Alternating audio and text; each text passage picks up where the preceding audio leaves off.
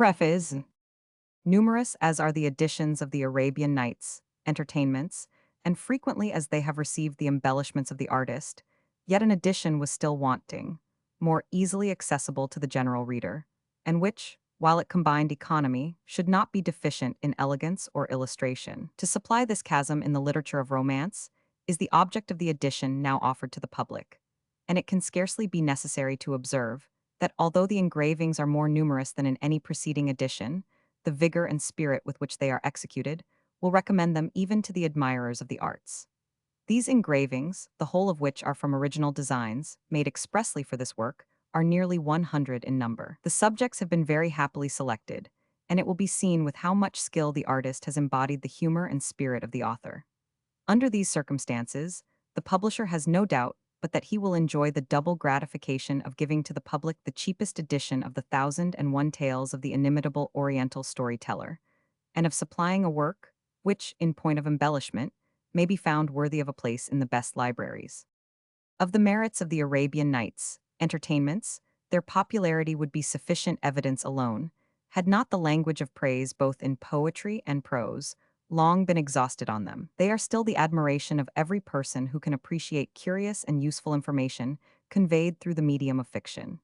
They are, says Colonel Capper, in his observations on the passage to India, by many people erroneously supposed to be a spurious production, and are therefore slighted in a manner they do not deserve. They were written by an Arabian, and are universally read and admired throughout Asia by all ranks of men, both old and young.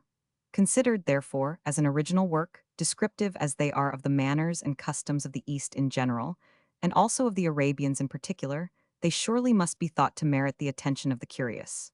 Nor are they, in my opinion, destitute of merit in other respects. For, although the extravagance of some of the stories is carried too far, yet, on the whole, one cannot help admiring the fancy and invention of the author in striking out such a variety of pleasing incidents. Pleasing I will call them because they have frequently afforded me much amusement, nor do I envy any man his feelings, who is above being pleased with them.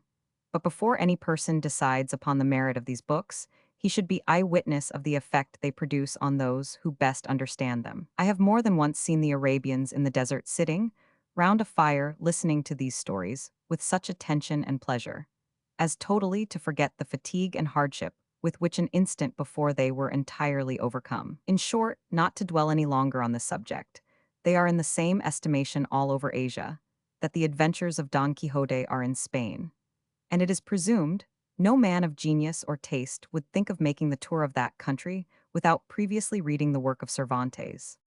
Nor is the picture of Oriental manners and customs, as exhibited in the Arabian Nights entertainments, that of a remote age. On the contrary, Mr. Dalloway, one of the recent travelers in the East, in his Constantinople Ancient and Modern, says, much of the romantic air which pervades the domestic habits of the persons described in the Arabian Nights entertainments, particularly in inferior life, will be observed in passing through the streets of that city, and we receive with additional pleasure a remembrance of the delight with which we at first perused them, in finding them authentic portraits of every Oriental nation. Mr. Hole, in his remarks on these tales, considers the Sinbad as the Arabian Odyssey, and as descriptive of real places and manners, and he takes no small pains to ascertain the precise local situations of the islands which Sinbad is supposed to visit. But the beauties of the Arabian Nights entertainments have never been better described than in the following sonnet to the author, by Mr. Thomas Russell, Fellow of New College, Oxford. Blessed child of genius, whose fantastic sprite rides on the vivid lightning's flash or roves through flowery valleys and Elysian groves, or, borne on venturous pinions, takes its flight to those dread realms where, hid from mortal sight, fierce genii roam, or where in bright alcoves mild fairies reign and woo their secret loves. Whate'er thy theme, whether the magic might of the stern kings that dwell mid ocean's roar, or Sinbad's perils, or the cruel wiles of Afric's cursed enchanters charm us more, or aught more wondrous still our ear beguiles. Well pleased, we listen to thy fabling lore, and truth itself with less attraction smiles. The present translation is from the Contes Arabes of M. Galland, who appears to have imbibed no inconsiderable portion of the spirit of the Oriental writer, and the utmost care has been taken to render it as correct as possible, consistent with the simplicity of the narration and the luxuriance of its descriptions. Although it cannot now be necessary to enter into a critical examination of a work, which is equally admired by the learned and the unlearned, the young and the old, yet as the genii and fairies form so considerable a part of the machinery of these tales, it may not be improper to say something respecting them. The jinn or jinn of the Arabians is the same with the div or ganman of the Persians, the juda of the Indians, and the Turks, jinler, and signifies a genie or demon, who has a body formed of a more subtle matter than those of men, and like elementary fire. They are supposed to have been created and to have governed the world before Adam, and are divided into good and evil angels, and even giants who, in the early times, made war against men, but have since been confined to one region, denominated from them Gimristan, the fairy land of our old romances. Gion ben Gion was the sovereign of these creatures, or of the Peries or fairies, who governed the world 2,000 years, after which Eblis was sent by God to drive them into a distant part of the world, and there confine them because of their rebellion. The shield of this prince is as famous as that of Achilles among the Greeks, and like it, sevenfold and destructive of all enchantments, and was possessed by 3 successive Solomons, who performed with it marvelous but fabulous exploits, and fell at last into the hands of a hero named Tomurath, surnamed Divbend, or the conqueror of giants. Solomon, the son of David, is said by the Eastern historians to have had not only men, but good and evil spirits, the birds and the winds, subjected to him by God, and to have been possessed of a ring of wonderful virtues, which seems to be nothing more than the extraordinary wisdom with which he was divinely endowed. All that we find in these writers about the marvelous actions and unrivaled empire of Solomon over men and devils is drawn from the scripture account of the extraordinary wisdom and virtues and throne of this monarch. Peri are those beautiful creatures, which are neither men, angels, nor devils.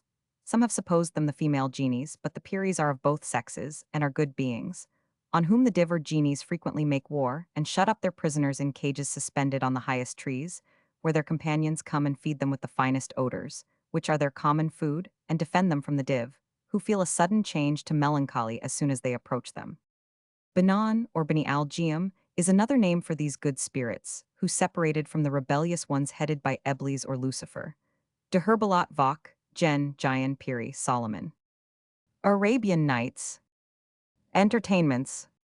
The chronicles of the Sasanians, the ancient kings of Persia, who extended their empire into the Indies, over all the islands thereunto belonging, a great way beyond the Ganges and as far as China, acquaint us that there was formerly a king of that potent family, the most excellent prince of his time. He was as much beloved by his subjects for his wisdom and prudence, as he was dreaded by his neighbors because of his valor and his warlike and well-disciplined troops. He had 2 sons, the eldest, Shahryar, the worthy heir of his father, and endowed with all his virtues. The youngest, Shahzanan, was likewise a prince of incomparable merit. After a long and glorious reign, this king died, and Shahryar mounted his throne. Shahzanan, being excluded from all share of the government by the laws of the empire, and obliged to live a private life, was so far from envying the happiness of his brother that he made it his whole business to please him, and effected it without much difficulty. Shahryar, who had naturally a great affection for that prince, was so charmed with his complaisance that out of an excess of friendship, he would needs divide his dominions with him, and gave him the kingdom of Great Tartary. Shahzanan went immediately and took possession of it and fixed the seat of his government at Samarkand, the metropolis of the country. After they had been separated 10 years, Shahryar, having a passionate desire to see his brother, resolved to send an ambassador to invite him to his court. He made choice of his prime vizier for the embassy, sent him to Tartary with a retinue answerable to his dignity, and he made all possible haste to Samarkand. When he came near the city, Shahzanan had notice of it, and went to meet him with the principal lords of his court, who, to put the more honor on the Sultan's minister, appeared in magnificent apparel. The king of Tartary received the ambassador with the greatest demonstrations of joy, and immediately asked him concerning the welfare of the Sultan his brother. The vizier, having acquainted him that he was in health, gave him an account of his embassy. Shahzanan was so much affected with it that he answered thus: "Sage vizier, the Sultan, my brother, does me too much honor. He could propose nothing in the world so acceptable. I long as passionately to see him as he does to see me. Time has been no more able to diminish my friendship than his. My kingdom is in peace, and I desire no more than 10 days to get myself ready to go with you, so that there is no necessity for your entering the city for so short a time. I pray you to pitch your tents here, and I will order provisions in abundance for yourself and your company." The vizier did accordingly, and as soon as the king returned, he sent him a prodigious quantity of provisions of all sorts, with presents of great value.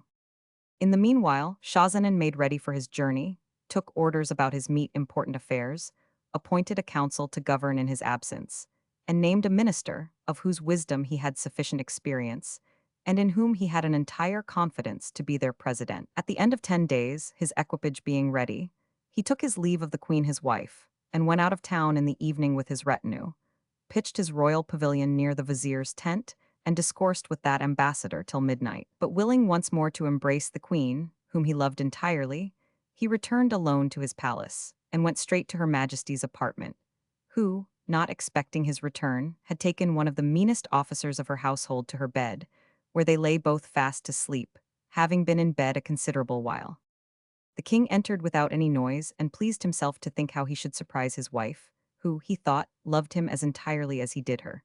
But how great was his surprise, when by the light of the flambeaux, which burn all night in the apartments of those eastern princes, he saw a man in her arms.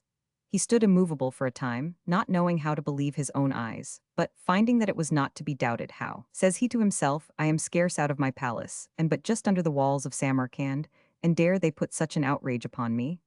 Ah, perfidious wretches, your crime shall not go unpunished. As king, I am to punish wickedness committed in my dominions, and as an enraged husband, I must sacrifice you to my just resentment. In a word, this unfortunate prince, giving way to his rage, drew his scimitar, and approaching the bed, killed them both with one blow, turning their sleep into death, and afterwards taking them up, threw them out of a window, into the ditch that surrounded the palace. Having avenged himself thus, he went out of town privately, as he came into it, and, returning to his pavilion, without saying one word of what had happened, he ordered the tents to be struck, and to make ready for his journey. This was speedily done, and before day he began his march, with kettle drums and other instruments of music, that filled everyone with joy, except the king, who was so much troubled at the disloyalty of his wife, that he was seized with extreme melancholy, which preyed upon him during his whole journey. When he drew near the capital of the Indies, the Sultan Shahryar and all his court came out to meet him, and the princes were overjoyed to see one another, and alighting, after mutual embraces and other marks of affection and respect, they mounted again, and entered the city, with the acclamations of vast multitudes of people. The Sultan conducted his brother to the palace he had provided for him, which had a communication with his own, by means of a garden, and was so much the more magnificent, that it was set apart as a banqueting house for public entertainments and other diversions of the court, and the splendor of it had been lately augmented by new furniture. Shahryar immediately left the king of Tartary, that he might give him time to bathe himself and to change his apparel, and as soon as he had done, he came to him again, and they sat down together upon a sofa or alcove. The courtiers kept at a distance, out of respect, and those two princes entertained one another suitably to their friendship, their nearness of blood, and the long separation that had passed betwixt them. The time of supper being come, they ate together, after which they renewed their conversation, which continued till Shahryar, perceiving that it was very late, left his brother to rest. The unfortunate Schahzaman went to bed, and though the conversation of his brother had suspended his grief for some time, it returned upon him with more violence, so that, instead of taking his necessary rest, he tormented himself with cruel reflections. All the circumstances of his wife's disloyalty presented themselves afresh to his imagination in so lively a manner that he was like one beside himself. In a word, not being able to sleep, he got up, and giving himself over to afflicting thoughts, they made such an impression upon his countenance that the Sultan could not but take notice of it, and said thus to himself, "What can be the matter with the king of Tartary that he is so melancholy? Has he any cause to complain of his reception? No, surely.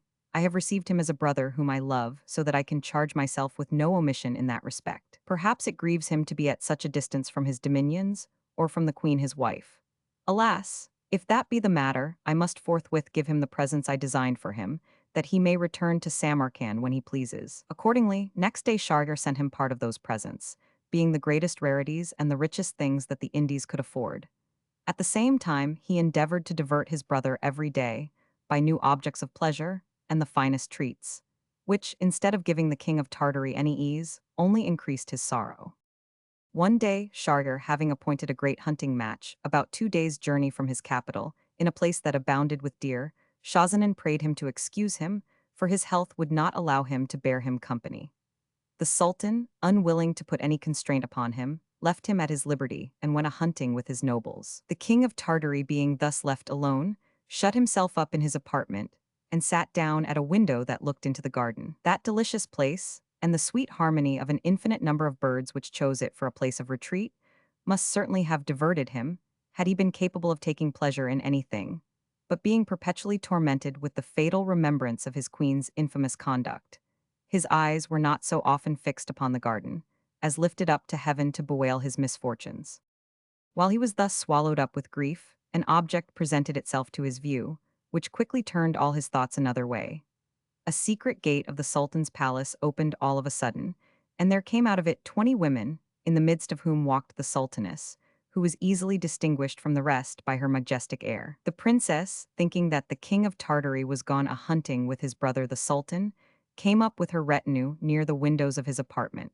For the prince had placed himself so that he could see all that passed in the garden, without being perceived himself. He observed that the persons who accompanied the Sultaness threw off their veils and long robes, that they might be at more freedom, but was wonderfully surprised when he saw 10 of them to be blacks, and that each of them took his mistress. The Sultaness, on her part, was not long without her gallant. She clapped her hands and called Masoud, Masoud, and immediately a black came down from a tree and ran to her in all haste. Modesty will not allow, nor is it necessary, to relate what passed between the blacks and the ladies. It is sufficient to say that Schahzaman saw enough to convince him that his brother was as much to be pitied as himself. This amorous company continued together till midnight, and having bathed all together, in a great piece of water which was one of the chief ornaments of the garden, they dressed themselves, and re-entered the palace by the secret door, all except Masoud, who climbed up his tree, and got over the garden wall the same way as he came in. All this having passed in the king of Tartary's sight, occasioned him to make a multitude of reflections. How little reason had I, says he, to think that no one was so unfortunate as myself. It is certainly the unavoidable fate of all husbands, since the Sultan, my brother, who is sovereign of so many dominions, and the greatest prince of the earth, could not escape it. The case being so, what a fool am I to kill myself with grief? I am resolved that the remembrance of a misfortune so common shall never more disturb my quiet. From that moment he forbore afflicting himself. Being unwilling to sup till he saw the whole scene that was acted under his window, he called then for his supper, eat with a better appetite than he had done at any time since his coming from Samarcand, and listened with some degree of pleasure to the agreeable concert of vocal and instrumental music that was appointed to entertain him while at table. He continued after this in very good humor, and when he knew that the Sultan was returning, he went to meet him, and paid him his compliments with great gaiety. Shahryar at first took no notice of this alteration, but politely expostulated with him why he would not bear him company at hunting the stag, and without giving him time to reply, entertained him with a relation of the great number of deer and other game they had killed, and what pleasure he had in the sport. Schahzaman heard him with attention, gave answer to everything, and being free from that melancholy which formerly overclouded his wit, he said 1,000 agreeable and pleasant things to the Sultan. Shahryar, who expected to have found him in the same state as he left him, was overjoyed to see him so cheerful, and spoke to him thus: "Dear brother, I return thanks to heaven for the happy change it has made in you during my absence. I am extremely rejoiced at it, but I have a request to make to you, and conjure you not to deny me. I can refuse you nothing," replied the king of Tartary. "You may command Schahzaman as you please. Speak, I am impatient till I know what you desire of me." "Ever since you came to my court," replied Shahryar, "I found you swallowed up by a deep melancholy, and I in vain attempted to remove it by all sorts of diversion. I imagined it might be occasioned by reason of your distance from your dominions, or that love might have a great share in it, and that the Queen of Samarcand, who, no doubt, is an accomplished beauty, might be the cause of it. I do not know if I be mistaken, but I must own that it was for this very reason I would not importune you upon the subject, for fear of making you uneasy.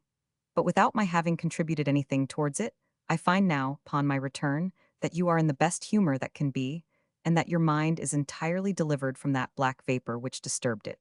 Pray do me the favor to tell me why you were so melancholy, and why you are no longer so."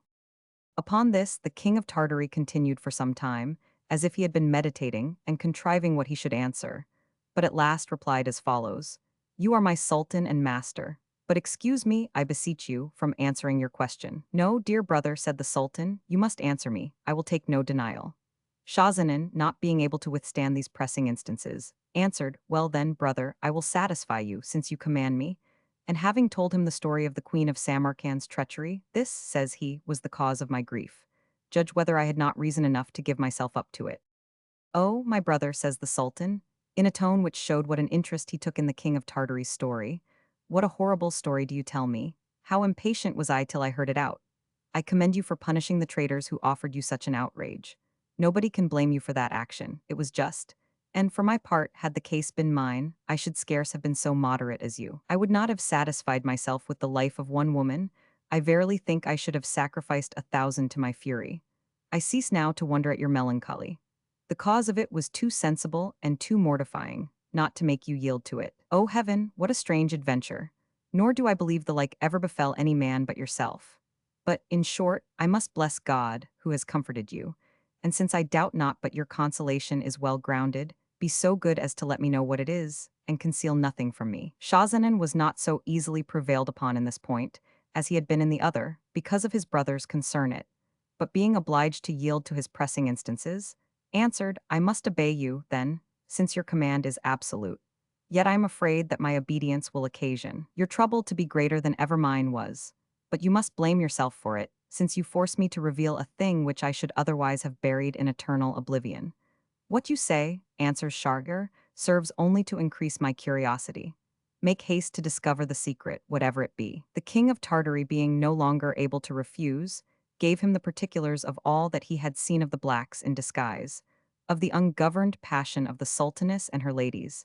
And he did not forget Masoud. After having been witness to those infamous actions, says he, I believed all women to be naturally inclined thereto, and that they could not resist their inclination. Being of this opinion, it seemed to me to be an unaccountable weakness in men to place any confidence in their fidelity. This reflection brought on many others, and, in short, I thought the best thing I could do was to make myself easy. It cost me some pains, indeed, but at last I effected it, and if you will take my advice, you will follow my example. Next, the lady of the glass case.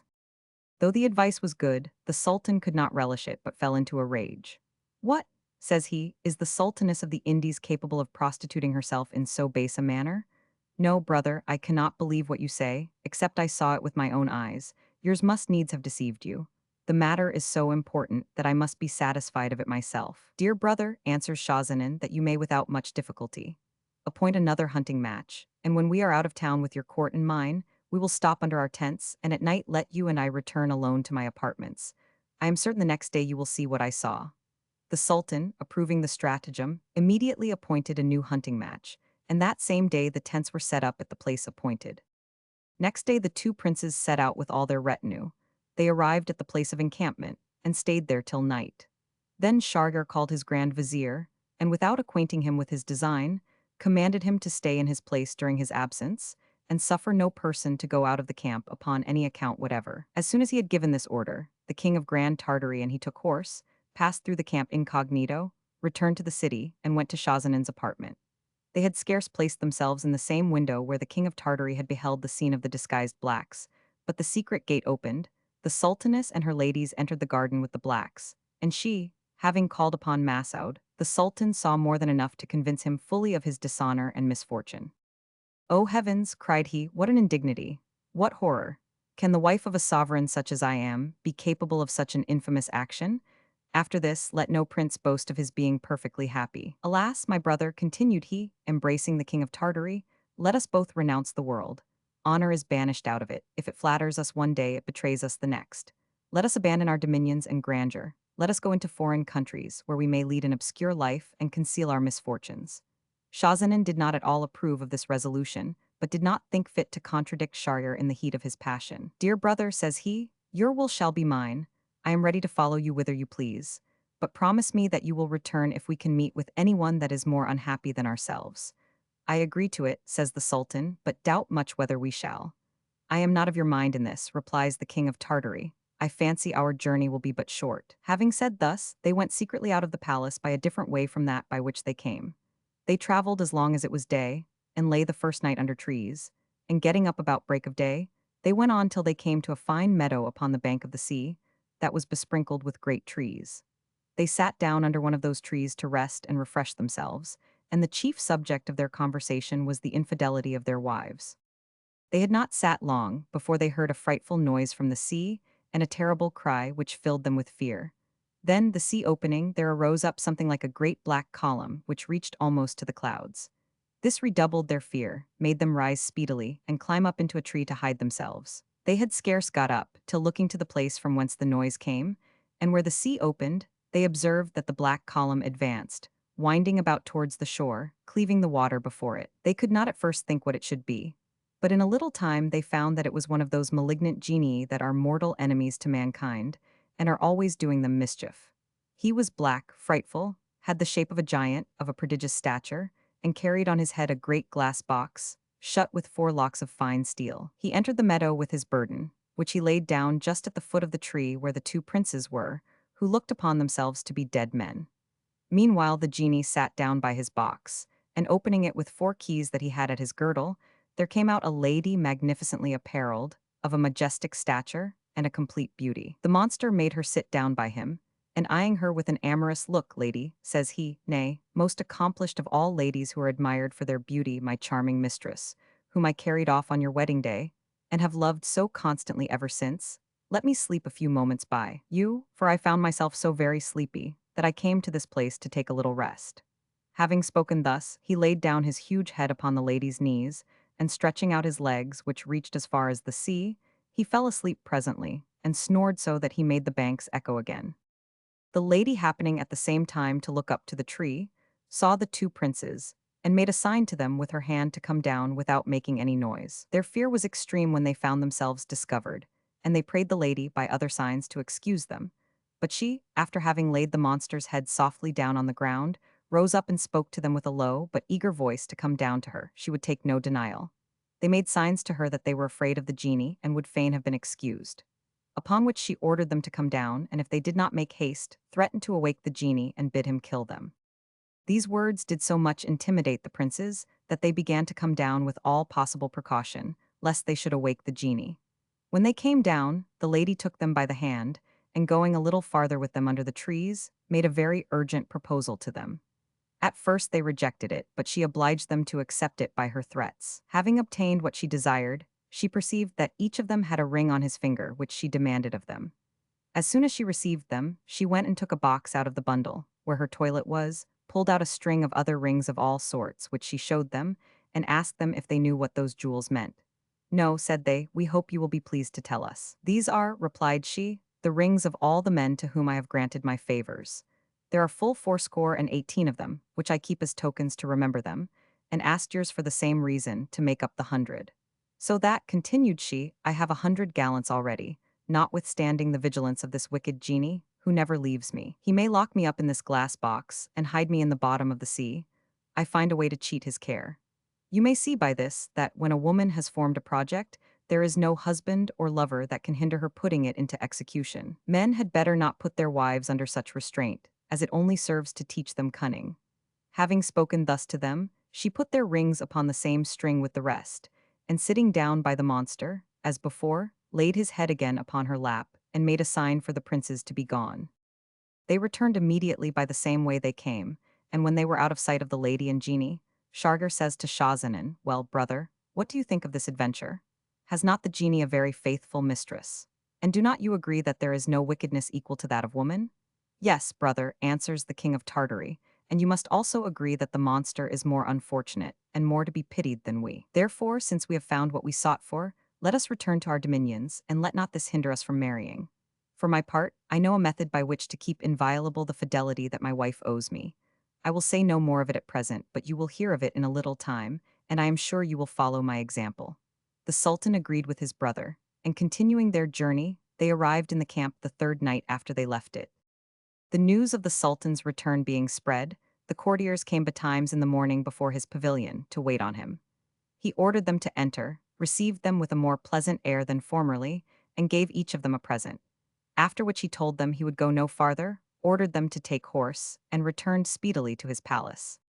As soon as he arrived, he ran to the Sultaness's apartment, commanded her to be bound before him, and delivered her to his grand vizier, with an order to strangle her, which was accordingly executed by that minister, without inquiring into her crime.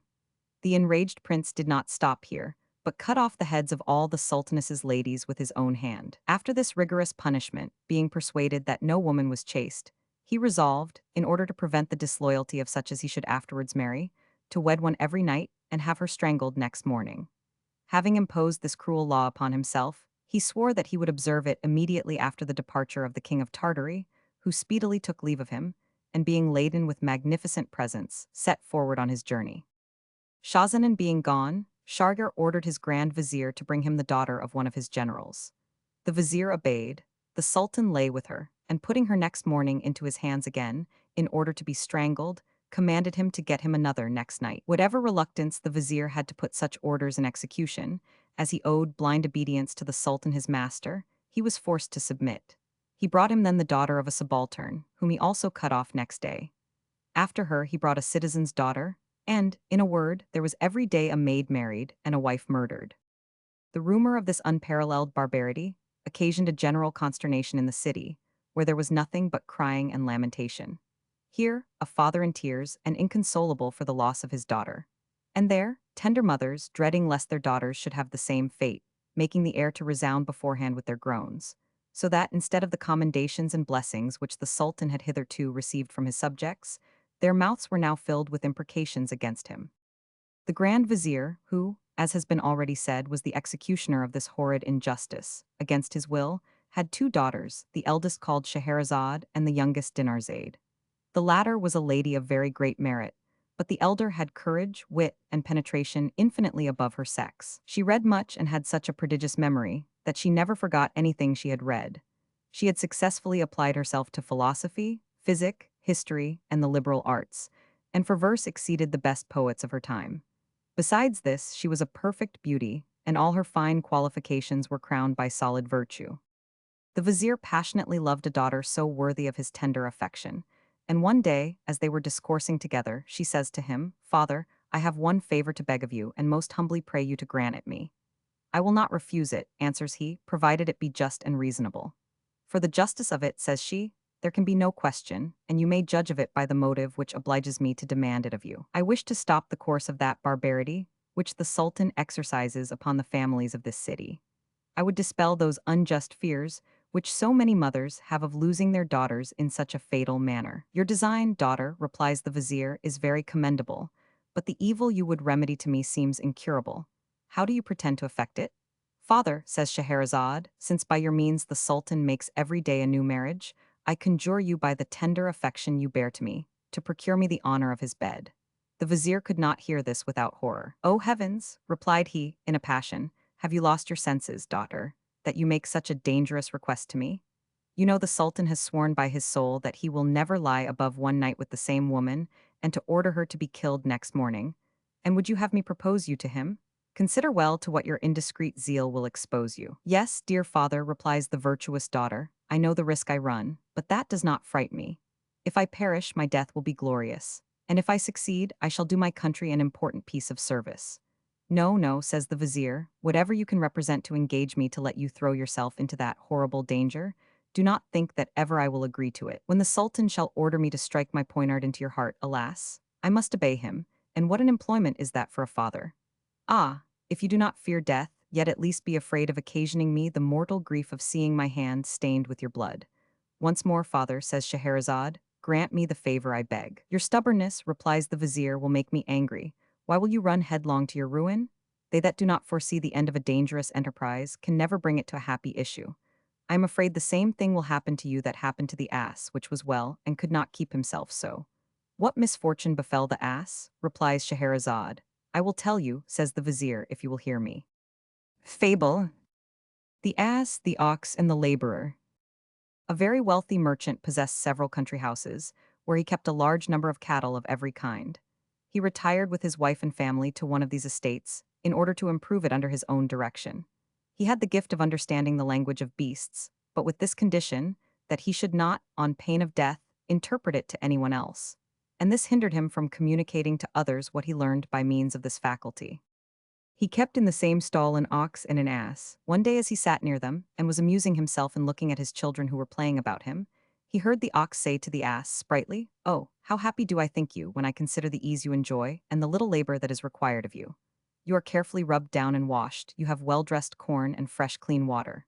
Your greatest business is to carry the merchant, our master, when he has any little journey to make, and were it not for that you would be perfectly idle. I am treated in a very different manner, and my condition is as deplorable as yours is fortunate. Daylight no sooner appears than I am fastened to a plough, and made to work till night, which so fatigues me, that sometimes my strength entirely fails. Besides, the laborer, who is always behind me, beats me continually. By drawing the plough, my tail is all flead. And in short, after having labored from morning to night, when I am brought in they give me nothing to eat but sorry dry beans, not so much as cleansed from dirt or other food equally bad. And to heighten my misery, when I have filled my belly with such ordinary stuff, I am forced to lie all night in my own dung, so that you see I have reason to envy your lot." The ass did not interrupt the ox, but when he had concluded, answered, "They that called you a foolish beast did not lie. You are too simple, you suffer them to conduct you whither they please, and show no manner of resolution. In the meantime, what advantage do you reap from all the indignities you suffer? You kill yourself for the ease, pleasure, and profit of those who give you no thanks for your service. But they would not treat you so, if you had as much courage as strength. When they come to fasten you to the stall, why do you not resist? Why do you not gore them with your horns, and show that you are angry by striking your foot against the ground? And in short, why do you not frighten them by bellowing aloud?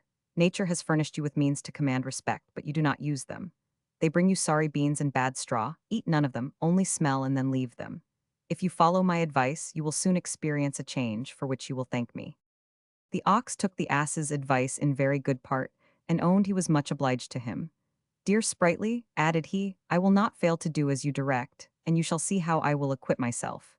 Here ended their conversation, of which the merchant lost not a word. Early the next morning the laborer went for the ox. He fastened him to the plough, and conducted him to his usual work. The ox, who had not forgotten the ass's counsel, was very troublesome and untowardly all that day. And in the evening, when the laborer brought him back to the stall and began to fasten him, the malicious beast, instead of presenting his head willingly as he used to do, was restive, and drew back bellowing, and then made at the laborer as if he would have gored him with his horns. In a word, he did all the ass had advised him. The day following, the laborer came as usual to take the ox to his labor.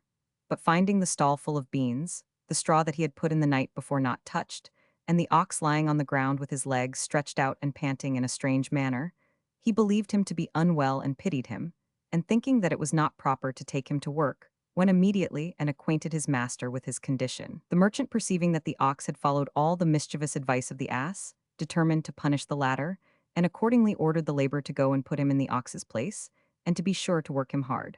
The laborer did as he was desired. The ass was forced to draw the plough all that day, which fatigued him so much the more, as he was not accustomed to that kind of labor. Besides, he had been so soundly beaten that he could scarcely stand when he came back. Meanwhile, the ox was mightily pleased. He ate up all that was in the stall, and rested himself the whole day. He rejoiced that he had followed the ass's advice, blessed him 1,000 times for the kindness he had done him, and did not fail to express his obligation when the ass had returned. The ass made no reply, so vexed was he at the ill treatment he had received. But he said within himself, "It is by my own imprudence I have brought this misfortune upon myself. I lived happily, everything smiled upon me, I had all that I could wish. It is my own fault that I am brought to this miserable condition, and if I cannot contrive some way to get out of it, I am certainly undone." As he spoke, his strength was so much exhausted that he fell down in his stall, as if he had been half dead. Here the Grand Vizier addressed himself to Scheherazade, and said, "Daughter, you act just like this ass. You will expose yourself to destruction by your erroneous policy. Take my advice, remain quiet, and do not seek to hasten your death." "Father," replied Scheherazade, "the example you have set before me will not induce me to change my resolution. I will never cease importuning you until you present me to the Sultan as his bride." The vizier, perceiving that she persisted in her demand, replied, "Alas! Then, since you will continue obstinate, I shall be obliged to treat you in the same manner as the merchant whom I before referred to treated his wife a short time after." The merchant, understanding that the ass was in a lamentable condition, was desirous of knowing what passed between him and the ox. Therefore, after supper he went out by moonlight, and sat down by them, his wife bearing him company. After his arrival, he heard the ass say to the ox, "Comrade, tell me, I pray you, what you intend to do tomorrow when the laborer brings you meat?" "What will I do?" replied the ox, I will continue to act as you taught me. I will draw back from him and threat him with my horns, as I did yesterday. I will feign myself ill, and at the point of death. Beware of that, replied the ass, it will ruin you. For as I came home this evening, I heard the merchant, our master, say something that makes me tremble for you. Alas, what did you hear? Demanded the ox. As you love me, withhold nothing from me, my dear sprightly. Our master, replied the ass, addressed himself thus to the laborer. Since the ox does not eat and is not able to work, I would have him killed tomorrow, and we will give his flesh as an alms to the poor for God's sake. As for the skin, that will be of use to us, and I would have you give it the courier to dress. Therefore be sure to send for the butcher. This is what I had to tell you, said the ass. The interest I feel in your preservation and my friendship for you obliged me to make it known to you and to give you new advice. As soon as they bring you your bran and straw, rise up and eat heartily. Our master will by this think that you are recovered, and no doubt will recall his orders for killing you, but if you act otherwise, you will certainly be slaughtered. This discourse had the effect which the ass designed. The ox was greatly alarmed and bellowed for fear. The merchant, who heard the conversation very attentively, fell into a loud fit of laughter. His wife was greatly surprised and asked, Pray, husband, tell me what you laugh at so heartily that I may laugh with you. Wife, replied he, you must content yourself with hearing me laugh. No, returned she, I will know the reason. I cannot afford you that satisfaction, answered he, and can only inform you that I laugh at what our ass just now said to the ox. The rest is a secret, which I am not allowed to reveal. What, demanded she, hinders you from revealing the secret? If I tell it you, replied he, I shall forfeit my life. You only jeer me, cried his wife. What you would have me believe cannot be true. If you do not directly satisfy me as to what you laugh at, and tell me what the ox and the ass said to one another, I swear by heaven that you and I shall never bed together again. Having spoken thus, she went into the house, and seating herself in a corner, cried there all night. Her husband lay alone, and finding next morning that she continued in the same humor, told her, she was very foolish to afflict herself in that manner, that the thing was not worth so much, that it concerned her very little to know, while it was of the utmost consequence to him to keep the secret. Therefore, continued he, I conjure you to think no more of it. I shall still think so much of it, replied she, as never to forbear weeping till you have satisfied my curiosity. But I tell you very seriously, answered he, that it will cost me my life if I yield to your indiscreet solicitations. Let what will happen, said she, I do insist upon it. I perceive, resumed the merchant, that it is impossible to bring you to reason, and since I foresee that you will occasion your own death by your obstinacy, I will call in your children, that they may see you before you die. Accordingly he called for them, and sent for her father and mother and other relations. When they were come, and heard the reason of their being summoned, they did all they could to convince her that she was in the wrong, but to no purpose. She told them that she would rather die than yield that point to her husband. Her father and mother spoke to her, and told her that what she desired to know was of no importance to her, but they could produce no effect upon her, either by their authority or entreaties. When her children saw that nothing would prevail to draw her out of that sullen temper, they wept bitterly. The merchant himself was half frantic, and almost ready to risk his own life to save that of his wife, whom he sincerely loved. Now, my daughter, continued the vizier to Scheherazade, this merchant had 50 hens, and 1 cock with a dog that gave good heed to all that passed. While the merchant was, as I said, considering what he had best do, he saw his dog run towards the cock as he was treading a hen, and heard him say to him, Cock, I am sure heaven will not let you live long. Are you not ashamed to act thus today? The cock, standing up on tiptoe, answered fiercely, And why not today as well as other days? If you do not know, replied the dog, then I will tell you, that this day our master is in great perplexity. His wife would have him reveal a secret which is of such a nature, that the disclosure would cost him his life. Things are come to that pass, that it is to be feared he will scarcely have resolution enough to resist his wife's obstinacy, for he loves her, and is affected by the tears she continually sheds. We are all alarmed at his situation, while you only insult our melancholy, and have the impudence to divert yourself with your hens. The cock answered the dog's reproof thus, What, has our master so little sense? He has but 1 wife, and cannot govern her, and though I have 50, I make them all do what I please. Let him use his reason, he will soon find a way to get rid of his trouble. How, demanded the dog, what would you have him to do? Let him go into the room where his wife is, resumed the cock, lock the door, and take a stick and thrash her well.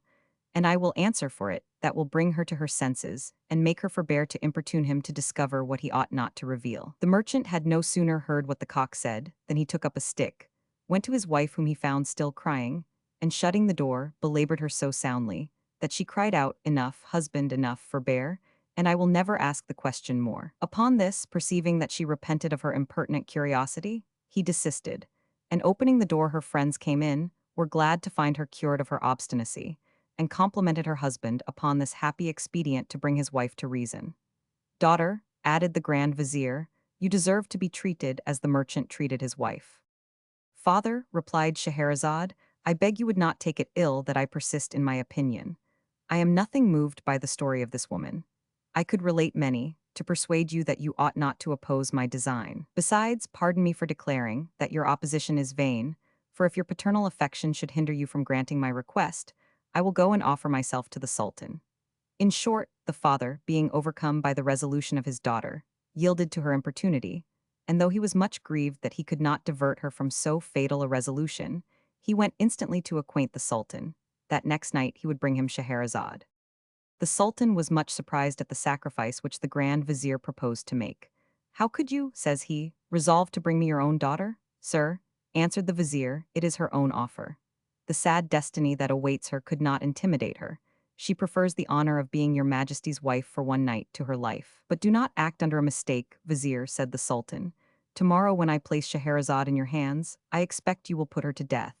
And if you fail, I swear that your own life shall answer." "Sir," rejoined the Vizier, "my heart without doubt will be full of grief to execute your commands, but it is to no purpose for nature to murmur. Though I am her father, I will answer for the fidelity of my hand to obey your order." Shahryar accepted his minister's offer, and told him he might bring his daughter when he pleased. The Grand Vizier went with the intelligence to Scheherazade, who received it with as much joy as if it had been the most agreeable information she could have received. She thanked her father for having so greatly obliged her, and perceiving that he was overwhelmed with grief, told him, for his consolation, that she hoped he would never repent of having married her to the Sultan, and that, on the contrary, he should have reason to rejoice at his compliance all his days. Her business now was to adorn herself to appear before the Sultan. But before she went, she took her sister Dinarzade apart, and said to her, "My dear sister, I have need of your assistance in a matter of great importance, and must pray you not to deny it me. My father is going to conduct me to the Sultan. Do not let this alarm you, but hear me with patience. As soon as I am in his presence, I will pray him to allow you to lie in the bride chamber, that I may enjoy your company this one night more. If I obtain that favor, as I hope to do, remember to awake me tomorrow an hour before day, and to address me in these or some such words: 'My sister, if you be not asleep, I pray you that till daybreak, which will be very shortly, you will relate to me one of the entertaining stories of which you have read so many. I will immediately tell you one, and I hope by this means to deliver the city from the consternation it is under at present.'" Dinarzade answered that she would with pleasure act as she required her. The Grand Vizier conducted Scheherazade to the palace, and retired, after having introduced her into the Sultan's apartment. As soon as the Sultan was left alone with her, he ordered her to uncover her face.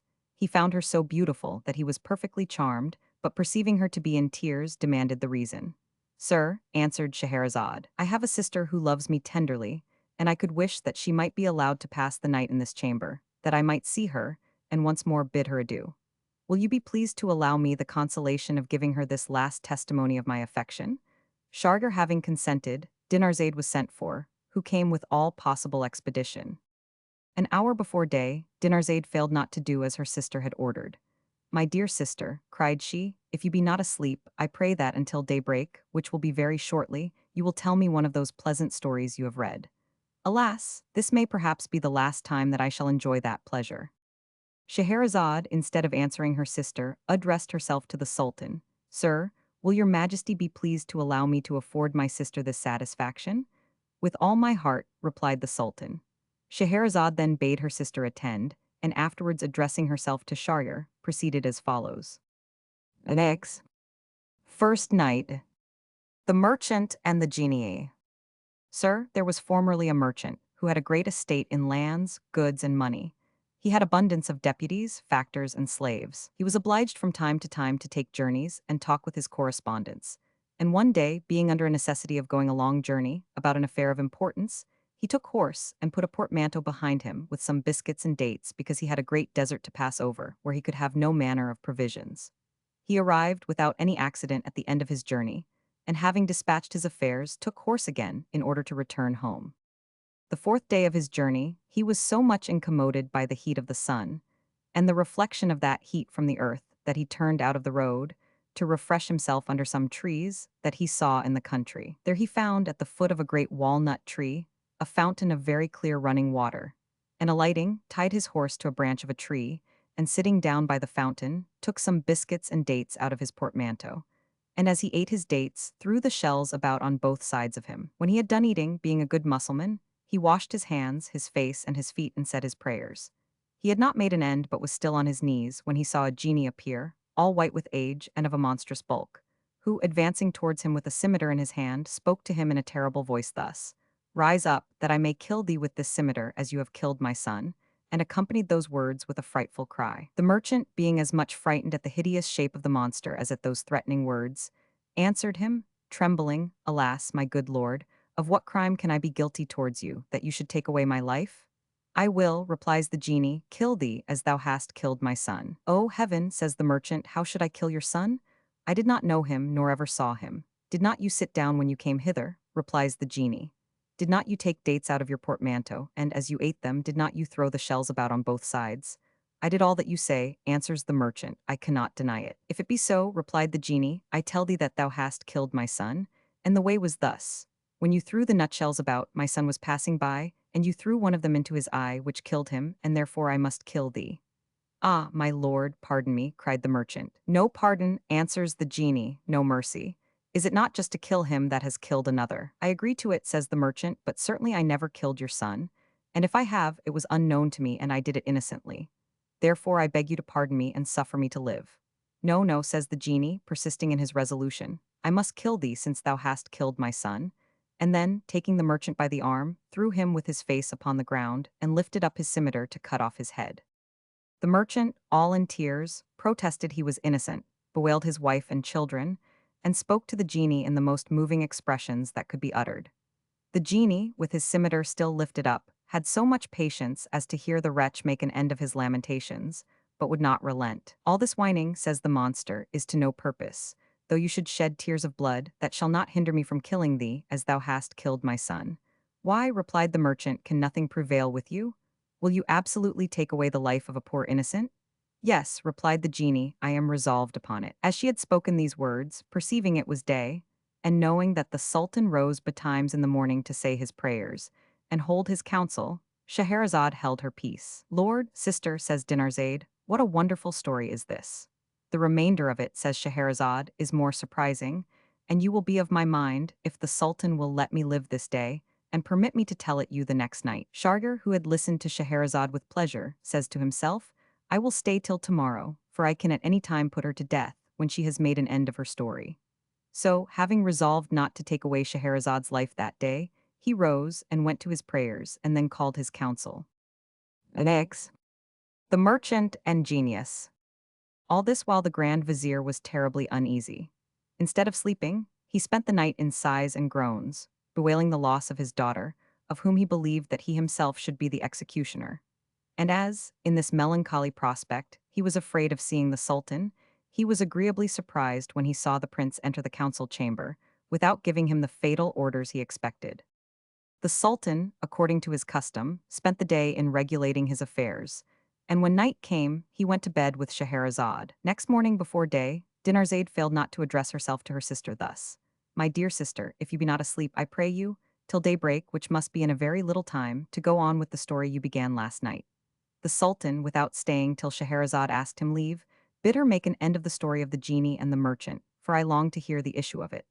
Upon which Scheherazade spoke and continued the story as follows. Second night. When the merchant saw that the genie was going to cut off his head, he cried out aloud and said to him, "For heaven's sake, hold your hand. Allow me one word. Be so good as to grant me some respite. Allow me but time to bid my wife and children adieu, and to divide my estate among them by will, that they may not go to law with one another after my death. And when I have done so, I will come back to the same place and submit to whatever you shall please to order concerning me. But," says the genie, "if I grant you the time you demand, I doubt you will never return." "If you will believe my oath," answers the merchant, "I swear by all that is sacred that I will come and meet you here without fail." "What time do you demand then?" replies the genie. I ask a year, says the merchant. I cannot have less to order my affairs and to prepare myself to die without regret. But I promise you that this day 12 months I will return under those trees to put myself into your hands.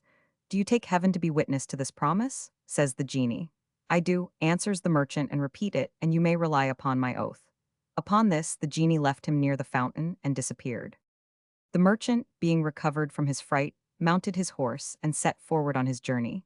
And as he was glad, on the one hand, that he had escaped so great a danger, so he was mortally sorry, on the other, when he thought on his fatal oath. When he came home, his wife and children received him with all the demonstrations of perfect joy. But he, instead of making them suitable returns, fell to weeping bitterly, from whence they readily conjectured that something extraordinary had befallen him. His wife asked the reason of his excessive grief and tears. We are all overjoyed, says she, at your return, but you frighten us to see you in this condition. Pray tell us the cause of your sorrow.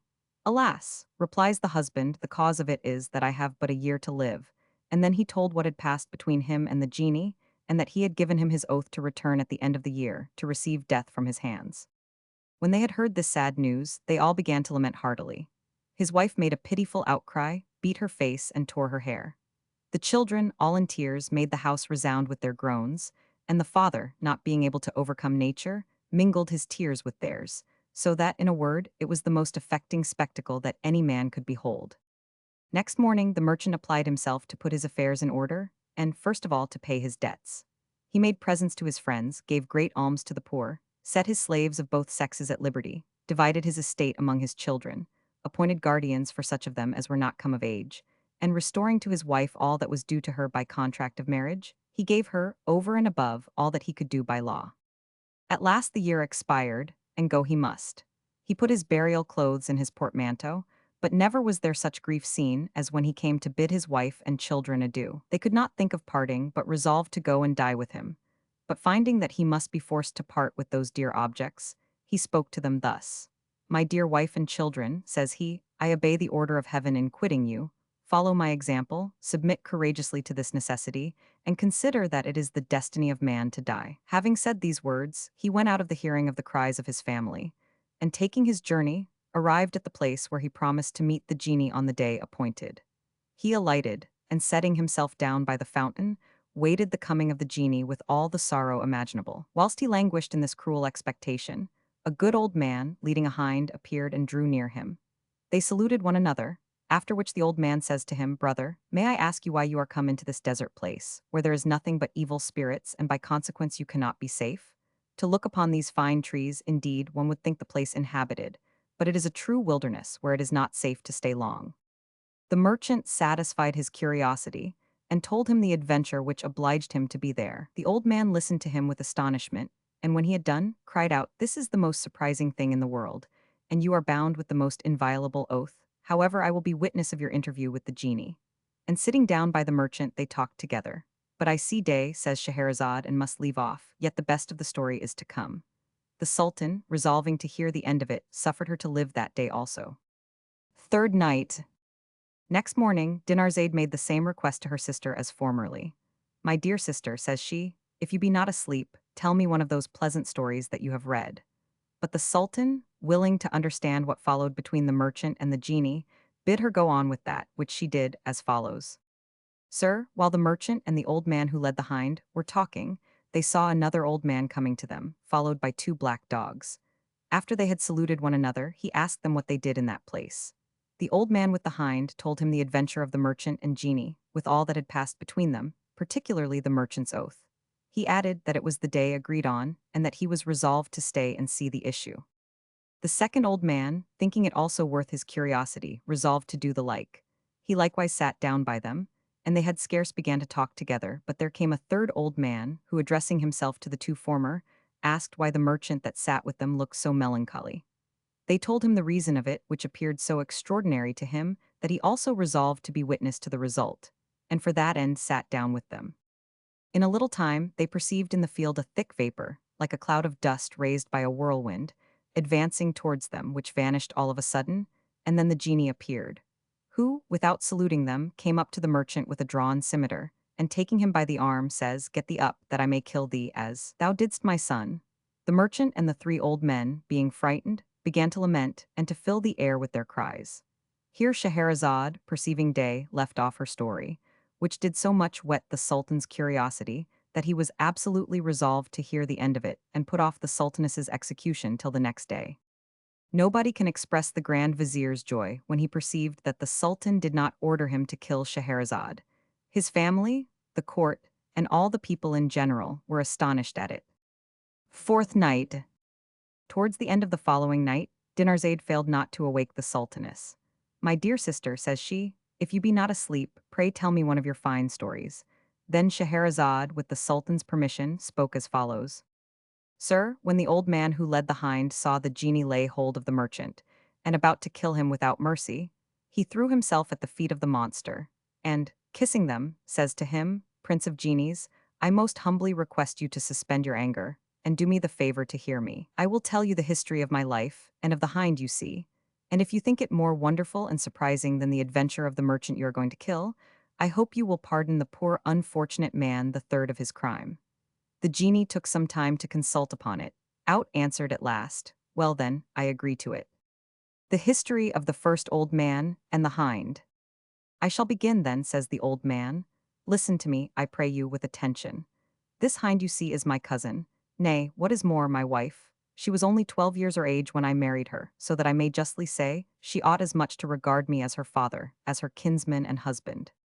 We lived together 20 years without any children, yet her barrenness did not hinder my having a great deal of complaisance and friendship for her. The desire of having children only made me buy a slave, by whom I had a son, who was extremely promising. My wife, being jealous, conceived a hatred for both mother and child, but concealed it so well that I did not know it till it was too late. Meantime, my son grew up and was 10 years old when I was obliged to undertake a journey. Before I went, I recommended to my wife, of whom I had no mistrust, the slave and her son, and prayed her to take care of them during my absence, which was for a whole year. She made use of that time to satisfy her hatred. She applied herself to magic, and when she knew enough of that diabolical art to execute her horrible contrivance, the wretch carried my son to a desolate place, where by her enchantments she changed my son into a calf, and gave him to my farmer to fatten, pretending she had bought him. Her fury did not stop at this abominable action, but she likewise changed the slave into a cow, and gave her also to my farmer. At my return, I asked for the mother and child. 'Your slave,' says she, 'is dead, and as for your son, I know not what has become of him. I have not seen him these 2 months.' I was troubled at the death of the slave, but my son having only disappeared, as she told me, I was in hopes he would return in a little time. However, 8 months passed, and I heard nothing of him. When the festival of the Great Baram happened, to celebrate the same, I sent to my farmer for one of the fattest cows, to sacrifice, and he sent me one accordingly. The cow which he brought me was my slave, the unfortunate mother of my son. I tied her, but as I was going to sacrifice her, she bellowed pitifully, and I could perceive streams of tears run from her eyes. This seemed to me very extraordinary, and finding myself, in spite of all I could do, inspired with pity, I could not find in my heart to give her a blow, but ordered my farmer to get me another. My wife, who was present, was enraged at my compassion, and, opposing herself to an order which disappointed her malice, she cries out, 'What are you doing, husband? Sacrifice that cow. Your farmer has not a finer, nor one fitter for that use.' Out of complaisance to my wife, I came again to the cow, and, combating my compassion, which suspended the sacrifice, was going to give her the fatal blow, when the victim, redoubling her tears and bellowing, disarmed me a second time. Then I put the mallet into the farmer's hands and bid him take and sacrifice her himself, for her tears and bellowing pierced my heart. The farmer, less compassionate than I, sacrificed her, and when he flayed her, found her to be nothing but bones, though to us she seemed very fat. 'Take her to yourself,' says I to the farmer, 'I quit her to you, give her an alms, or which way you will, and if you have a very fat calf, bring it me in her stead.' I did not inform myself what he did with the cow, but soon after he took her away, he came with a very fat calf. Though I knew not the calf was my son, yet I could not forbear being moved at the sight of him. On his part, as soon as he saw me, he made so great an effort to come to me, that he broke his cord, threw himself at my feet with his head against the ground, as if he meant to excite my compassion, conjuring me not to be so cruel as to take his life, and did as much as was possible for him to do, to signify that he was my son. I was more surprised and affected with this action than with the tears of the cow. I felt a tender pity which made me interest myself for him, or rather nature did its duty. Go, says I to the farmer, carry home that calf, take great care of him, and bring me another in his place immediately. As soon as my wife heard me say so, she immediately cried out, What do you do, husband? Take my advice, sacrifice no other calf but that. Wife, says I will not sacrifice him, I will spare him, and pray do not you oppose it. The wicked woman had no regard to my desire. She hated my son too much to consent that I should save him. I tied the poor creature, and taking up the fatal knife, here Scheherazade stopped, because she perceived daylight. Then Dinarzade said, Sister, I am enchanted with this story, which so agreeably calls for my attention. If the Sultan will suffer me to live today, answers Scheherazade, what I have to tell tomorrow will divert you abundantly more. Shargar, curious to know what would become of the old man's son that led the hind, told the Sultaness he would be very glad to hear the end of that story next night. Fifth night. When day began to draw near, Dinarzade put her sister's orders in execution very exactly, who, being awaked, prayed the Sultan to allow her to give Dinarzade that satisfaction, which the prince, who took so much pleasure in the story himself, willingly agreed to. Sir, then, says Scheherazade, the first old man who lead the hind, continuing his story to the genie, to the other two old men, and the merchant proceeded thus. I took the knife, says he, and was going to strike it into my son's throat, when turning his eyes bathed with tears in a languishing manner towards me, he affected me, so that I had no strength to sacrifice him, but let the knife fall, and told my wife positively that I would have another calf to sacrifice, and not that. She used all endeavors to make me change my resolution, but I continued firm, and pacified her a little, by promising that I would sacrifice him against the Baram next year. Next morning my farmer desired to speak with me alone, and told me, I come, says he, to tell you a piece of news, for which I hope you will return me thanks. I have a daughter that has some skill in magic. Yesterday, as I carried back the calf which you would not sacrifice, I perceived she laughed when she saw him, and in a moment after fell a weeping. I asked her why she acted two such contrary parts at one and the same time. Father, replied she, the calf you bring back is our landlord's son. I laughed for joy to see him still alive, and I wept at the remembrance of the sacrifice that was made the other day of his mother, who was changed into a cow. These two metamorphoses were made by the enchantments of our master's wife, who hated both the mother and son. This is what my daughter told me, said the farmer, and I come to acquaint you with it. At these words the old man adds, I leave you to think, my lord genie, how much I was surprised. I went immediately to my farmer to speak with his daughter myself. As soon as I came, I went forthwith to the stall where my son was. He could not answer my embraces, but received them in such a manner as fully satisfied me he was my son. The former's daughter came. My good maid, says I, can you restore my son to his former shape? Yes, says she, I can. Ah, says I, if you can, I will make you mistress of all my fortune. She replied to me, smiling, You are our master, and I know very well what I owe to you, but I cannot restore your son into his former shape but on two conditions. The first is that you give him me for my husband, and the second is that you allow me to punish the person who changed him into a calf. For the first, says I agree to it with all my heart. Nay, I promise you more, a considerable estate for yourself, independent of what I design for my son. In a word, you shall see how I will reward the great service I expect from you. As to what relates to my wife, I also agree to it. A person who has been capable of committing such a criminal action deserves very well to be punished. I leave her to you, only I must pray you not to take her life. I am just going then, answers she, to treat her as she has treated your son. I agree to it, says I, provided you restore my son to me beforehand. Then the damsel took a vessel full of water, pronounced over it words that I did not understand, and, addressing herself to the calf, O calf, says she, if thou wast created by the Almighty and Sovereign Master of the world such as you appear at this time, continue in that form, but if thou be a man and art changed into a calf by enchantment, return to thy natural shape by the permission of the Sovereign Creator. As she spoke these words, she threw water upon him, and in an instant he recovered his first shape. My son, my dear son, cried I, immediately embracing him, with such a transport of joy that I knew not what I was doing. It is heaven that has sent us this young maid, to take off the horrible charm by which you were enchanted, and to avenge the injury done to you and your mother. I doubt not but, in acknowledgment, you will take your deliverer to wife, as I have promised. He consented to it with joy, but before they married she changed my wife into a hind, and this is she whom you see here. I desired she should have this shape, rather than another less agreeable, that we might see her in the family without horror. Since that time my son is become a widower, and gone to travel, and it being several years since I heard of him, I am come abroad to inquire after him, and not being willing to trust any body with my wife till I should come home, I thought fit to carry her everywhere with me. This is the history of myself and this hind. Is it not one of the most wonderful and surprising that can be? I agree to it, says the genie, and upon that account I forgive the merchant the third of his crime. When the first old man, sir, continued the sultaness, had finished his story, the second, who led the two black dogs, addressed himself to the genie, and says to him, I am going to tell you what happened to me and those two black dogs you see by me, and I am certain you will say that my story is yet more surprising than that which you have just now heard, but when I have told it you, I hope you will be pleased to pardon the merchant the second third of his crime. Yes, replies the genie, provided your story surpass that of the hind. Then the second old man began in this manner. But as Scheherazade pronounced these words, she saw it was day and left off speaking. "O heaven, sister," says Dinarzade, "these adventures are very singular." "Sister," replies the sultaness, "they are not comparable to those which I have to tell you next night, if the sultan, my lord and master, be so good as to let me live." Shahryar answered nothing to that, but rose up, said his prayers, and went to council, without giving any order against the life of the charming Scheherazade. Sixth night. The sixth night being come, the sultan and his lady went to bed.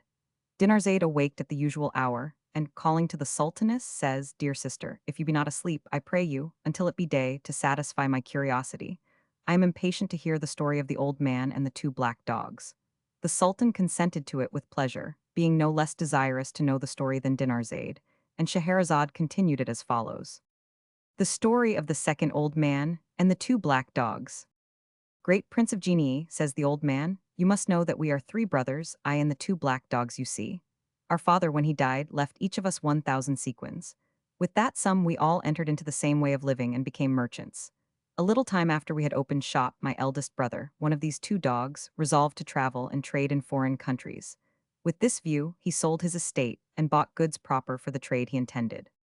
He went away and was absent a whole year, at the end of which a poor man who I thought had come to ask alms presented himself before me in my shop. I said to him, God help you. God help you also, answered he. Is it possible you do not know me? Upon this I looked at him narrowly and knew him. Ah, brother, cried I, embracing him, how could I know you in this condition? I made him come into my house and asked him concerning his health and the success of his travels. Do not ask me that question, says he. When you see me, you see all. It would only renew my grief to tell you all the particulars of the misfortunes that have befallen me and reduced me to this condition since I left you. I immediately shut up my shop and carrying him to a bath, gave him the best clothes I had by me, and examining my books and finding that I had doubled my stock, that is to say, that I was worth 2,000 sequins, I gave him one half. With that, says I, brother, you may make up your loss. He joyfully accepted the proffer, recovered himself, and we lived together as before. Some time after, my second brother, who is the other of these two dogs, would also sell his estate. I and his other brother did all we could to divert him from it, but without effect. He sold it, and with the money bought such goods as were suitable to the trade he designed. He joined a caravan and took a journey. He returned at the end of the year in the same condition as my other brother, and I, having gained another 1,000 sequins, gave him them, with which he furnished his shop and continued to follow his trade. Some time after, one of my brothers came to me to propose a trading voyage with them. I immediately rejected their proposal. You have traveled, says I, and what have you gained by it? Who can assure me that I shall be more successful than you have been? They represented to me, in vain, all that they thought fit, to prevail upon me to engage in that design with them, for I constantly refused. But they importuned me so much that after having resisted their solicitations 5 whole years, they overcame me at last. But when we were to make preparations for our voyage, and to buy goods necessary to the undertaking, I found they had spent all, and that they had not one farthing left of the 1,000 sequins I had given each of them. I did not, however, upbraid them in the least. On the contrary, my stock being 6,000 sequins, I shared the half of it with them, telling them, my brothers, we must venture these 3,000 sequins, and hide the rest in some sure place. That, in case our voyage be no more successful than yours was formerly, we may have wherewith to assist us, and to follow our ancient way of living. I gave each of them 1,000 sequins, and keeping as much for myself, I buried the other 3,000 in a corner of my house. We bought our goods, and after having embarked them on board of a vessel which we freighted betwixt us three, we put to sea with a favorable wind. After a month's sail, but I see day, says Scheherazade, I must stop here. Sister, says Dinarzade, this story promises a great deal. I fancy the rest of it must be very extraordinary. You are not mistaken, says the sultaness, and if the Sultan will allow me to tell it you, I am persuaded it will very much divert you. Shargar got up, as he did the day before, without explaining his mind, but gave no order to the Grand Vizier to kill his daughter. Seventh night. When the seventh night drew near a close, Dinarzade awaked the Sultaness and prayed her to continue the story of the second old man. I will, answered Scheherazade, provided the Sultan, my lord and master, does not oppose it. Not at all, says Shargar. I am so far from opposing it that I desire you earnestly to go on with it. To resume the thread of the story, says Scheherazade, you must know that the old man who led the two dogs continued his story to the genie, the other two old men, and the merchant thus. In short, says he, after 2 months' sail, we arrived happily at port, where we landed and had a very great vent for our goods. I especially sold mine so well that I gained 10 to 1, and we bought commodities of that country to transport and sell in our own. When we were ready to embark, in order to return, I met upon the bank of the sea a lady, handsome enough but poorly clad. She came up to me presently, kissed my hand, prayed me, with the greatest earnestness imaginable, to marry her and take her along with me. I made some difficulty to agree to it, but she said so many things to persuade me that I ought to make no objection to her poverty, and that I should have all the reason in the world to be satisfied with her conduct, that I yielded. I ordered proper apparel to be made for her, and after having married her, according to form, I took her on board, and we set sail. During the navigation, I found the wife I had taken had so many good qualities that I loved her every day more and more. In the meantime, my two brothers, who had not managed their affairs so well as I did mine, envied my prosperity, and their fury carried them so far as to conspire against my life. So that, one night when my wife and I were asleep, they threw us both into the sea. My wife was a fairy, and by consequence a genie. You know well she could not be drowned, but for me it is certain I had been lost without her help. I had scarce fallen into the water when she took me up and carried me to an island. When it was day, the fairy said to me, "You see, husband, that, by saving your life, I have not rewarded you ill for your kindness to me. You must know that I am a fairy, and that, being upon the bank of the sea when you were going to embark, I found I had a strong inclination for you. I had a mind to try your goodness, and presented myself before you in that disguise wherein you saw me. You have dealt very generously with me, and I am very glad to have found an opportunity of testifying my acknowledgment to you. But I am incensed against your brothers, and nothing will satisfy me but their lives." I listened to this discourse of the fairy with admiration. I thanked her, as well as I could, for the great kindness she had done me. "But, madam," says I, "as for my brothers, I beg you to pardon them. Whatever cause they have given me, I am not cruel enough to desire their death." I told her the particulars of what I had done for them, which increased her indignation so that she cried out, "I must immediately pursue those ungrateful traitors and take speedy vengeance on them. I will drown their vessel and throw them into the bottom of the sea." "No, my good lady," replied I, "for heaven's sake, do not so. Moderate your anger. Consider that they are my brothers and that we must do good for evil." I pacified the fairy by those words, and as soon as I had spoken them, she transported me, in a moment, from the island where we were to the roof of my own house, which was terraced, and disappeared in a moment. I went down, opened the doors, and dug up the 3,000 sequins I had hid. I went afterwards to the place where my shop was, which I also opened, and was complimented by the merchants, my neighbors, upon my return. When I went to my house, I perceived two black dogs, which came to me in a very submissive manner. I knew not what it meant, but was much astonished at it. But the fairy, who appeared immediately, says to me, "Husband, be not surprised to see these two black dogs by you. They are your two brothers." I was troubled at these words, and asked her by what power they were so transformed. "It was I who did it," says she. "At least, I gave commission to one of my sisters to do it, who at the same time sunk their ship. You have lost the goods you had on board, but I will make it up to you another way. As to your two brothers, I have condemned them to remain 5 years in that shape. Their perfidiousness too well deserves such a penance." And in short, after having told me where I might hear of her, she disappeared. Now, the 5 years being out, I am traveling in quest of her, and as I passed this way, I met this merchant and the good old man that led the hind, and sat down by them. "This is my history, O Prince of Genii. Do not you think it very extraordinary?" "I own it," says the genie, "and upon that account I remit the merchant the second third of the crime which he committed against me." As soon as the second old man had finished his story, the third began, and made the like request of the genie with the two first. That is to say, to pardon the merchant the other third of his crime, provided the story he had to tell him exceeded the two he had already heard for singular events. The genie made him the same promise as he had done the other two. "Hearken then," says the old man to him, "but day appears," says Scheherazade, "I must stop here." "I cannot enough admire, sister," says Dinarzade, the adventures you have told me. I know abundance more, says the sultaness, that are still more wonderful. Shargar, willing to know if the story of the third old man would be as agreeable as that of the second, put off the execution of Scheherazade till the next day. Eighth night. As soon as Dinarzade perceived it was time to call the sultaness, she says, Sister, I have been awake a long time, and had a great mind to awake you. I am so impatient to hear the story of the third old man. The sultan answered, I can hardly think that the third story will surpass the two former ones. Sir, replies the sultaness, the third old man told his story to the genie.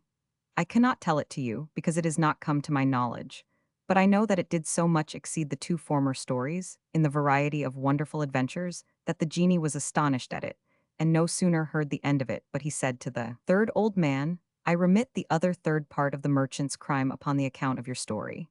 He is very much obliged to all three of you for having delivered him out of this danger, by your stories, without which he had not now been in the world. And, having spoke thus, he disappeared to the great contentment of the company. The merchant failed not to give his three deliverers the thanks he owed them. They rejoiced to see him out of danger, after which they bade him adieu, and each of them went on his way. The merchant returned to his wife and children, and passed the rest of his days with them in peace. But, sir, added Scheherazade, now pleasant soever these stories may be, that I have told your majesty hitherto, they do not come near that of the fisherman. Dinarzade, perceiving that the sultaness demurred, says to her, Sister, since there is still some time remaining, pray tell us the story of the fisherman, if the sultan is willing. Shargar agreed to it, and Scheherazade, resuming her discourse, pursued it in this manner. The story of the fisherman. Sir, there was a very ancient fisherman, so poor that he could scarce earn enough to maintain himself, his wife, and three children. He went every day to fish betimes in a morning, and imposed it as a law upon himself not to cast his nets above 4 times a day. He went one morning by moonlight, and coming to the seaside, undressed himself and cast in his nets. As he drew them towards the shore, he found them very heavy, and thought he had a good draught of fish, at which he rejoiced within himself. But in a moment after perceiving that, instead of fish, there was nothing in his nets but the carcass of an ass, he was much vexed. Scheherazade stopped here, because she saw it was day. Sister, says Dinarzade, I must confess that the beginning of the story charms me, and I foresee that the result of it will be very agreeable. There is nothing more surprising than the story of this fisherman, replied the sultaness, and you will be convinced of it next night, if the sultan will be so gracious as to let me live. Shargar, being curious to hear the success of such an extraordinary fishing, would not order Scheherazade to be put to death that day. Ninth night. My dear sister, cried Dinarzade next morning, at the usual hour, if you be not asleep, I pray you go on with the story of the fisherman. I am ready to die till I hear it. I am willing to give you that satisfaction, says the sultaness. But at the same time she demanded leave of the sultan, and having obtained it, began the story again as follows. Next. Sir, when the fisherman, vexed to have made such a sorry draught, had mended his nets, which the carcass of the ass had broken in several places, he threw them in a second time, and when he drew them, found a great deal of resistance, which made him think he had taken abundance of fish. But he found nothing except a basket full of gravel and slime, which grieved him extremely. O fortune, cries he, with a lamentable tone, be not angry with me, nor persecute a wretch who prays thee to spare him. I came hither from my house to seek for my livelihood, and thou pronouncest death against me. I have no other trade but this to subsist by, and notwithstanding all the pains I take, I can scarcely provide what is absolutely necessary for my family.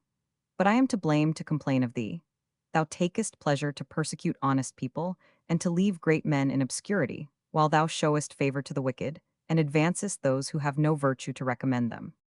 Having finished this complaint, he threw away the basket in a fret, and washing his nets from the slime, cast them the third time, but brought up nothing except stone, shells, and mud. Nobody can express his disorder. He was almost beside himself. However, when day began to appear, he did not forget to say his prayers like a good Mussulman, and afterwards added this petition. Lord, thou knowest that I cast my nets only 4 times a day. I have already drawn them 3 times, without the least reward for my labor. I am only to cast them once more. I pray thee to render the sea favorable to me, as thou didst to Moses. The fisherman, having finished this prayer, cast his nets the 4th time, and when he thought it was time, he drew them as formerly with great difficulty. But instead of fish, found nothing in them but a vessel of yellow copper, which by its weight seemed to be full of something, and he observed that it was shut up and sealed with lead, having the impression of a seal upon it. This rejoiced him. I will sell it, says he to the founder, and with the money arising from the produce buy a measure of corn. He examined the vessel on all sides and shook it to see if what was within made any noise, but heard nothing. This circumstance, with the impression of the seal upon the leaden cover, made him think there was something precious in it. To try this, he took a knife and opened it with very little labor. He presently turned the mouth downward, but nothing came out, which surprised him extremely. He set it before him, and while he looked upon it attentively, there came out a very thick smoke, which obliged him to retire 2 or 3 paces from it. The smoke ascended to the clouds, and extending itself along the sea and upon the shore, formed a great mist, which, we may well imagine, did mightily astonish the fisherman. When the smoke was all out of the vessel, it reunited itself and became a solid body, of which there was formed a genie twice as high as the greatest of giants. At the sight of a monster of such an unsizable bulk, the fisherman would fain have fled, but was so frightened that he could not go 1 step. Solomon, cried the genie immediately, Solomon, the great prophet, pardon, pardon, I will never more oppose your will, I will obey all your commands. Scheherazade, perceiving day, broke off her story. Upon which Dinarzade said, Dear sister, nobody can keep their promise better than you have done yours. This story is certainly more surprising than all the former. Sister, replies the sultaness, there are more wonderful things yet to come, if my lord the sultan will allow me to tell them to you. Shahryar had too great a desire to hear out the story of the fisherman, to deprive himself of that pleasure, and therefore put off the sultaness's death another day. 10th night. Dinarzade called her sister next night, when she thought it was time, and prayed her to continue the story of the fisherman. And the sultan being also impatient to know what concern the genie had with Solomon, Scheherazade continued her story thus. Sir, the fisherman, when he heard these words of the genie, recovered his courage and said to him, Proud spirit, what is it that you say? It is above 1800 years since the prophet Solomon died, and we are now at the end of time. Tell me your history and how you came to be shut up in this vessel. The genie, turning to the fisherman with a fierce look, says, You must speak to me with more civility. Thou art very bold to call me a proud spirit. Very well, replies the fisherman, shall I speak to you with more civility, and call you the owl of good luck? I say, answers the genie, speak to me more civilly before I kill thee. Ah, replies the fisherman, why would you kill me? Did not I just now set you at liberty, and have you already forgotten it? Yes, I remember it, says the genie, but that shall not hinder me from killing thee. I have only one favor to grant thee. And what is that? Says the fisherman. It is, answers the genie, to give thee thy choice, in what manner thou wouldst have me take thy life. But wherein have I offended you? Replies the fisherman. Is that your reward for the good services I have done you? I cannot treat you otherwise, says the genie, and that you may be convinced of it, hearken to my story. I am one of those rebellious spirits that opposed the will of heaven. All the other genii owned Solomon, the great prophet, and submitted to him. Sakkar and I were the only genii that would never be guilty of a mean thing, and to avenge himself, that great monarch sent Asaph, the son of Barakiah, his chief minister, to apprehend me. That was accordingly done. Asaph seized my person and brought me by force before his master's throne. Solomon, the son of David, commanded me to quit my way of living, to acknowledge his power, and to submit myself to his command. I bravely refused to obey and told him I would rather expose myself to his resentment than swear fealty and submit to him as he required. To punish me, he shut me up in this copper vessel, and to make sure of me that I should not break prison, he himself stamped upon this leaden cover his seal, with the great name of God engraved upon it. Then he gave the vessel to one of the genii who submitted to him, with orders to throw me into the sea, which was executed to my sorrow. During the first 100 years' imprisonment, I swore that if anyone would deliver me before the 100 years expired, I would make him rich, even after his death. But that century ran out, and nobody did me that good office. During the second, I made an oath that I would open all the treasures of the earth to anyone that should set me at liberty, but with no better success. In the third, I promised to make my deliverer a potent monarch, to be always near him in spirit, and to grant him every day 3 requests, of what nature soever they might be. But this century ran out as well as the 2 former, and I continued in prison. At last, being angry, or rather mad, to find myself a prisoner so long, I swore that if afterwards anyone should deliver me, I would kill him without mercy, and grant him no other favor but to choose what kind of death he would die. And therefore, since you have delivered me today, I give you that choice. This discourse afflicted the poor fisherman extremely. I am very unfortunate, cries he, to come hither to do such a piece of good service to one that is so ungrateful. I beg you to consider your injustice and revoke such an unreasonable oath. Pardon me, and heaven will pardon you. If you grant me my life, heaven will protect you from all attempts against yours. No, thy death is resolved on, says the genie, only choose how you will die. The fisherman, perceiving the genie to be resolute, was extremely grieved, not so much for himself as for his 3 children, and bewailed the misery they must be reduced to by his death. He endeavored still to appease the genie, and says, Alas, be pleased to take pity on me, in consideration of the good service I have done you. I have told thee already, replies the genie, it is for that very reason I must kill thee. That is very strange, says the fisherman. Are you resolved to reward good with evil? The proverb says, that he who does good to one who deserves it not is always ill rewarded. I must confess I thought it was false, for in effect there can be nothing more contrary to reason or the laws of society. Nevertheless, I find now by cruel experience that it is but too true. Do not lose time, replies the genie. All thy reasoning shall not divert me from my purpose. Make haste and tell me which way you choose to die. Necessity is the mother of invention. The fisherman bethought himself of a stratagem. Since I must die, then, says he to the genie, I submit to the will of heaven. But before I choose the manner of death, I conjure you by the great name which was engraven upon the seal of the prophet Solomon, the son of David, to answer me truly the question I am going to ask you. The genie, finding himself obliged to a positive answer by this abjuration, trembled, and replied to the fisherman, Ask what thou wilt, but make haste. Day appearing, Scheherazade held her peace. Sister, says Dinarzade, it must be owned that the more you speak, the more you surprise and satisfy. I hope our lord, the Sultan, will not order you to be put to death, till he hears out the fine story of the fisherman. The Sultan is absolute, replies Scheherazade. We must submit to his will in everything. But Shargar, being as willing as Dinarzade to hear an end of the story, did again put off the execution of the Sultaness. 11th night. Shargar and the princess his spouse passed this night in the same manner as they had done the former, and before break of day, Dinarzade awaked them with these words, addressed to the Sultaness. I pray you, sister, to resume the story of the fisherman. With all my heart, said Scheherazade, I am willing to satisfy you, with the Sultan's permission. The genie, continued she, having promised to speak the truth, the fisherman says to him, I would know if you were actually in this vessel. Dare you swear it by the name of the great God? Yes, replied the genie, I do swear by that great name that I was, and it is a certain truth. In good faith, answered the fisherman, I cannot believe you. The vessel is not capable of holding one of your feet, and how should it be possible that your whole body could lie in it? I swear to thee, notwithstanding, replied the genie, that I was there just as you see me here. Is it possible that thou dost not believe me after this great oath that I have taken? Truly not I, said the fisherman, nor will I believe you unless you show it me. Upon which the body of the genic was dissolved, and changed itself into smoke, extending itself as formerly upon the sea and shore. And then at last being gathered together, it began to re-enter the vessel, which it continued to do successively by a slow and equal motion, after a smooth and exact way, till nothing was left out. And immediately a voice came forth, which said to the fisherman, Well, now, incredulous fellow, I am all in the vessel, do not you believe me now? The fisherman, instead of answering the genie, took the cover of Lide, and having speedily shut the vessel, genie, cries he, Now it is your turn to beg my favor, and to choose which way I shall put you to death. But not so, it is better that I should throw you into the sea, whence I took you. And then I will build a house upon the bank, where I will dwell, to give notice to all fishermen who come to throw in their nets, to beware of such a wicked genie as thou art, who hast made an oath to kill him that shall set thee at liberty. The genie, enraged at those expressions, did all he could to get out of the vessel again, but it was not possible for him to do it, for the impression of Solomon's seal prevented him.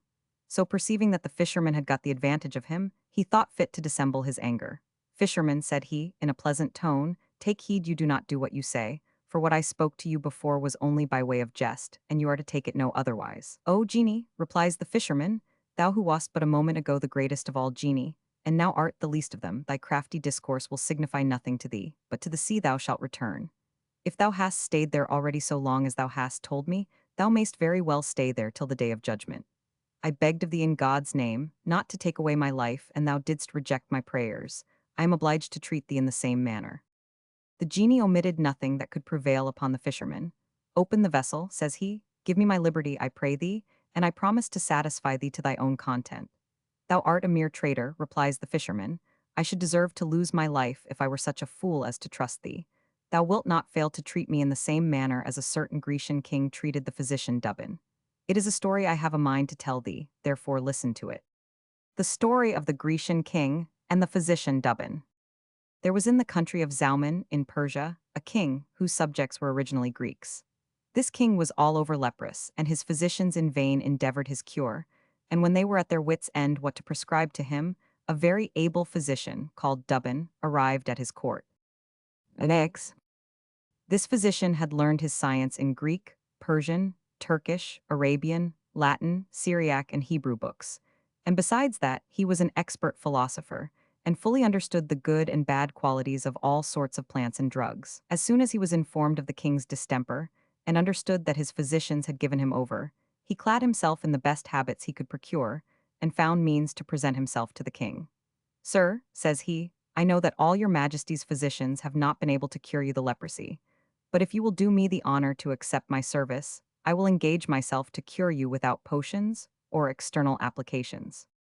The king listened to what he said and answered, "If you be able to perform what you do promise, I will enrich you and your posterity, and besides the presents I shall make you, you shall be my chief favorite.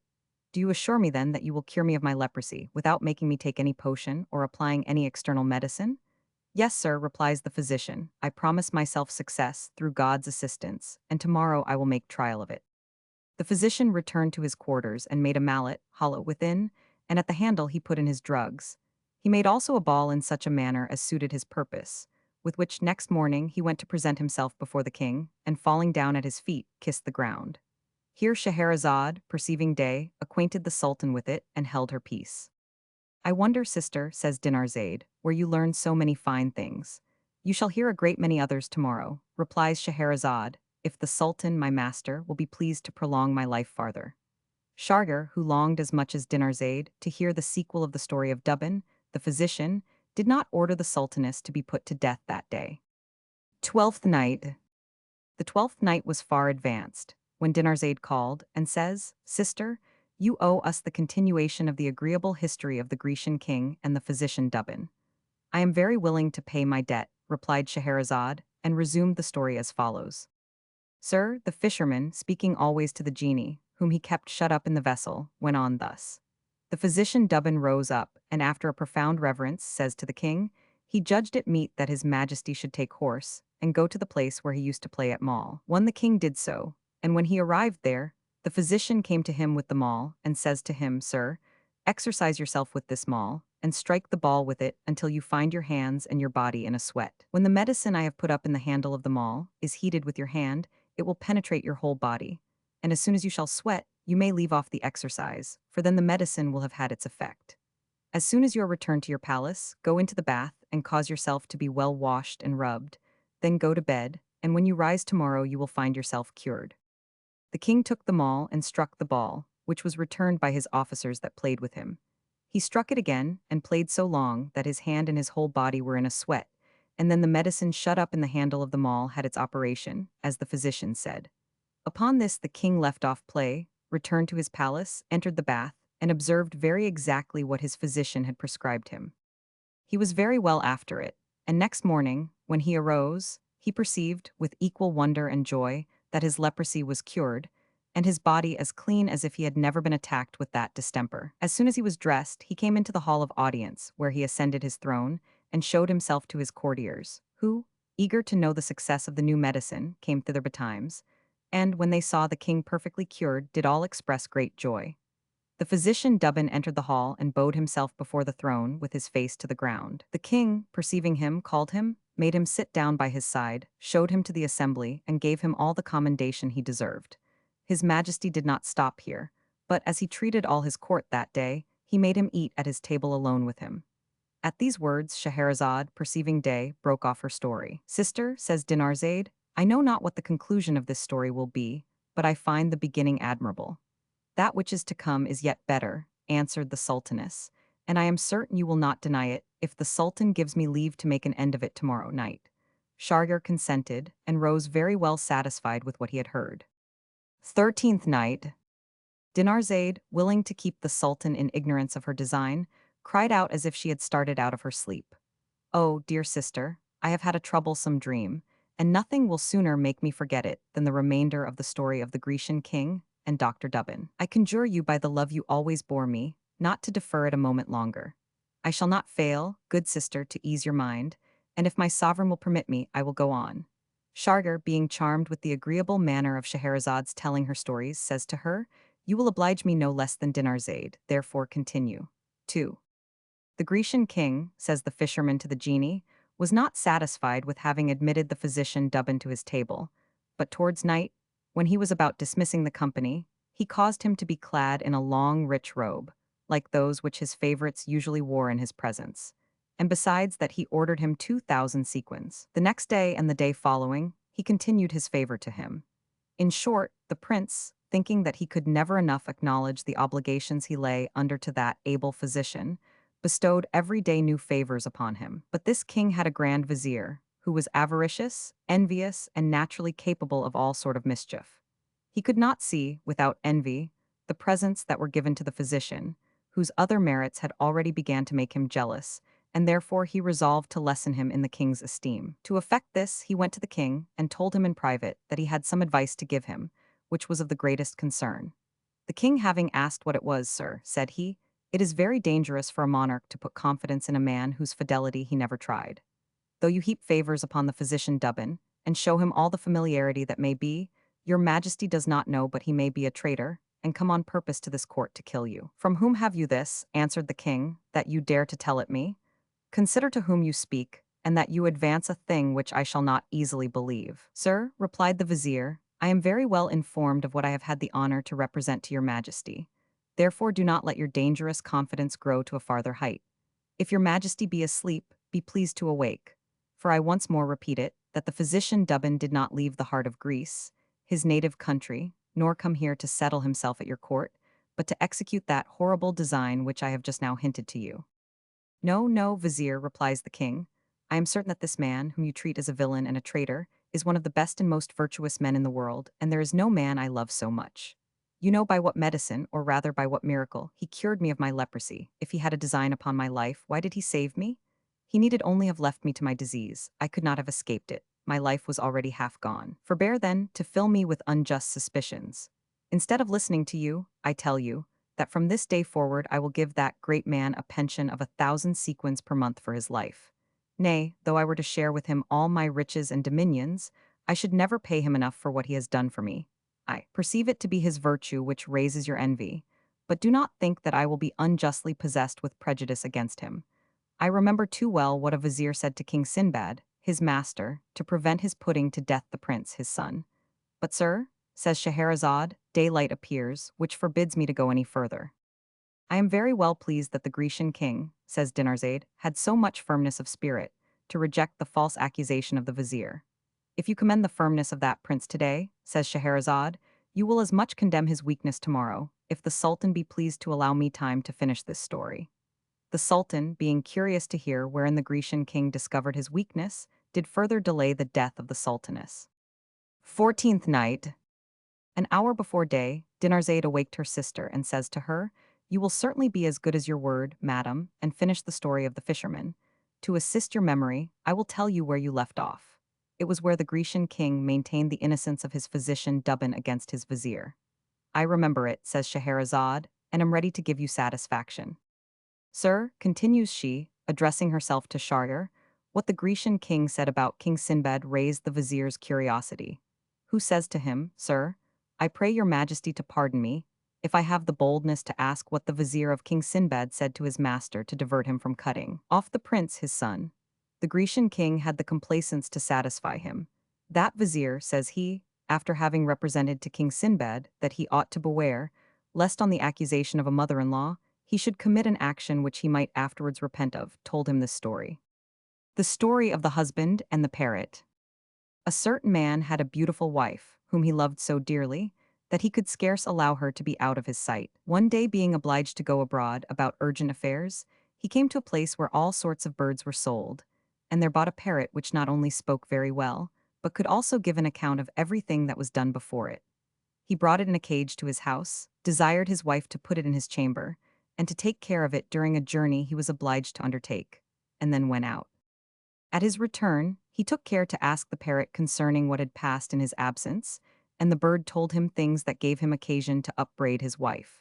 She thought some of her slaves had betrayed her, but all of them swore they had been faithful to her, and they all agreed that it must have been the parrot that had told tales. Upon this, the wife bethought herself of a way how she might remove her husband's jealousy, and at the same time revenge herself on the parrot, which she effected thus.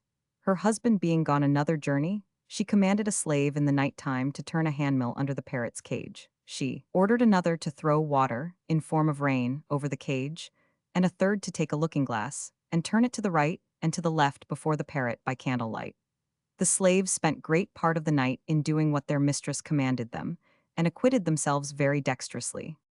Next night the husband returned, and examined the parrot again about what had passed during his absence.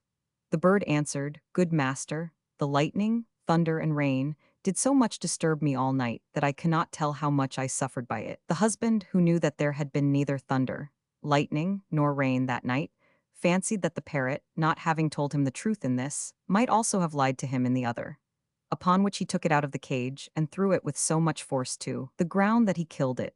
Yet, afterwards, he understood by his neighbors that the poor parrot had not lied to him, when it gave him an account of his wife's base conduct, which made him repent he had killed it. Scheherazade stopped here, because she saw it was day. "All that you tell us, sister," says Dinarzade, "is so curious that nothing can be more agreeable. I shall be willing to divert you," answers Scheherazade, "if the Sultan, my master, will allow me time to do it." Shargar, who took as much pleasure to hear the Sultaness as Dinarzade, rose and went about his affairs without ordering the vizier to cut her off. 15th night. Dinarzade was punctual this night, as she had been the former, to awaken her sister, and begged of her, as usual, to tell her a story. "I am going to do it, sister," says Scheherazade, but the Sultan interrupted her, for fear she should begin a new story, and bid her finish the discourse between the Grecian king and his vizier about his physician Dubbin. "Sir," says Scheherazade, "I will obey you," and went on with the story as follows. When the Grecian king, says the fisherman to the genie, had finished the story of the parrot, "And you, vizier," adds he, "because of the hatred you bear to the physician Dubbin, who never did you any hurt, you would have me cut him off. But I will take care of that, for fear I should repent it, as the husband did the killing of his parrot." The mischievous vizier was too much concerned to effect the ruin of the physician Dubbin to stop here. "Sir," says he, "the death of the parrot was but a trifle, and, I believe, his master did not mourn for him long. But why should your fear of wronging an innocent man hinder your putting this physician to death? Is it not enough to authorize you to take away his life, that he is accused of a design against your life? When the business in question is to secure the life of a king, bare suspicion ought to pass for certainty, and it is better to sacrifice the innocent than to spare the guilty. But, sir, this is not an uncertainty. The physician Dubbin has certainly a mind to assassinate you. It is not envy which makes me his enemy. It is only my zeal, and the concern I have for preserving your majesty's life, that makes me give you my advice in a matter of this importance. If it be false, I deserve to be punished in the same manner as a vizier was formerly punished." "What had the vizier done," says the Grecian king, "to deserve punishment?" "I will inform your majesty of that," says the vizier, "if you will be pleased to hear me." The story of the vizier that was punished. "There was a king," says the vizier, "who had a son that loved hunting. He allowed him to divert himself that way very often, but gave orders to his grand vizier to attend him constantly, and never to lose sight of him. One hunting day, the huntsman having roused a deer, the prince, who thought the vizier followed him, pursued the game so far and with so much earnestness that he was left quite alone.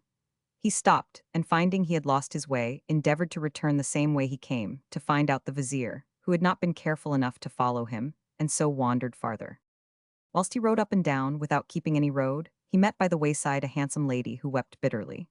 He stopped his horse, asked who she was, how she came to be alone in that place, and what she wanted. "I am," says she, "daughter to an Indian king. As I was taking the air on horseback in the country, I grew sleepy, fell from my horse, who has run away, and I know not what has become of him." The young prince, taking compassion on her, asked her to get up behind him, which she willingly accepted. As they passed by the ruins of a house, the lady signified a desire to alight on some occasion. The prince stopped and suffered her to alight. Then he alighted himself and went near the ruins with his horse in his hand. But you may judge how much he was surprised when he heard the lady within say these words: "Be glad, my children, I bring you a handsome young man and very fat," and other voices which answered immediately, "Mamma, where is he, that we may eat him presently, for we are very hungry?" The prince heard enough to convince him of his danger, and then he perceived that the lady who called herself daughter to an Indian king was an ogress, wife to one of those savage demons, called ogres, who live in remote places and make use of 1,000 wiles to surprise and devour passengers, so that the prince, being frightened, mounted his horse as soon as he could. The pretended princess appeared that very moment, and perceiving she had missed her prey, she cries, "Fear nothing, prince. Who are you? Whom do you seek?" "I have lost my way," replies he, "and am seeking it." "If you have lost your way," says she, "recommend yourself to God. He will deliver you out of your perplexity." Then the prince lifted up his eyes towards heaven. "But, sir," says Scheherazade, "I am obliged to break off, for day appears." "I long," says Dinarzade, "to know what became of that young prince. I tremble for him. I will deliver you from your uneasiness tomorrow," answers the sultaness, "if the sultan will allow me to live till then." Shargar, willing to hear an end of this adventure, prolonged Scheherazade's life for another day. 16th night. Dinarzade had such a desire to hear out the story of the young prince, that she awaked that night sooner than ordinary, and said, "Sister, pray go on with the story you began yesterday. I am much concerned for the young prince, and ready to die for fear that he was eaten up by the ogress and her children." Shargar having signified that he had the same fear, the sultaness replies, "Well, sir, I will satisfy you immediately." After the counterfeit Indian princess had bid the young prince recommend himself to God, he could not believe she spoke sincerely, but thought she was sure of him.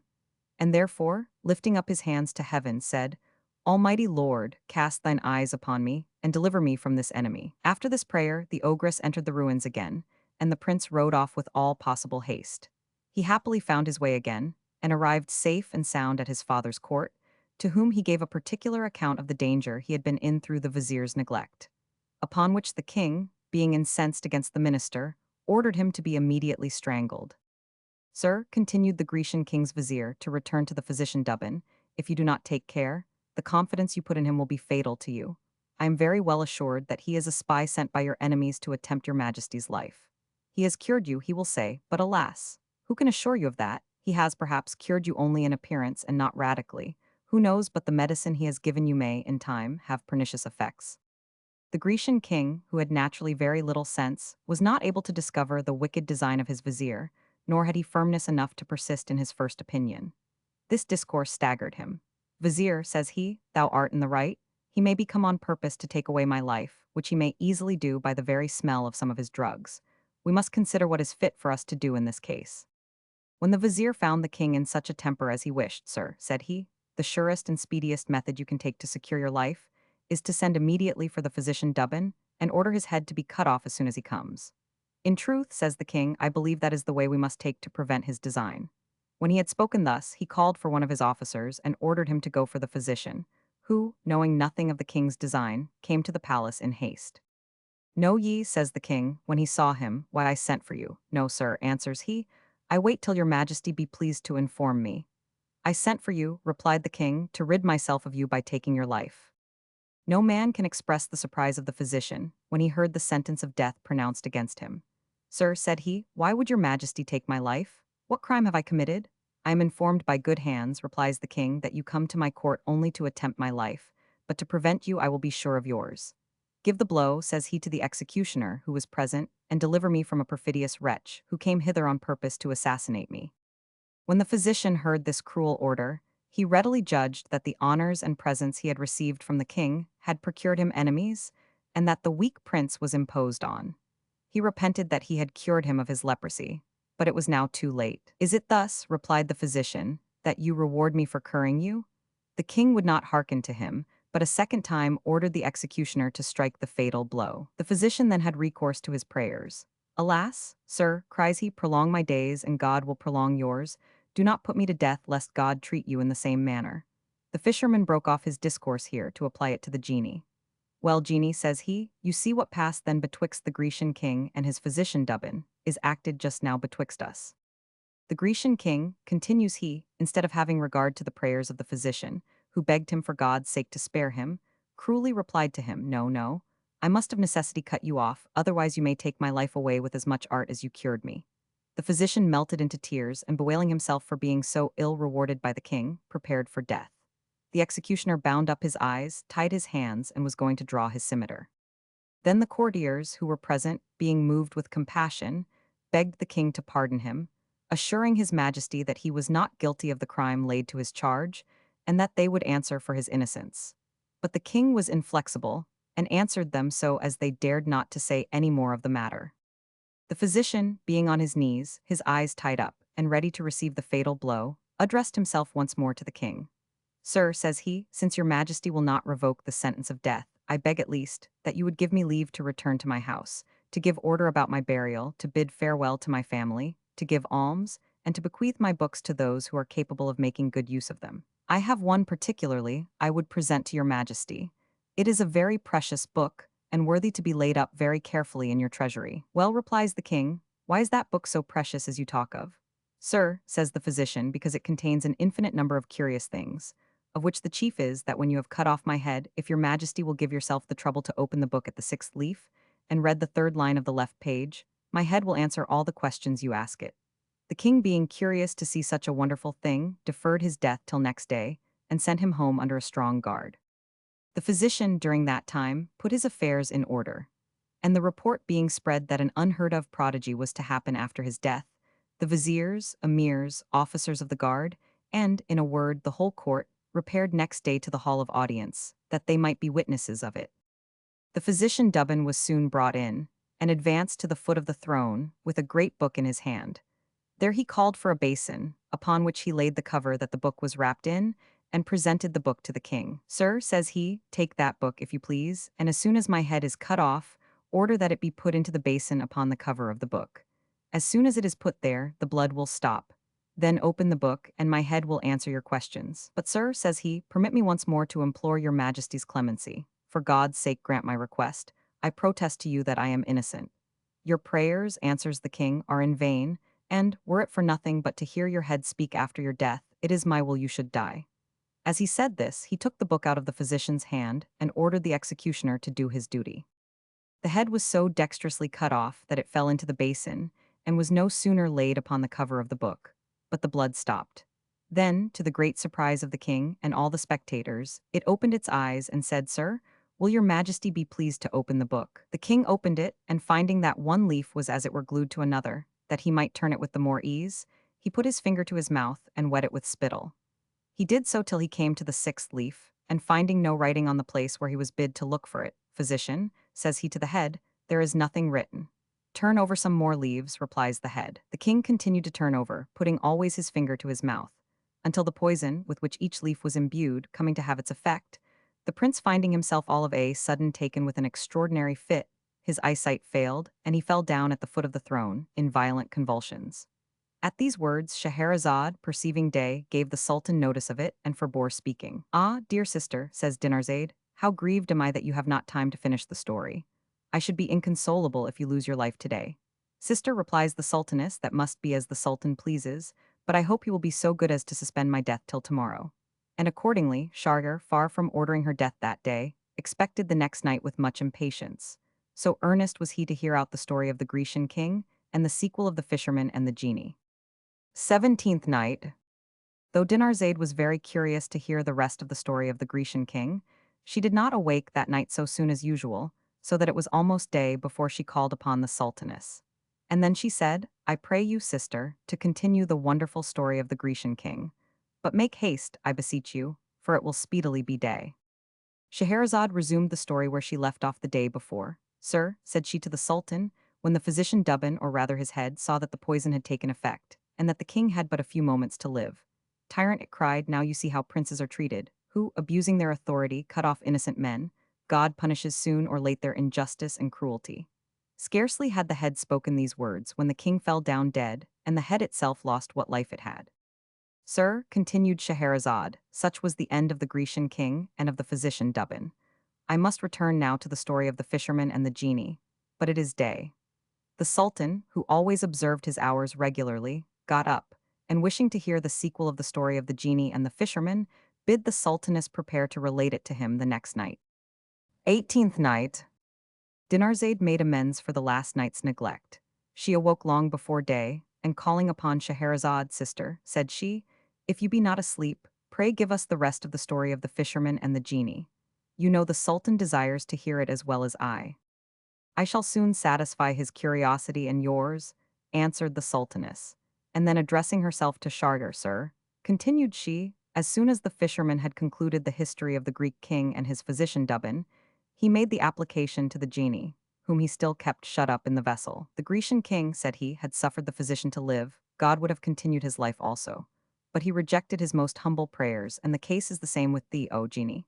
Could I have prevailed with thee to grant me the favor I supplicated, I should now take pity on thee. But since, notwithstanding the extreme obligation thou wast under to me, for having set thee at liberty, thou didst persist in thy design to kill me, I am obliged, in my turn, to be equally hard-hearted to thee.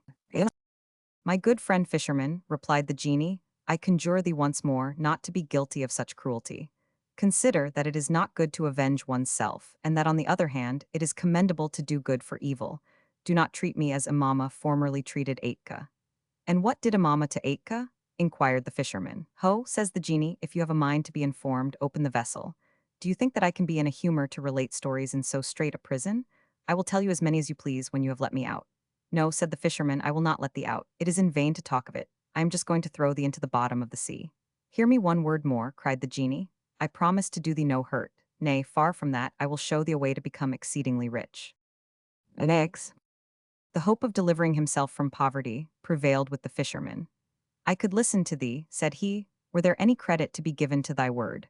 Swear to me by the great name of God that you will faithfully perform what you promise, and I will open the vessel. I do not believe you will dare to break such an oath. The genie swore to him, upon which the fisherman immediately took off the covering of the vessel.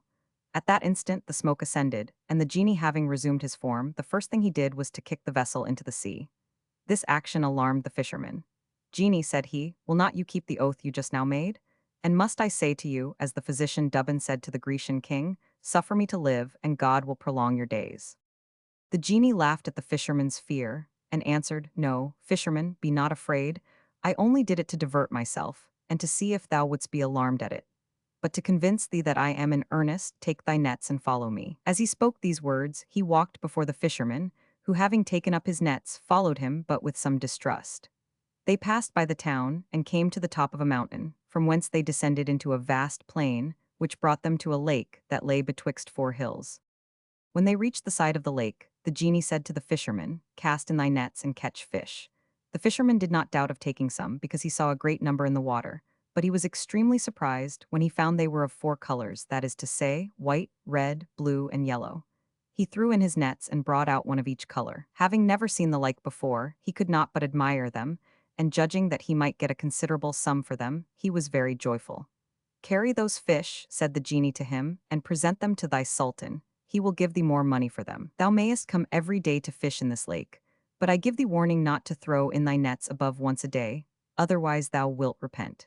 Having spoken thus, he struck his foot upon the ground, which opened, and after it had swallowed him up, closed again.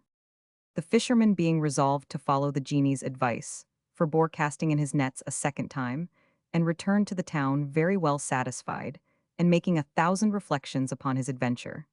He went immediately to the Sultan's palace to offer his fish. But, sir, said Scheherazade, I perceive day and must stop here. Dear sister, said Dinarzade, how surprising are the last events you have told us.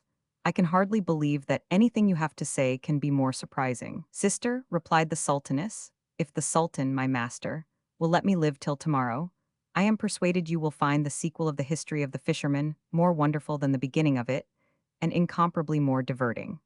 Shargar, being curious to know if the remainder of this story would be such as the Sultaness said, put off once more the execution of his cruel sentence. An eggs. 19th night. Towards morning, Dinarzade called the Sultaness and said, Dear sister, it will be day speedily, therefore pray continue the history of the fisherman. I am extremely impatient to know what the issue of it was. Scheherazade, having demanded permission, resumed her discourse as follows. I leave it to your majesty to think how much the Sultan was surprised when he saw the four fish which the fisherman presented. He took them up one after another and viewed them with attention, and after having admired them a long time, Take those fish, said he to his vizier, and carry them to the cook, whom the emperor of the Greeks has sent me. I cannot imagine but that they must be as good as they are beautiful. The vizier carried them as he was directed, and delivering them to the cook, said, Here are four fish just brought to the Sultan. He orders you to dress them. He then returned to the Sultan his master, who ordered him to give the fisherman 400 pieces of gold of the coin of that country, which he did accordingly. The fisherman, who had never seen so much money, could scarcely believe his good fortune, but thought the whole must be a dream, until he found it otherwise, by being able to provide necessaries for his family with the produce of his fish. "But sir," said Scheherazade, "having told you what happened to the fisherman, I must acquaint you next with what befell the Sultan's cook, whom we shall find in great perplexity. As soon as she had gutted the fish, she put them upon the fire in a frying pan with oil, and when she thought them fried enough on one side, she turned them upon the other. But, oh, monstrous prodigy! Scarcely were they turned when the wall of the kitchen divided, and a young lady of wonderful beauty entered from the opening. She was clad in flowered satin, after the Egyptian manner, with pendants in her ears, a necklace of large pearls, and bracelets of gold set with rubies, with a rod in her hand. She moved towards the frying pan, to the great amazement of the cook, who continued fixed by the sight, and striking one of the fish with the end of the rod, said, "Fish, fish, are you in duty?" The fish having answered nothing, she repeated these words, and then the four fish lifted up their heads and replied, "Yes, yes. If you reckon, we reckon. If you pay your debts, we pay ours. If you fly, we overcome and are content." As soon as they had finished these words, the lady overturned the frying pan and entered again into the open part of the wall, which shut immediately and became as it was before. The cook maid was mightily frightened at this, and coming a little to herself, went to take up the fishes that had fallen on the hearth, but found them blacker than coal, and not fit to be carried to the Sultan. This grievously troubled her, and she fell to weeping most bitterly. "Alas," said she, "what will become of me? If I tell the Sultan what I have seen, I am sure he will not believe me, but will be enraged against me." While she was thus bewailing herself, the Grand Vizier entered and asked her if the fish were ready. She told him all that had occurred, which we may easily imagine astonished him. But without speaking a word of it to the Sultan, he invented an excuse that satisfied him, and sending immediately for the fisherman, bid him bring 4 more such fish, for a misfortune had befallen the others, so that they are not fit to be carried to the Sultan. The fisherman, without saying anything of what the genie had told him, in order to excuse himself from bringing them that day, told the vizier he had a great way to go for them, but would certainly bring them on the morrow. Accordingly, the fisherman went away by night, and coming to the pond, threw in his nets betimes next morning, took 4 fish like the former, and brought them to the vizier at the hour appointed. The minister took them himself, carried them to the kitchen, and shutting himself up with the cook, she gutted them, and put them on the fire, as she had done the 4 others the day before. When they were fried on one side, and she had turned them upon the other, the kitchen wall again opened, and the same lady came in, with the rod in her hand, struck one of the fish, spoke to it as before, and all 4 gave her the same answer. "But sir," said Scheherazade, "day appears, which obliges me to leave off. What I have told you is indeed very singular, but if I be alive tomorrow, I will tell you other things, which are yet better worth your hearing." Shargar, conceiving that the sequel must be very curious, resolved to hear her next night. 20th night. Next morning, the Sultan prevented Dinarzade, and said to Scheherazade, "Madam, I pray you finish the story of the fisherman, I am impatient to hear it." Upon which the Sultaness continued thus. After the 4 fish had answered the young lady, she overturned the frying pan with her rod, and retired into the same place of the wall from whence she came out. The Grand Vizier being witness of what had passed, "This is too wonderful and extraordinary," said he, "to be concealed from the Sultan. I will inform him of this prodigy," which he did accordingly, and gave him a very faithful account of all that had happened. The Sultan, being much surprised, was impatient to see this himself. He sent immediately for the fisherman, and said to him, "Friend, cannot you bring me 4 more such fish?"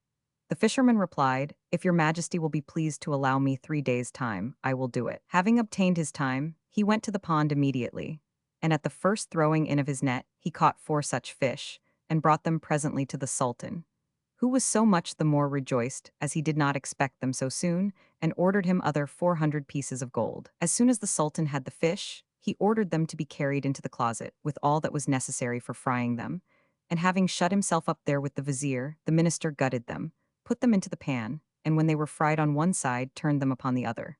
Then the wall of the closet opened, but instead of the young lady, there came out a black, in the habit of a slave, of a gigantic stature, with a great green baton in his hand. He advanced towards the pan, and touching one of the fish with his baton, said with a terrible voice, "Fish, are you in your duty?" At these words, the fish raised up their heads and answered, "Yes, yes, we are. If you reckon, we reckon. If you pay your debts, we pay ours. If you fly, we overcome and are content." The fish had no sooner finished these words than the black threw the pan into the middle of the closet and reduced the fish to a coal. Having done this, he retired fiercely and entered again into the aperture. It closed, and the wall appeared just as it did before. "After what I have seen," said the Sultan to the vizier, "it will be impossible for me to be easy in my mind. These fish, without doubt, signify something extraordinary, in which I have a mind to be satisfied. He sent for the fisherman, and when he came, said to him, Fisherman, the fish you have brought us make me very uneasy. Where did you catch them? Sir, answered he, I fish for them in a pond situated betwixt four hills, beyond the mountain that we see from hence. Knowst not thou that pond? Said the Sultan to the vizier.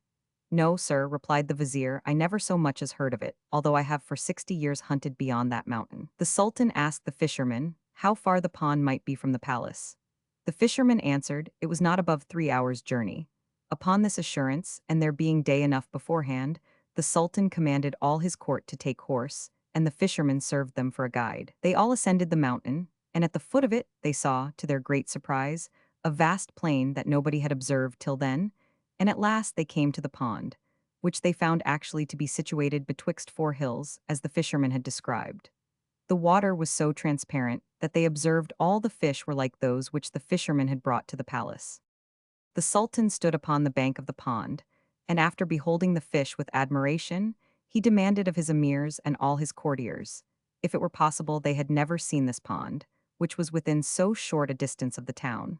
They all answered that they had never so much as heard of it. Since you all agree, said he, that you never heard of it, and as I am no less astonished than you are at this novelty, I am resolved not to return to my palace till I know how this pond came here, and why all the fish in it are of four colors. Having spoke thus, he ordered his court to encamp, and immediately his pavilion and the tents of his household were planted upon the banks of the pond. When night came, the Sultan retired under his pavilion, and spoke to the Grand Vizier by himself thus. Vizier, my mind is very uneasy. This pond transported hither, the black that appeared to us in my closet, and the fishes that we heard speak. All this does so much excite my curiosity, that I cannot resist the impatient desire which I have to be satisfied. In it, to this end, I am resolved to withdraw alone from the camp, and I order you to keep my absence secret.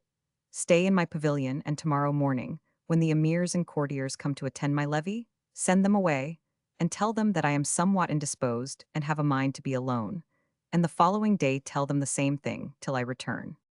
The Grand Vizier said several things to divert the Sultan from this design. He represented to him the danger to which he might be exposed, and that all his labor might perhaps be in vain. But it was to no purpose, the Sultan was resolved on it and would go. He put on a suit fit for walking, and took his scimitar, and as soon as he saw that all was quiet in the camp, he went out alone, and went over one of the hills without much difficulty. He found the descent still more easy, and when he came to the plain, walked on till the sun arose, and then he saw before him, at a considerable distance, a great building. He rejoiced at the sight, in hopes to be informed there of what he wanted to know. When he came near, he found it was a magnificent palace, or rather a very strong castle, of fine black polished marble, and covered with fine steel, as smooth as a looking-glass. Being highly pleased that he had so speedily met with something worthy his curiosity, he stopped before the front of the castle, and considered it with attention. He afterwards came up to the gate, which had two leaves, one of them open. Though he might have entered when he would, yet he thought it best to knock. He knocked at first softly and waited for some time. Seeing nobody, and supposing they had not heard him, he knocked harder the second time, but neither seeing nor hearing anybody. He knocked again and again, but nobody appearing, it surprised him extremely, for he could not think that a castle in so good repair was without inhabitants. If there be nobody in it, says he to himself, I have nothing to fear, and if there be, I have wherewith to defend myself. At last he entered, and when he came within the porch, he cried, Is there nobody here to receive a stranger, who comes in for some refreshment as he passes by? He repeated the same 2 or 3 times, but though he spoke very high, nobody answered. The silence increased his astonishment. He came into a very spacious court, and looking on every side to see if he could perceive any body, he saw no living thing. But sir, says Scheherazade, day appears, and I must stop. Ah, sister, says Dinarzade, you break off at the very best of the story. It is true, answered the Sultaness, but sister, you see I am forced to do so. If my lord, the Sultan, pleases, you may hear the rest tomorrow. Shargar agreed to this, not so much to please Dinarzade, as to satisfy his own curiosity, being impatient to know what adventure the prince met with in the castle. 21st night. Dinarzade, to make amends for her neglect the night before, never closed her eyes, and when she thought it was time, awaked the Sultaness, saying to her, My dear sister, pray give us an account of what happened in the fine castle where you left us yesterday. Scheherazade forthwith resumed her story, and addressing herself to Shargar, said, Sir, the Sultan, perceiving nobody in the court, entered the great halls, which were hung with silk tapestry. The alcoves and sofas were covered with stuffs of Mecca, and the porches with the richest stuffs of India, mixed with gold and silver. He came afterwards into an admirable saloon, in the middle of which there was a great fountain, with a lion of massy gold at each corner. Water issued from the mouths of the four lions, and this water, as it fell, formed diamonds and pearls that very well answered a jet of water, which, springing from the middle of the fountain, rose as high almost as the bottom of a cupola painted after the Arabian manner. The castle on three sides was encompassed by a garden, with flower pots, waterworks, groves, and 1,000 other fine things concurring to embellish it. And to complete the beauty of the place, an infinite number of birds filled the air with their harmonious notes, and always stayed there, nets being spread over the trees and fastened to the palace to keep them in. The Sultan walked a long time from apartment to apartment, where he found everything very grand and magnificent. Being tired with walking, he sat down in an open closet, which had a view over the garden, and there reflecting upon what he had already seen, and then saw, all of a sudden he heard the voice of one complaining, accompanied with lamentable cries. He listened with attention, and heard distinctly these sad words: "O Fortune, thou who wouldest not suffer me longer to enjoy a happy lot, and hast made me the most unfortunate man in the world, forbear to persecute me, and by a speedy death put an end to my sorrows. Alas, is it possible that I am still alive after so many torments as I have suffered?" The Sultan, being affected with these pitiful complaints, rose up and made toward the place where he heard the voice. And when he came to the gate of a great hall, he opened it, and saw a handsome young man, richly habited, set upon a throne raised a little above the ground. Melancholy was painted on his looks. The Sultan drew near and saluted him. The young man returned him his salute by a low bow with his head. But not being able to rise up, he said to the Sultan, "My lord, I am very well satisfied that you deserve I should rise up to receive you, and do you all possible honor. But I am hindered from doing so by a very sad reason, and therefore hope you will not take it ill." "My lord," replies the Sultan, "I am very much obliged to you for having so good an opinion of me. As to the reason of your not rising, whatever your apology be, I heartily accept it. Being drawn hither by your complaints, and afflicted by your grief, I come to offer you my help. Would to God that it lay in my power to ease you of your trouble. I would do my utmost to effect it. I flatter myself that you would willingly tell me the history of your misfortunes, but pray tell me first the meaning of the pond near the palace, where the fishes are of four colors, what this castle is, how you came to be here, and why you are alone." Instead of answering these questions, the young man began to weep bitterly. "How inconstant is fortune!" cried he. "She takes pleasure to pull down those she had raised up. Where are they who enjoy quietly the happiness which they hold of her, and whose day is always clear and serene?" The Sultan, moved with compassion to see him in that condition, prayed him forthwith to tell him the cause of his excessive grief. "Alas, my lord," replies the young man, "how is it possible but I should grieve, and my eyes be inexhaustible fountains of tears?" At these words, lifting up his gown, he showed the Sultan that he was a man only from the head to the girdle, and that the other half of his body was black marble. Here Scheherazade broke off and told the Sultan that day appeared. Shargar was so much charmed with the story, and became so much in love with Scheherazade, that he resolved to let her live a month. He rose, however, as usual, without acquainting her with his resolution. 22nd night.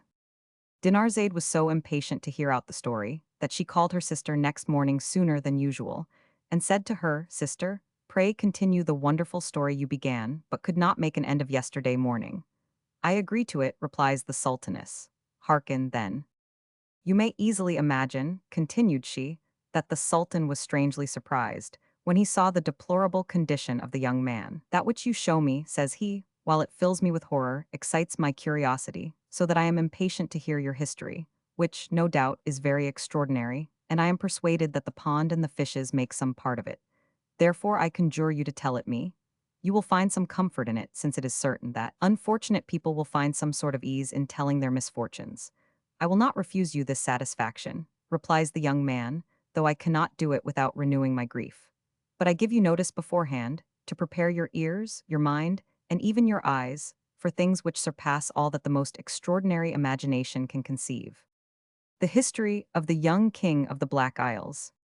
You must know, my lord," continued he, "that my father, who was called Mahmud, was king of this country. This is the kingdom of the Black Isles, which takes its name from the four little neighboring mountains, for those mountains were formerly isles. The capital, where the king my father had his residence, was where that pond you now see is. The sequel of my history will inform you of all those changes. The king my father died when he was 70 years of age. I had no sooner succeeded him, but I married, and the lady I chose to share the royal dignity with me was my cousin. I had all the reason imaginable to be satisfied in her love to me, and for my part I had so much tenderness for her that nothing was comparable to the good understanding betwixt us, which lasted 5 years, at the end of which time I perceived the queen, my cousin, had no more delight in me. One day, while she was at the bath, I found myself inclined to sleep after dinner and lay down upon a sofa. Two of her ladies, who were then in my chamber, came and sat down, one at my head and the other at my feet with fans in their hands to moderate the heat and to hinder the flies from troubling me in my sleep. They thought I was fast and spoke very low, but I only shut my eyes and heard every word they said. Next, one of them says to the other, "Is not the queen much in the wrong, not to love such an amiable prince as this?" "Certainly," replies the other. "For my part, I do not understand it, and I know not why she goes out every night and leaves him alone. Is it possible that he does not perceive it?" "Alas," says the first, "how would you have him perceive it? She mixes every evening in his drink the juice of a certain herb, which makes him sleep so sound all night that she has time to go where she pleases. And as day begins to appear, she comes and lies down by him again, and wakes him by the smell of something she puts under his nose." You may guess, my lord, how much I was surprised at this conversation, and with what sentiments it inspired me. Yet, whatever emotions it excited in me, I had command enough over myself to dissemble, and feign to awake without having heard one word of it.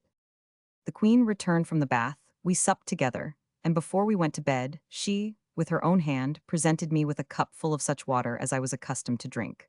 But instead of putting it into my mouth, I went to a window that was open, and threw out the water so quickly that she did not perceive it, and I put the cup again into her hands to persuade her that I had drank it.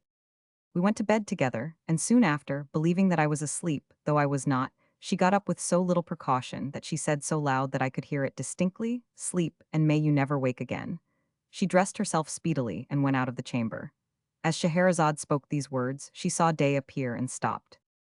Dinarzade had heard her sister with a great deal of pleasure, and Shahryar thought the history of the King of the Black Isles so worthy of his curiosity that he rose up full of impatience for the rest of it. 23rd night. An hour before day, Dinarzade being awake, failed not to call upon the Sultaness, and said, "Pray, dear sister, go on with the history of the young king of the four Black Islands." Scheherazade, calling to mind where she had left off, resumed the story thus. "As soon as the queen my wife went out," continued the king of the Black Islands, "I got up, dressed me in haste, took my scimitar and followed her so quick that I soon heard the sound of her feet before me, and then walked softly after her, for fear of being heard. She passed through several gates, which opened upon her pronouncing some magical words, and the last she opened was that of the garden which she entered. I stopped at that gate that she might not perceive me as she crossed a plat, and looking after her as far as the darkness of the night permitted, I perceived that she entered a little wood whose walks were guarded by thick palisades. I went thither by another way, and slipping behind the palisades of a long walk, I saw her walking there with a man. I was very attentive to their discourse, and heard her say thus to her gallant, 'I do not deserve to be upbraided by you for want of diligence. You know very well what hinders me, but if all the tokens of love that I have already given you be not enough, I am ready to give you greater. You need but command me, you know my power. I will, if you desire it, before sun rising, change this great city, and this fine palace, into frightful ruins, which shall be inhabited by nothing but wolves, owls, and ravens. If you wish me to transport all the stones of those walls so solidly built, beyond Mount Caucasus and out of the bounds of the habitable world, speak but the word, and all those places shall undergo a change." As the queen finished these words, her gallant and she came to the end of the walk, turned to enter another and passed before me. I had already drawn my scimitar, and her gallant being next me, I struck him in the neck and made him fall to the ground. I thought I had killed him, and therefore retired speedily, without making myself known to the queen, whom I chose to spare because she was my kinswoman. The blow I had given her gallant was mortal, but she preserved his life by the force of her enchantments, in such a manner, however, that he could not be said to be either dead or alive. As I crossed the garden to return to the palace, I heard the queen cry out lamentably, and judging by that how much she was grieved, I was pleased that I had spared her life.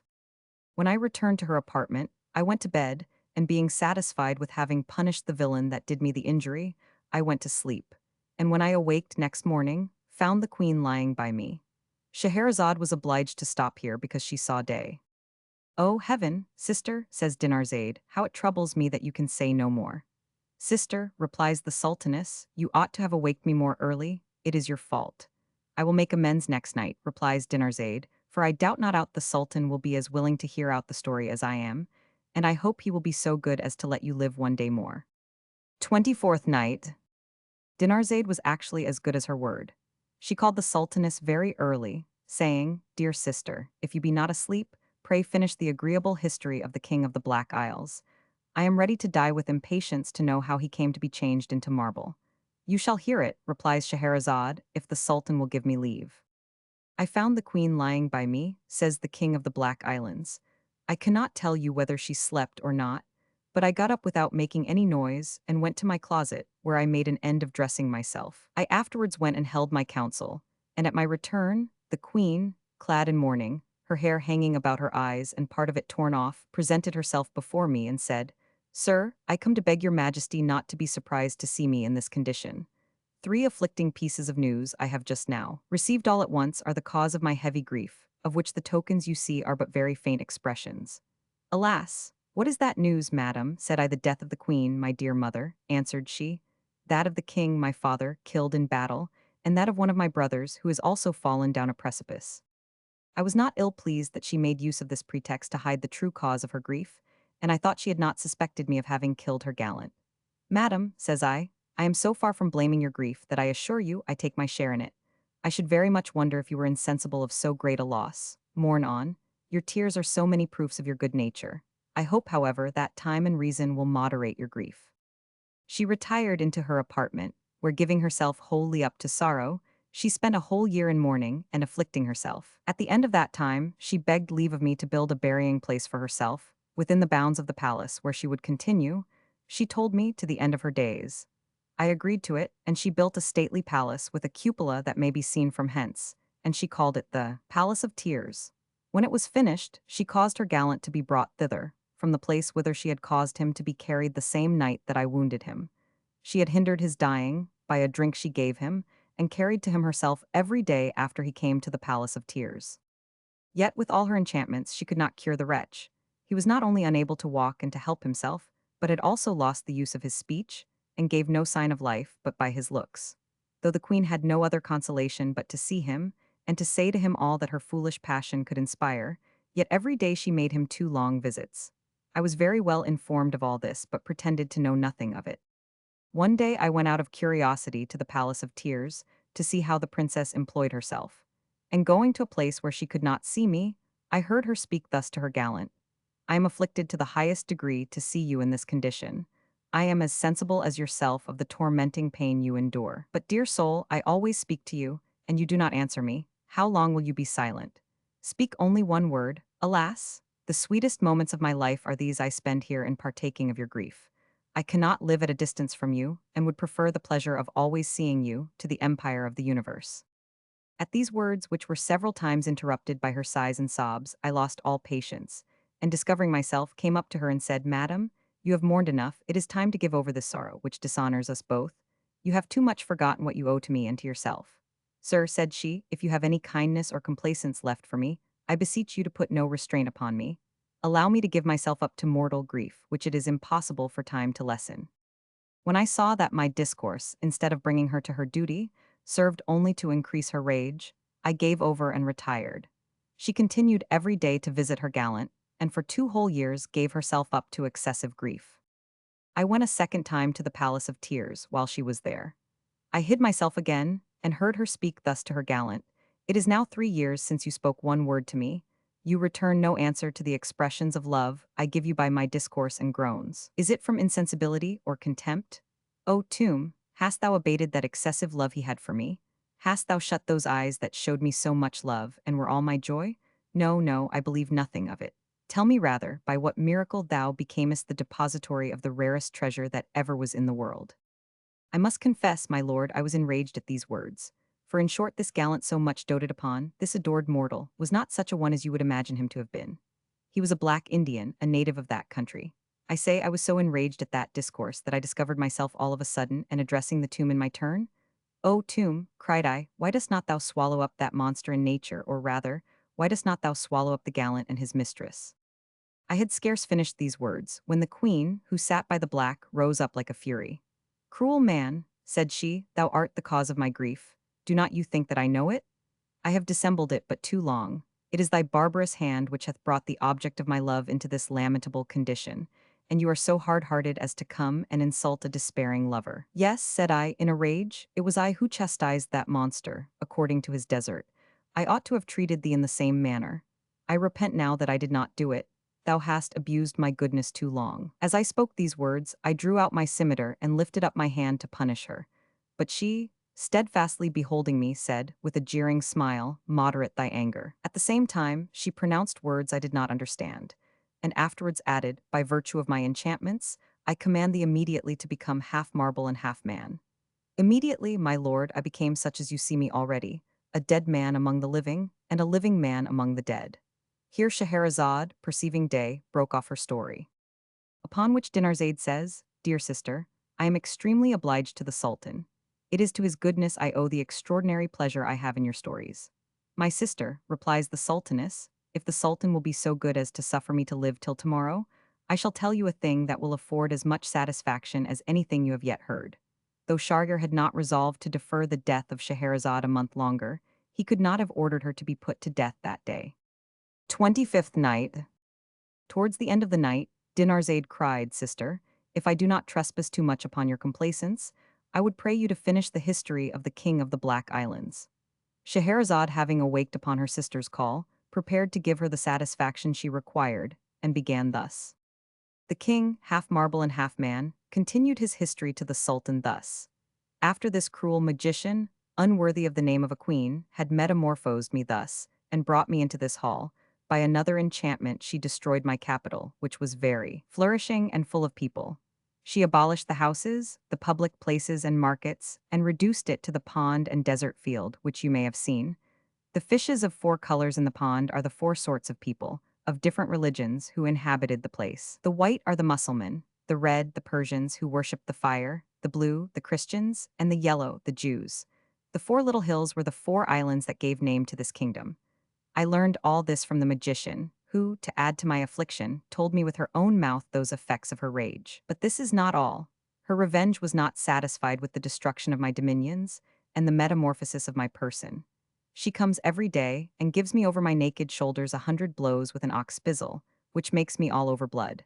And when she has done, covers me with a coarse stuff of goat's hair, and throws over it this robe of brocade that you see, not to do me honor, but to mock me. Next. After this part of the discourse, the young king could not withhold his tears, and the Sultan's heart was so pierced with the relation that he could not speak one word to comfort him.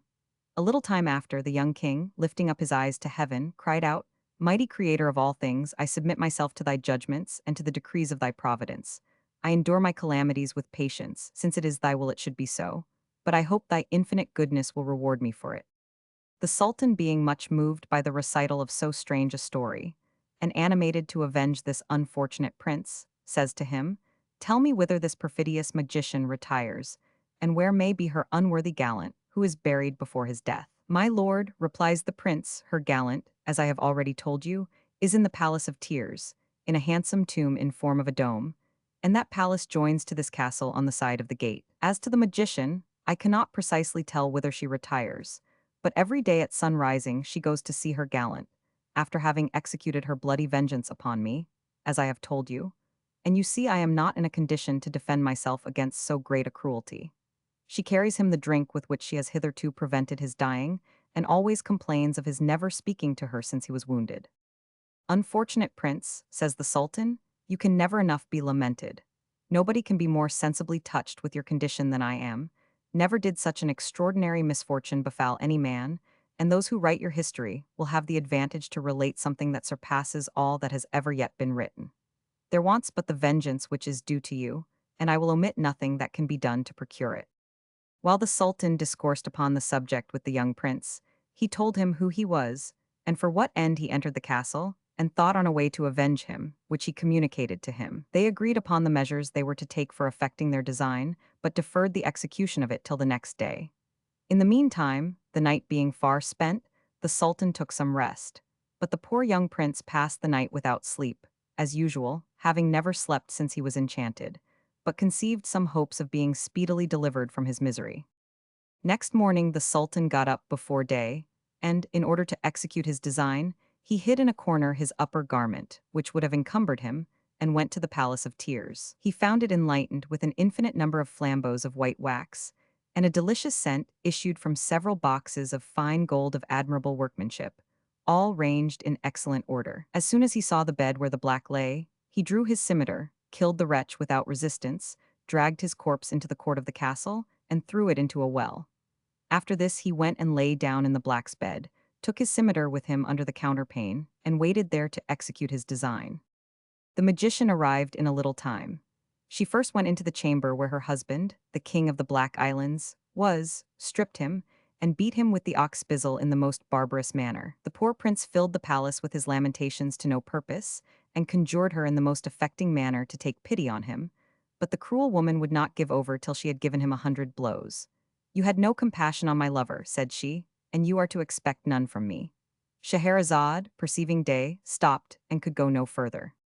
"Oh, heavens," says Dinarzade's sister, "this was a barbarous enchantress indeed. But must we stop here? Will you not tell us whether she received the chastisement she deserved?" "My dear sister," says the sultaness, "I desire nothing more than to acquaint you with it tomorrow, but you know that depends on the sultan's pleasure." After what Shahryar had heard, he was far from any design to put Scheherazade to death. On the contrary, he said to himself, "I will not take away her life until she has finished the surprising story, though it should last for 2 months. It will always be in my power to keep the oath I have made." 26th night. As soon as Dinarzade thought it time to call the sultaness, she said to her, "How much should I be obliged to you, dear sister, if you would tell us what passed in the Palace of Tears?" Shahryar having signified that he was as curious to know it as Dinarzade, the sultaness resumed the story of the young enchanted prince as follows. "Sir, after the enchantress had given the king, her husband, 100 blows with the ox bizzle, she put on again his covering of goat's hair, and his brocade gown over all. She went afterwards to the Palace of Tears, and as she entered the same, she renewed her tears and lamentations. Then approaching the bed where she thought her gallant was, 'What cruelty,' cries she, 'was it to disturb the satisfaction of so tender and passionate a lover as I am? O thou who reproachest me that I am too inhuman, when I make thee feel the effects of my resentment. Cruel prince, does not thy barbarity surpass my vengeance? Ah, traitor, in attempting the life of the object which I adore, hast thou not robbed me of mine? Alas," says she, addressing herself to the sultan, while she thought she spoke to the black, "my son, my life, will you always be silent? Are you resolved to let me die without giving me the comfort of telling me that you love me?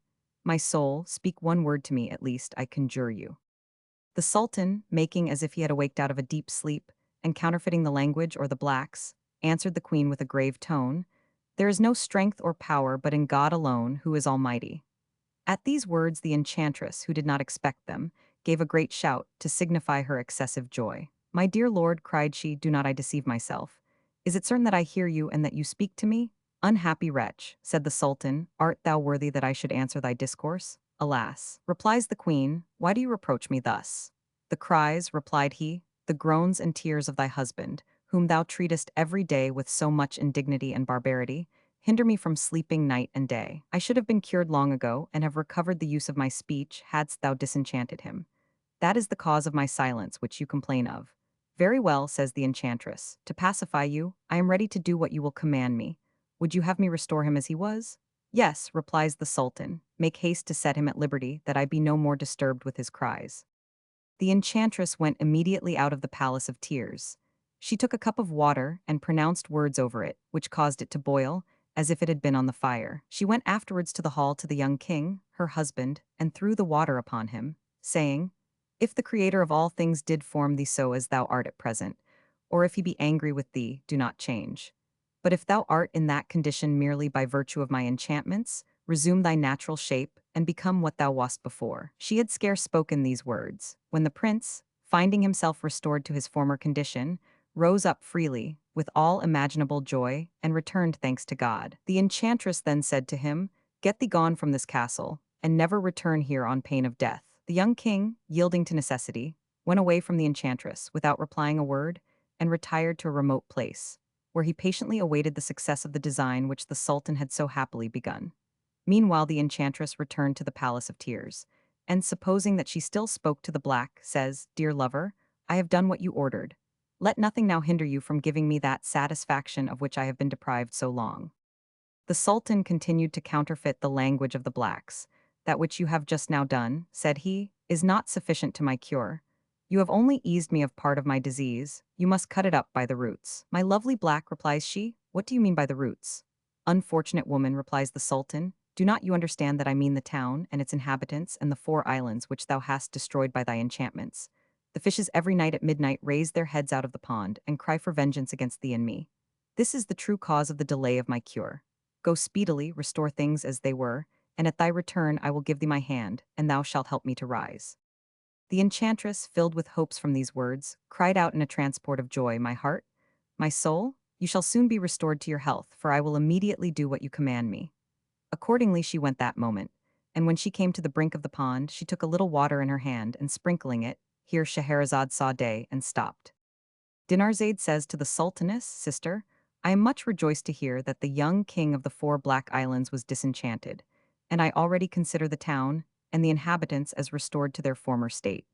But I long to know what will become of the enchantress. Have a little patience, replies the Sultaness. You shall have the satisfaction you desire tomorrow, if the Sultan, my lord, will consent to it. Shargar, having resolved on this already, as was said before, rose up and went about his business. 27th night. At the usual hour, Dinarzade called upon the Sultaness thus, dear sister, pray tell us what was the fate of the magician queen, as you promised us. Upon which Scheherazade went on thus, the enchantress had no sooner sprinkled the water, and pronounced some words over the fishes and the pond, but the city was immediately restored. The fishes became men, women, and children, Mahometans, Christians, Persians, or Jews, freemen or slaves as they were before, everyone having recovered their natural form. The houses and shops were immediately filled with their inhabitants, who found all things as they were before the enchantment. The Sultan's numerous retinue, who found themselves encamped in the largest square, were astonished to see themselves in an instant in the middle of a large, handsome, well-peopled city. To return to the enchantress. As soon as she had effected this wonderful change, she returned with all diligence to the Palace of Tears that she might reap the fruits of it. My dear lord, cried she as she entered, I come to rejoice with you for the return of your health. I have done all that you required of me, then pray rise and give me your hand. Come near, said the Sultan, still counterfeiting the language of the blacks. She did so. You are not near enough, replied he, come nearer. She obeyed. Then he rose up and seized her by the arm so suddenly that she had not time to discover who it was, and with a blow of his scimitar cut her in two, so that one half fell one way and the other another. This done, he left the carcass upon the place, and going out of the Palace of Tears, he went to seek the young king of the Black Isles, who waited for him with great impatience. And when he found him, Prince, said he, embracing him, rejoice. You have nothing to fear now, your cruel enemy is dead. The young prince returned thanks to the Sultan in such a manner as showed that he was thoroughly sensible of the kindness that he had done him, and in return, wished him a long life and all happiness. You may henceforward, said the Sultan, dwell peaceably in your capital, except you will go to mine, which is so near, where you shall be very welcome, and have as much honor and respect shewn you as if you were at home. Potent monarch, to whom I am so much indebted, replied the king, you think, then, that you are very near your capital? Yes, said the Sultan, I know it. It is not above 4 or 5 hours' journey. It will take you a whole year's journey, said the prince. I do believe, indeed, that you came hither from your capital in the time you spoke of, because mine was enchanted. But since the enchantment is taken off, things are changed. However, this shall not prevent my following you, were it to the utmost corners of the earth. You are my deliverer, and that I may give you proofs of my acknowledging this during my whole life, I am willing to accompany you, and to leave my kingdom without regret. The Sultan was extremely surprised to understand that he was so far from his dominions, and could not imagine how it could be. But the young king of the Black Isles convinced him beyond the possibility of doubt. Then the Sultan replied, it is no matter. The trouble of returning to my own country is sufficiently recompensed by the satisfaction of having obliged you, and by acquiring you for a son. For since you will do me the honor to accompany me, as I have no child, I look upon you as such. And from this moment I appoint you my heir and successor. This discourse between the Sultan and the King of the Black Islands concluded with the most affectionate embraces, after which the young prince was totally taken up in making preparations for his journey, which were finished in 3 weeks' time, to the great regret of his court and subjects, who agreed to receive at his hands one of his nearest kindred for their king. At last the Sultan and the young prince began their journey, with 100 camels laden with inestimable riches from the treasury of the young king, followed by 50 handsome gentlemen on horseback, perfectly well mounted and dressed. They had a very happy journey, and when the Sultan, who had sent couriers to give advice of his delay, and of the adventure which had occasioned it, came near his capital, the principal officers he had left there came to receive him, and to assure him that his long absence had occasioned no alteration in his empire. The inhabitants came out also in great crowds, receiving him with acclamations, and made public rejoicings for several days. Next day after his arrival, the Sultan gave all his courtiers a very ample account of the events which, contrary to his expectation, had detained him so long. He acquainted them with his having adopted the king of the 4 Black Islands, who was willing to leave a great kingdom, to accompany and live with him. And, in short, in reward of their loyalty, he made each of them presents according to their rank. As for the fisherman, as he was the first cause of the deliverance of the young prince, the Sultan gave him a plentiful fortune, which made him and his family happy the rest of their days. Here Scheherazade made an end of the story of the fisherman and the genie. Dinarzade signified that she had taken a great deal of pleasure in it, and Shahryar having said the same thing, the Sultaness told them that she knew another which was much finer, and if the Sultan would give her leave, she would tell it them next morning, for day began to appear. Shahryar, bethinking himself that he had granted the Sultaness a month's reprieve, and being curious moreover to know if this new story would be as agreeable as she promised, got up, with a desire to hear it next night. 28th night. Dinarzade, according to custom, did not forget to call the Sultaness when it was time. "Madam," said she, "I know not what is the matter with me, but I know very well that one of the stories which you tell so agreeably would be a great relief against that melancholy which eats me up." Scheherazade, without answering her, began immediately, and told the Sultan the following story. The story of the 3 calendars, 3 sons of kings, and of the 5 ladies of Baghdad. "Sir," said she, "in the reign of Caliph Harun al-Rashid, there was at Baghdad, the place of his residence, a porter who, notwithstanding his mean and laborious business, was a fellow of wit and good humor. One morning, as he was at the place where he usually plied, with a great basket, waiting for employment, a handsome young lady, covered with a great muslin veil, accosted him, and said with a pleasant air, 'Hark ye, porter, take your basket and follow me.' The porter, charmed with those few words pronounced in so agreeable a manner, took his basket immediately, set it on his head, and followed the lady, saying, 'Oh, happy day! Oh, day of good luck!' The lady stopped presently before a gate that was shut, and knocked. A Christian, with a venerable long white beard, opened the gate, and she put money into his hand without speaking one word. But the Christian, who knew what she wanted, went in, and in a little time after brought a large jug of excellent wine. 'Take this jug,' said the lady to the porter, 'and put it in your basket.' This being done, she commanded him to follow her, and as she went on, the porter said still, 'Oh, happy day! This is a day of agreeable surprise and joy.'" Next. The lady stopped at a fruit shop, where she bought several sorts of apples, apricots, peaches, quinces, lemons, citrons, oranges, myrtles, sweet basil, lilies, jessamine, and some other sorts of flowers and fragrant plants. She bade the porter put all into his basket and follow her. As she went by a butcher's stall, she made him weigh her 25 pounds of his best meat, which she ordered the porter to put also into his basket. At another shop she took capers, tarragon, cucumbers, sassafras, and other herbs to be preserved in vinegar. At another shop she bought pistachios, walnuts, filberts, almonds, kernels of pineapples, and such other fruits. And at another she bought all sorts of confectionery. When the porter had put all those things into his basket, and perceived that it grew full, "My good lady," said he, "you ought to have given me notice that you had so much provision to carry, and then I would have got a horse, or rather a camel, to have carried them. For if you buy ever so little more, I shall not be able to carry it." The lady laughed at the fellow's pleasant humor, and ordered him still to follow her. Then she went to a druggist, where she furnished herself with all manner of sweet-scented waters, cloves, musk, pepper, ginger, and a great piece of ambergris, and several other Indian spices. This quite filled the porter's basket, and she ordered him to follow her. They walked till they came to a magnificent house, whose front was adorned with fine columns and which had a gate of ivory. There they stopped, and the lady knocked softly. Here Scheherazade, perceiving day, broke off. "I must own, sister," says Dinarzade, "the beginning of this story has a great deal of curiosity. I fancy the Sultan will not deprive himself of the pleasure of hearing the rest of it." And, indeed, Shahryar was so far from ordering the Sultaness to be put to death, that he longed impatiently for next night, to know what passed in the fine house. 29th night. Dinarzade, being awake before day, addressed the Sultaness thus: "Sister, if you be awake, I would pray you to continue the history you began yesterday." And Scheherazade went on with it thus. While the young lady and the porter stayed for the opening of the gate, The porter had 1,000 thoughts. He wondered that such a fine lady should come abroad to buy provisions.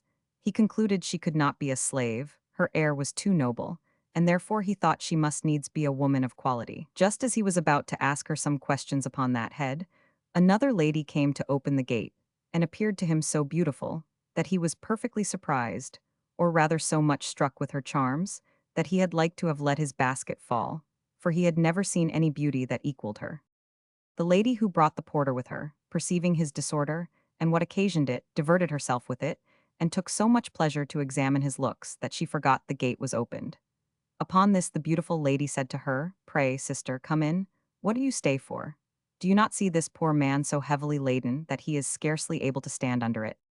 When she entered with the porter, the lady who opened the gate shut it, and all three, after having gone through a very fine porch, came into a spacious court, encompassed with an open gallery, which had a communication with several apartments on a floor, and extraordinarily magnificent. There was at the farther end of the court a sofa richly adorned, with a throne of amber in the middle of it, supported by 4 columns of ebony, enriched with diamonds and pearls of an extraordinary size, and covered with red satin embroidered with Indian gold of admirable workmanship. In the middle of the court there was a great fountain, faced with white marble, and full of clear water, which fell into it abundantly out of the mouth of a lion of brass. Eggs. The porter, though heavy laden, could not but admire the magnificence of this house, and the excellent order that everything was placed in. But that which particularly captivated his attention was a third lady, who seemed to be a greater beauty than the second, and was seated upon the throne just now mentioned. She came down from it as soon as she saw the 2 former ladies, and advanced towards them. He judged by the respect which the others showed her, that she was the chief, in which he was not mistaken.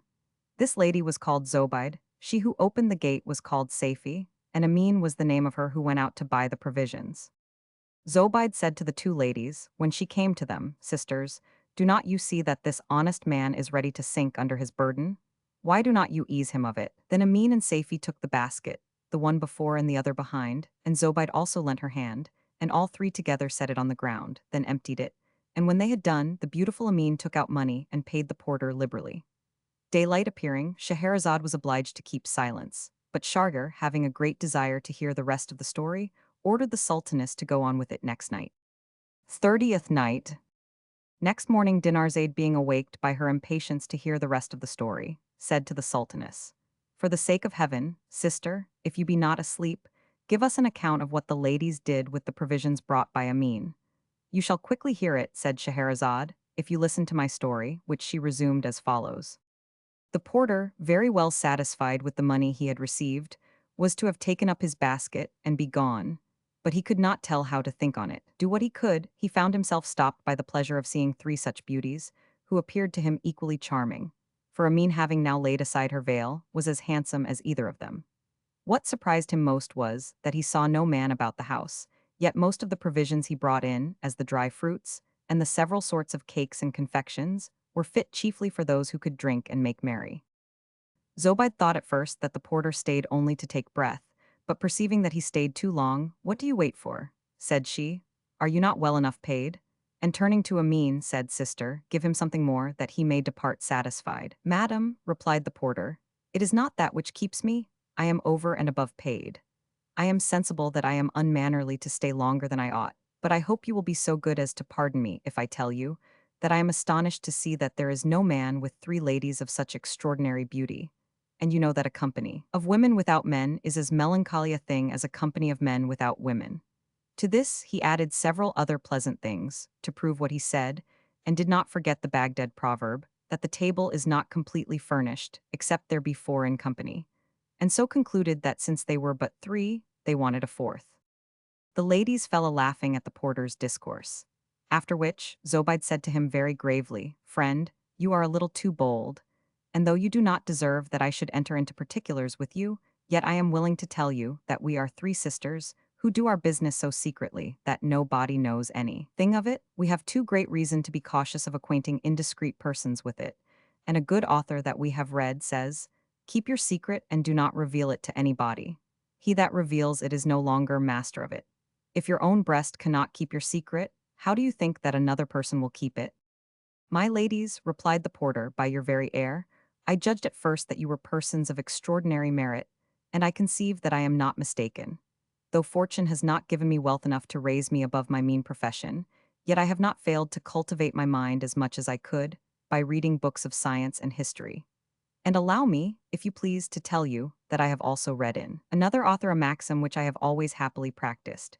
We do not conceal our secrets, says he, but from such persons as are known to all the world to want discretion, and would abuse the confidence we put in them. But we make no scruple to discover them to prudent persons, because we know they can keep them. A secret with me is as sure as if it were in a closet, whose key is lost, and the door sealed up.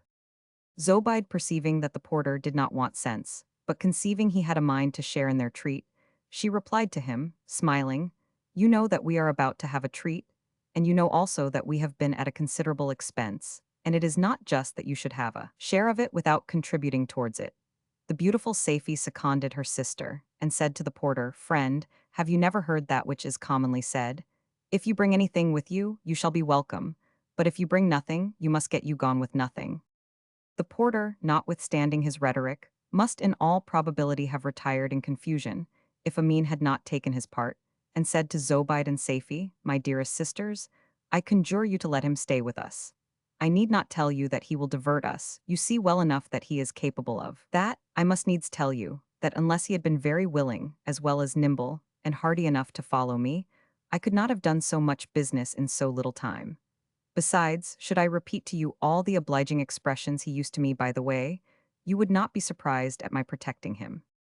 At these words of Amin, the porter was so much transported with joy that he fell on his knees, kissed the ground at the feet of that charming person, and raising himself up, said, "Most beautiful lady, you began my good fortune today, and now you complete it by this generous action. I cannot enough testify my acknowledgment for it. As to what remains, my ladies," said he, addressing himself to all three sisters, "since you do me so great honor, do not think that I will abuse it, or look upon myself as a person that deserves it. No, I shall always look upon myself as one of your most humble slaves." When he had spoken these words, he would have returned the money he had received, but the grave Zobeide ordered him to keep it. "That which we have once given," said she, "to reward those who have served us, we never take again." Here day began to dawn, which put Scheherazade to silence. Dinarzade, who listened with a great deal of attention, was much troubled at it, but had this comfort, however, that the Sultan, who was as curious as she to know what passed betwixt the three beautiful ladies and the porter, ordered the Sultaness to go on with the rest of the story next night, and rose up to go about his business. 31st night. The next morning, Dinarzade did not fail to awaken the Sultaness at the ordinary time, and said, "Dear sister, if you are not asleep, I would pray you, until break of day, which is near at hand, to go on with that agreeable story you began." Upon which Scheherazade addressed the Sultan thus, "Sir, with your leave, I am willing to satisfy my sister's curiosity," and at the same time went on with the story of the three calendars. Zobeide would not take back the money from the porter, but said, "My friend, in consenting that you stay with us, I must forewarn you that it is not only on condition that you keep secret what we have required you, but also that you observe exactly the rules of good manners and civility." In the meantime, the charming Amin put off the apparel she went abroad with, put on her nightgown that she might be more easy, and covered the table, which she furnished with several sorts of meat, and upon a sideboard she set bottles of wine and cups of gold. Soon after the ladies took their places, and made the porter sit down by them, who was overjoyed to see himself at table with three such admirable beauties. After they had eaten a little, Amin, who sat next the sideboard, took up a bottle and a cup, filled out wine, and drank first herself, according to the custom of the Arabians. Then she filled the cup to her sisters, who drank in course as they sat, and at last she filled it the fourth time to the porter, who, as he received it, kissed Amin's hand, and, before he drank, sung a song to this purpose: that as the wind brings along with it the sweet scents of the perfumed places through which it passes, so the wine he was going to drink, coming from her fair hands, received a more exquisite taste than what it had of its own nature. This song pleased the ladies so much that each of them sung another in their turn. In short, they were very merry all dinner time, which lasted a long while, and nothing was wanting that could make it agreeable. The day being almost spent, Safie spoke in the name of the three ladies, and said to the porter, "Arise and be gone.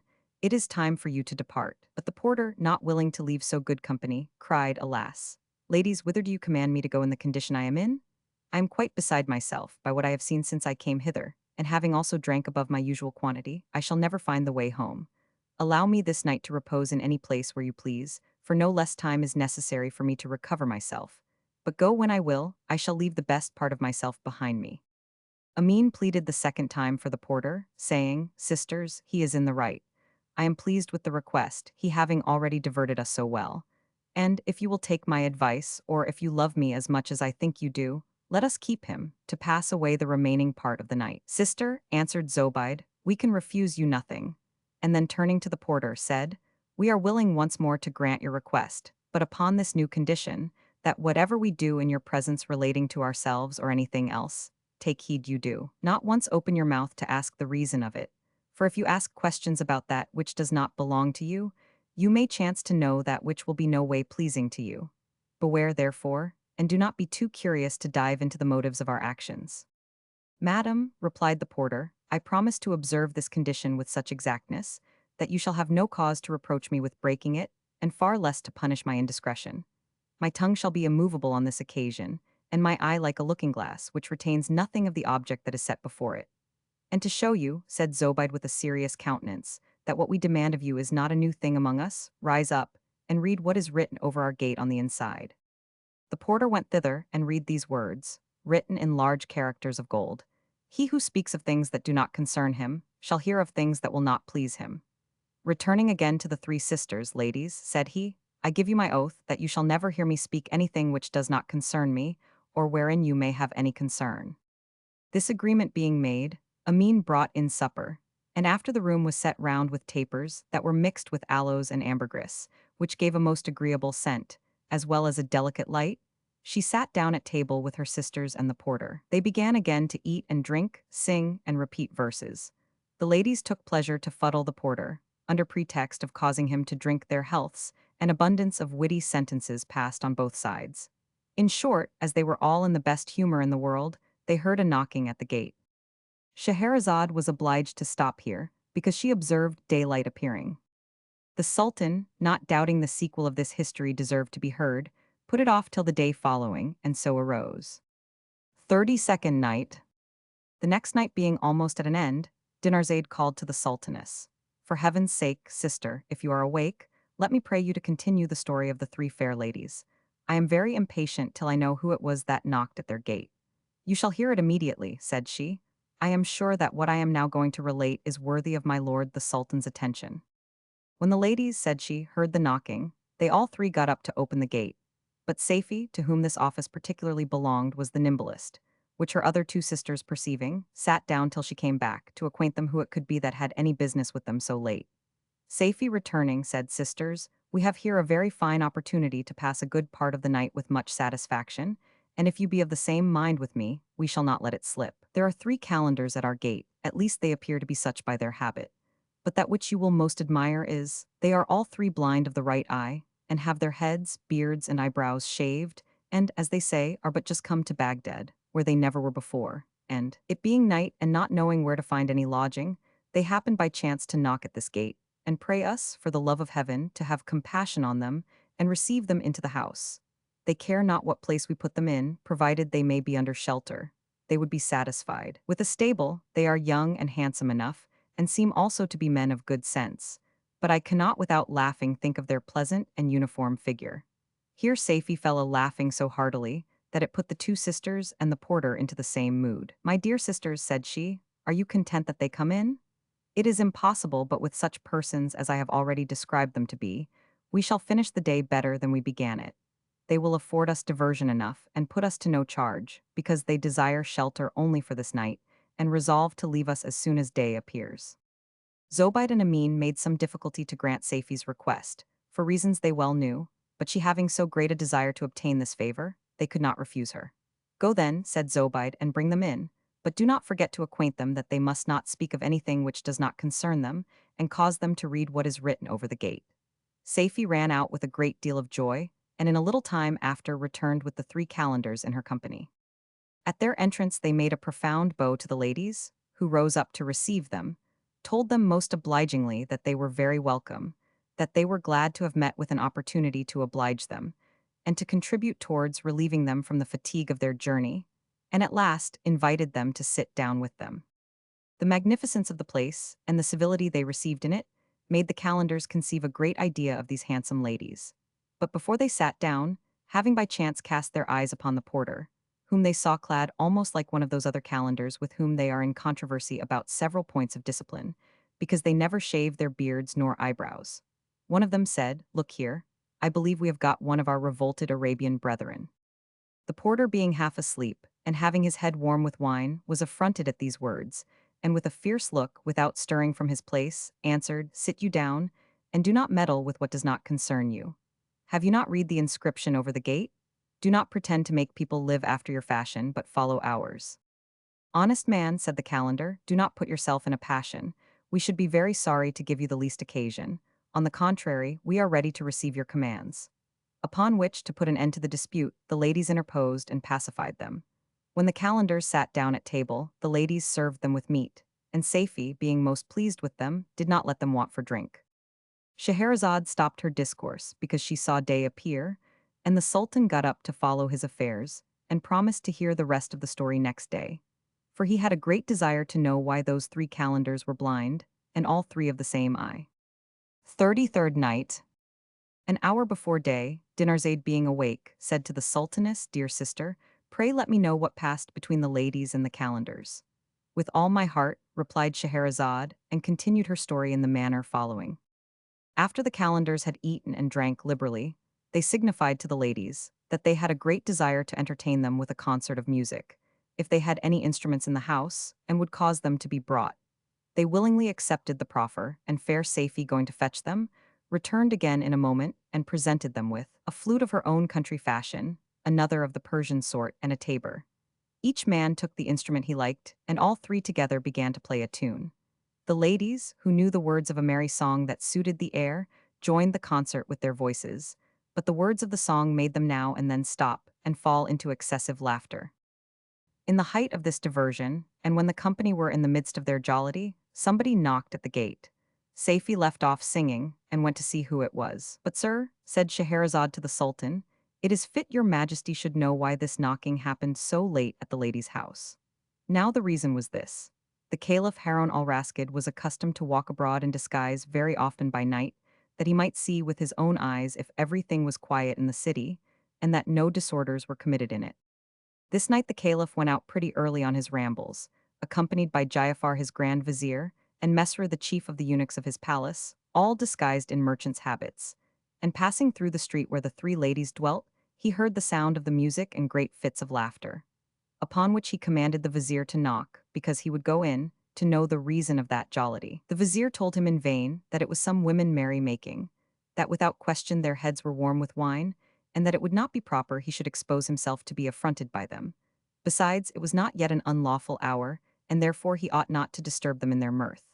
"No matter," said the Caliph, "I command you to knock." So it was the Grand Vizier Ja'afar that knocked at the lady's gate by the Caliph's order, because he himself would not be known. Saifi opened the gate, and the Vizier, perceiving, by the light that she held in her hand, that she was an incomparable beauty, he acted his part very well, and with a very low bow and respectful behavior, told her, "Madam, we are three merchants of Mosul, who arrived about 10 days ago with rich merchandise which we have in a warehouse at a khan, or inn, where we have also our lodging.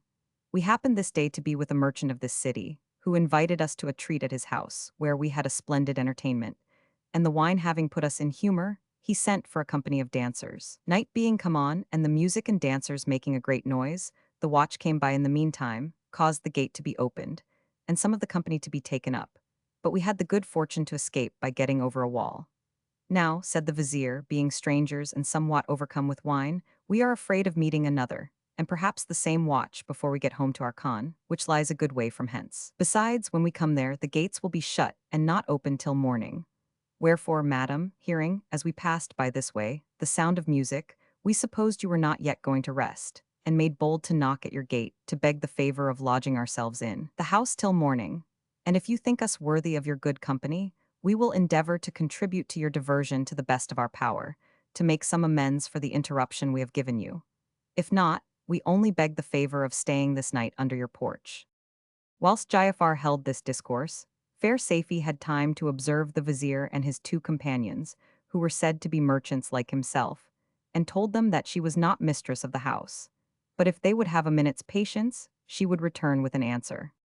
Saifi acquainted her sisters with the matter, who considered for some time what to conclude upon. But being naturally of a good disposition, and having granted the same favor to the three calendars, they at last consented to let them in. Scheherazade, intending to continue her story, saw daylight appear, which made her break off. But the quality of these new actors which the Sultaness had brought upon the stage excited the curiosity of Shahryar, who, looking for some singular event, expected the next night with impatience. 34th night. Dinarzade, being as curious as the Sultan to know what the arrival of the Caliph at the house of those three ladies might produce, did not forget to awaken the Sultaness very early next morning, and prayed her earnestly to resume the story of the calendars, whilst Scheherazade, with leave of the Sultan, pursued in the following manner. The Caliph, his Grand Vizier, and the chief of the eunuchs, being introduced by the fair Saifi, very courteously saluted the ladies and the calendars. The ladies returned them the like civilities, supposing them to be merchants. Zobeide, as the chief, said to them with a grave and serious countenance, which was natural to her, "You are welcome. But before I proceed farther, I hope you will not take it ill if we desire one favor of you." "Alas," said the vizier, "what favor? We can refuse nothing to such fair ladies." Zobeide replied, "It is, that you would only have eyes but no tongues, that you put no question to us about the reason of anything you may happen to see, and speak not of anything that does not concern you, lest you come to hear of things that will by no means please you." "Madam," replied the vizier, "you shall be obeyed. We are not censorious, nor impertinently curious. It is enough for us to take notice of that which concerns us, without meddling with that which does not belong to us." Upon this they all sat down, and the company being united, they drank to the health of the newcomers. While the vizier Jaafar entertained the ladies in discourse, the caliph could not forbear admiring their extraordinary beauty, graceful behavior, pleasant humor, and ready wit. On the other hand, nothing was more surprising to him than the calendars being all three blind of the right eye. He would gladly have been informed of this singularity, but the conditions so lately imposed upon himself and his companions would not allow him to speak. This, with the richness of the furniture, the exact order of everything, and the neatness of the house, made him think it was some enchanted place. Their conversation happening to turn upon diversions and different ways of making merry, the calendars arose, and danced after their fashion, which augmented the good opinion the ladies had conceived of them, and procured them the esteem of the caliph and his companions. When the three calendars had made an end of their dance, Zobeide arose, and taking Amin by the hand, said, "Pray, sister, rise up, for the company will not take it ill if we use our freedom, and their presence need not hinder our performance of what we are wont to do." Amin, understanding her sister's meaning, rose from her seat, carried away the dishes, the table, the flasks and cups, together with the instruments which the calendars had played upon. Saifi was not idle, but swept the room, put everything again in its place, snuffed the candles and put fresh aloes and ambergris to them, and then prayed the three calendars to sit down upon the sofa on one side, and the caliph with his companions on the other. As to the porter, she said to him, "Get up and prepare yourself to serve in what we are going about. A man like you, who is one of the family, ought not to be idle." The porter, being somewhat recovered from his wine, got up immediately, and having tied the sleeve of his gown to his belt, answered, "Here am I, ready to obey your commands in anything." "Very well," replied Saifi, "stay till you are spoken to. You shall not be idle very long." A little time after, Amin came in with a chair, which she placed in the middle of the room, and then went to a closet, which having opened, she beckoned to the porter and said to him, "Come hither and help me." Which he, obeying, entered the closet and returned immediately, leading two black bitches, with each of them a collar and chain. They looked as if they had been severely whipped with rods, and he brought them into the middle of the room. Then Zobeide, rising from her seat between the calendars and the caliph, marched very gravely towards the porter. "Come on," said she, with a great sigh. "Let us perform our duty." Then tucking up her sleeves above her elbows, and receiving a rod from Saifi, porter, said she, "Deliver one of the bitches to my sister Amin, and come to me with the other." The porter did as he was commanded. The bitch that he held in his hand began to cry, and turning towards Zobeide, held her head up in a begging posture. But Zobeide, having no regard to the sad countenance of the bitch, which would have moved pity, nor her cries that resounded through the house, whipped her with the rod till she was out of breath, and having spent her strength that she could strike no more, she threw down the rod, and taking the chain from the porter, lifted up the bitch by her paws, and looking upon her with a sad and pitiful countenance, they both wept. After which, Zobeide, with her handkerchief, wiped the tears from the bitch's eye, kissed her, returned the chain to the porter, bade him carry her to the place whence he took her, and bring her the other. The porter led back the whipped bitch to the closet, and receiving the other from Amin, presented her to Zobeide, who bade the porter hold her as he did the first, took up the rod and treated her after the same manner. And when she had wept over her, dried her eyes and kissed her, and returned her to the porter. But lovely Amin spared him the trouble of leading her back into the closet, and did it herself. The three calendars and the caliph, with his companions, were extremely surprised at this execution, and could not comprehend why Zobeide, after having so furiously whipped those two bitches, that by the Mussulman religion are reckoned unclean animals, should cry with them, wipe off their tears, and kiss them. They muttered among themselves, and the caliph, who being more impatient than the rest, longed exceedingly to be informed of the cause of so strange an action, and could not forbear making signs to the vizier to ask the question. The vizier turned his head another way, but being pressed by repeated signs, he answered by others that it was not yet time for the caliph to satisfy his curiosity. Zobeide sat still some time in the middle of the room, where she had whipped the two bitches, to recover herself of the fatigue, and fair Safie called to her, "Dear sister, will you not be pleased to return to your place, that I may also act my part?" "Yes, sister," replied Zobeide, and then went and sat down upon the sofa, having the caliph, Giafar, and Mesrer on her right hand, and the three calendars with the porter on her left. "Here," said Scheherazade to the Sultan, "Sir, what has been hitherto told your majesty must, without doubt, appear very strange, but what yet remains is more wonderful, and I am persuaded your majesty will think so, if you will be pleased to give me leave to finish the story next night." The Sultan agreed to it, and got up because it was day. 35th night. Dinarzade was no sooner awake next morning, but she called, "Sister, if you are not asleep, pray continue the fine story of the three sisters." The Sultaness, remembering where she left off, addressed herself to the Sultan and went on as follows. Sir, after Zobeide sat down, the whole company was silent for a while. At last Safie, sitting on a chair in the middle of the room, spoke to her sister Amin, "Dear sister, I conjure you to rise up. You know well enough what I would say." Amin rose and went into another closet, near to that where the bitches were, and brought out a case covered with yellow satin, richly embroidered with gold and green silk. She came near Safie and opened the case, from whence she took a lute and presented it to her. And after some time spent in tuning it, Safie began to play, and accompanying it with her voice, she sung a song about the torments that absence creates to lovers with so much sweetness that it charmed the caliph and all the company. Having sung with a great deal of passion and action, she said to lovely Amin, "Pray take it, sister, for I can do no more. My voice fails me. Oblige the company with a tune and a song in my room." "Very willingly," replied Amin, who, taking the lute from her sister Safie, sat down in her place. Amin, after some small trial to see whether the instrument was in tune, played and sung almost as long upon the same subject, but with so much vehemency, and she was so much affected, or rather transported, by the words of the song, that her strength failed her as she made an end of it.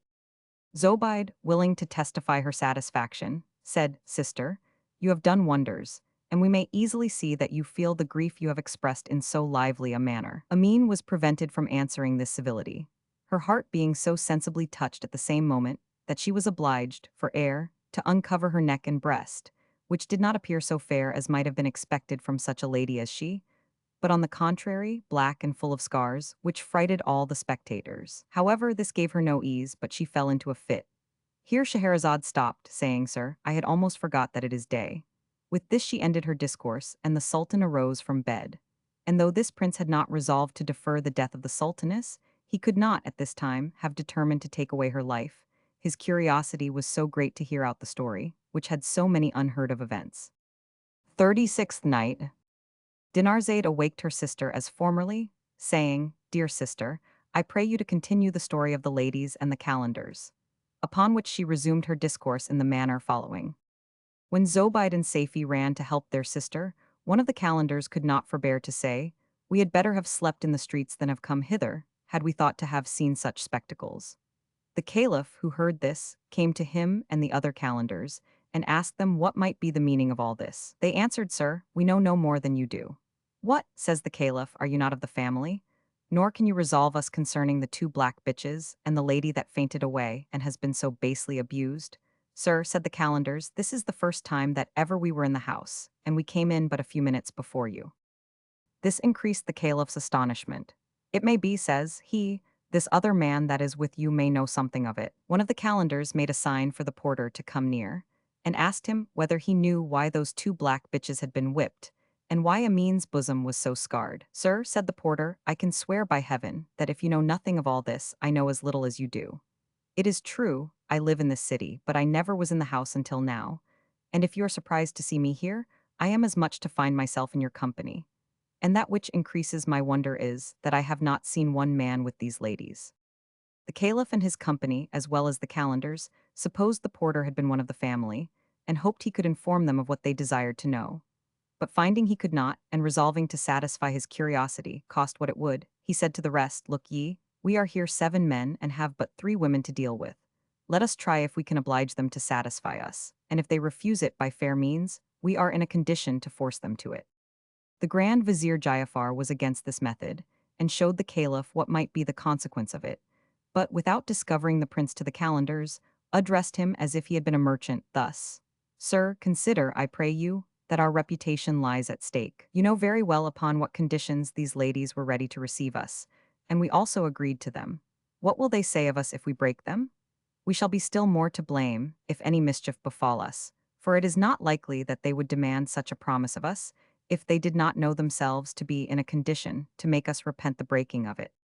Here the vizier took the caliph aside and whispered to him thus: "Sir, the night will soon be at an end, and if your majesty will only be pleased to have so much patience, I will take these ladies tomorrow morning and bring them before your throne, where you may be informed of all that you desire to know." Though this advice was very judicious, the caliph rejected it, bade the vizier hold his tongue, and said he would not stay till then, but would have satisfaction in the matter presently. The next business was to know who should carry the message. The caliph endeavored to prevail with the calendars to speak first, but they excused themselves, and at last they agreed that the porter should be the man. And as they were consulting how to word this fatal question, Zobeide returned from her sister Amin, who was recovered of her fit, drew near them, and having overheard them speaking pretty loud, and with some passion, said, "Gentlemen, what is the subject of your discourse? What are you disputing about?" The porter answered immediately, "Madam, these gentlemen pray you to let them understand wherefore you wept over your 2 bitches after you whipped them so severely, and how that lady's bosom, who lately fainted away, comes to be so full of scars.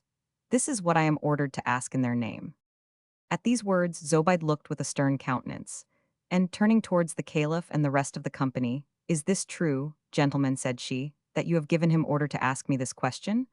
All of them, except the Vizier Ja'afar, who spoke not a word, answered yes, on which she told them, in a tone that sufficiently expressed her resentment, "Before we granted you the favor of being received into our house, and to prevent all occasion of trouble from you, because we are alone, we did it upon condition that you should not speak of anything that did not concern you, lest you might come to hear that which would not please you.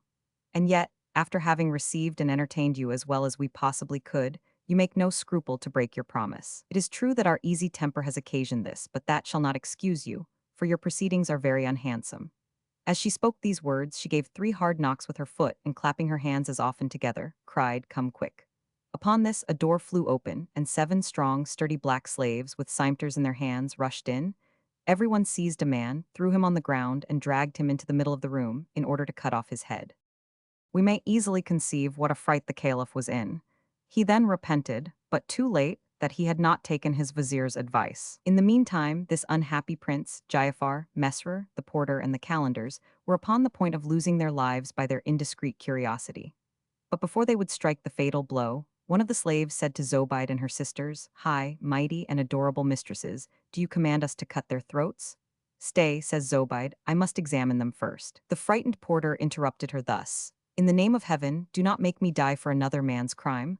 I am innocent, they are to blame." "Alas," said he, crying, "how pleasantly did we pass our time. Those blind calendars are the cause of this misfortune. There is no town in the world but suffers wherever these inauspicious fellows come. Madam, I beg you not to destroy the innocent with the guilty, and consider that it is more glorious to pardon such a wretch as I am, who have no way to help myself, than to sacrifice me to your resentment." Zobeide, notwithstanding her anger, could not but laugh within herself at the porter's lamentation, but without answering him, she spoke a second time to the rest. "Answer me," said she, "and tell me who you are, otherwise you shall not live one moment longer. I cannot believe you to be honest men, nor persons of authority or distinction in your own countries, for if you were, you would have been modest and more respectful to us." The caliph, who was naturally impatient, was infinitely more impatient than the rest, to find his life depend upon the command of a lady justly incensed. But he began to conceive some hopes, when he saw she would know who they were. For he imagined she would not take away his life, when once she came to be informed who he was. Therefore he spoke with a low voice to the vizier, who was near him, to declare speedily who he was. But the vizier, being more prudent, resolved to save his master's honor, and not let the world know the affront he had brought upon himself by his own weakness, and therefore answered, "We have what we deserve." But if he would have spoken obedience to the caliph, Zobeide did not give him time, for, having turned to the calendars, and seeing them all three blind with one eye, she asked if they were brothers. One of them answered, "No, madam, no otherwise than as we are calendars, that is to say, as we observe the same rules." "Were you born blind of the right eye?" replied she. "No, madam," answered he. "I lost my eye in such a surprising adventure, that it would be instructive to every body were it in writing. After that misfortune, I shaved my beard and eyebrows and took the habit or a calendar, which I now wear." Zobeide asked the other two calendars the same question, and had the same answer. But he who spoke last added, "Madam, to show you that we are no common fellows, and that you may have some consideration for us, be pleased to know that we are all three sons of kings. And though we never met together till this evening, yet we have had tune enough to make that known to one another. And I assure you that the kings from whom we derive are being made some noise in the world." Next. At this discourse, Zobeide assuaged her anger, and said to the slaves, "Give them their liberty a while, but stay here. Those who tell us their history, and the occasion of their coming, do them no hurt, let them go where they please. But do not spare those who refuse to give us that satisfaction." Here Scheherazade stopped, and her silence, as well as daylight, giving the Sultan to know that it was time for him to rise, he got up, and resolved to hear the rest of the story next night, for he was impatient to know who these three one-eyed calendars were. 37th night. Dinarzade, who also took a great deal of pleasure to hear the Sultaness's stories, said to her, about the close of the following night, "Dear sister, if you be not asleep, I conjure you to go on with the agreeable story of the three calendars." Scheherazade asked leave of the Sultan, and having obtained it, sir, said she, "The three calendars, the caliph, the grand vizier Jaafar, the eunuch Mesrer, and the porter, were all in the middle of the hall, seated upon a foot carpet, in the presence of the three ladies, who sat upon a sofa, and the slaves stood ready to do whatever their mistresses should command.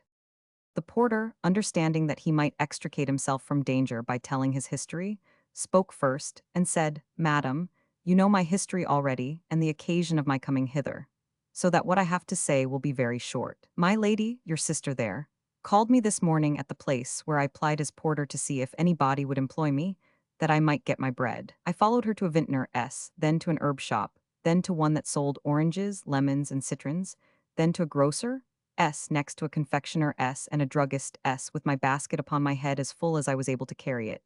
Then I came hither, where you had the goodness to suffer me to continue till now, a favor that I shall never forget. This, madam, is my history." When the porter had done, Zobeide said to him, "Go, march, let us see you no more here."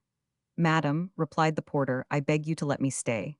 It would not be just, after the rest have had the pleasure to hear my history, that I should not also have the satisfaction to hear theirs." And having spoken thus, sat down at the end of the sofa, glad at heart to have escaped the danger that had frightened him so much. After him, one of the three calendars, directing his speech to Zobeide, as the principal of the three ladies, and the person that commanded him to speak, began his story thus. The history of the first calendar, a king's son. "Madam, in order to inform you how I lost my right eye, and why I was obliged to put myself into a calendar's habit, I must tell you that I am a king's son born. The king my father had a brother that reigned, as he did, over a neighboring kingdom, and the prince his son and I were nearly of the same age. After I had learned my exercises, and the king my father granted me such liberty as suited my dignity, I went regularly every year to see my uncle, at whose court I amused myself for a month or two, and then returned again to my father's. These several journeys cemented a firm and intimate friendship between the prince my cousin and myself. The last time I saw him, he received me with greater demonstrations of tenderness than he had done at any time before, and, resolving one day to give me a treat, he made great preparations for that purpose. We continued a long time at table, and after we had both supped, "Cousin," said he, "you will hardly be able to guess how I have been employed since your last departure from hence, now about a year past. I have had a great many men at work to perfect a design I have in my mind. I have caused an edifice to be built, which is now finished so as to be habitable. You will not be displeased if I show it you. But first you are to promise me, upon oath, that you will keep my secret, according to the confidence I repose in you." The affection and familiarity that subsisted between us would not allow me to refuse him anything. I very readily took the oath required of me. upon which he said to me, "Stay here till I return, I will be with you in a moment." And accordingly he came with a lady in his hand, of singular beauty and magnificently apparelled. He did not intimate who she was, neither did I think it was polite in me to inquire. We sat down again with this lady at table, where we continued some time, conversing upon indifferent subjects, and now and then filling a glass to each other's health. After which the prince said, "Cousin, we must lose no time. Therefore pray oblige me by taking this lady along with you and conducting her to such a place where you will see a tomb newly built in form or a dome. You will easily know it, the gate is open. Go in there together and tarry till I come, which will be very speedily." Being true to my oath, I made no farther inquiry, but took the lady by the hand, and by the directions which the prince my cousin had given me, I brought her to the place, by the light of the moon, without missing one step of the way. We were scarcely got thither, when we saw the prince following after, carrying a little pitcher with water, a hatchet, and a little bag with plaster. The hatchet served him to break down the empty sepulchre in the middle of the tomb. He took away the stones one after another, and laid them in a corner. When all this was taken away, he digged up the ground, where I saw a trapdoor under the sepulchre, which he lifted up, and underneath perceived the head of a staircase leading into a vault. Then my cousin, speaking to the lady, said, "Madam, it is by this way that we are to go to the place I told you of." Upon which the lady drew nigh and went down, and the prince began to follow. But first, turning to me, said, "My dear cousin, I am infinitely obliged to you for the trouble you have taken. I thank you." "Adieu." I cried, "Dear cousin, what is the meaning of this?" "Be content," replied he. "You may return back the same way you came." Scheherazade, having proceeded thus far, saw day appear, which prevented her proceeding any farther. The sultan got up, but longed very much to know the design of the prince and his lady, who seemed as if they had a mind to bury themselves alive, and impatiently waited for next night, that he might be thoroughly informed of it. 38th night. Dinarzade awaked the sultaness next night as usual, and prayed her to continue the history of the first calendar. Shahar having also signified to the sultaness that it would be very pleasing to him, she resumed the thread of her discourse as follows. "Madam," said the calendar to Zobeide, "I could get nothing farther from him, but was obliged to take leave of him. As I returned to my uncle's palace, the vapors of the wine got up into my head. However, I got to my apartment and went to bed. Next morning, when I awaked, I began to reflect upon what had happened the night before, and after recollecting all the circumstances of such a singular adventure, I fancied it was nothing but a dream. Full of these thoughts, I sent to see if the prince, my cousin, was ready to receive a visit from me. But when they brought word back that he did not lie in his own lodgings that night, they knew not what was become of him, and were in much trouble about it. I conceived that the strange event of the tomb was but too true. I was sensibly afflicted at it, and stealing away privately from my people, I went to the public burying place, where there was a vast number of tombs like that which I had seen. I spent the day in viewing them one after another, but could not find that I sought for, and thus I spent 4 days successively in vain. You must know that all this while the king my uncle was absent, and had been hunting for several days.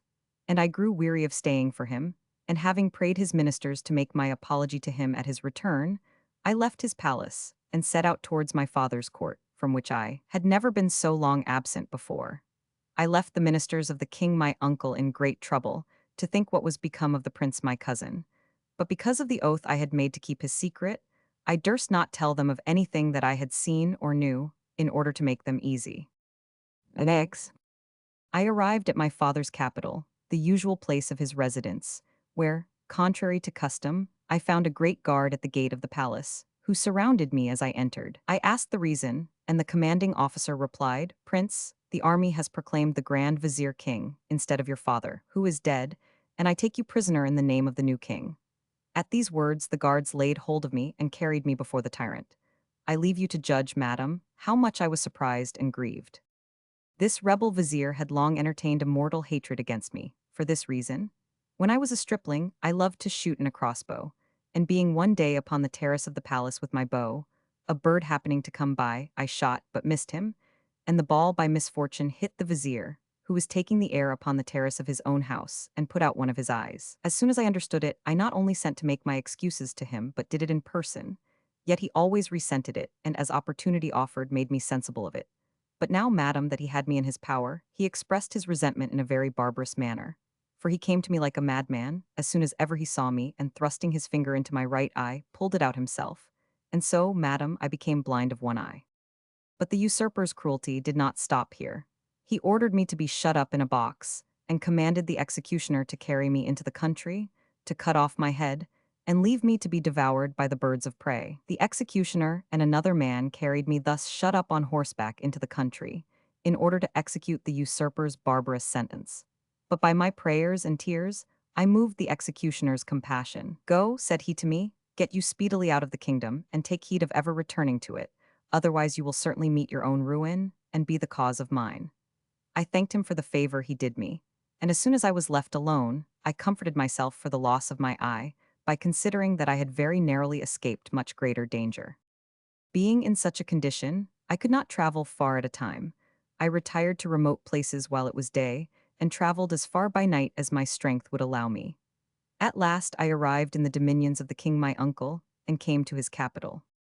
I gave him a long detail of the tragical cause of my return, and of the sad condition he saw me in. Alas, cried he, was it not enough for me to have lost my son, but must I have news also of the death of a brother I loved so dearly? And see you also reduced to this deplorable condition. He told me how uneasy he was, that he could hear nothing of his son, notwithstanding all the diligence and inquiry he could make.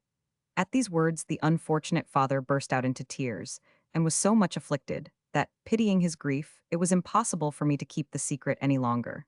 So that, notwithstanding my oath to the prince my cousin, I told the king his father all that I knew. His majesty listened to me with some sort of comfort, and when I had done, nephew, said he, what you tell me gives me some hope. I knew that my son ordered that tomb to be built, and I can guess pretty near at the place. And with the idea you still have of it, I fancy we shall find it. But since he ordered it to be built privately, and you took your oath to keep his secret, I am of opinion that we ought to go in quest of it alone without saying anything. But he had another reason for keeping the matter secret, which he did not then tell me, and an important reason it was, as you will perceive by the sequel of my discourse. We disguised ourselves, and went out by a door of the garden which opened into the field, and soon found what we sought for. I knew the tomb, and was the more rejoiced at it, because I had formerly sought it a long time in vain. We entered, and found the iron trap pulled down upon the entrance of the staircase. We had much ado to raise it, because the prince had fastened it on the inside with the water and plaster formerly mentioned, but at last we did get it up. The king my uncle descended first, I followed, and we went down about 50 steps. When we came to the foot of the stairs, we found a sort of antechamber, full of a thick smoke, of an ill scent, which obscured the lamp that gave a very faint light. From this antechamber we came into another, very large, supported by great columns, and lighted by several branched candlesticks. There was a cistern in the middle, and provisions of several sorts standing on one side of it, but we were very much surprised to see nobody. Before us there appeared an high sofa, which we mounted by several steps, and over this there appeared a very large bed, with the curtains drawn close. The king went up, and opening the curtains, perceived the prince's son and the lady in bed together, but burnt and changed to a coal, as if they had been thrown into a great fire, and taken out again before they were consumed. But what surprised me most of all was, that though this spectacle filled me with horror, the king my uncle, instead of testifying his sorrow to see the prince his son in such a frightful condition, spit on his face, and said to him with a disdainful air, "This is the punishment of this world, but that of the other will last to eternity." And not content with this, he pulled off his sandal, and gave his son a great blow on the cheek with it. "But, sir," said Scheherazade, "it is day. I am sorry your majesty's time will not allow you to hear me farther." This story appearing very strange to the sultan, he got up resolved to hear the rest of it next night. 39th night. Dinarzade, being awake sooner than ordinary, called her sister Scheherazade. "My good sultaness," said she, "I pray you make an end of your story of the first calendar, for I am ready to die with impatience till I know the issue of it." "Well then," said Scheherazade, "you remember how the first calendar continued his story to Zobeide. I cannot enough express, madam," said he, "how much I was astonished when I saw the king my uncle abuse the prince his son thus after he was dead. Sir," said I, "whatever grief this dismal sight is capable to impress upon me, I am forced to suspend it, on purpose to ask your majesty what crime the prince my cousin may have committed, that his corpse should deserve this sort of treatment." "Nephew," replied the king, "I must tell you that my son, who is unworthy of that name, loved his sister from his infancy, as she did him. I did not hinder their growing love, because I did not foresee the pernicious consequence of it. This tenderness increased as they grew in years to such a height, that I dreaded the end of it. At last I applied such remedies as were in my power. I not only gave my son a severe reprimand in private, laying before him the horrible nature of the passion he entertained, and the eternal disgrace he would bring upon my family, if he persisted in such criminal courses. But I also represented the same to my daughter, and I shut her up so close that she could have no conversation with her brother. But that unfortunate creature had swallowed so much of the poison that all the obstacles which by my prudence I could lay in the way served only to inflame her love. My son, being persuaded of his sister's constancy, on pretense of building a tomb, caused this subterraneous habitation to be made, in hopes to find one day or other an opportunity to possess himself of that object which was the cause of his flame, and to bring her hither. He took advantage of my absence to enter by force into the place of his sister's confinement. But this was a circumstance which my honor would not suffer me to make public. And after so damnable an action, he came and shut himself up with her in this place, which he has supplied, as you see, with all sorts of provisions, that he might enjoy his detestable pleasures for a long time, which ought to be a subject of horror to all the world. But God, who would not suffer such an abomination, has justly punished them both. At these words he melted into tears, and I joined mine with his. After a while, casting his eyes upon me, "Dear nephew," cried he, embracing me, "if I have lost that unworthy son, I shall haply find in you what will better supply his place." The reflections he made on the doleful end of the prince and princess his daughter made us both fall into a new fit of weeping. We went up the same stairs again, and departed at last from that dismal place. We let down again the trapdoor, and covered it with earth, and such other materials as the tomb was built of, on purpose to hide, as much as lay in our power, so terrible an effect of the wrath of God. We had not been very long got back to the palace, unperceived by anyone, but we heard a confused noise of trumpets, drums, and other instruments of war. We soon understood by the thick cloud of dust which almost darkened the air that it was the arrival of a formidable army, and it proved to be the same vizier that had dethroned my father, and usurped his throne, who, with a vast number of troops, was also come to possess himself of that of the king my uncle. That prince, who then had only his usual guards about him, could not resist so many enemies. They invested the city, and the gates being opened to them without any resistance, they very soon became masters of the city, and broke into the palace where the king my uncle was, who defended himself till he was killed and sold his life at a dear rate.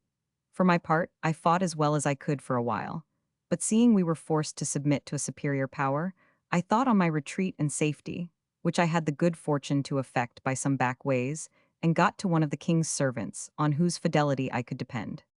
Being thus surrounded with sorrows and persecuted by fortune, I had recourse to a stratagem, which was the only means left me to save my life. I caused my beard and eyebrows to be shaved, and putting on a calendar's habit, I passed, unknown by any, out of the city. After that, by degrees, I found it easy to get out of my uncle's kingdom by taking the byroads. I avoided passing through towns, until I was got into the empire of the mighty governor of the Mussulman, the glorious and renowned Caliph Harun al-Rashid, when I thought myself out of danger. And considering what I was to do, I resolved to come to Baghdad, intending to throw myself at the feet of that monarch whose generosity is everywhere applauded. I shall move him to compassion, said I to myself, by the relation of my extraordinary misfortunes, and without doubt he will take pity on such an unfortunate prince, and not suffer me to implore his assistance in vain. In short, after a journey of several months, I arrived yesterday at the gate of this city, into which I entered about the dusk of the evening, and stopping a little while to revive my spirits, and to consider which way I was to turn, this other calendar you see here next to me came up.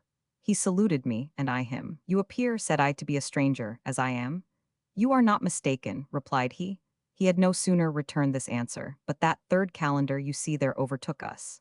He saluted us, and told us he was a stranger newly come to Baghdad, so as brethren we joined together, resolving not to separate from one another.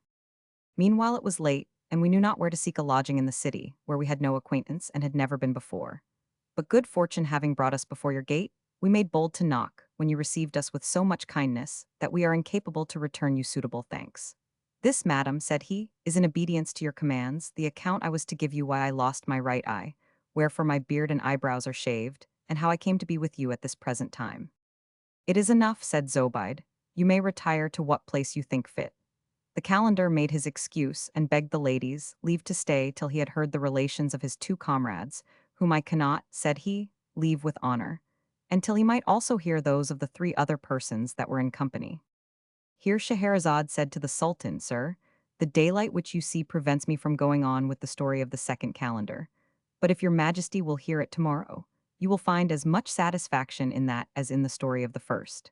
To which the sultan gave consent, and so got up, in order to go to council. 40th night. Dinarzade, not doubting to find as much delight in the story of the second calendar as she had in the first, failed not to call upon the sultaness before day. "If you be not asleep, sister," said she, "I would pray you to begin the story that you promised me." Upon which Scheherazade addressed her discourse to the sultan, and spoke as follows. Sir, the story of the first calendar seemed very strange to the whole company, but especially to the caliph, who, notwithstanding the slaves stood by with their scimitars in their hands, could not forbear whispering to the vizier, "Many stories have I heard, but never anything that came near the story of the calendar." Whilst he was saying this, the second calendar began, addressing his speech to Zobeide. Story of the second calendar, a king's son. "Madam," said he, "to obey your command, and to show you by what strange accident I became blind of the right eye, I must of necessity give you the whole account of my life. I was scarce past my infancy, when the king my father, for you must know, madam, I am a prince by birth, perceived that I was endowed with a great deal of sense, and spared nothing that was proper for improving it. He employed all the men in his dominions that excelled in science and art to be constantly about me. No sooner was I able to read and write, but I learnt the Alcoran from the beginning to the end by heart, that admirable book which contains the foundation, the precepts, and the rules of our religion, and that I might be thoroughly instructed in it, I read the works of the most approved authors, by whose commentaries it had been explained. I added to this study that of all the traditions collected from the mouth of our prophet, by the great men that were contemporary with him. I was not satisfied with the knowledge of all that had any relation to our religion, but made also a particular search into our histories. I made myself perfect in polite learning, in the works of poets and versification. I applied myself to geography, chronology, and to speak our Arabian language in its purity, not forgetting in the meantime all such exercises as were proper for a prince to understand. But one thing which I was fond of, and succeeded in to admiration, was to form the characters of our Arabian language, wherein I surpassed all the writing masters of our kingdom that had acquired the greatest reputation. Fame did me more honor than I deserved, for she not only spread the renown of my talents through all the dominions of the king my father, but carried it as far as the Indian court, whose potent monarch, desirous to see me, sent an ambassador with rich presents, to demand me of my father, who was extremely glad of this embassy for several reasons.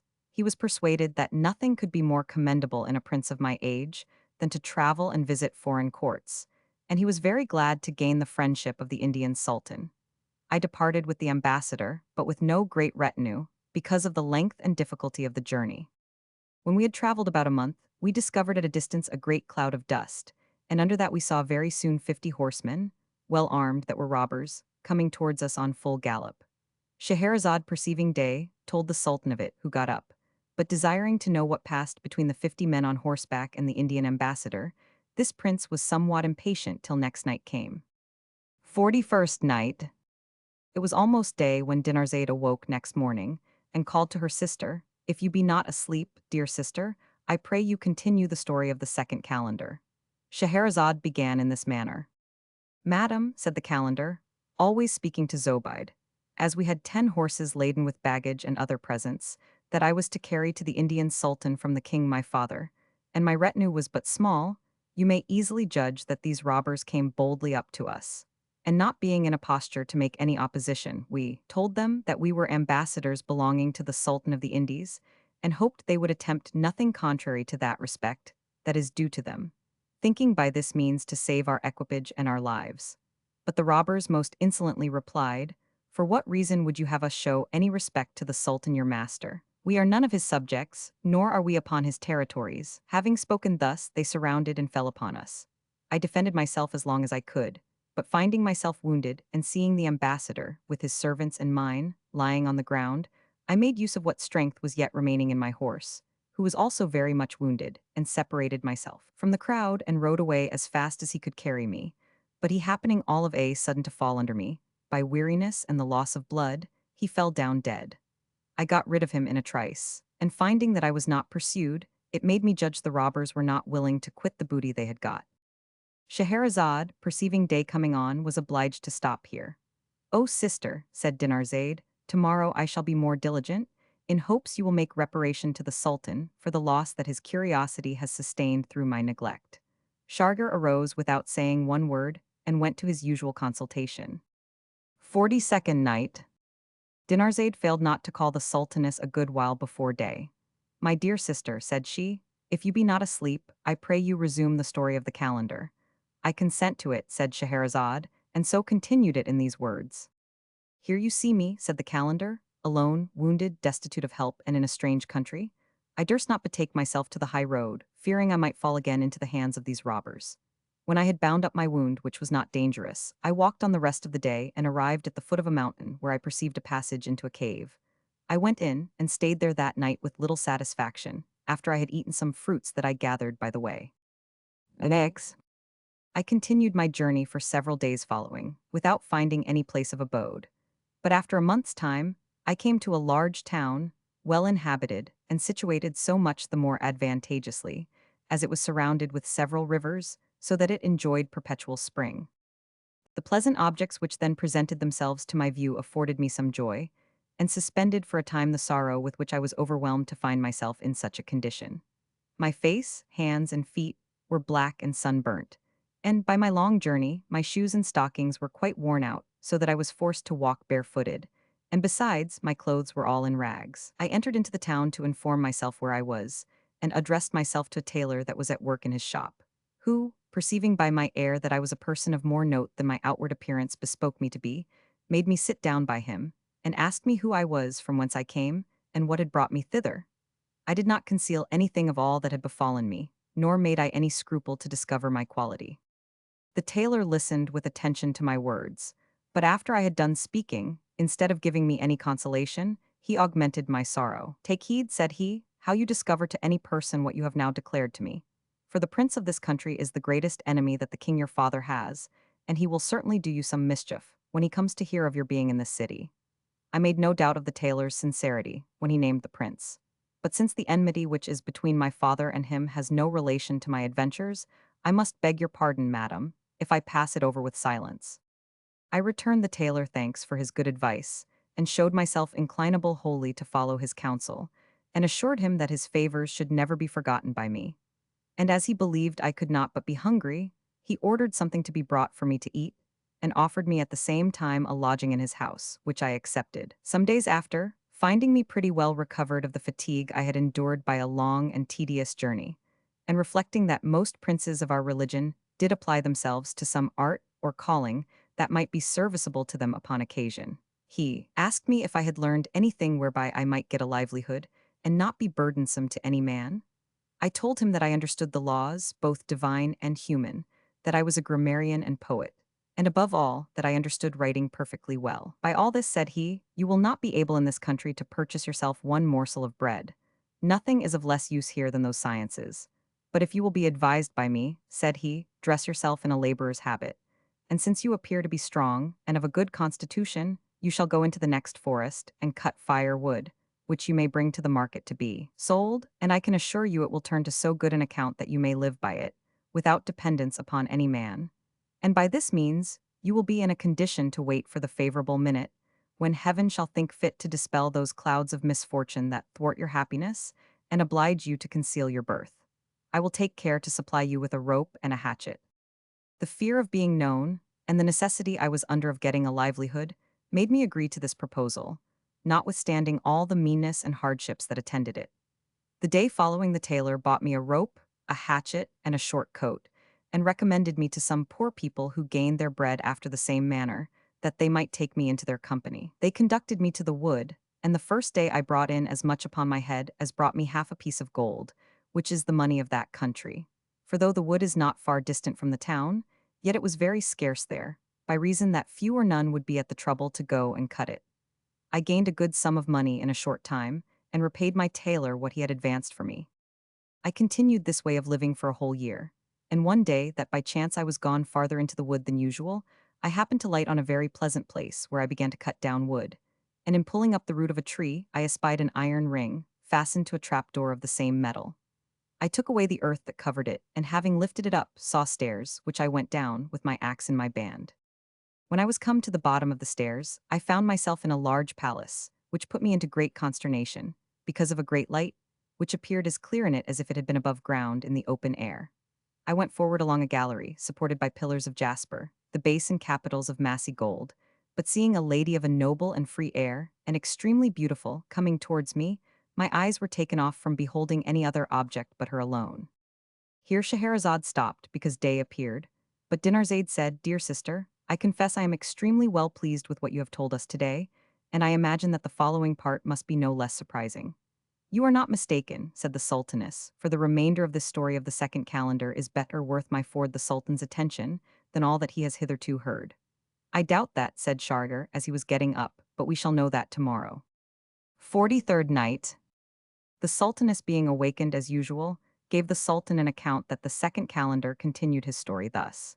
"Being desirous," said he, "to spare the lady the trouble to come to me, I made haste to meet her. And as I was saluting her with a low bow, she asked me, 'What are you, a man or a genie?' 'A man, madam,' said I. 'I have no correspondence with genies.'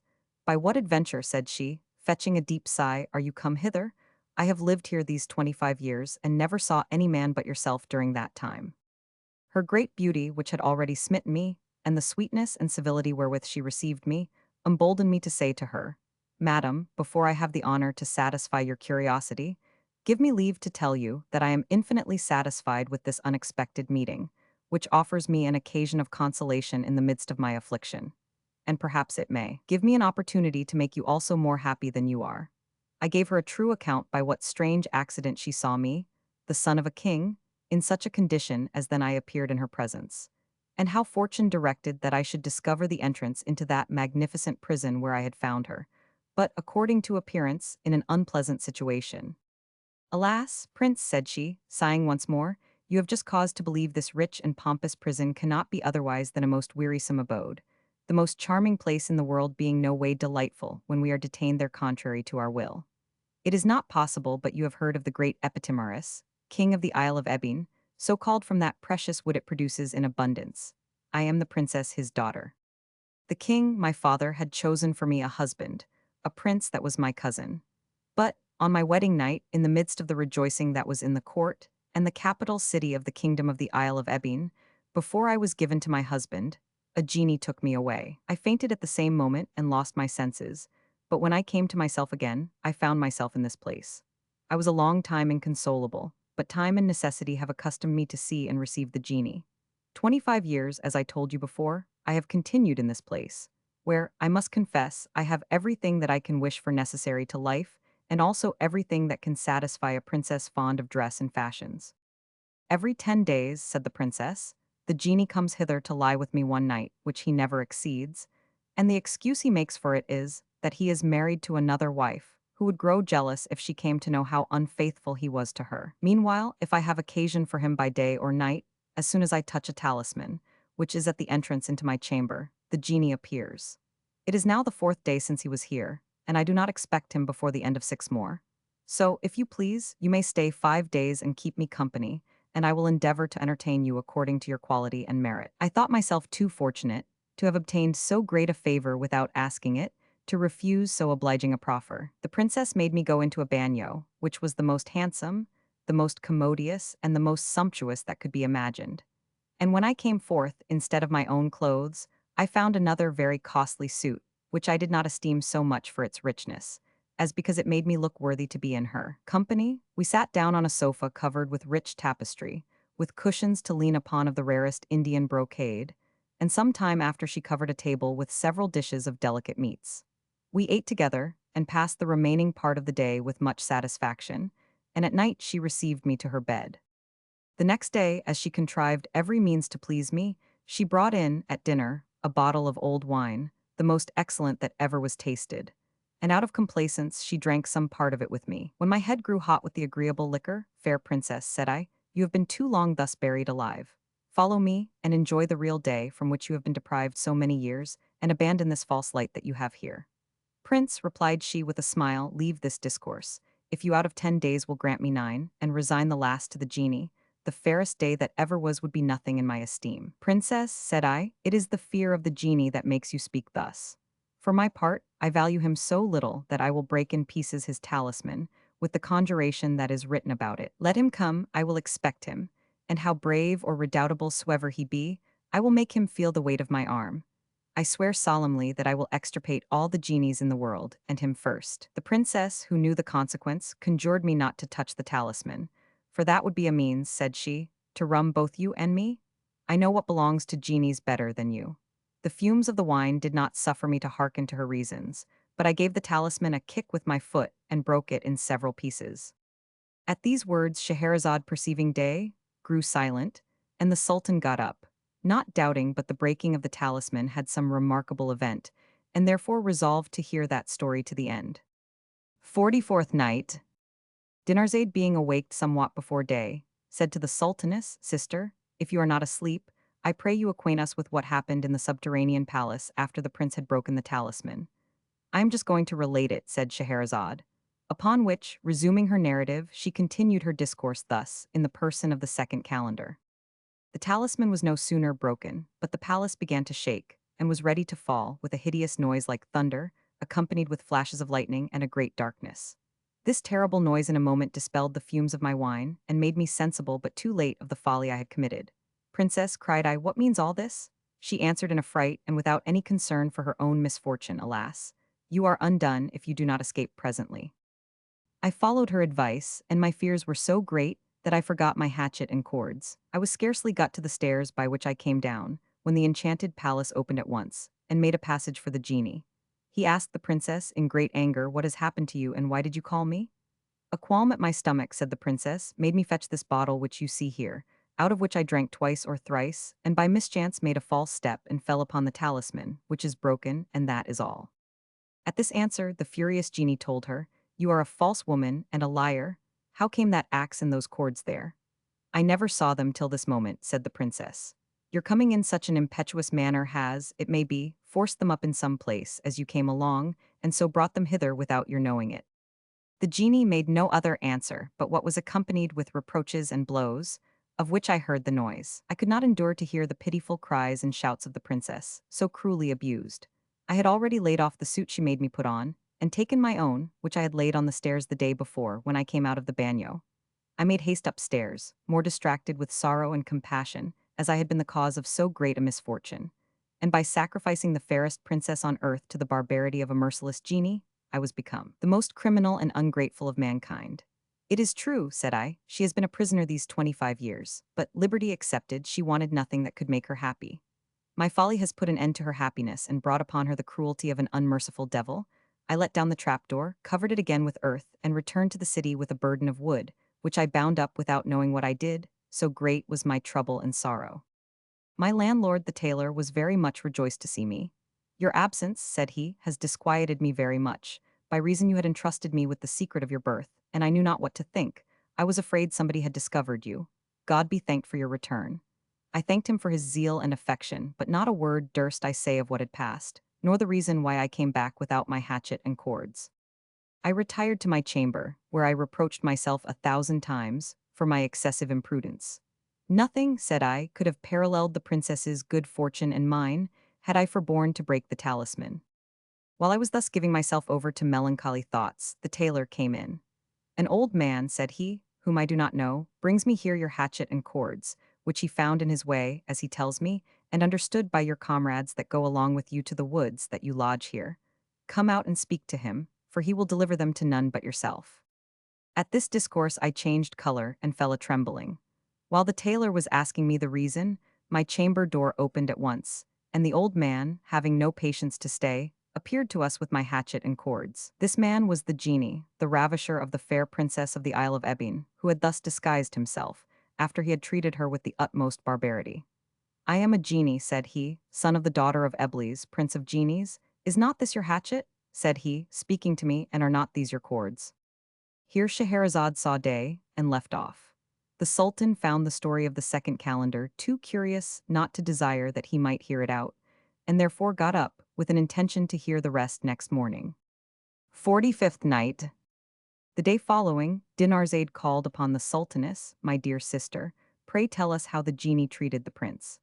"I wish to satisfy your curiosity," replied Scheherazade, and then resumed her story of the second calendar thus. The calendar, continuing his discourse to Zobeide, "Madam," said he, After the genie had put the question to me, he gave me no time to answer, nor was it in my power, so much had his terrible aspect disordered me. He grasped me by the middle, dragged me out of the chamber, and mounting into the air, carried me up to the skies with such swiftness that I perceived I was got so high without being able to take notice of the way he carried me in so few moments. He descended again in like manner to the earth, which on a sudden he caused to open with a stroke of his foot, and so sunk down at once, where I found myself in the enchanted palace before the fair princess of the Isle of Ebene. But alas, what a spectacle was there! I saw what pierced me to the heart. This poor princess was quite naked, weltering in her blood and laid upon the ground, more like one dead than alive, with her cheeks bathed in tears. "Perfidious wretch," said the genie to her, pointing at me, "is not this your gallant?" She cast her languishing eyes upon me, and answered mournfully, "I do not know him.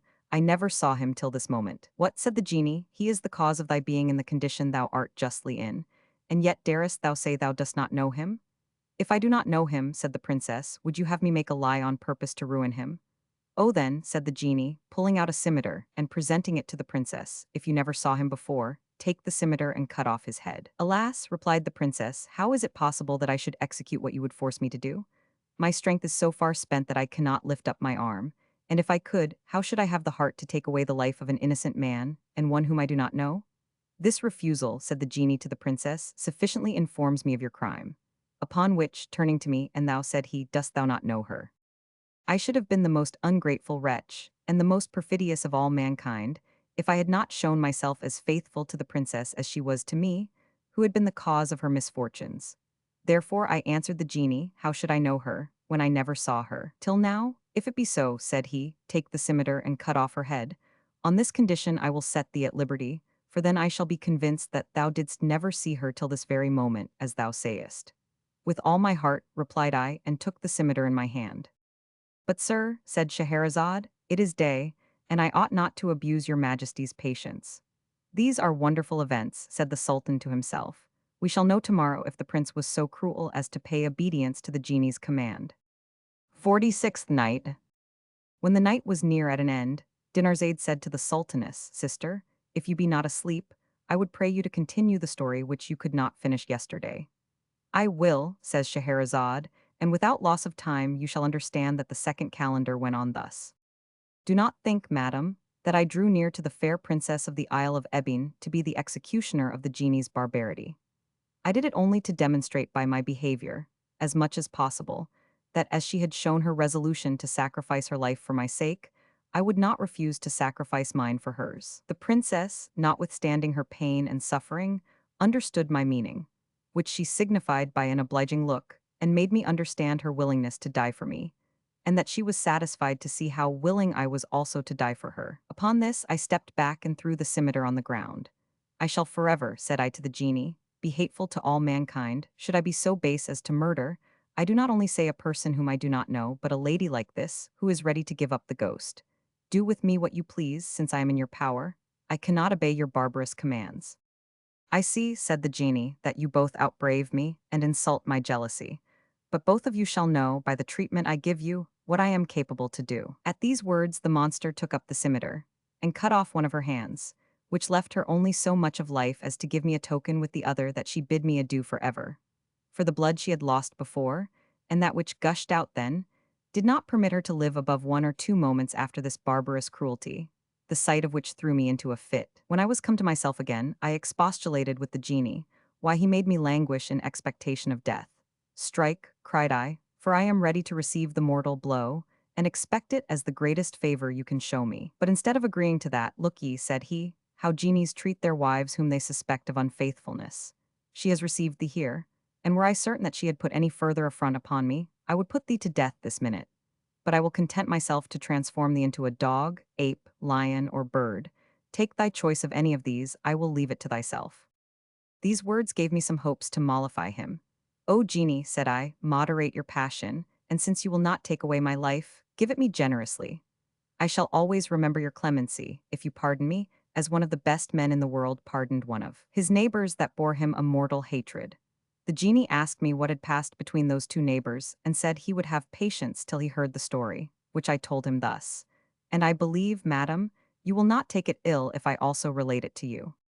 The story of the envious man, and of him that he envied. In a considerable town, two persons dwelt next door to one another. One of them conceived such a violent hatred against the other, that he who was hated resolved to remove his dwelling farther off, being persuaded that their being neighbors was the only cause of his animosity. For though he had done him several pieces of service, he found, nevertheless, that his hatred was nothing diminished. Therefore he sold his house, with what goods he had left, and retired to the capital city of that kingdom, which was not far distant. He bought a little spot of ground, which lay about half a league from the city. He had a house convenient enough, with a fine garden and a pretty spacious court, wherein there was a deep well which was not in use. The honest man, having made this purchase, put on a dervise's or monk's habit to lead a retired life, and caused several cells to be made in the house, where in a short time he established a numerous society of dervises. He soon came to be publicly known by his virtue, through which he acquired the esteem of many people, as well of the commonalty as of the chief of the city. In short, he was extremely honored and cherished by every one. People came from afar to recommend themselves to his prayers, and all who came to live with him published what blessings they received through his means. The great reputation of this honest man having spread to the town from whence he came, it touched the envious man so much to the quick, that he left his house and affairs with a resolution to go and ruin him. With this intent he went to the new convent of Dervises, of which his former neighbor was the head, who received him with all imaginable tokens of friendship. The envious man told him that he was come on purpose to communicate a business of importance to him, which he could not do but in private, and that nobody may hear us. Let us, said he, take a walk in your court, and seeing night begins to draw on, command your dervises to retire to their cells. The head of the dervises did as he required. When the envious man saw that he was alone with this good man, he began to tell his errand, walking side by side in the court, till he saw his opportunity. And getting the good man near the brink of the well, he gave him a thrust and pushed him into it, without any body being witness to so wicked an action. Having done thus, he marched off immediately, got out at the gate of the convent without being known to anyone, and went home to his own house, well satisfied with his journey, being fully persuaded that the object of his hatred was no more in this world. But he found himself highly mistaken. Next, Scheherazade could go no farther, because day began to appear. The Sultan conceived great indignation against the envious man, and said to himself, I heartily wish that no hurt may have come to this honest man. I hope to hear tomorrow that heaven did not forsake him on this occasion. 47th night. If you be not asleep, sister, said Dinarzade next morning, I conjure you to tell us if the honest dervise came safe and sound out of the well. Yes, replied Scheherazade, and the second calender pursued his story thus. This old well, said he, was inhabited by fairies and genies, which happened luckily for the relief of the head of the convent, for they received and supported him, and carried him to the bottom, so that he got no hurt. He perceived well enough that there was something extraordinary in his fall, which must otherwise have cost him his life, whereas he neither saw nor felt anything. But he soon heard a voice which said, Do you know what honest man this is, to whom we have done this piece of service? Another voice answered, No.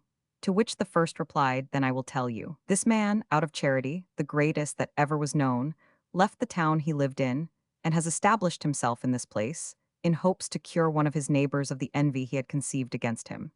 He had acquired such a general esteem, that the envious man, not able to endure it, came hither on purpose to ruin him, which he had performed, had it not been for the assistance which we have given this honest man, whose reputation is so great, that the Sultan, who keeps his residence in the neighboring city, was to pay him a visit tomorrow, to recommend the princess his daughter to his prayers. Another voice asked, What need had the princess of the Dervises' prayers? To which the first answered, You do not know, it seems, that she is possessed by Genie Maimon, the son of Dimdim, who has fallen in love with her. But I know well how this good head of the Dervises may cure her. The thing is very easy, and I will tell it you. He has a black cat in his convent, with a white spot at the end of her tail, about the bigness of a small piece of Arabian money. Let him only pull 7 hairs out of the white spot, burn them, and smoke the princess's head with the fume. She will not only be presently cured, but be so safely delivered from Maimon, the son of Dimdim, that he will never dare to come near her a second time. The head of the Dervises remembered every word of the discourse between the fairies and the genies, who were very silent all the night after. The next morning by break of day, when he could discern one thing from another, the well being broken down in several places, he saw a hole, by which he crept out with ease. The other Dervises, who had been seeking for him, were rejoiced to see him. He gave them a brief account of the wickedness of that man to whom he had given so kind a reception the day before, and retired into his cell. It was not long till the black cat, of whom the fairies and the genies had made mention in their discourses the night before, came to fawn upon her master, as she was accustomed to do. He took her up, and pulled out 7 hairs of the white spot that was upon her tail, and laid them aside for his use when occasion should serve. The sun was not high, when the Sultan, who would leave no means untried that he thought could restore the princess to perfect health, arrived at the gate of the convent. He commanded his guards to halt, whilst he with his principal officers went in. The dervises received him with profound respect.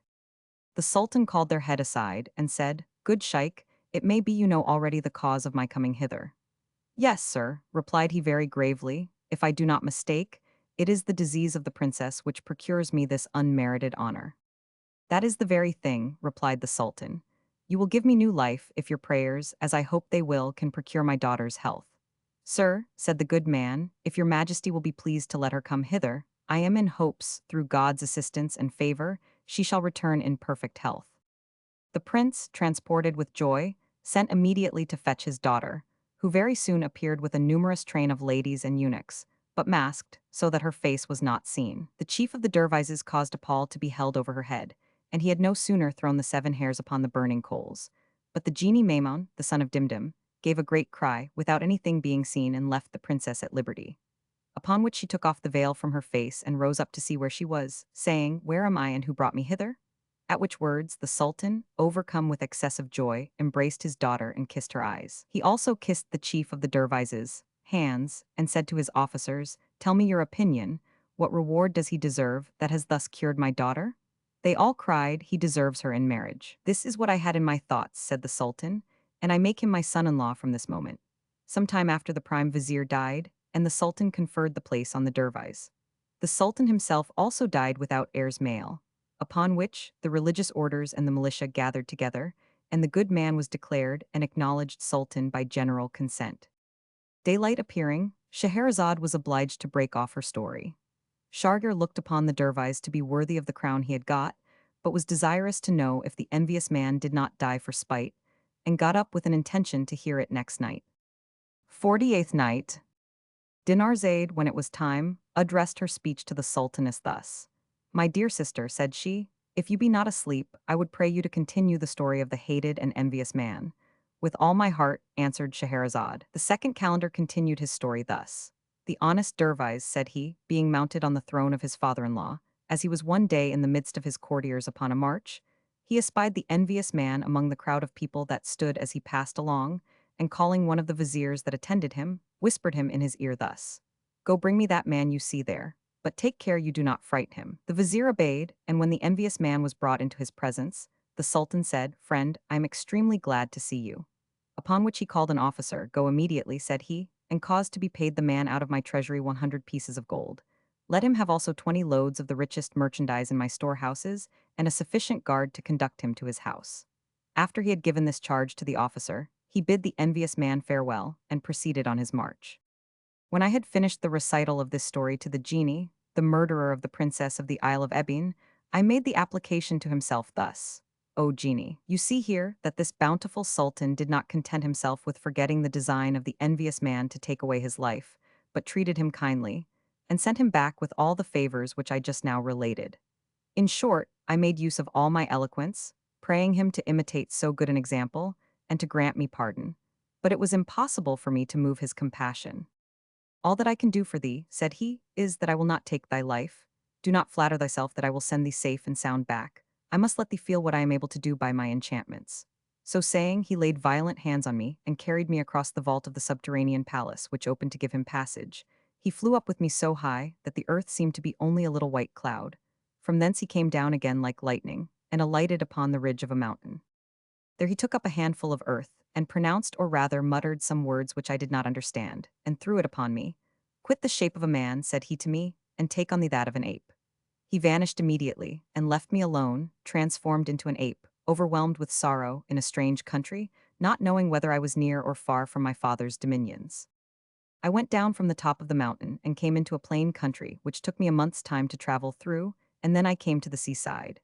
It happened to be then a great calm, and I espied a vessel about half a league from the shore. Unwilling to lose this good opportunity, I broke off a large branch from a tree, which I carried with me to the seaside, and set myself astride upon it, with a stick in each hand to serve me for oars. I launched out in this posture, and advanced near the ship. When I was nigh enough to be known, the seamen and passengers that were upon the deck thought it an extraordinary sight, and all of them looked upon me with great astonishment. In the meantime I got aboard, and laying hold of a rope, I jumped upon the deck, but having lost my speech, I found myself in great perplexity. And indeed the risk I ran then was nothing less than when I was at the mercy of the genie. The merchants, being both superstitious and scrupulous, believed I should occasion some mischief to their voyage if they received me. Therefore, said one, I will knock him down with a handspike. Says another, I will shoot an arrow through his guts. Says a third, let us throw him into the sea. Some of them would not have failed to have executed their design, if I had not got to that side where the captain was, when I threw myself at his feet, and took him by the coat in a begging posture. This action, together with the tears which he saw gush from my eyes, moved his compassion, so that he took me under his protection, threatening to be revenged on him that would do me the least hurt. And he himself made very much of me, while I on my part, though I had no power to speak, showed all possible signs of gratitude by my gestures. The wind that succeeded the calm was gentle and favorable, and did not change for 50 days, but brought us safe to the port of a fine city, well peopled, and of great trade, the capital of a powerful state, where we came to an anchor. Our vessel was speedily surrounded with an infinite number of boats full of people, who came to congratulate their friends upon their safe arrival, or to inquire for those they had left behind them in the country from whence they came, or out of curiosity to see a ship that came from a far country. Amongst the rest, some officers came on board, desiring to speak with the merchants, in the name of the Sultan. The merchants appearing, one of the officers told them, the Sultan, our master, hath commanded us to acquaint you, that he is glad of your safe arrival, and prays you to take the trouble, every one of you, to write some lines upon this roll of paper. And that his design by this may be understood, you must know that we had a prime vizier, who, besides a great capacity to manage affairs, understood writing to the highest perfection. This minister is lately dead, at which the Sultan is very much troubled, and since he can never behold his writing without admiration, he has made a solemn vow not to give the place to any man but to him who can write as well as he did. Many people have presented their writings, but to this day, nobody in all this empire has been judged worthy to supply the vizier's place.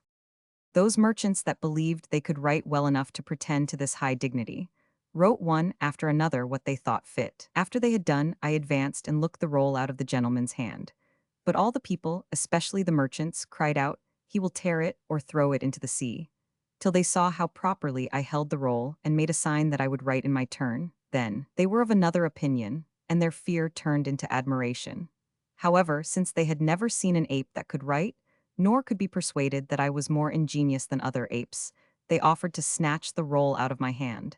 But the captain took my part once more. Let him alone, said he, suffer him to write. If he only scribbles the paper, I promise you that I will punish him upon the spot. If, on the contrary, he writes well, as I hope he will, because I never saw an ape so clever and ingenious and so quick of apprehension, I do declare that I will own him as my son. I had one that had not half the wit that he has. Perceiving that nobody opposed my design, I took the pen and wrote 6 sorts of hands used among the Arabians, and each specimen contained an extemporary distich or quatrain in praise of the Sultan. My writing did not only excel that of the merchants, but, I venture to say, they had not before seen any such fair writing in that country. When I had done, the officers took the roll and carried it to the Sultan. Thus far was Scheherazade come in her story, when daylight appeared. Sir, said she to Shargar, if I had time to continue, I would give your majesty an account of things far more surprising than what I have already told. The Sultan, who had resolved to hear the end of the story, got up without saying a word. 49th night. The next morning, Dinarzade, being awake before day, called the Sultaness, and said, Sister, if you be not asleep, pray let us hear the rest of the adventures that befell the ape. I believe my lord the Sultan is no less curious to know it than myself. You shall both be soon satisfied, answered Scheherazade. The second calendar continued his story thus. Next. The Sultan took little notice of any of the other writings, but considered mine, which was so much to his liking, that he said to the officers, Take the finest horse in my stable, with the richest harness and a robe of the most sumptuous brocade. to put upon that person who wrote the 6 hands, and bring him hither to me." At this command the officers could not forbear laughing. The Sultan grew angry at their boldness, and was ready to punish them, till they told him, "Sir, we humbly beg your majesty's pardon. These hands were not written by a man, but by an ape." "What do you say?" said the Sultan. "Those admirable characters, are they not written by the hands of a man?" "No, sir," replied the officers. "We do assure your majesty that it was an ape who wrote them in our presence." The Sultan was too much surprised at this account not to desire a sight of me, and therefore said, "Do what I command you, and bring me speedily that wonderful ape." The officers returned to the vessel, and showed the captain their order, who answered, "The Sultan's command must be obeyed." Whereupon they clothed me with that rich brocade robe, and carried me ashore, where they set me on horseback, whilst the Sultan waited for me at his palace with a great number of courtiers whom he gathered together to do me the more honor.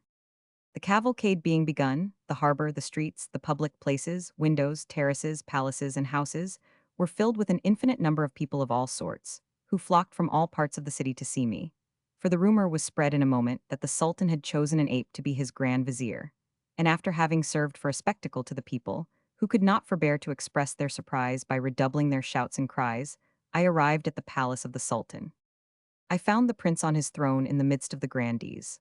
I made my bow 3 times very low, and at last kneeled and kissed the ground before him, and afterwards sat down on my seat in the posture of an ape. The whole assembly admired me, and could not comprehend how it was possible that an ape should understand so well to pay the Sultan his due respect, and he himself was more astonished than any.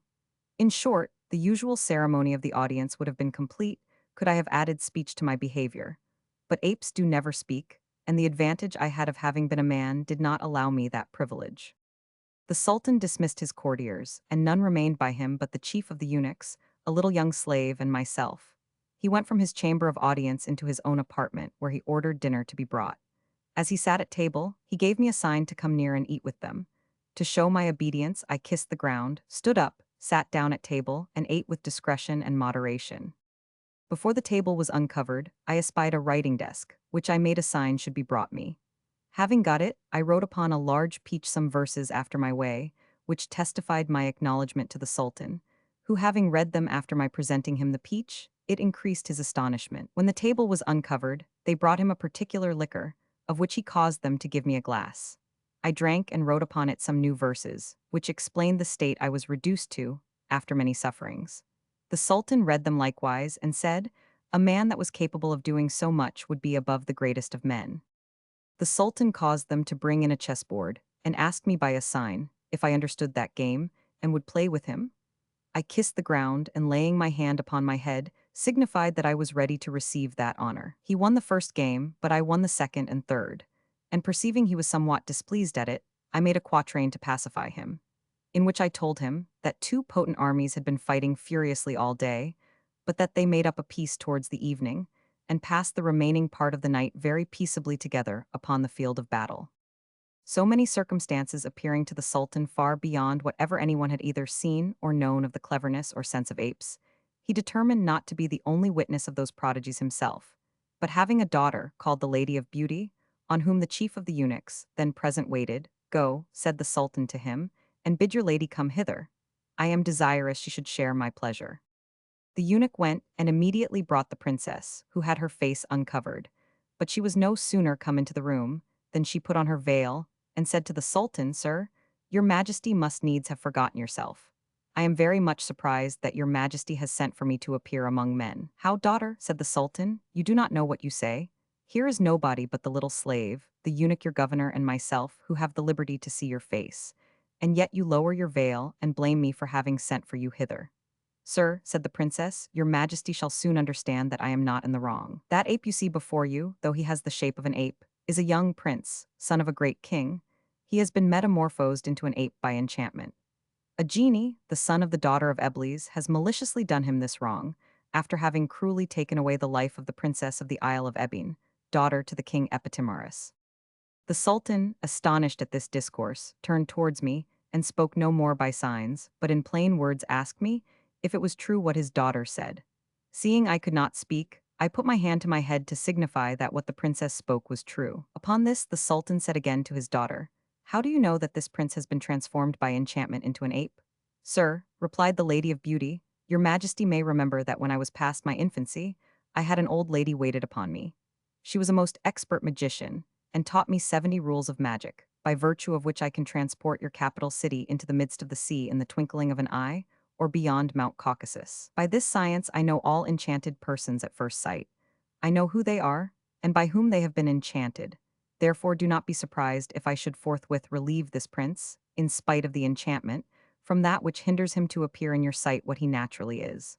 Daughter, said the Sultan, I did not believe you to have understood so much. Sir, replied the princess, these things are curious and worth knowing, but I think I ought not to boast of them. Since it is so, said the Sultan, you can dispel the prince's enchantment. Yes, sir, said the princess, I can restore him to his first shape again. Do it then, said the Sultan, you cannot do me a greater pleasure, for I will have him to be my vizier, and he shall marry you. Sir, said the princess, I am ready to obey you in all that you should be pleased to command me.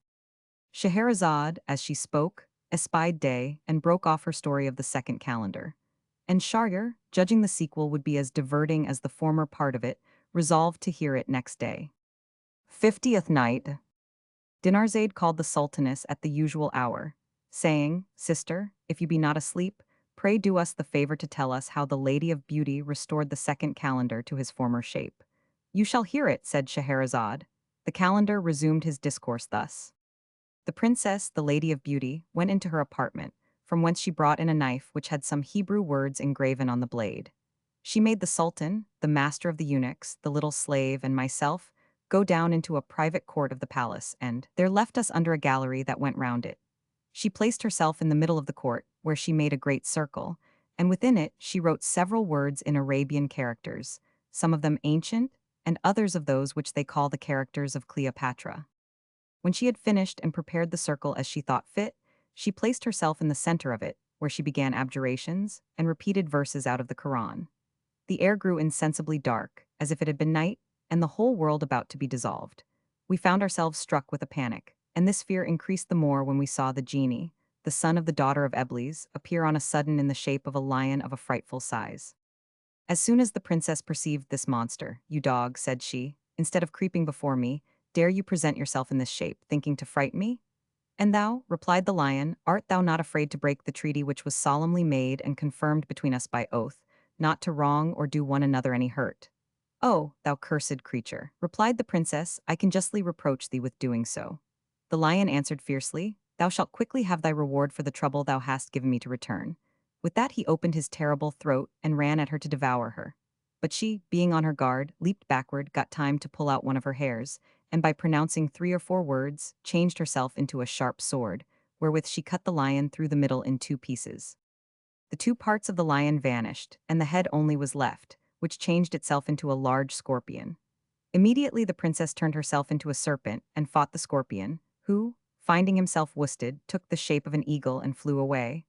But the serpent at the same time took also the shape of an eagle, that was black and much stronger, and pursued him, so that we lost the sight of them both. Some time after they had disappeared, the ground opened before us, and out of it came forth a cat, black and white, with her hair standing upright, and mewing in a frightful manner. A black wolf followed her close, and gave her no time to rest. The cat, being thus hard beset, changed herself into a worm, and being nigh to a pomegranate that had accidentally fallen from a tree that grew on the side of a canal, which was deep but not broad. The worm pierced the pomegranate in an instant, and hid itself. But the pomegranate swelled immediately, and became as big as a gourd, which mounting up to the roof of the gallery, rolled there for some space, backward and forward, fell down again into the court, and broke into several pieces. The wolf, who had in the meantime transformed itself into a cock, fell to picking up the seeds of the pomegranate one after another. But finding no more, he came towards us with his wings spread, making a great noise, as if he would ask us whether there was any more seed. There was one lying on the brink of the canal, which the cock perceiving as he went back, ran speedily thither. But just as he was going to pick it up, the seed rolled into the river, and turned into a little fish. But I see day, sir, said Scheherazade. Had it not come so suddenly, I am persuaded what I had farther to say would have given your majesty a great deal of satisfaction. Upon this she stopped, and the Sultan arose. But his thoughts being altogether taken up with such unheard-of adventures, he was extremely impatient till he heard the rest of the story. 51st night. Dinarzade made no scruple to disturb the Sultaness next morning, and called to her, Sister, if you be not asleep, pray begin where you left off that wonderful story last night. I am very desirous to know what followed after all those metamorphoses." Scheherazade recollected where she had stopped, and addressing her discourse to the Sultan, "Sir," said she, "the second calendar continued his story after this manner. The cock jumped into the river and was turned into a pike that pursued the small fish. They continued both under water above 2 hours, and we knew not what was become of them. But all on a sudden we heard terrible cries, which made us tremble, and a little while after we saw the genie and princess all in flames. They threw flashes of fire out of their mouths at each other, till they came to close quarters. Then the two fires increased, with a thick burning smoke, which mounted so high that we had reason to fear it would set the palace on fire. But we very soon had a more pressing occasion of fear. For the genie, having got loose from the princess, came to the gallery where we stood, and blew flames of fire upon us. We had all perished if the princess, running to out assistance, had not by her cries forced him to retire and defend himself against her. Yet, notwithstanding all her exertions, she could not hinder the sultan's beard from being burnt, and his face spoiled, the chief of the eunuchs from being stifled and burnt on the spot, and a spark from entering my right eye and making it blind. The sultan and I expected nothing but death when we heard a cry of victory, victory, and on a sudden the princess appeared in her natural shape, but the genie was reduced to a heap of ashes. The princess came near to us that she might not lose time, called for a cupful of water, which the young slave, who had received no damage, brought her. She took it, and after pronouncing some words over it, threw it upon me, saying, "If thou art become an ape by enchantment, change thy shape, and take that of a man which thou hadst before." These words were hardly uttered till I became a man as I was before, one eye only excepted. Next, I was preparing myself to give thanks to the princess, but she prevented me by addressing herself to her father, thus: "Sir, I have gained the victory over the genie, as your majesty may see, but it is a victory that costs me dear. I have but a few minutes to live, and you will not have the satisfaction to make the match you intended. The fire has pierced me during the terrible combat, and I find it consumes me by degrees. This would not have happened had I perceived the last of the pomegranate seeds and swallowed it, as I did the other when I was changed into a cock. The genie had fled thither as to his last entrenchment, and upon that the success of the combat depended, which would have been successful and without danger to me. This slip obliged me to have recourse to fire, and to fight with those mighty arms as I did between heaven and earth, in your presence. For, in spite of all his redoubtable art and experience, I made the genie know that I understood more than he. I have conquered and reduced him to ashes, but I cannot escape death, which is approaching." Here Scheherazade broke off the story of the second calendar, and said to the Sultan, "Sir, daylight appears, which forbids me to say any more, but if your majesty thinks fit to let me live till tomorrow, you shall hear the end of this story." Shahryar consented, and got up according to custom to take care of the affairs of his empire. 52nd night. Dinarzade, awaking some time before day, called upon the sultaness, and said, "My dear sister, if you be not asleep, I would pray you to finish the story of the second calendar." Scheherazade resumed her discourse, and went on as follows. The calendar, always directing his speech to Zobeide, told her, "Madam, the sultan suffered the princess, the lady of beauty, to go on with the recital of her combat, and when she had done, he spoke to her in a tone that sufficiently testified his grief. 'My daughter,' said he, 'you see in what condition your father is. Alas, I wonder that I am yet alive. Your governor, the eunuch, is dead, and the prince whom you have delivered from his enchantment has lost one of his eyes.' He could speak no more, for his tears, sighs, and sobs made him speechless. His daughter and I were exceeding sensible of his sorrow, and wept with him. In the meantime, while we were vying with each other in grief, the princess cried, 'I burn, I burn.' She found that the fire which consumed her had at last seized upon her whole body, which made her still cry, 'I burn,' until death had made an end of her intolerable pains. The effect of that fire was so extraordinary that in a few moments she was wholly reduced to ashes, as was the genie. I cannot tell you, madam, how much I was grieved at so dismal a spectacle. I had rather all my life have continued an ape or a dog than to have seen my benefactress thus miserably perish. The sultan, being afflicted beyond all that can be imagined, cried out piteously, and beat himself on his head and stomach, until being quite overcome with grief, he fainted away, which made me fear for his life. In the meantime, the eunuchs and officers came running at the sultan's cries, and with very much ado brought him to himself again.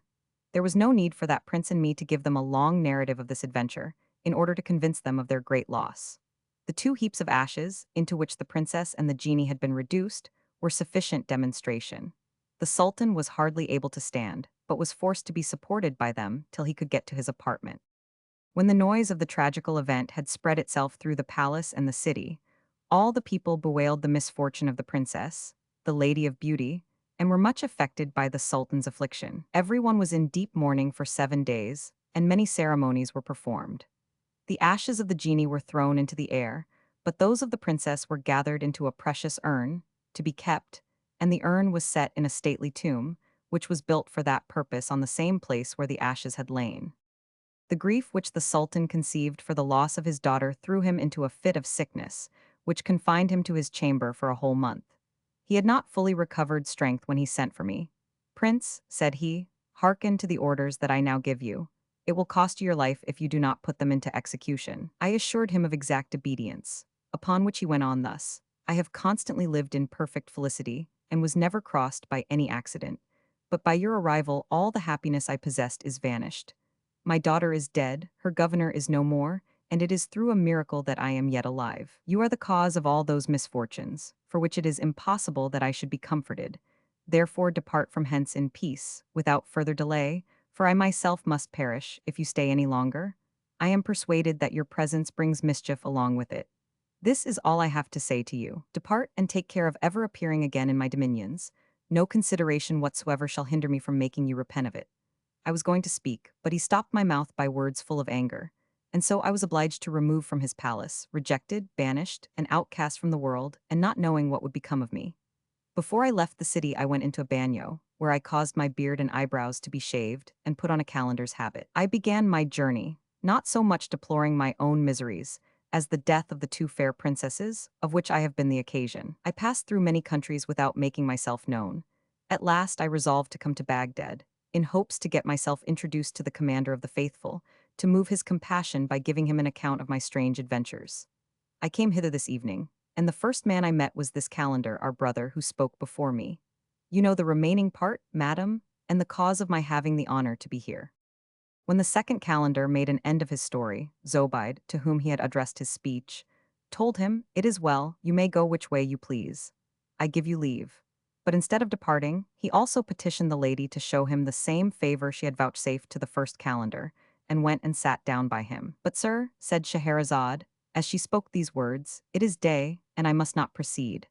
I dare, however, assure you, that how agreeable soever this story of the second calendar may seem to you, that of the third will be no less worthy of your hearing, if your Majesty be pleased to have patience." The Sultan, being desirous to know whether it would appear so wonderful as the last, got out of bed with a resolution to prolong Scheherazade's life farther, though the delay he had granted was determined several days before. 53rd Night.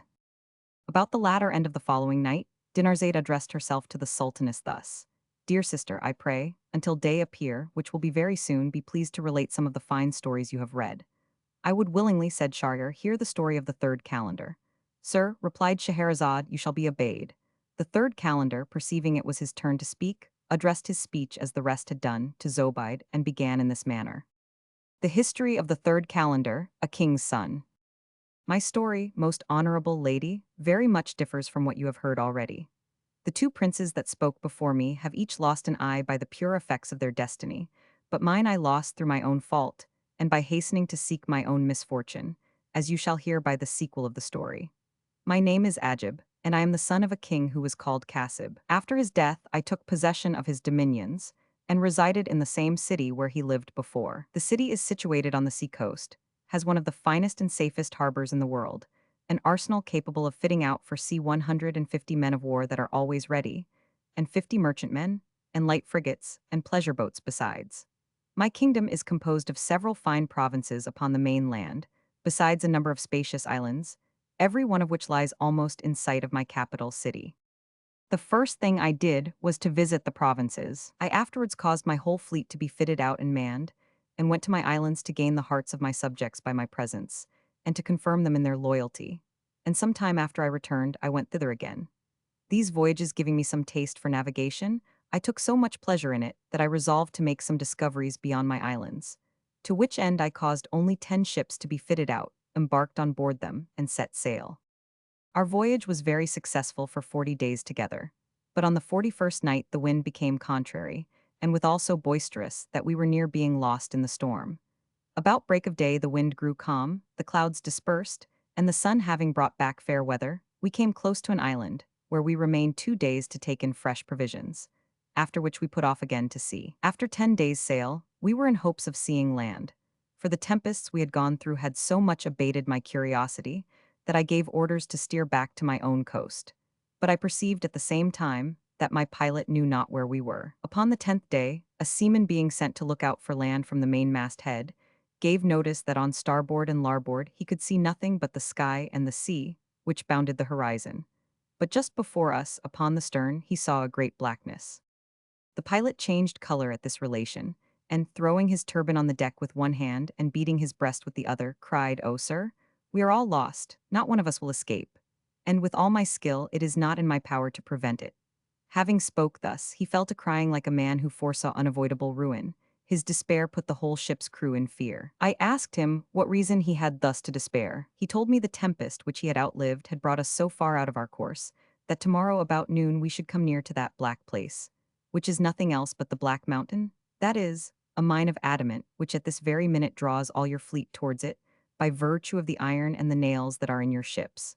And when we come tomorrow at a certain distance, the strength of the adamant will have such a force that all the nails will be drawn out of the sides and bottoms of the ships, and fastened to the mountain, so that your vessel will fall to pieces and sink to the bottom. And as the adamant has a virtue to draw all iron to it, whereby its attraction becomes stronger, this mountain on the side of the sea is covered over with nails, drawn out of an infinite number of vessels that have perished by it, and this preserves and augments its virtue at the same time. This mountain, continued the pilot, is very rugged. On the top of it there is a dome of fine brass, supported by pillars of the same, and upon the top of that dome there stands a horse of the same metal, with a rider on his back, who has a plate of lead fixed to his breast, upon which some talismanic characters are engraven. Sir, the tradition is that this statue is the chief cause that so many ships and men have been lost and sunk in this place, and that it will ever continue to be fatal to all those who have the misfortune to come near to it, until it shall be thrown down. The pilot, having ended his discourse, began to weep afresh, and all the rest of the ship's company did the like. I had no other thought but that my days were there to have an end.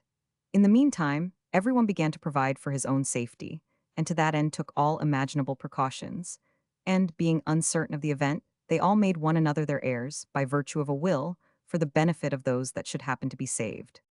The next morning we perceived the Black Mountain very plain, and the idea we had conceived of it made it appear more frightful than it was. About noon we were come so near that we found what the pilot had foretold to be true, for we saw all the nails and iron about the ships fly towards the mountain, where they fixed, by the violence of the attraction, with a horrible noise. The ship split asunder and sunk into the sea, which was so deep about the place that we could not sound it. All my people were drowned, but God had mercy on me, and permitted me to save myself by means of a plank, which the wind drove ashore just at the foot of the mountain. I did not receive the least hurt, and my good fortune brought me to a landing place, where there were steps that went up to the top of the mountain. Scheherazade would have gone on with her story, but day appearing, she was obliged to keep silence. The Sultan was convinced by this beginning that the Sultaness had not deceived him, and therefore we are not to wonder that he did not order her to die that day. 54th night. For heaven's sake, cried Dinarzade next morning, if you be not asleep, sister, go on with the story of the third calendar. My dear sister, said Scheherazade, the prince renewed his discourse thus. At the sight of these steps, said he, for there was not a bit of ground, either on the right or left, whereon a man could set his foot, I gave thanks to God, and recommended myself to his holy protection, as I began to mount the steps, which were so narrow, rugged, and hard to get up, that had the wind blown ever so little, it would have thrown me down into the sea. But at last I got up to the top without any accident. I came into the dome, and, kneeling on the ground, gave God thanks for his mercies to me. Next, I passed the night under the dome, and in my sleep an old grave man appeared to me, and said, Hearken, Ajib, as soon as thou art awake, dig up the ground under thy feet. Thou shalt find a bow of brass and 3 arrows of lead that are made under certain constellations to deliver mankind from the many calamities that threaten them. Shoot the 3 arrows at the statue, and the rider shall fall into the sea, but the horse will fall down by thy side, which thou must bury in the same place from whence thou tookest the bow and arrows. This being done, the sea will swell and rise up to the foot of the dome that stands upon the top of the mountain. When it comes up so high, thou shalt see a boat with one man holding an oar in each hand. This man is also of metal, but different from that thou hast thrown down. Step on board to him, without mentioning the name of God, and let him conduct thee. He will in 10 days' time bring thee into another sea, where thou shalt find an opportunity to get home to thy country safe and sound, provided, as I have told thee, thou dost not mention the name of God during the whole voyage. This was the substance of the old man's discourse. When I awoke, I was very much comforted by the vision, and did not fail to observe everything that he had commanded me. I took the bow and arrows out of the ground, shot at the horseman, and with the third arrow I overthrew him. He fell into the sea, and the horse fell by my side, which I buried in the place whence I took the bow and arrows. In the meantime, the sea swelled and rose up by degrees. When it came as high as the foot of the dome that stood upon the top of the mountain, I saw afar off a boat rowing towards me, and I returned God thanks that everything succeeded according to my dream. At last the boat made land, and I saw the man was made of metal, as I had dreamt. I stepped aboard and took great heed not to pronounce the name of God, neither spoke I one word. I sat down, and the man of metal began to row off from the mountain. He rowed without ceasing till the 9th day, when I saw some islands, which gave me hopes that I should escape all the danger that I feared. The excess of my joy made me forget what I was forbidden to do. Blessed be God, said I, God be praised. I had no sooner spoken these words, but the boat sunk with the man of metal, and, leaving me upon the surface, I swam the remaining part of the day towards that land which appeared nearest to me. A very dark night succeeded, and not knowing where I was, I swam at a venture. My strength at last began to fail, and I despaired of being able to save myself, when the wind began to blow hard, and a wave, as big as a mountain, threw me on a flat where it left me and drew back. I made haste to get ashore, fearing another wave might wash me back again. The first thing I did was to strip and wring the water out of my clothes, and then laid them down on the dry sand, which was still pretty warm by the heat of the day. Next morning the sun dried my clothes early. I put them on and went forward to see where I was. I had not walked very far, till I found I was got upon a little desert island, though very pleasant, where there grew several sorts of trees and wild fruits. But I perceived it was very far from the continent, which much diminished the joy I conceived for, having escaped the danger of the seas. I notwithstanding recommended myself to God, and prayed him to dispose of me according to his good will and pleasure. At the same time, I saw a vessel coming from the main land, before the wind, directly to the island. I doubted not but they were coming to anchor there, and being uncertain what sort of people they might be, whether friends or foes, I thought it not safe for me to be seen. I got up into a very thick tree, from whence I might safely view them. The vessel came into a little creek, where 10 slaves landed, carrying a spade and other instruments fit for digging up the ground. They went towards the middle of the island, where I saw them stop and dig the ground a long while, after which I thought I saw them lift up a trapdoor. They returned again to the vessel, and unladed several sorts of provisions and furniture, which they carried to that place where they had broken ground, and so went downward, which made me suppose it was a subterraneous dwelling. Next, I saw them once more go to the ship, and returned soon after with an old man, who led a very handsome young lad in his hand, of about 14 or 15 years of age. They all went down at the trapdoor, and being come up again, having let down the trapdoor, and covered it over with earth, they returned to the creek where the ship lay. But I saw not the young man in their company. This made me believe that he stayed behind in that place underground, at which I could not but be extremely astonished. The old man and the slaves went aboard again, and the vessel being got under sail, steered its course towards the main land. When I perceived they were at such distance that they could not see me, I came down from the tree, and went directly to the place where I had seen the ground broken. I removed the earth by degrees, till I found a stone that was 2 or 3 feet square. I lifted it up, and saw that it covered the head of the stairs, which were also of stone. I went down and came into a large room, where there was laid a foot carpet, and a couch covered with tapestry, and cushions covered with rich stuff, upon which the young man sat with a fan in his hand. I saw all this by the light of 2 tapers, together with the fruits and flower pots he had standing about him. The young lad was startled at the sight of me, but to rid him of his fear, I said to him as I came in, "Whoever you be, sir, do not fear anything. A king, and the son of a king, as I am, is not capable of doing you any prejudice. On the contrary, it is probable that your good destiny has brought me hither to deliver you out of this tomb, where it seems they have buried you alive, for reasons unknown to me. But that which makes me wonder, and what I cannot conceive, for you must know that I have been witness to all that hath passed since your coming into this island, is that you suffered yourself to be buried in this place without any resistance." Scheherazade broke off here, and the Sultan arose, very impatient to know why this young lad was thus abandoned in a desert island, as to which he promised himself satisfaction next night.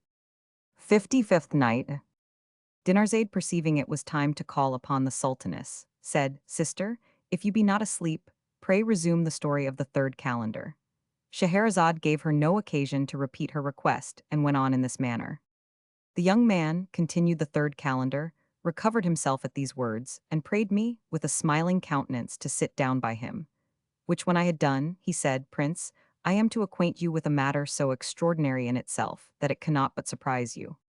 My father is a merchant jeweler, who, through his ingenuity in his calling, has acquired a great estate. He has many slaves and also deputies, whom he employs to go as supercargoes to sea with his own ships, on purpose to maintain the correspondence he has at several courts, which he furnishes with such precious stones as they want. He had been married a long while, and without issue, when he understood by a dream that he should have a son, though his life would be but short, at which he was very much concerned when he awoke. Some days after, my mother acquainted him that she was with child, and what she supposed to be the time of her conception agreed exactly with the day of his dream. She was brought to bed of me at the end of 9 months, which occasioned great joy in the family. My father, who had observed the very moment of my birth, consulted astrologers about my nativity, who told him, "Your son shall live very happily till the age of 15, when he will be in danger of losing his life, and hardly be able to escape it. But if his good destiny preserve him beyond that time, he will live to grow very old. It will be," said they, "when the statue of brass that stands upon the top of the mountain of adamant shall be thrown down into the sea by Prince Ajib, son of King Cassib, and, as the stars prognosticate, your son shall be killed 50 days afterwards by that prince."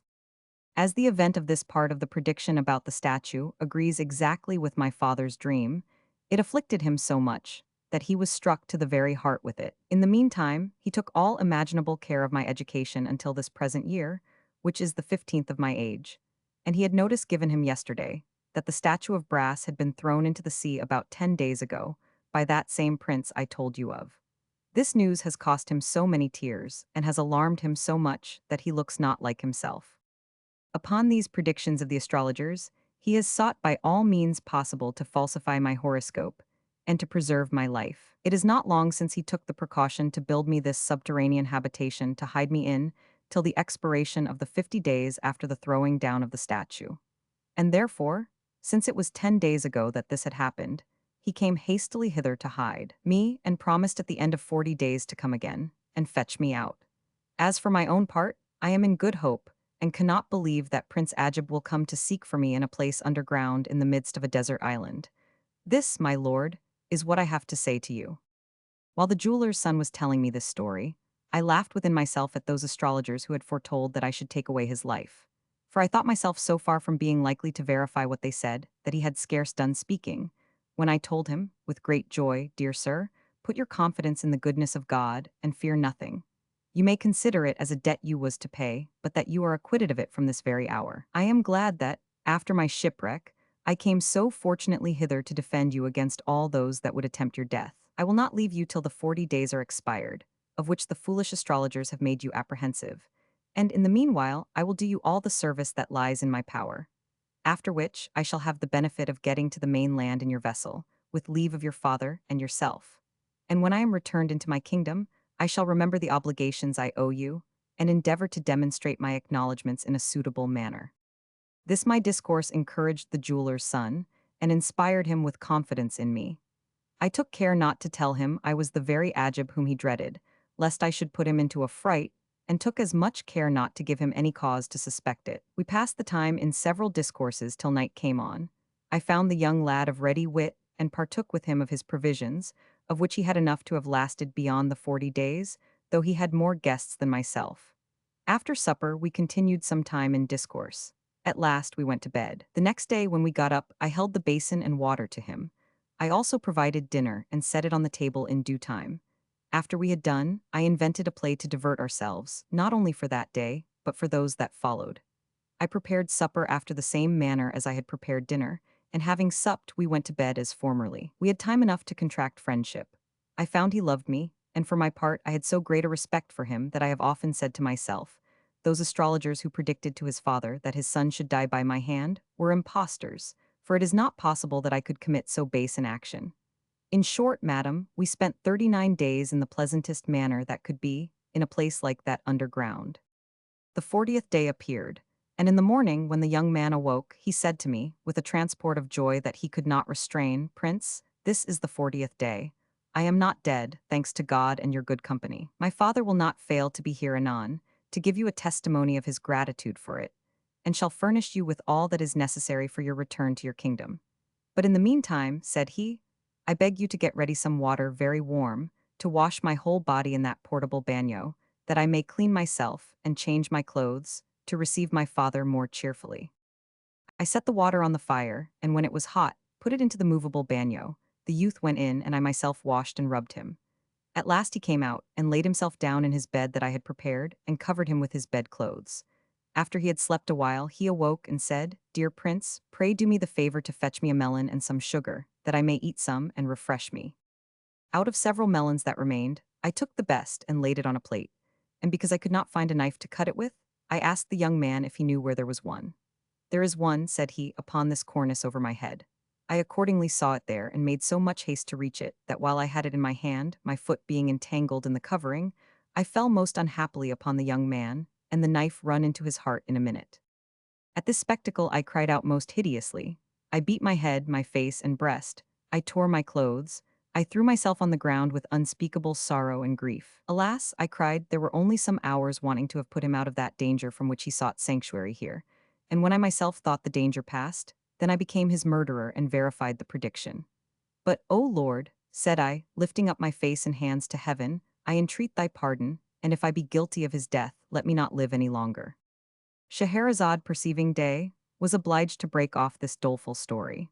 The Sultan of the Indies was moved with it, and felt very uneasy to think what would become of the calendar after this, and resolved that Scheherazade should not die that day, because she was the only person that could resolve him. 56th night. Dinarzade awaked the Sultaness next morning as usual. If you be not asleep, sister, said she, pray tell us what passed after the death of the young man. She went on as follows. Madam, continued the third calendar, addressing himself to Zobeide, after this misfortune, I would have embraced death without any reluctance, had it presented itself to me. But what we wish to ourselves, whether good or bad, will not always happen. Nevertheless, considering with myself that all my tears and sorrows would not bring the young man to life again, and the 40 days being expired, I might be surprised by his father, I quitted the subterranean dwelling, laid down the great stone upon the entry of it, and covered it with earth. I had scarce done, when casting my eyes upon the sea towards the mainland, I perceived the vessel coming to fetch home the young man. I began then to consider what I had best do. I said to myself, if I am seen by the old man, he will certainly lay hold of me, and perhaps cause me to be massacred by his slaves when he has seen that his son is killed. All that I can allege to justify myself will not persuade him of my innocence. It is better for me then to withdraw, since it is in my power, than to expose myself to his resentment. There happened to be near that subterranean habitation a large tree with thick leaves, which I thought fit to hide me in.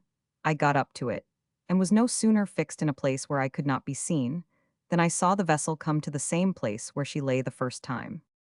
This old man and his slaves landed immediately, and advanced towards the subterranean dwelling, with a countenance that showed some hope. But when they saw the earth had been newly removed, they changed color, particularly the old man. They lifted up the stone and went down. They called the young man by his name, but he not answering, their fears increased. They went down to seek him, and at length found him lying upon the bed with the knife in his heart, for I had not power to take it out. At this sight they cried out lamentably, which increased my sorrow.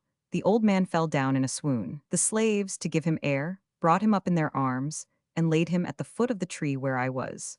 But notwithstanding all the pains they took to recover him, the unfortunate father continued a long while in that condition, and made them oftener than once despair of his life. But at last he came to himself. Then the slaves brought up his son's corpse, dressed in his best apparel, and when they had made a grave, they put him into it. The old man, supported by two slaves and his face covered with tears, threw the first earth upon him, after which the slaves filled up the grave. This being done, all the furniture was brought up from underground, and, with the remaining provisions, put on board the vessel. The old man, overcome with sorrow, and not being able to stand, was laid upon a sort of litter, and carried to the ship which stood out to sea, and in a short time was out of sight. The daylight which began to enter the Sultan's apartment obliged Scheherazade to stop here. Shargar arose at the usual hour, and for the same reason as before, he prolonged the Sultaness's life and left her with Dinarzade. 57th night. The next morning, before day, Dinarzade addressed herself to the Sultaness in these words: "My dear sister, if you be not asleep, be pleased to continue the adventures of the third calendar." "You must know then, sister," said Scheherazade, that the prince went on with the relation of his story to Zobeide and the company as follows. After the old man and his slaves were gone with the vessel, I was left alone upon the island. I lay that night in the subterranean dwelling which they had shut up, and when the day came, I walked round the island and stopped in such places as I thought most proper to repose in. I led this wearisome life for a whole month, after which I perceived the sea to be mightily fallen, the island to be much larger, and the mainland seemed to be drawing near me. In fact, the water grew so low that there was but a small stream between me and the mainland. I crossed it, and the water did not come above the middle of my leg. I walked so long upon the slime and sand that I was very weary. At last I got upon firm ground, and when at a good distance from the sea, I saw a good way before me somewhat like a great fire, which gave me some comfort. For I said to myself, I shall find somebody or other, it not being possible that this fire should kindle of itself. But when I came nearer hand, I found my error, and saw that what I had taken for a fire was a castle of red copper, which the beams of the sun made to look at a distance as if it had been in flames. I stopped near the castle, and sat down to admire its admirable structure, and to rest a while. I had not taken such a full view of this magnificent building as it deserved, when I saw 10 handsome young men coming along, as if they had been taking a walk. But what most surprised me was that they were all blind of the right eye. They accompanied an old man who was very tall and of a venerable aspect. I could not but wonder at the sight of so many half-blind men all together, and every one blind of the same eye. As I was thinking in my mind by what adventure all these men could come together, they came up to me, and seemed very glad to see me. After the first compliments, they inquired what had brought me thither. I told them my story would be somewhat tedious, but if they would take the trouble to sit down, I would satisfy their request. They did so, and I related to them all that had happened unto me since I left my kingdom, which filled them with astonishment. After I had ended my discourse, the young gentleman prayed me to go with them into the castle.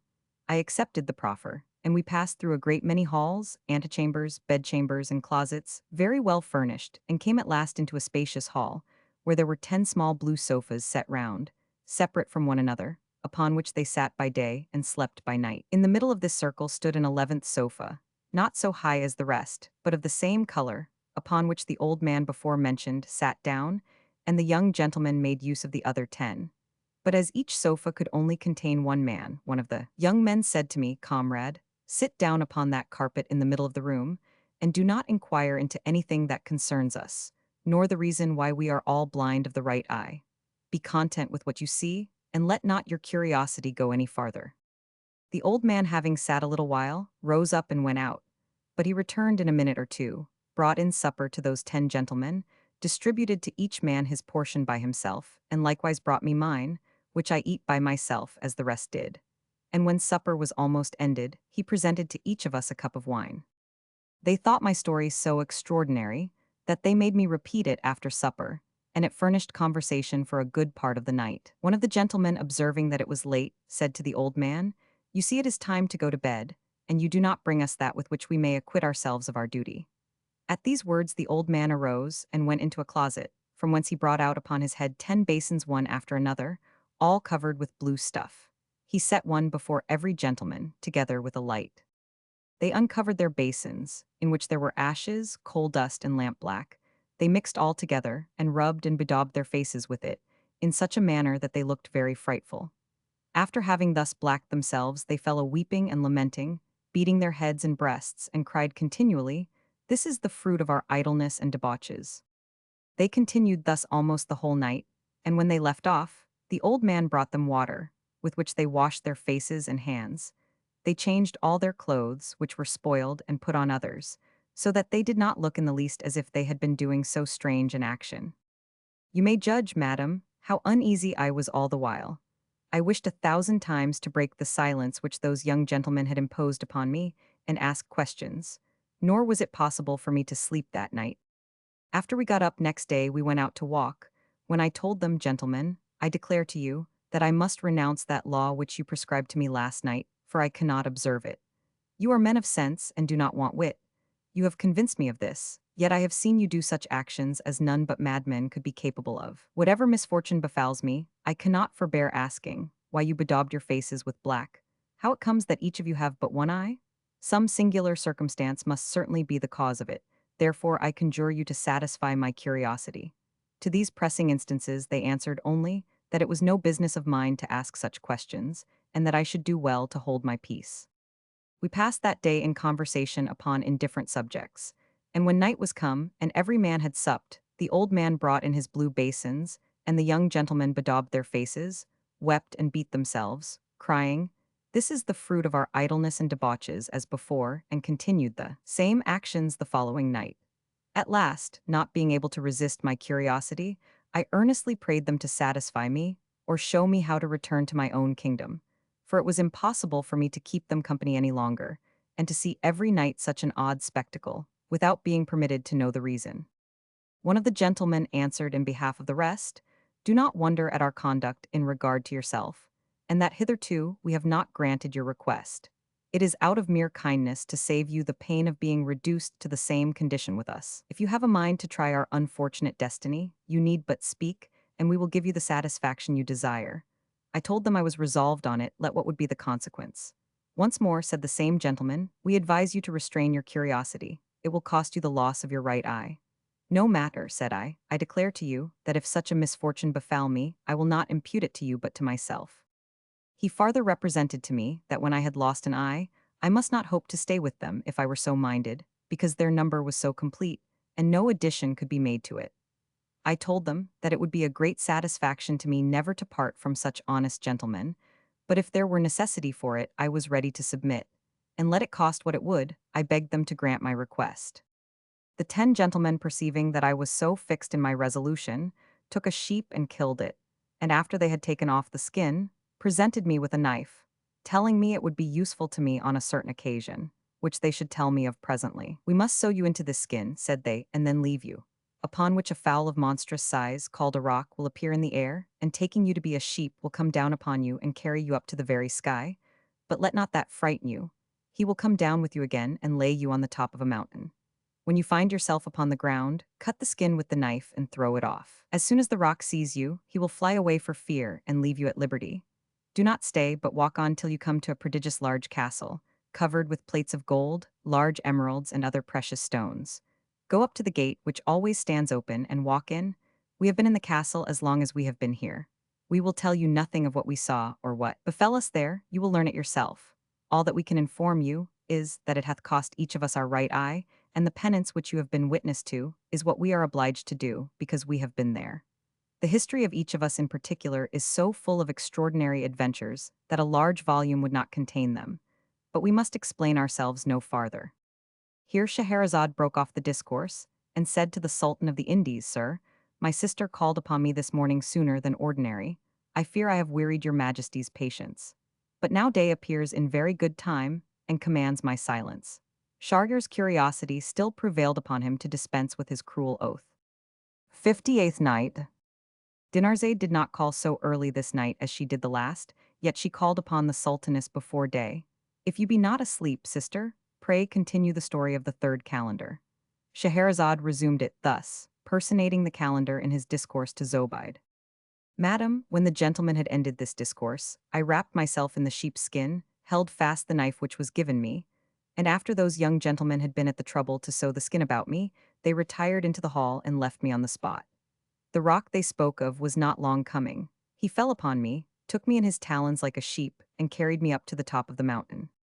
When I found myself upon the ground, I made use of the knife, cut the skin, and throwing it off, the roc at the sight of me flew away. This roc is a white bird of a monstrous size. His strength is such that he can lift up elephants from the plains and carry them to the tops of mountains, where he feeds upon them.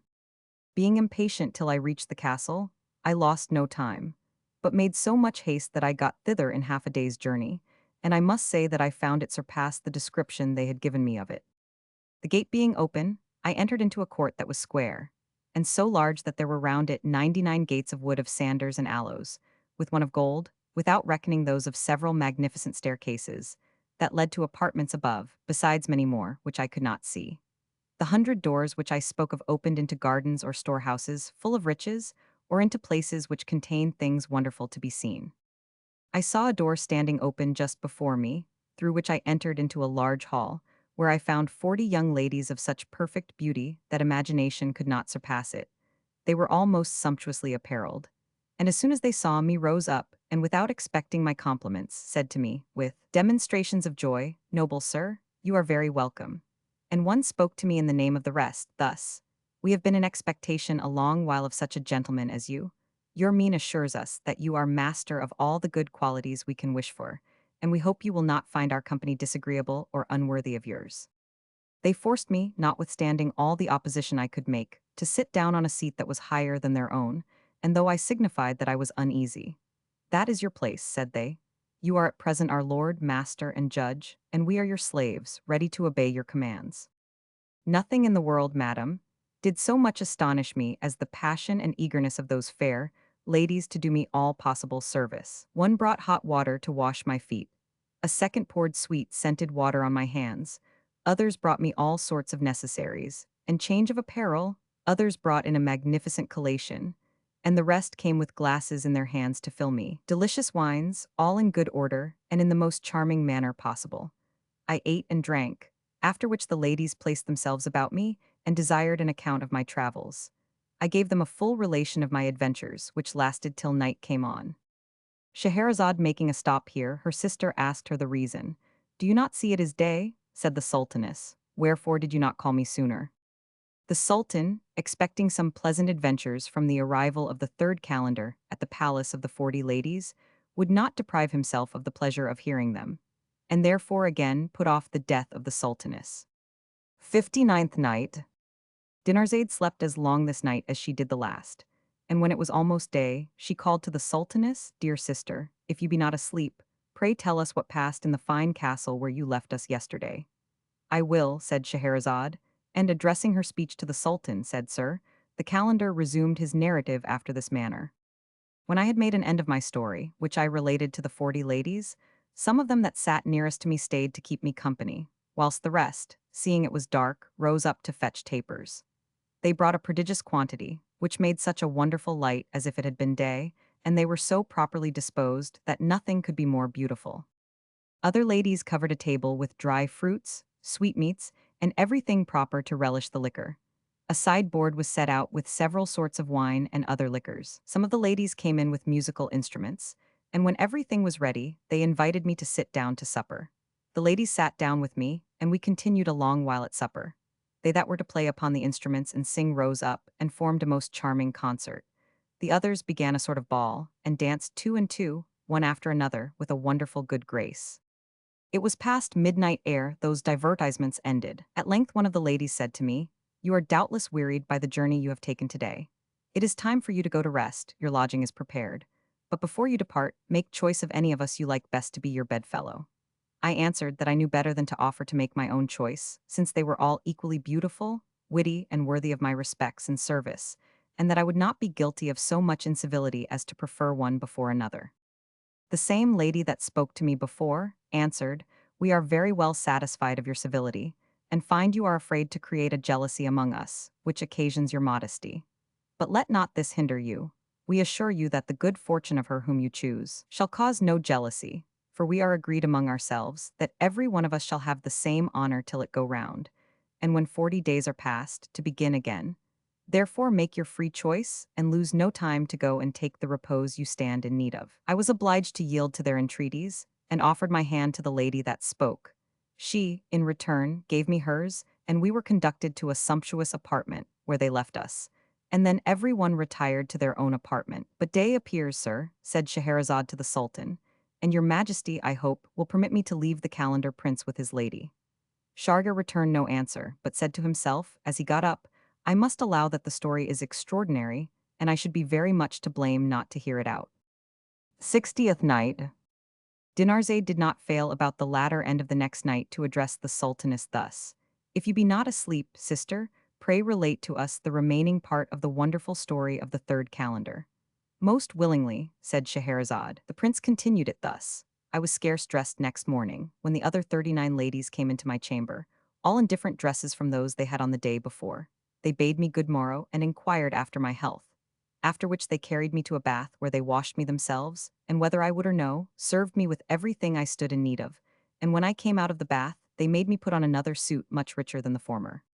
We passed the whole day almost constantly at table, and when it was bedtime, they prayed me again to make choice of one of them to keep me company. In short, madam, not to weary you with repetitions, I must tell you that I continued a whole year among those 40 ladies, and received them into my bed one after another. And during all the time of this voluptuous life, we met not with the least kind of trouble. When the year was expired, I was strangely surprised that these 40 ladies, instead of appearing with their usual cheerfulness to ask how I did, entered one morning into my chamber all in tears. They embraced me with great tenderness one after another, saying, Adieu, dear prince, adieu, for we must leave you. Their tears affected me. I prayed them to tell me the reason of their grief and of the separation they spoke of. For God's sake, fair ladies, let me know, said I, if it be in my power to comfort you, or if my assistance can be any way useful to you. Instead of returning a direct answer, would to God, said they, we had never seen or known you. Several gentlemen have honored us with their company before you, but never one of them had that comeliness, that sweetness, that pleasantness of humor, and that merit which you possess. We know not how to live without you. After they spoke these words, they began to weep bitterly. My dear ladies, said I, be so kind as not to keep me in suspense any longer. Tell me the cause of your sorrow. Alas, said they, what but the necessity of parting from you could be capable of grieving us? It may so happen that we shall never see you again, but if you be so minded, and possess sufficient self-command, it is not impossible for us to meet again. Ladies, said I understand not your meaning. Pray explain yourselves more clearly. Oh then, said one of them, to satisfy you, we must acquaint you that we are all princesses, daughters of kings. We live here together in such a manner as you have seen. But at the end of every year we are obliged to be absent 40 days upon indispensable duties, which we are not permitted to reveal, and afterwards we return again to this castle. Yesterday was the last of the year, and we must leave you this day, which is the cause of our grief. Before we depart, we will leave you the keys of everything, especially those belonging to the 100 doors, where you will find enough to satisfy your curiosity and to sweeten your solitude during our absence. But for your own welfare and our particular concern in you, we recommend unto you to forbear opening the golden door. For if you do, we shall never see you again, and the fear of this augments our grief. We hope, nevertheless, that you will follow the advice we give you, as you tender your own quiet and the happiness of your life. Therefore take heed that you do not give way to indiscreet curiosity, for you will do yourself a considerable prejudice. We conjure you not to commit this fault, but to let us have the satisfaction of finding you here again after 40 days. We would willingly carry the key of the golden door along with us, but that it would be an affront to a prince like you to question your discretion and modesty. Scheherazade wished to go on, but she saw day appear and stopped. The Sultan, being curious to know what the third calendar would do when the 40 ladies were gone, and had left him alone in the castle, deferred the hearing of it till next day. Next, 61st night. The officious Dinarzade, being awake long before day, called to the Sultaness. If you be not asleep, sister, consider that it is time to tell the remaining part of the story to our lord the Sultan. Scheherazade, addressing herself to the Sultan, said, Sir, your Majesty may be pleased to know that the calendar pursued his story thus. Madam, said he, this discourse of the fair princesses grieved me extremely. I omitted not to make them sensible how much their absence would afflict me. I thanked them for their good advice, and assured them that I would follow it, and willingly do what was much more difficult in order to secure the happiness of passing the rest of my days with ladies of such rare qualifications. We took leave of one another with much tenderness, and having embraced them all, they departed, and I was left alone in the castle. Their agreeable company, the good cheer, the concert of music, and other pleasures, had so much diverted me during the whole year, that I neither had time nor the least desire to see the wonderful things contained in this enchanted palace. I did not so much as take notice of 1,000 rare objects that were every day in my sight, for I was so occupied with the charming beauty of those ladies, and took so much pleasure in seeing them wholly employed to oblige me, that their departure afflicted me very sensibly.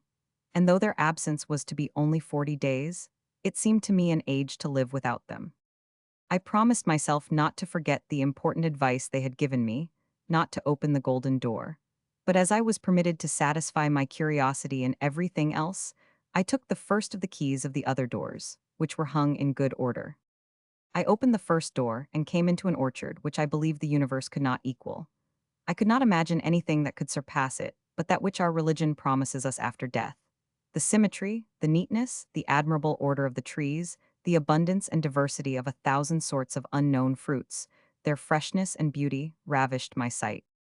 I ought not to forget, madam, to acquaint you, that this delicious orchard was watered after a very particular manner. There were channels so artificially and proportionably dug that they carried water in abundance to the roots of such trees as wanted it for making them produce their leaves and flowers. Others carried it to those that had their fruit budded. Some carried it in lesser quantities to those whose fruits were swelling, and others carried only so much as was just requisite to water those which had their fruit come to perfection and only wanted to be ripened. They far exceeded the ordinary fruits of our gardens in bigness. Lastly, those channels that watered the trees, whose fruit was ripe, had no more moisture than just what would preserve them from withering. I could never be weary of looking at and admiring so sweet a place, and I should never have left it, had I not conceived a great idea of the other things which I had not seen. I went out at last with my mind filled with those wonders. I shut that door and opened the next. Instead of an orchard, I found a flower garden, which was no less extraordinary in its kind. It contained a spacious plot, not watered so profusely as the former, but with greater niceness, furnishing no more water than just what each flower required. The roses, jessamines, violets, daffodils, hyacinths, anemones, tulips, crowsfoots, pinks, lilies, and an infinite number of flowers, which do not grow in other places but at certain times, were there flourishing all at once, and nothing could be more delicious than the fragrant smell of this garden. I opened the third door, where I found a large aviary, paved with marble of several fine uncommon colors. The cage was made of sandal wood and wood of aloes. It contained a vast number of nightingales, goldfinches, canary birds, larks, and other rare singing birds, which I never heard of, and the vessels that held their seed and water were of the most precious jasper or agate. Besides, this aviary was so exceedingly neat, that considering its extent, one would think there could not be less than 100 persons to keep it so clean. But all this while not one soul appeared, either here or in the gardens where I had been. And yet I could not perceive a weed or any superfluous thing there. The sun went down, and I retired, charmed with the chirping notes of the multitude of birds, who then began to perch upon such places as suited them to repose on during the night. I went to my chamber, resolving to open all the rest of the doors the days following, excepting that of gold. I failed not to open the fourth door next day, and if what I had seen before was capable of surprising me, that which I saw then put me in a perfect ecstasy. I went into a large court surrounded with buildings of an admirable structure, the description of which I will pass by, to avoid prolixity. This building had 40 doors, all open, and through each of them was an entrance into a treasury, several of which would purchase the largest kingdoms. The first contained heaps of pearls, and, what is almost incredible, the number of those stones which are most precious, and as large as pigeons' eggs, exceeding the number of those of the ordinary size. In the second treasury there were diamonds, carbuncles, and rubies. In the third, emeralds. In the fourth, ingots of gold. In the fifth, money. In the sixth, ingots of silver. In the two following there was also money. The rest contained amethysts, chrysolites, topazes, opals, turquoises, and hyacinths, with all the other stones unknown to us, without mentioning agate, jasper, cornelian, and coral, of which there was a storehouse filled, not only with branches, but whole trees. Transported with amazement and admiration, I cried out to myself, after having seen all these riches, if all the treasures of the kings of the universe were gathered together in one place, they could not come near this. What good fortune have I to possess all this wealth with so many admirable princesses? I shall not stay, madam, to tell you the particulars of all the other rare and precious things I saw the following days. I shall only say that 39 days afforded me but just as much time as was necessary to open 99 doors, and to admire all that presented itself to my view, so that there was only the 100th door left, the opening of which was forbidden to me. Day began to appear in the apartments of the Sultan of the Indies, which imposed silence upon Scheherazade. But Shargar was too much taken with this pleasing story, not to hear the remainder of it next day, and accordingly he got up with that resolution. 62nd night. Dinarzade, who had as ardent a desire as Shargar to hear what wonderful things were locked up by the key belonging to the golden door, called the Sultaness very early. "If you be not asleep, sister, pray make an end of that amazing story of the third calendar." He went on thus, said Scheherazade. I was come to the 40th day after the departure of those charming princesses, and had I but retained so much power over myself as I ought to have had, I should have been this day the happiest of all mankind, whereas now I am the most unfortunate. They were to return next day, and the pleasure of seeing them again ought to have restrained my curiosity. But through my weakness, which I shall ever repent, I yielded to the temptation of the evil spirit, who gave me no rest till I had involved myself in those misfortunes that I have since suffered. I opened that fatal door, which I promised not to meddle with, and had not moved my foot to go in, when a smell that was pleasant enough but contrary to my constitution made me faint away. Nevertheless, I came to myself again, and instead of taking notice of this warning to shut the door and forbear satisfying my curiosity, I went in, after I had stood some time in the air, to carry off the scent, which did not incommode me any more. I found a large place, very well vaulted. The pavement was strewed over with saffron. Several candlesticks of massy gold, with lighted tapers that smelled of aloes and ambergris, lighted the place, and this light was augmented by lamps of gold and silver that burnt with oil made of several sorts of sweet-scented materials. Among a great many objects that engaged my attention, I perceived a black horse, of the handsomest and best shape that ever was seen. I went nearer, the better to observe him, and found he had a saddle and bridle of massy gold, curiously wrought. One side of his trough was filled with clean barley and sesame, and the other with rose water. I took him by the bridle, and led him forth to view him by the light. I got on his back, and would have had him move. But he not stirring, I whipped him with a switch I had taken up in his magnificent stable, and he had no sooner felt the stroke than he began to neigh with a horrible noise, and extending his wings which I had not seen before, he flew up with me into the air, quite out of sight. I thought on nothing then but to sit fast, and considering the fear that had seized upon me, I sat very well. He afterwards flew down again towards the earth, and lighting upon the terrace of a castle, without giving me any time to dismount, he shook me out of the saddle with such force that he threw me behind him, and with the end of his tail struck out mine eye. Thus I became blind of one eye, and then I began to remember the predictions of the 10 young gentlemen. The horse flew again out of sight. I got up very much troubled at the misfortune I had brought upon myself. I walked upon the terrace, covering my eye with one of my hands, for it pained me exceedingly, and then came down, and entered into a hall, which I knew presently by the 10 sofas in a circle, and the 11th in the middle, lower than the rest, to be the same castle from whence I was taken away by the rock. The 10 half-blind gentlemen were not in the hall when I came in, but came soon after with the old man. They were not at all surprised to see me again, nor at the loss of my eye, but said, "We are sorry that we cannot congratulate you upon your return as we could have desired, but we are not the cause of your misfortune." "I should be in the wrong to accuse you," said I, "for I have drawn it upon myself, and I can charge the fault upon no other person." "If it be a consolation to the unfortunate," said they, "to have companions, this example may afford us a subject of rejoicing. All that has happened to you, we have also undergone. We tasted all sorts of pleasure during a year successively, and we had continued to enjoy the same happiness still, had we not opened the golden door when the princesses were absent. You have been no wiser than us, and have had likewise the same punishment. We would gladly receive you among us to perform such penance as we do, though we know not how long it may continue. But we have already declared the reasons that hinder us.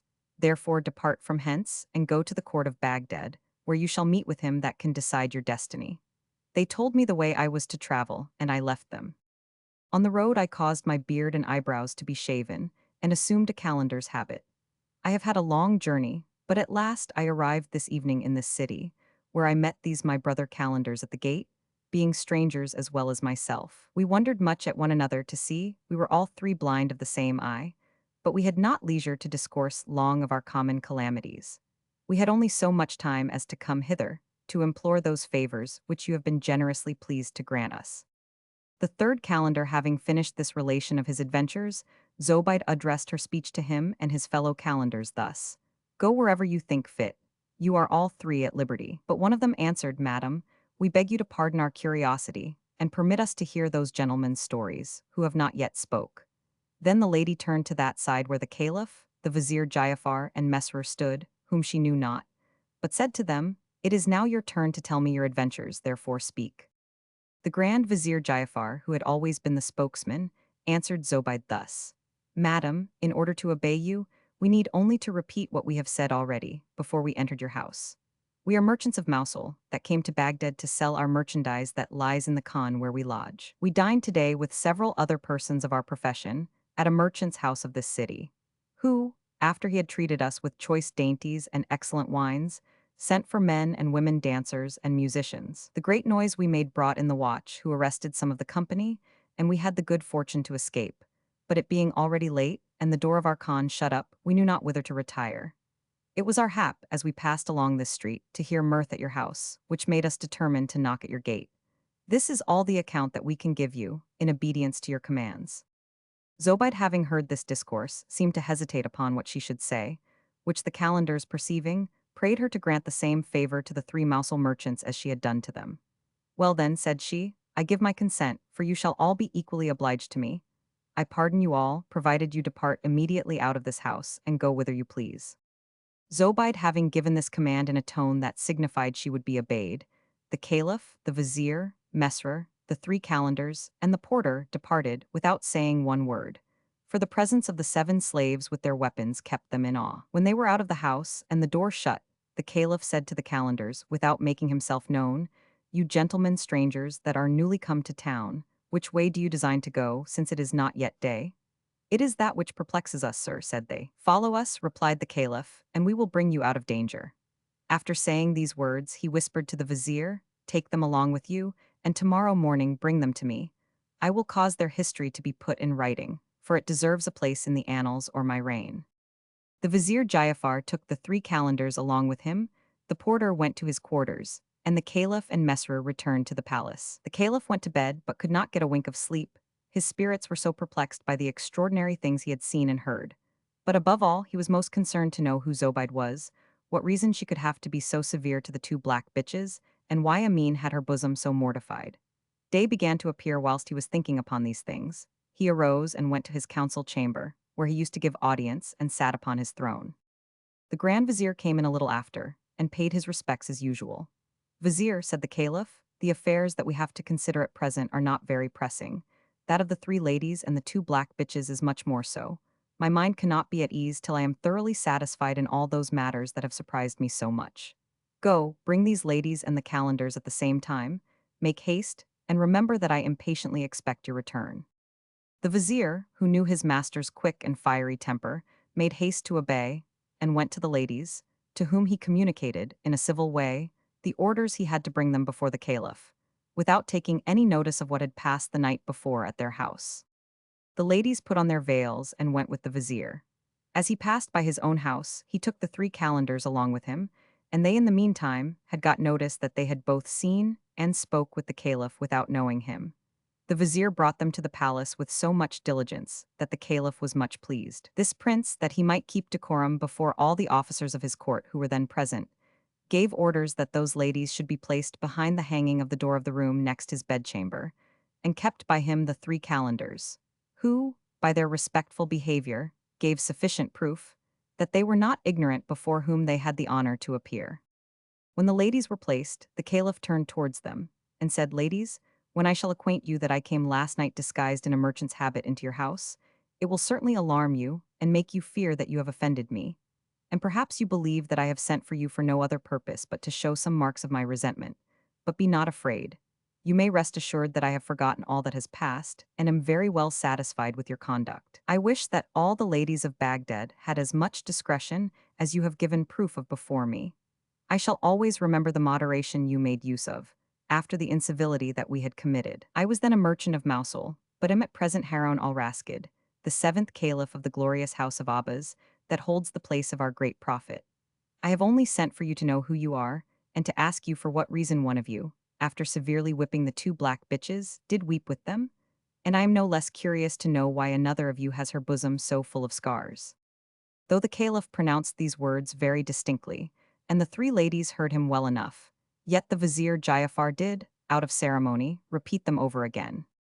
But, sir, said Scheherazade, it is day, and if your majesty thinks fit that I shall go on with the rest of this story, you will be pleased to prolong my life until tomorrow. The sultan agreed to it, knowing that Scheherazade would relate the history of Zobeide, which he had a great desire to hear. 63rd night. Dear sister, said Dinarzade, about break of day, if you be not asleep, pray tell us the story of Zobeide, for, doubtless, that lady told it to the caliph. She certainly did, said Scheherazade, after that prince by his discourse had encouraged her to it. and it was in this manner that she satisfied his curiosity. The story of Zobeide. Commander of the faithful, said she, the relation which I am about to give your majesty is one of the strangest that ever was heard. The two black bitches and myself are sisters by the same father and mother, and I shall acquaint you by what strange accident they came to be metamorphosed. The two ladies who live with me, and are now here, are also my sisters by the father's side, but by another mother. She that has the scars upon her breast is named Amin, the other's name is Saifi, and mine Zobeide.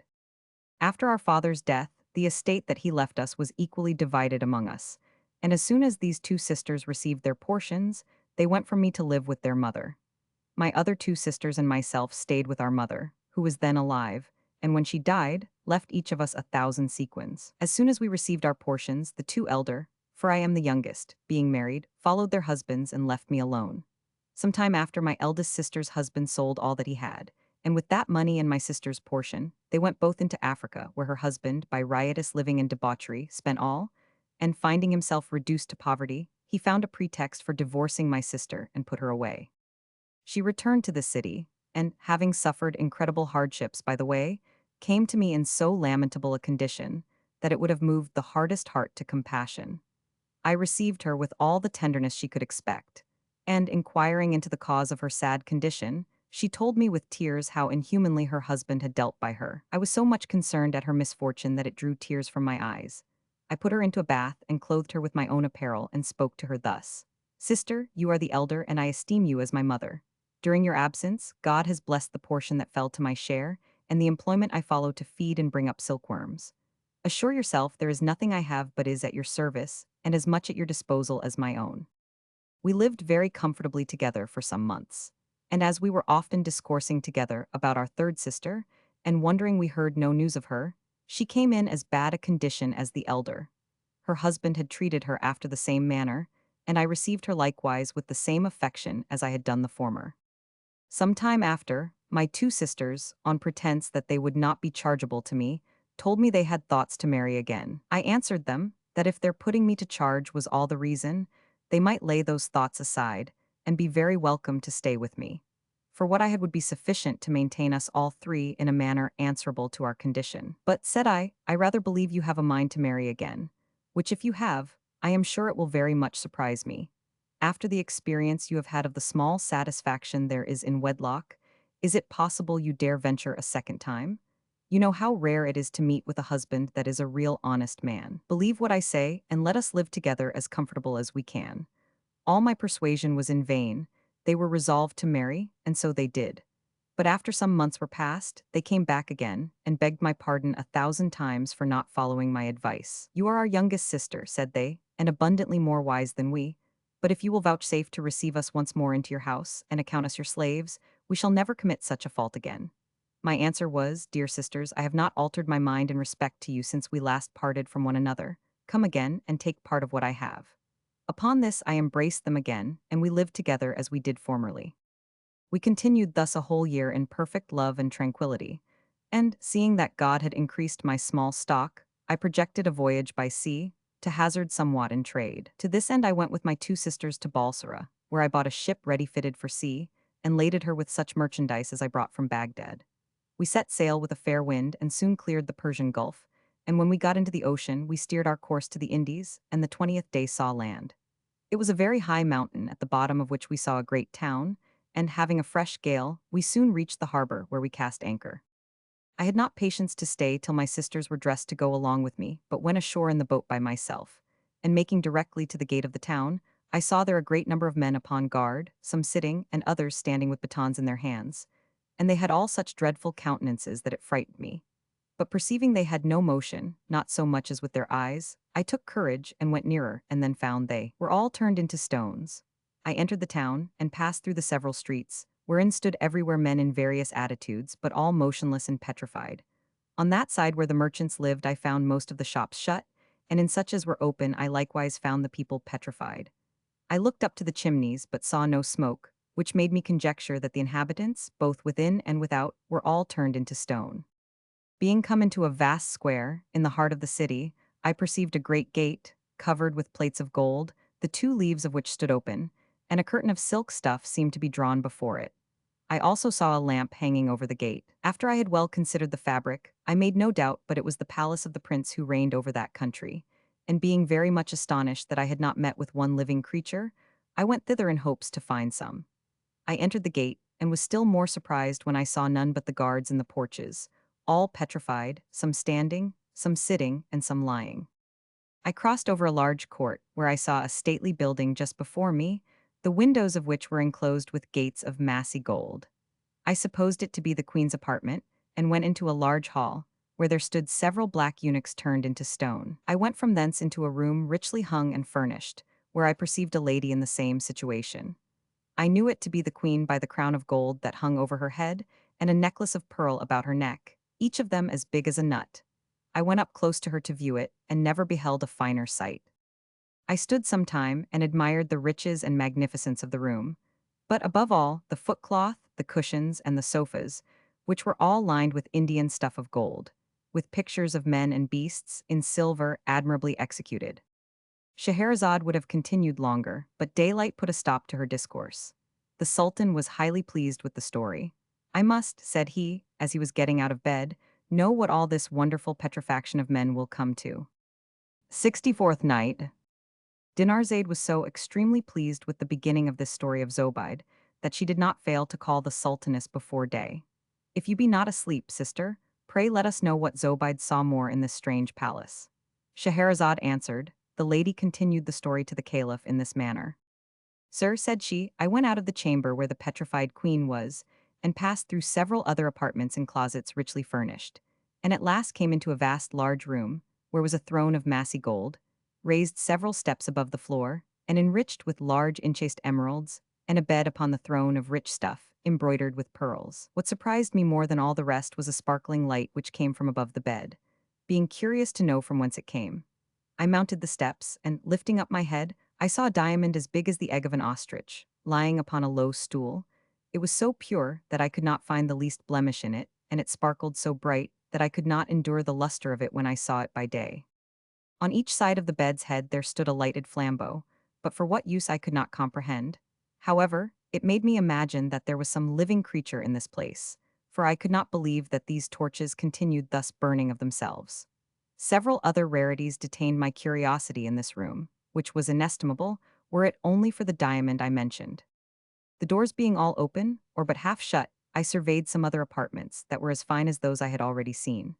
I looked into the offices and storerooms, which were full of infinite riches, and I was so much taken with the sight of all the wonderful things that I forgot myself, and did not think on my ship or my sisters. My whole design was to satisfy my curiosity. Meantime night came on, which put me in mind that it was time to retire. I was for returning the same way I came in, but I could not find it. I lost myself among the apartments, and finding I was come back again to that large room where the throne, the couch, the large diamond, and the torches stood, I resolved to take my night's lodging there, and to depart the next morning betimes to get aboard my ship. I laid myself down upon the couch, not without some dread to be alone in a desolate place, and this fear hindered my sleep. About midnight I heard a voice like that of a man reading the Koran, after the same manner, and in the same tone which we read in our mosque. Being extremely glad to hear it, I got up immediately, and taking a torch in my hand to light me, I passed from one chamber to another on that side where the voice came from. I came to the closet door, where I stood still, nowise doubting that it came from thence. I set down my torch upon the ground, and looking through a window, I found it to be an oratory. In short, it had, as we have in our mosques, a niche that shows where we must turn to say our prayers. There were also lamps hung up, and the two candlesticks with large tapers of white wax burning. Next, I saw a little carpet laid down, like those we have to kneel upon when we say our prayers, and a comely young man sat upon this carpet, reading with great devotion the Koran, which lay before him upon a desk. At the sight of this I was transported with admiration. I wondered how it came to pass that he should be the only living creature in a town where all the people were turned into stones, and I did not doubt but there was something in it very extraordinary. The door being only half shut, I opened it and went in, and standing upright before the niche, I said this prayer aloud.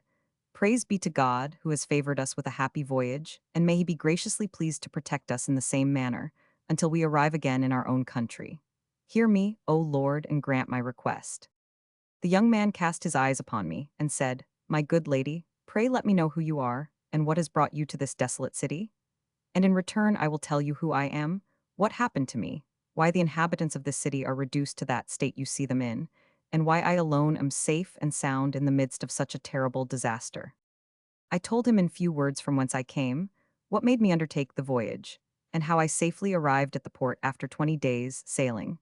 And when I had done, I prayed him to perform his promise, and told him how much I was struck by the frightful desolation which I had seen in all places as I came along. My dear lady, said the young man, have patience for a moment. At these words he shut the Koran, put it into a rich case, and laid it in the niche. I took that opportunity to observe him, and perceived so much good nature and beauty in him, that I felt such strange emotions in myself as I had never done before. He made me sit down by him, and before he began his discourse, I could not forbear saying to him, with an air that discovered the sentiments I was inspired with, Amiable sir, dear object of my soul, I can scarce have patience to wait for an account of all those wonderful things that I have seen since the first time I came into your city, and my curiosity cannot be satisfied too soon. Therefore, pray, sir, let me know by what miracle you alone are left alive among so many persons that have died in so strange a manner. Scheherazade broke off here, and said to Shahryar, Sir, perhaps your majesty does not perceive it is day. Should I continue my discourse any longer, I should trespass on your patience. The Sultan got up, resolving next night to hear the remainder of this wonderful story. 65th night. If you be not asleep, sister, said Dinarzade next morning, before it was day, I would pray you to resume the story of Zobeide, and acquaint us with what passed between her and the young man that she found alive in the palace you gave us so fine a description of. I will immediately satisfy you, said the Sultaness. Zobeide went on with her story thus. Madam, said the young man, you have given me to understand you have a knowledge of the true God, by the prayer you just now addressed to him. I will acquaint you with the most remarkable effect of his greatness and power. You must know that this city was the metropolis of a mighty kingdom, over which the king my father did reign. That prince, his whole court, the inhabitants of the city, and all his other subjects, were magi, worshippers of fire, and of Nardon, the ancient king of the giants who rebelled against God. And though I was begotten and born of an idolatrous father and mother, I had the good fortune in my youth to have a governess who was a good Mussulman. I had the Koran by heart, and understood the explanation of it perfectly well. Dear Prince, would she oftentimes say, there is but one true God, take heed that you do not acknowledge and adore any other. She taught me to read Arabic, and the book she gave me to preach upon was the Koran. As soon as I was capable of understanding it, she explained to me all the heads of this excellent book, and infused piety into my mind, unknown to my father or anybody else. She happened to die, but not before she had perfectly instructed me in all that was necessary to convince me of the Mussulman religion. After her death, I persisted with constancy in the belief I was in, and I abhor the false god Nardon and the adoration of fire. It is about 3 years and some months ago that a thundering voice was heard all of a sudden so distinctly through the whole city that nobody could miss hearing it. The words were these: Inhabitants, abandon the worship of Nardon and of fire, and worship the only God that shows mercy. This voice was heard 3 years successively, but nobody was converted. So the last day of the year, at 4 o'clock in the morning, all the inhabitants in general were changed in an instant into stone, every one in the same condition and posture they happened to be then in. The king, my father, had the same fate, for he was metamorphosed into a black stone, as he is to be seen in this palace, and the queen, my mother, had the like destiny. I am the only person that did not suffer under that heavy judgment, and ever since I have continued to serve God with more fervency than before. I am persuaded, dear lady, that he has sent you hither for my comfort, for which I render him infinite thanks, for I must own that this solitary life is very uneasy. All these expressions, and particularly the last, increased my love to him extremely. Prince, said I, there is no doubt but Providence hath brought me into your port, to present you with an opportunity of withdrawing from this dismal place. The ship that I came in may in some measure persuade you that I am in some esteem at Baghdad, where I have left also a considerable estate, and I dare engage to promise you sanctuary there, until the mighty commander of the faithful, who is vice-regent to our prophet, whom you acknowledge, show you the honor that is due to your merit. This renowned prince lives at Baghdad, and as soon as he is informed of your arrival in his capital, you will find that it is not in vain to implore his assistance. It is impossible you can stay any longer in a city where all the objects you see must renew your grief. My vessel is at your service, where you may absolutely command as you shall think fit. He accepted the offer, and we discoursed the remaining part of the night about our embarkment. As soon as it was day, we left the palace and came aboard my ship, where we found my sisters, the captain, and the slaves, all very much troubled for my absence. After I had presented my sisters to the prince, I told them what had hindered my return to the vessel the day before, how I had met with the young prince, his story, and the cause of the desolation of so fine a city. The seamen were taken up several days in unlading the merchandise I brought along with me, and embarking, instead of that, all the precious things in the palace, as jewels, gold, and money. We left the furniture and goods, which consisted of an infinite quantity of plate, and sea because our vessel could not carry it, for it would have required several vessels more to carry all the riches to Baghdad that we might have chosen to take with us. After we had laded the vessel with what we thought fit, we took such provisions and water aboard as were necessary for our voyage, for we had still a great deal of those provisions left that we had taken in at Balsora. At last we set sail with a wind as favorable as we could wish. Here Scheherazade saw day, and stopped her discourse. The Sultan arose without speaking a word, but he proposed to himself to hear the end of Zobaid's story and the wonderful deliverance of this young prince. 66th Night. When the ensuing night was almost past, Dinarzade, impatient to know the success of Zobaid's voyage, called the Sultaness, "My dear sister, day begins to break. For God's sake continue the story of yesternight, and tell us whether the prince and Zobaid arrived safe at Baghdad." "I will," said Scheherazade.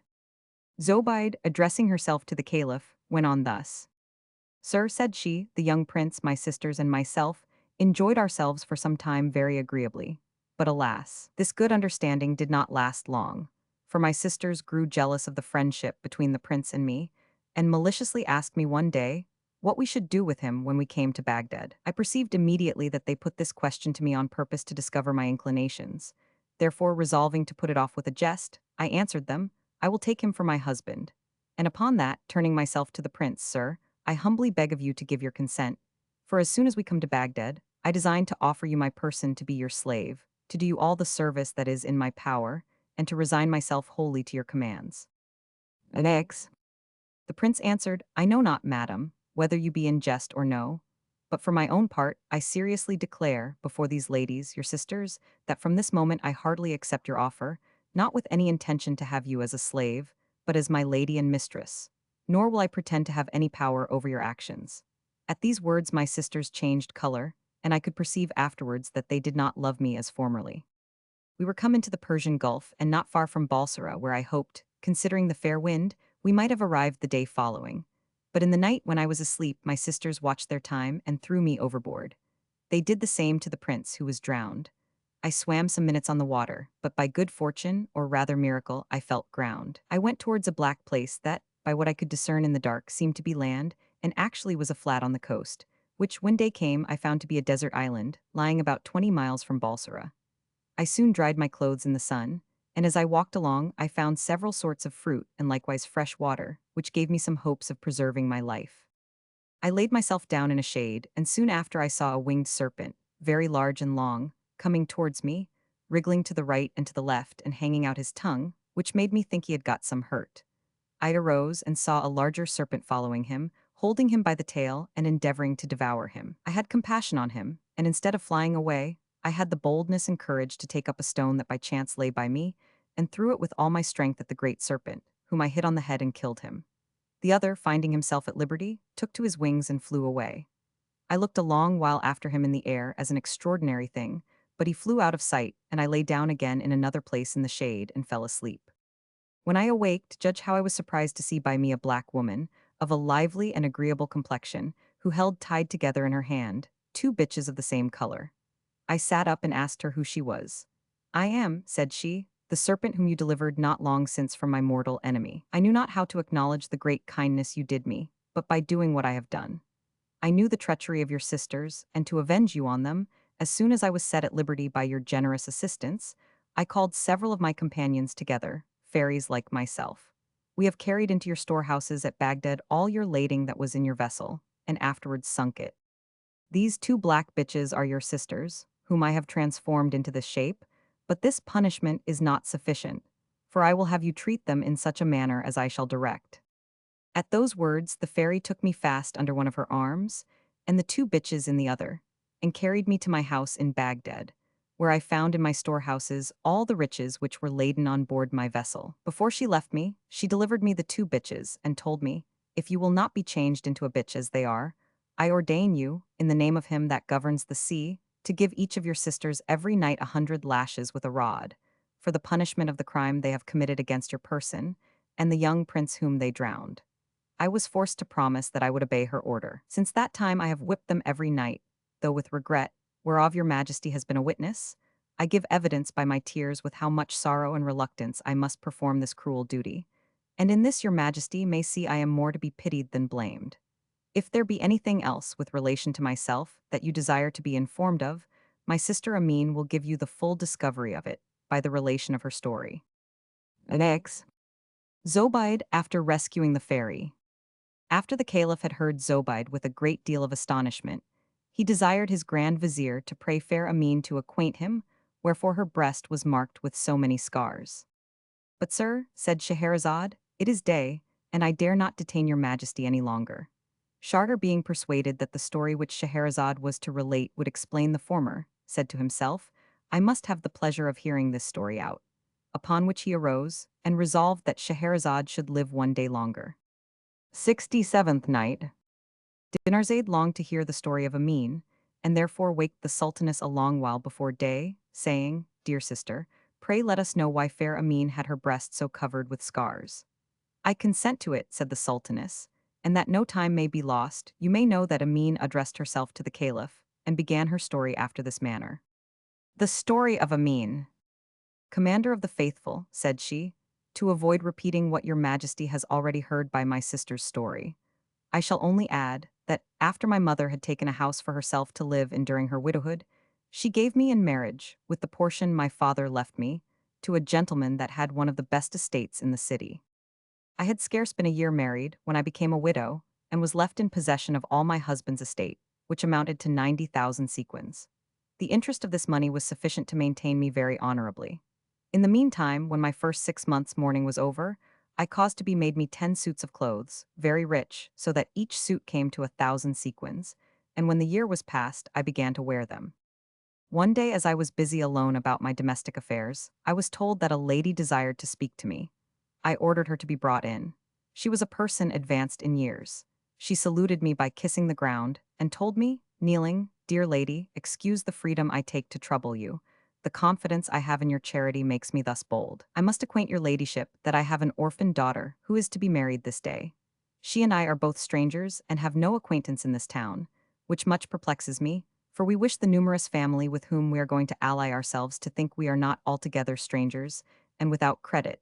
Therefore, most beautiful lady, if you would vouchsafe to honor the wedding with your presence, we shall be infinitely obliged to you, because the ladies of your country will then know that we are not looked upon here as despicable wretches, when they shall come to understand that a lady of your quality did us that honor. But alas, madam, if you refuse this request, we shall be altogether disgraced, and dare not address ourselves to any other. This poor woman's discourse, mixed with tears, moved my compassion. Good woman, said I, do not afflict yourself. I am willing to grant you the favor you desire. Tell me what place I must come to, and I will meet you as soon as I am dressed. The old woman was so transported with joy at my answer that she kissed my feet without my being able to hinder it. Good charitable lady, said she, rising up, God will reward the kindness you have showed to your servants, and make your heart as joyful as you have made theirs. It is too soon yet to give yourself that trouble. It will be time enough when I come to call you in the evening. So farewell, madam, said she, till I have the honor to see you again. As soon as she was gone, I took the suit I liked best, with a necklace of large pearl, bracelets, pendants in my ears, and rings set with the finest and most sparkling diamonds, for my mind presaged what would befall me. When night drew on, the old woman came to call me, with a countenance full of joy. She kissed my hands and said, My dear lady, the relations of my son-in-law, who are the principal ladies of the town, are now met together. You may come when you please, I am ready to wait on you. We went immediately, she going before, and I followed her, with a good number of my maids and slaves, very well dressed. We stopped in a wide street, newly swept and watered, at a spacious gate with a lantern before it, by the light of which I could read this inscription over the gate in golden letters: Here is the abode of everlasting pleasures and content. The old woman knocked, and the gate was opened immediately. Next, they brought me to the lower end of the court into a large hall, where I was received by a young lady of admirable beauty. She came up to me, and after having embraced me, she made me sit down by her upon a sofa, where there was a throne of precious wood set with diamonds. "Madam," said she, "you are brought hither to assist at a wedding, but I hope this marriage will prove otherwise than what you expected. I have a brother, one of the handsomest men in the world. He has fallen so much in love with the fame of your beauty that his fate depends wholly upon you, and he will be the unhappiest of men if you do not take pity on him. He knows your quality, and I can assure you he is in no wise unworthy of your alliance. If my prayers, madam, can prevail, I shall join them with his, and humbly beg you will not refuse the offer of being his wife. After the death of my husband, I had no thought of marrying again, but I had no power to refuse the offer made by so charming a lady. As soon as I had given consent by silence, accompanied with a blush, the young lady clapped her hands, and immediately a closet door opened, out of which came a young man of a majestic air, and so graceful a behavior, that I thought myself happy to have made so great a conquest. He sat down by me, and by the discourse we had together, I found that his merits far exceeded the account his sister had given me of him. When she saw that we were satisfied with one another, she clapped her hands a second time, and out came a caddy or scrivener who wrote our contract of marriage, signed it himself, and caused it to be attested by 4 witnesses he brought along with him. The only thing that my new spouse made me promise was that I should not be seen by nor speak with any other man but himself, and he vowed to me, upon that condition, that I should have no reason to complain of him. Our marriage was concluded and finished after this manner, so I became the principal actress in a wedding whereunto I was only invited as a guest. After we had been married a month, I had occasion for some stuffs.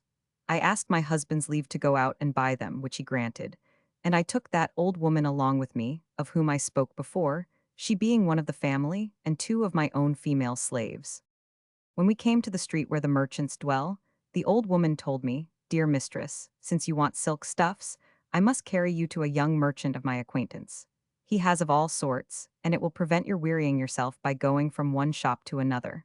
I can assure you that he is able to furnish you with that which nobody else can." I was easily persuaded, and we entered into a shop belonging to a young merchant who was tolerably handsome. I sat down, and bade the old woman desire him to show me the finest silk stuffs he had. The woman bade me speak myself, but I told her it was one of the articles of my marriage contract, not to speak to any man but my husband, which I ought to keep. The merchant showed me several stuffs, of which one pleased me better than the rest, but I bade her ask the price. He answered the old woman, "I will not sell it for gold or money, but I will make her a present of it if she will give me leave to kiss her cheek." I ordered the old woman to tell him that he was very rude to propose such a thing, but instead of obeying me, she said, "What the merchant desires of you is no such great matter. You need not speak, but only present him your cheek, and the business will soon be done." The stuff pleased me so much that I was foolish enough to take her advice. The old woman and my slaves stood up that nobody should see, and I put up my veil, but instead of a kiss, the merchant bit me till the blood came. The pain and surprise were so great that I fell down in a swoon, and continued in it so long that the merchant had time to shut his shop and fly for it. When I came to myself, I found my cheek all bloody. The old woman and my slaves took care to cover it with my veil, that the people who came about us could not perceive it, but supposed it to be only a fainting fit. Scheherazade, as she spoke these words, perceived day, and held her peace. The Sultan, finding the story both extraordinary and pleasant, rose up, with a design to hear the rest of it. 68th Night. When next night was near at an end, Dinarzade awaked and called to the Sultaness, "If you please, sister, pray continue the story of Amin." Scheherazade answered, the lady resumed it thus. "The old woman who was with me, being extremely troubled at this accident, endeavored to comfort me. 'My dear mistress,' said she, 'I beg your pardon, for I am the cause of this misfortune, having brought you to this merchant, because he is my countryman. But I never thought he would be guilty of such a villainous action. But do not grieve, let us make haste to go home. I will give you a medicine that shall perfectly cure you in 3 days' time, so that the least mark shall not be seen.' The fit had made me so weak that I was scarce able to walk. But at last I got home, where I had a second fit, as I went into the chamber. Meanwhile, the old woman applied her remedy, so that I came to myself and went to bed. My husband came to me at night, and seeing my head bound up, asked me the reason.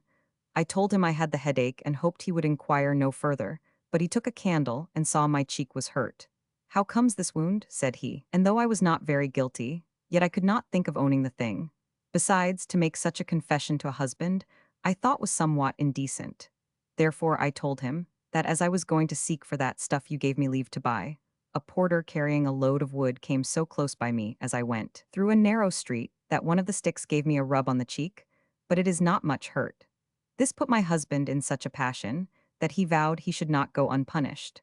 For I will tomorrow give orders to the lieutenant of the police to seize upon all those brutes of porters and cause them to be hanged. Being afraid to occasion the death of so many innocent persons, I told him, sir, I should be sorry that so great a piece of injustice should be committed. Pray do not do it, for I should deem myself unpardonable if I were the cause of so much mischief. Then tell me sincerely, said he, how came you by this wound? I answered that it came through the inadvertency of a broom seller upon an ass, who coming behind me, and looking another way, his ass gave me such a push that I fell down, and hurt my cheek upon some glass. Is it so? Said my husband. Then tomorrow morning, before sun rising, the Grand Vizier Giafar shall have an account of this insolence, and he shall cause all the broomsellers to be put to death. For the love of God, sir, said I, let me beg of you to pardon them, for they are not guilty. How, madam, said he, what is it I must believe? Speak, for I am absolutely resolved to know the truth from your own mouth. Sir, said I was taken with a giddiness in my head and fell down, and that is the whole matter. At these last words my husband lost all patience. Oh, cried he, I have given ear to your lies too long. With that, clapping his hands, in came 3 slaves. Pull her out of bed, said he, and lay her in the middle of the floor. The slaves obeyed his orders, one holding me by the head and another by the feet. He commanded a third to fetch him a scimitar, and when he had brought it, strike, said he, cut her in 2 in the middle, and then throw her into the Tigris to feed the fishes. This is the punishment I give to those to whom I have given my heart if they falsify their promise. When he saw that the slave made no haste to obey his orders, why do you not strike? Said he. Who is it that holds you? What are you waiting for? Madam, then said the slave, you are near the last moments of your life. Consider if you have anything to dispose of before you die. I begged leave to speak one word, which was granted me. I lifted up my head, and looking wistfully to my husband, alas, said I, to what condition am I reduced? Must I then die in the prime of my youth? I could say no more, for my tears and sighs prevented me. My husband was not at all moved, but, on the contrary, went on to reproach me, so that to have made answer would have been in vain. I had recourse to entreaties and prayers, but he had no regard to them, and commanded the slaves to proceed to execution. The old woman who had been his nurse came in just at that moment, fell down upon her knees, and endeavored to appease his wrath. My son, said she, since I have been your nurse and brought you up, let me beg the favor of you to grant me her life. Consider that he who kills shall be killed, and that you will stain your reputation, and lose the esteem of mankind. What will the world say of such a bloody rage? She spoke these words in such an affecting manner, accompanied with tears, that she prevailed upon him at last. Well then, said he to his nurse, for your sake I will spare her life, but she shall carry some marks along with her to make her remember the crime. With that, one of the slaves, by his order, gave me so many blows as hard as he could strike, with a little cane, upon my sides and breast, that he fetched both skin and flesh away, so that I lay senseless. After that he caused the same slaves, the executioners of his fury, to carry me into a house where the old woman took care of me. I kept my bed 4 months. At last I recovered. The scars you saw yesterday against my will have remained ever since. As soon as I was able to walk and go abroad, I resolved to go to the house which was my own by my first husband, but I could not find the place. My second husband, in the heat of his wrath, was not content to have razed it to the ground, but caused all the street where it stood to be pulled down. I believe such a violent proceeding was never heard of before, but against whom should I make my complaint? The author had taken such care that he was not to be found, neither could I know him again if I saw him. And suppose I had known him, is it not easily seen that the treatment I met with proceeded from absolute power? How then dared I make any complaint? Being desolate and unprovided of everything, I had recourse to my dear sister Zobeide, who gave your majesty just now an account of her adventures. To her I made known my misfortune. She received me with her accustomed goodness, and advised me to bear it with patience. This is the way of the world, said she, which either robs us of our means, our friends, or our lovers, and oftentimes of all at once. And at the same time, to confirm what she had said, she gave me an account of the loss of the young prince, occasioned by the jealousy of her 2 sisters. She told me also by what accident they were transformed into bitches, and in the last place, after 1,000 testimonials of her love towards me, she showed me my youngest sister, who had likewise taken sanctuary with her after the death of her mother. Thus we gave God thanks, who had brought us together again, resolving to live a single life and never to separate any more, for we have enjoyed this peaceable way of living a great many years. and as it was my business to mind the affairs of the house, I always took pleasure to go myself and buy in what we wanted. I happened to go abroad yesterday, and the things I bought I caused to be brought home by a porter, who proved to be a sensible and jocose fellow, and we kept him with us for a little diversion. 3 calendars happened to come to our door as it began to grow dark, and prayed us to give them shelter till the next morning. We gave them entrance, but upon certain conditions, which they agreed unto. And after we had made them sit down at the table by us, they gave us a concert of music after their fashion, and at the same time we heard knocking at our gate. These were the 3 merchants of Mousel, men of a very good mien, who begged the same favor which the calendars had obtained before. We consented to it upon the same conditions, but neither of them kept their promise. And though we had power as well as justice on our side to punish them, yet we contented ourselves with demanding from them the history of their lives, and consequently confined our revenge to dismissing them after they had done, and depriving them of the lodging they requested. The Caliph Harun al-Rashid was very well satisfied with these strange stories, and declared publicly his astonishment at what he had heard. "But, sir," said Scheherazade, "day begins to break, so that I have not time to acquaint your majesty what the Caliph did to put an end to the enchantment of the 2 black bitches." Shahryar, supposing that the Sultaness would finish the story of the 5 ladies and the 3 calendars the next night, rose up and suffered her to live till next morning. 69th night.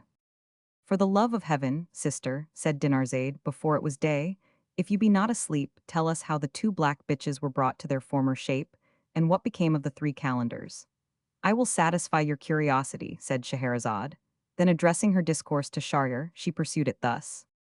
"Sir, the Caliph, having satisfied his curiosity, thought himself obliged to give some marks of grandeur and generosity to the calendar princes, and also to give the 3 ladies some proofs of his bounty. He himself, without making use of his minister, the Grand Vizier, spoke to Zobeide. 'Madam, this fairy that showed herself to you in the shape of a serpent, and imposed such a rigorous command upon you, did she not tell you where her place of abode was?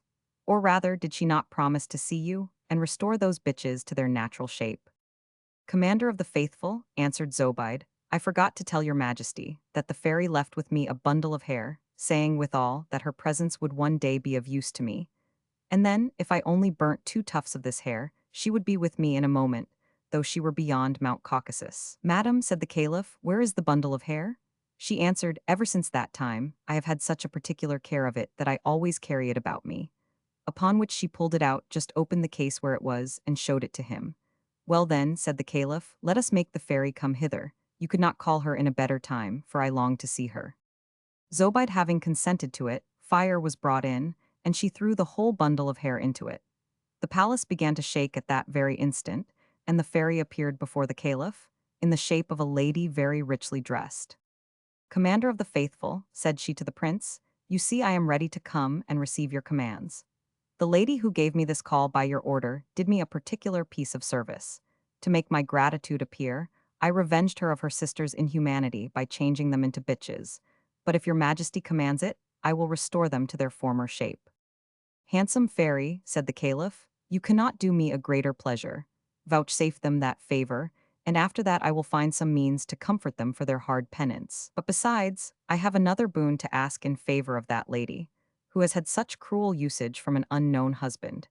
And as you undoubtedly know a great many things, we have reason to believe that you cannot be ignorant of this. Oblige me with the name of this barbarous fellow, who could not be contented to exercise his barbarous cruelty upon her person, but has also most unjustly taken from her all her substance. I only wonder how such an unjust and inhuman action could be performed in spite of my authority, and not come to my ears.' 'To oblige your majesty,' answered the fairy, 'I will restore the 2 bitches to their former state, and I will so cure the lady of her scars, that it shall never appear she was so beaten. And at last I will tell you who it was that did it.' The Caliph sent for the 2 bitches from Zobeide's house, and when they came a glass of water was brought to the fairy by her desire. She pronounced over it some words which nobody understood, then throwing some part of it upon Amin, and the rest upon the bitches, the latter became 2 ladies of surprising beauty, and the scars that were upon Amin vanished away. After which the fairy said to the Caliph, Commander of the Faithful, 'I must now discover to you the unknown husband you inquire after. He is very near related to yourself, for it is Prince Amin, your eldest son, who, falling passionately in love with this lady, by the fame he had heard of her beauty, by an intrigue got her brought to his house, where he married her. As to the strokes he caused to be given her, he is in some measure excusable.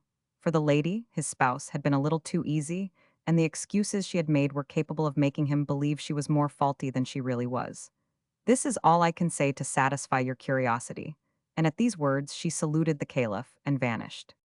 The prince, being filled with admiration, and having much satisfaction in the changes that had happened through his means, did such things as will perpetuate his memory to all ages.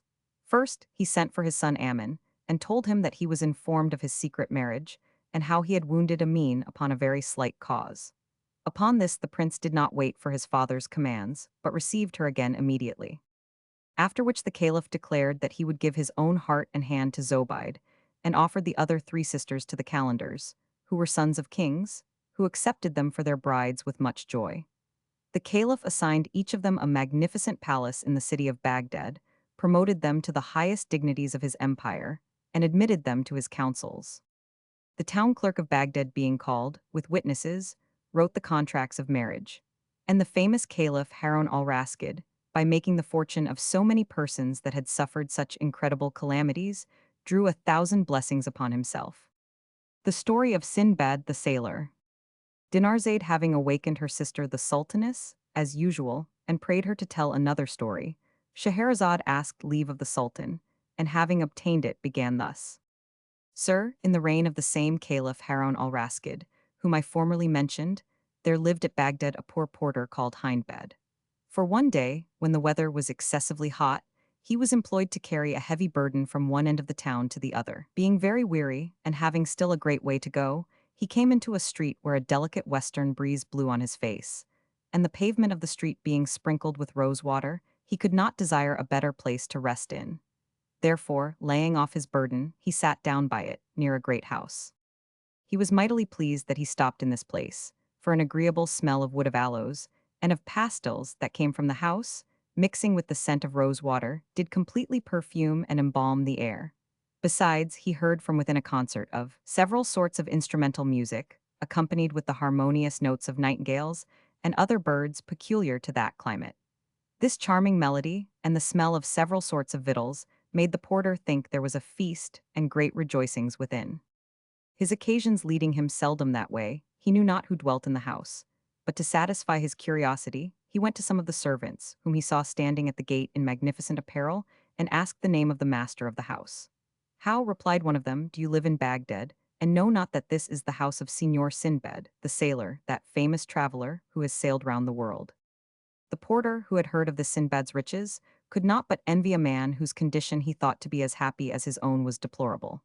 And his mind being fretted with those reflections, he lifted up his eyes to heaven, and said, loud enough to be heard, Almighty Creator of all things, consider the difference between Sinbad and me.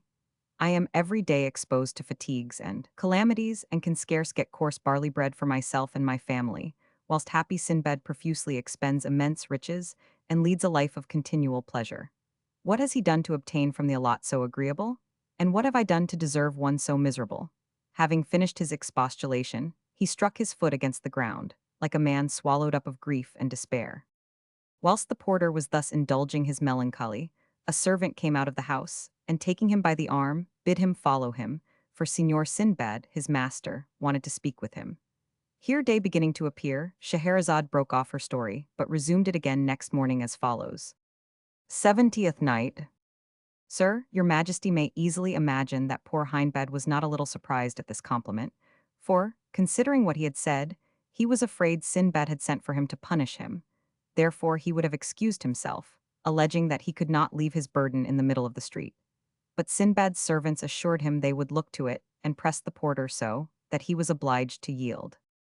The servants brought him into a great hall, where abundance of people sat round a table covered with all sorts of fine dishes. At the upper end there sat a grave, comely, venerable gentleman, with a long white beard, and behind him stood a number of officers and domestics, all ready to serve him. This grave gentleman was Sinbad, the porter, whose fear was increased at the sight of so many people, and of a banquet so sumptuous, saluted the company trembling. Sinbad bid him draw near, and sitting him down at his right hand, served him himself, and gave him excellent wine, of which there was a good store upon the sideboard. When dinner was over, Sinbad began his discourse to Hindbad. and calling him brother, according to the manner of the Arabians when they are familiar one with another, he asked him his name and employment. Signor, answered he, my name is Sinbad. I am very glad to see you, replied Sinbad, and I dare say the same for all the company. But I would be glad to hear from your own mouth what it was you said a while ago in the street. For Sinbad had heard it himself through the window, before he sat down at table, and that occasioned his calling for him. Hindbad, being surprised at the question, hung down his head, and replied, Signor, I confess that my weariness put me out of humor, and occasioned me to speak some indiscreet words which I beg you to pardon. Oh, do not think I am so unjust, replied Sinbad, to resent such a thing as that. I consider your condition, and instead of upbraiding you with your complaints, I commiserate you. But I must rectify your mistake concerning myself. You think, no doubt, that I have acquired without labor and trouble the ease and conveniency which I now enjoy. But do not mistake.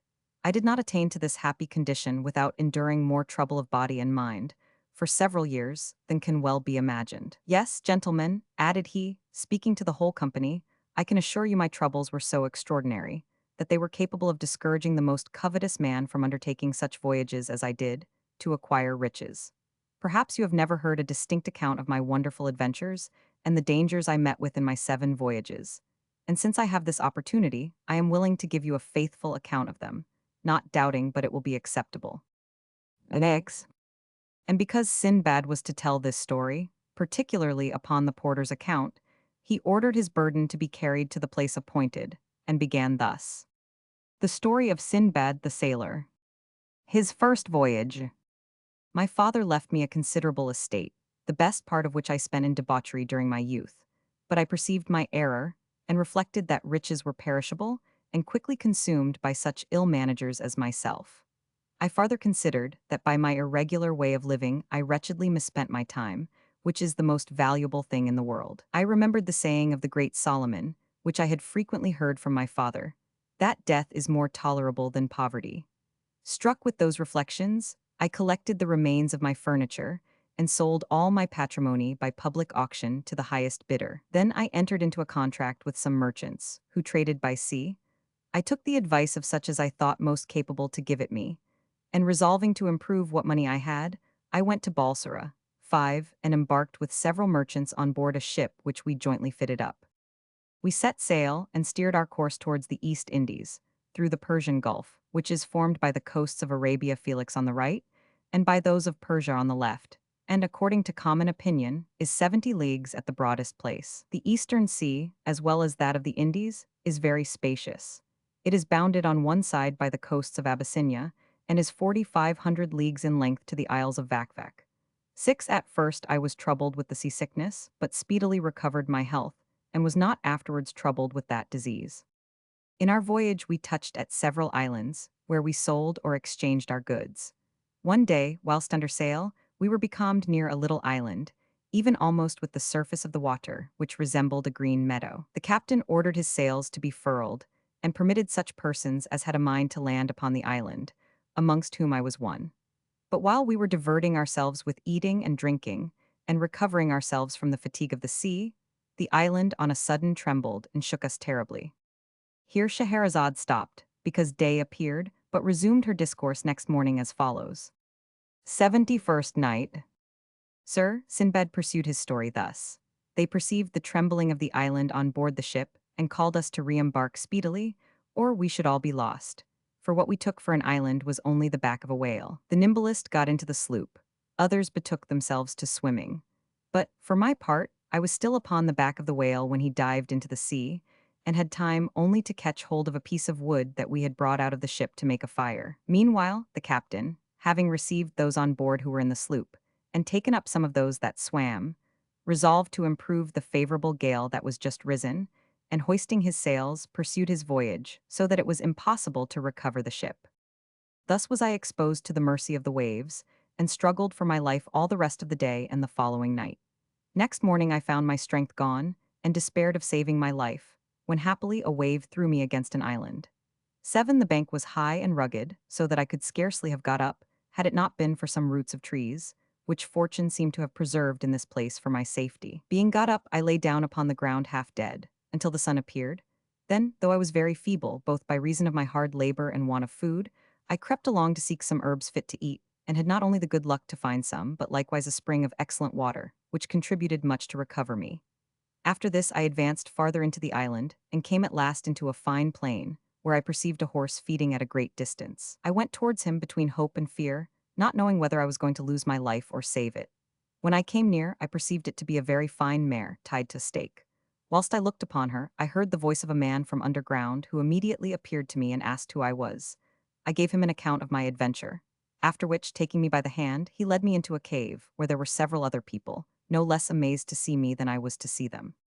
I eat some victuals which they offered me, and then, having asked them what they did in such a desert place, they answered that they were grooms belonging to King Mihrage, sovereign of the island, and that every year at the same season they brought thither the king's mares and fastened them as I saw that mare, until they were covered by a horse that came out of the sea, who, after he had done so, endeavored to destroy the mares, but they hindered him by their noise, and obliged him to return to the sea.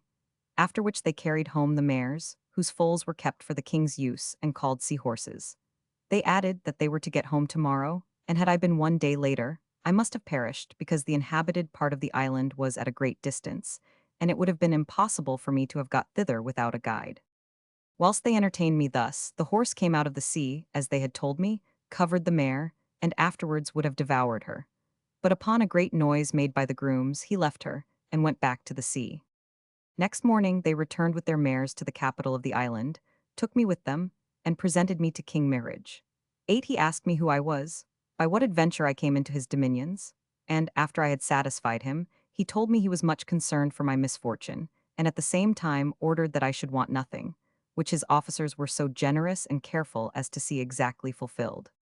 Being a merchant, I frequented with men of my own profession, and particularly inquired for those who were strangers, if perhaps I might hear any news from Baghdad, or find an opportunity to return thither. For King Mihraj's capital is situated on the bank of the sea, and has a fine harbor, where ships arrive daily from the different quarters of the world. I frequented also the society of the learned Indians, and took delight to hear them discourse. But withal, I took care to make my court regularly to the king, and conversed with the governors and petty kings, his tributaries that were about him. They asked me 1,000 questions about my country, and I being willing to inform myself as to their laws and customs, asked them everything that I thought worth knowing. There belongs to this king an island named Castle. They assured me that every night a noise of drums 9 was heard there, whence the mariners fancied that it was the residence of Djil. 10. I had a great mind to see this wonderful place, and in my way thither saw fishes of 100 and 200 cubits long, 11 that occasion more fear than hurt, for they are so fearful that they will fly upon the rattling of 2 sticks or boards. I saw likewise other fishes about a cubit in length that had heads like owls. 12. As I was 1 day at the port, after my return, a ship arrived, and as soon as she cast anchor they began to unload her, and the merchants on board ordered their goods to be carried into the magazine. As I cast my eye upon some bales and looked to the name, I found my own, and perceived the bales to be the same that I had embarked at Balsara. I also knew the captain, but being persuaded that he believed me to be drowned, I went and asked him whose bales these were. He replied that they belonged to a merchant of Baghdad, called Sinbad, who came to sea with him. But 1 day, being near an island, as we thought, he went ashore, with several other passengers, upon this supposed island, which was only a monstrous whale that lay asleep upon the surface of the water. But as soon as he felt the heat of the fire they had kindled upon his back to dress some victuals, he began to move and dived under water. Most of the persons who were upon him perished, and among them unfortunate Sinbad. Those bales belonged to him, and I am resolved to trade with them until I meet with some of his family, to whom I may return the profit. Captain, said I am that Sinbad whom you thought to be dead, and those bales are mine. Here Scheherazade stopped till next morning, and went on as follows. 72nd Night. Sinbad, pursuing the story, said to the company, when the captain heard me speak thus, O heaven, said he, whom can we ever trust nowadays? There is no faith left among men. I saw Sinbad perish with my own eyes, and the passengers on board saw it as well as I, and yet you tell me you are that Sinbad. What impudence is this? To look on you, one would take you to be a man of probity, and yet you tell a horrible falsehood in order to possess yourself of what does not belong to you. Have patience, captain, replied I. Do me the favor to hear what I have to say. Very well, said he, speak. I am ready to hear you. Then I told him how I escaped, and by what adventure I met with the grooms of King Mihrage, who brought me to his court. He began to abate of his confidence upon my discourse, and was soon persuaded that I was no cheat. For there came people from his ship who knew me, paid me great compliments, and expressed much joy to see me alive. At last he knew me himself, and embracing me, "Heaven be praised," said he, "for your happy escape. I cannot enough express my joy for it. There are your goods, take and do with them what you will." I thanked him, acknowledged his probity, and in requital, offered him part of my goods as a present, which he generously refused. I took out what was most valuable in my bales, and presented it to King Mirage, who, knowing my misfortune, asked me how I came by such rarities. I acquainted him with the whole story. He was mightily pleased at my good luck, accepted my present, and gave me one much more considerable in return. Upon this, I took leave of him, and went aboard the same ship, after I had exchanged my goods for the commodities of that country. I carried with me wood of aloes, sandal, camphor, nutmegs, cloves, pepper, and ginger. We passed by several islands, and at last arrived at Balsora, from whence I came to this city with the value of 100,000 sequins. 13 my family, and I received one another with all the transports of sincere friendship.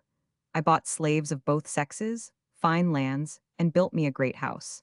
And thus I settled myself, resolving to forget the miseries I had suffered, and to enjoy the pleasures of life. Sinbad stopped here, and ordered the musicians to go on with their concerts, which his story had interrupted. The company continued to eat and drink till the evening, when it was time to retire. When Sinbad sent for a purse of 100 sequins, and giving it to the porter, said, "Take this, Hindbad. Return to your home, and come back tomorrow to hear some more of my adventures." The porter went home, astonished at the honor done him, and the present made him. The relation of it was very agreeable to his wife and children, who did not fail to return thanks to God for what Providence had sent him by the hand of Sinbad. Hindbad put on his best clothes next day, and returned to the bountiful traveler, who received him with a pleasant air and caressed him heartily.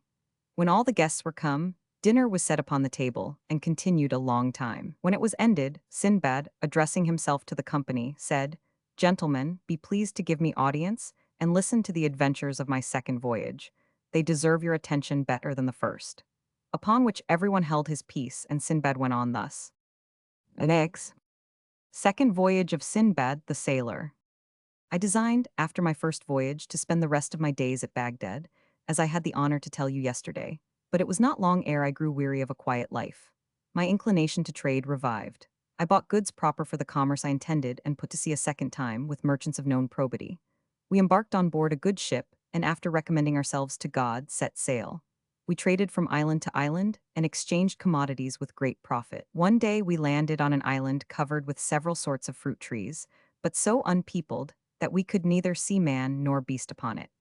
We went to take a little fresh air in the meadows, and along the streams that watered them. While some diverted themselves with gathering flowers, and others with gathering fruits, I took my wine and provisions, and sat down by a stream betwixt two great trees, which formed a curious shape. I made a very good meal, and afterwards fell asleep. I cannot tell how long I slept, but when I awaked the ship was gone. Here Scheherazade broke off because day appeared, but next night continued the story thus. 73rd night. I was very much surprised, said Sinbad, to find the ship gone. I got up and looked about everywhere, and could not see one of the merchants who landed with me. At last I perceived the ship under sail, but at such a distance that I lost sight of her in a very little time. I leave you to guess at my melancholy reflections in this sad condition. I was ready to die with grief. I cried out sadly, beat my head and breast, and threw myself down upon the ground, where I lay some time in a terrible agony, one afflicting thought being succeeded by another still more afflicting. I upbraided myself 100 times for not being content with the produce of my first voyage, that might well have served me all my life. But all this was in vain, and my repentance out of season. At last I resigned myself to the will of God, and not knowing what to do, I climbed up to the top of a great tree, from whence I looked about on all sides to see if there was anything that could give me hopes. When I looked towards the sea, I could see nothing but sky and water, but looking towards the land, I saw something white, and coming down from the tree, I took up what provisions I had left and went towards it, the distance being so great that I could not distinguish what it was. When I came nearer, I thought it to be a white bowl, of a prodigious height and bigness, and when I came up to it, I touched it and found it to be very smooth. I went round to see if it was open on any side, but saw it was not, and that there was no climbing up to the top of it, it was so smooth. It was at least 50 paces round. By this time the sun was ready to set, and all of a sudden the sky became as dark as if it had been covered with a thick cloud. I was much astonished at this sudden darkness, but much more when I found it occasioned by a bird of a monstrous size, that came flying towards me. I remembered a fowl, called rock, that I had often heard mariners speak of, and conceived that the great bull, which I so much admired, must needs be its egg. In short, the bird alighted and sat over the egg to hatch it. As I perceived her coming, I crept close to the egg, so that I had before me one of the legs of the bird, which was as big as the trunk of a tree. I tied myself strongly to it with the cloth that went round my turban, in hopes that, when the Rock 14 flew away next morning, she would carry me with her out of this desert island. And after having passed the night in this condition, the bird actually flew away next morning, as soon as it was day, and carried me so high that I could not see the earth. She afterwards descended all of a sudden, with so much rapidity that I lost my senses. But when the rock was settled and I found myself upon the ground, I speedily untied the knot, and had scarce done so when the bird, having taken up a serpent of a monstrous length in her bill, flew away. 15. Next. The place where it left me was a very deep valley, encompassed on all sides with mountains, so high that they seemed to reach above the clouds, and so full of steep rocks that there was no possibility of getting out of the valley. This was a new perplexity, so that when I compared this place with the desert island from which the rock brought me, I found that I had gained nothing by the change. As I walked through this valley, I perceived it was strewed with diamonds, some of which were of a surprising bigness. I took a great deal of pleasure to look upon them, but speedily I saw at a distance such objects as very much diminished my satisfaction, and which I could not look upon without terror. That was, a great number of serpents, so big and so long, that the least of them was capable of swallowing an elephant. They retired in the daytime to their dens, where they hid themselves from the rock, their enemy, and did not come out but in the night time. I spent the day in walking about the valley, resting myself at times in such places as I thought most commodious. When night came on, I went into a cave, where I thought I might be in safety. I stopped the mouth of it, which was low and straight, with a great stone, to preserve me from the serpents, but not so exactly fitted as to hinder light from coming in.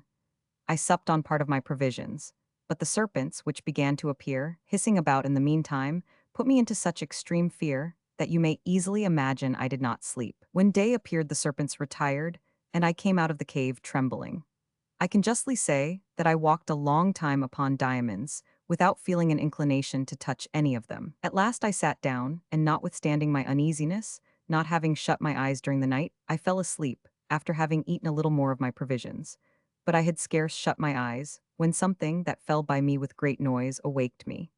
This was a great piece of fresh meat, and at the same time I saw several others fall down from the rocks in different places. I always looked upon it to be a fable, when I heard mariners and others discourse of the Valley of Diamonds, and of the stratagems made use of by merchants to get jewels from thence. But then I found it to be true, for, in reality, those merchants come to the neighborhood of this valley when the eagles have young ones, and throwing great joints of meat into the valley, the diamonds, upon whose points they fall, stick to them.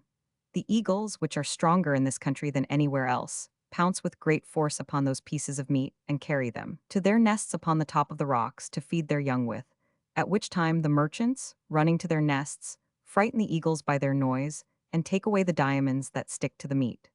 16. And this stratagem they make use of to get the diamonds out of the valley, which is surrounded with such precipices that nobody can enter it. I believed till then that it was not possible for me to get out of this abyss, which I looked upon as my grave. But then I changed my mind, for the falling in of those pieces of meat put me in hopes of a way of saving my life. Here day began to appear, which obliged Scheherazade to break off, but she went on with it next night as follows. 74th night. Sir, said she to the Sultan, Sinbad continued the story of the adventure of his second voyage thus. I began to gather together the largest diamonds that I could see, and put them into the leathern bag in which I used to carry my provisions. I afterwards took the largest piece of meat I could find, tied it close round me with the cloth of my turban, and then laid myself upon the ground, with my face downward, the bag of diamonds being tied fast to my girdle, so that it could not possibly drop off. I had scarce laid me down before the eagles came. Each of them seized a piece of meat, and one of the strongest having taken me up, with a piece of meat on my back, carried me to his nest on the top of the mountain. The merchants fell straightway to shouting, to frighten the eagles, and when they had obliged them to quit their prey, one of them came to the nest where I was. He was very much afraid when he saw me, but recovering himself, instead of inquiring how I came thither, he began to quarrel with me, and asked why I stole his goods. You will treat me, replied I with more civility, when you know me better. Do not trouble yourself. I have diamonds enough for you and myself too, more than all the other merchants together. If they have any, it is by chance. But I chose myself in the bottom of the valley all those which you see in this bag, and having spoken these words, I showed them to him. I had scarce done speaking, when the other merchants came trooping about us, much astonished to see me, but they were much more surprised when I told them my story. Yet they did not so much admire my stratagem to save myself as my courage to attempt it. They carried me to the place where they stayed all together, and there having opened my bag, they were surprised at the largeness of my diamonds, and confessed that in all the courts where they had been they never saw any that came near them. I prayed the merchant to whom the nest belonged whither I was carried, for every merchant had his own, to take as many for his share as he pleased. He contented himself with one, and that too the least of them, and when I pressed him to take more, without fear of doing me any injury, "No," said he, "I am very well satisfied with this, which is valuable enough to save me the trouble of making any more voyages, to raise as great a fortune as I desire." I spent the night with those merchants, to whom I told my story a second time, for the satisfaction of those who had not heard it. I could not moderate my joy when I found myself delivered from the danger I have mentioned. I thought myself to be in a dream, and could scarce believe myself to be out of danger. The merchants had thrown their pieces of meat into the valley for several days, and each of them being satisfied with the diamonds that had fallen to his lot, we left the place next morning altogether, and traveled near high mountains, where there were serpents of a prodigious length, which we had the good fortune to escape. We took the first port we came at, and came to the Isle of Roja, where the trees grow that yield camphire. This tree is so large, and its branches so thick, that 100 men may easily sit under its shade. The juice of which the camphire is made runs out from a hole bored in the upper part of the tree, is received in a vessel where it grows to a consistency, and becomes what we call camphire, and the juice thus drawn out, the tree withers and dies. There is in this island the rhinoceros, a creature less than the elephant but greater than the buffalo. They have a horn upon their nose, about a cubit long. This horn is solid, and cleft in the middle from one end to the other, and there is upon it white lines, representing the figure of a man. The rhinoceros fights with the elephant, runs his horn into his belly, and carries him off upon his head. But the blood and the fat of the elephant running into his eyes, and making him blind, he falls to the ground. And then, strange to relate, the roc comes and carries them both away in her claws, to be food for her young ones. I pass over many other things peculiar to this island, lest I should be troublesome to you. Here I exchanged some of my diamonds for good merchandise. From thence we went to other isles, and at last, having touched at several trading towns of the mainland, we landed at Balsora, from whence I went to Baghdad. There I immediately gave great alms to the poor, and lived honorably upon the vast riches I had brought, and gained with so much fatigue. Thus Sinbad ended the story of the second voyage, gave Hindbad another 100 sequins, and invited him to come next day to hear the story of the third. The rest of the guests returned to their houses, and came again the next day at the same hour, and one may be sure the porter did not fail, having by this time almost forgot his former poverty. When dinner was over, Sinbad demanded attention, and gave them an account of his third voyage, as follows. Sinbad, the sailor's third voyage. The pleasures of the life which I then led soon made me forget the risks I had run in my two former voyages. But being then in the flower of my age, I grew weary of living without business, and hardening myself against the thought of any danger I might incur, I went from Baghdad with the richest commodities of the country to Balsora. There I embarked again with the merchants. We made a long voyage and touched at several ports where we drove a considerable trade. One day, being out in the main ocean, we were attacked by a horrible tempest which made us lose our course. The tempest continued several days, and brought us before the port of an island, where the captain was very unwilling to enter. But we were obliged to cast anchor there. When we had furled our sails, the captain told us that this and some other neighboring islands 17 were inhabited by hairy savages who would speedily attack us. And though they were but dwarfs, yet our misfortune was such that we must make no resistance, for they were more in number than the locusts, and if we happened to kill one of them, they would all fall upon us and destroy us. Here day beginning to appear, Scheherazade broke off her story, and continued it next night as follows. 75th night. This discourse of the captain, said Sinbad, put the whole company into a great consternation, and we found very soon to our cost that what he had told us was but too true. An innumerable multitude of frightful savages, covered all over with red hair, and about 2 feet high, 18 came swimming towards us and encompassed our ship in a little time. They spoke to us as they came near, but we understood not their language. They climbed up the sides of the ship with so much agility as surprised us. We beheld all this with mortal fear, without daring to offer to defend ourselves, or to speak one word to divert them from their mischievous design. In short, they took down our sails, cut the cable, and hauled to the shore, made us all get out, and afterwards carried the ship into another island from whence they came. All travelers carefully avoided that island where they left us, it being very dangerous to stay there, for a reason you shall hear anon, but we were forced to bear our affliction with patience. We went forward into the island, where we found some fruits and herbs to prolong our lives as long as we could, but we expected nothing but death. As we went on, we perceived at a distance a great pile of building, and made towards it. We found it to be a palace, well built and very lofty, with a gate of ebony of 2 leaves, which we thrust open. We entered the court, where we saw before us a vast apartment with a porch, having on one side a heap of men's bones, and on the other a vast number of roasting spits. We trembled at this spectacle, and being weary with traveling, our legs failing under us, we fell to the ground, being seized with deadly fear, and lay a long time motionless. The sun was set, and whilst we were in the lamentable condition just mentioned, the gate of the apartment opened with a great noise, and there came out the horrible figure of a black man, as high as a tall palm tree.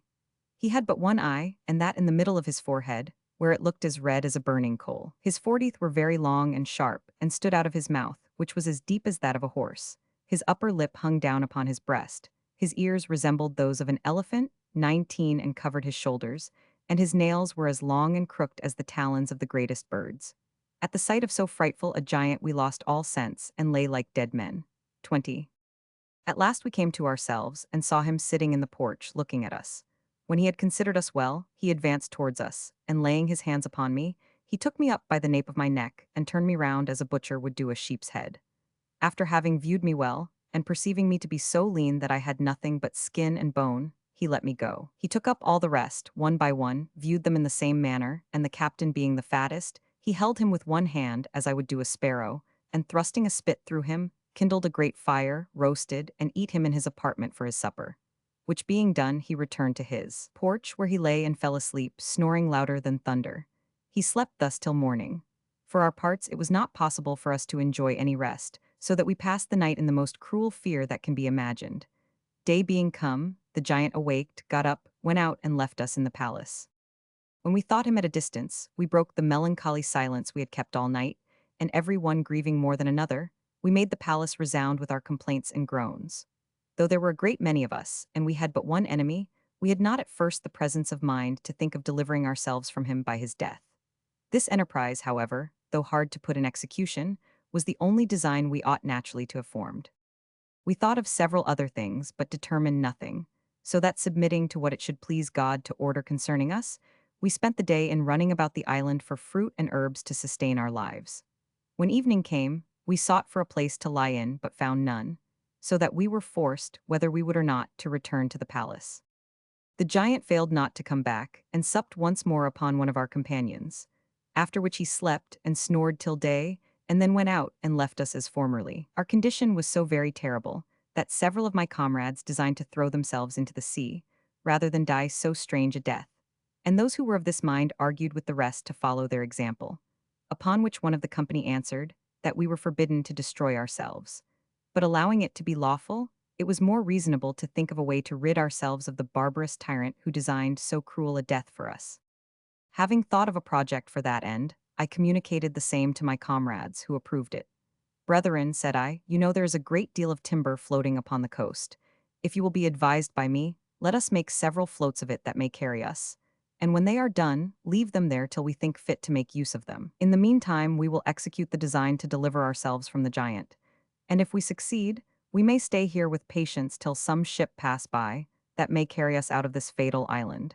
But if it happen to miscarry, we will speedily get to our floats and put to sea. I confess that by exposing ourselves to the fury of the waves, we run a risk of losing our lives. But if we do, is it not better to be buried in the sea than in the entrails of this monster, who has already devoured 2 of us? My advice was relished, and we made floats capable of carrying 3 persons each. We returned to the palace towards the evening, and the giant arrived a little while after. We were forced to conclude on seeing another of our comrades roasted. But at last we revenged ourselves on the brutish giant thus. After he had made an end of his cursed supper, he lay down on his back and fell asleep. As soon as we heard him snore, 21 according to his custom, 9 of the boldest among us and myself, took each of us a spit, and putting the points of them into the fire till they were burning hot, We thrust them into his eye all at once and blinded him. The pain occasioned him to make a frightful cry and to get up and stretch out his hands, in order to sacrifice some of us to his rage. But we ran to such places as he could not find us, and after having sought for us in vain, he groped for the gate and went out, howling dreadfully. Scheherazade stopped here, but next night resumed her story thus. 76th night. We went out of the palace after the giant, continued Sinbad, and came to the shore, where we had left our floats, and put them immediately into the sea. We waited till day, in order to get upon them, in case the giant came towards us with any guide of his own species. But we hoped if he did not appear by sun rising, and gave over his howling, which we still heard, that he would die. And if that happened to be the case, we resolved to stay in that island, and not to risk our lives upon the floats. But day had scarce appeared, when we perceived our cruel enemy, accompanied with two others almost of the same size, leading him, and a great number more coming before him with a very quick pace. Next, when we saw this, we made no delay, but got immediately upon our floats and rowed off from the shore. The giants who perceived this took up great stones, and running to the shore, entered the water up to the middle, and threw so exactly that they sunk all the floats but that I was upon, and all my companions, except the two with me, were drowned. We rowed with all our might and got out of the reach of the giants. But when we got out to sea, we were exposed to the mercy of the waves and winds, and tossed about, sometimes on one side and sometimes on another, and spent that night and the following day under a cruel uncertainty as to our fate. But next morning we had the good luck to be thrown upon an island, where we landed with much joy. We found excellent fruit there, that gave us great relief, so that we pretty well recovered our strength.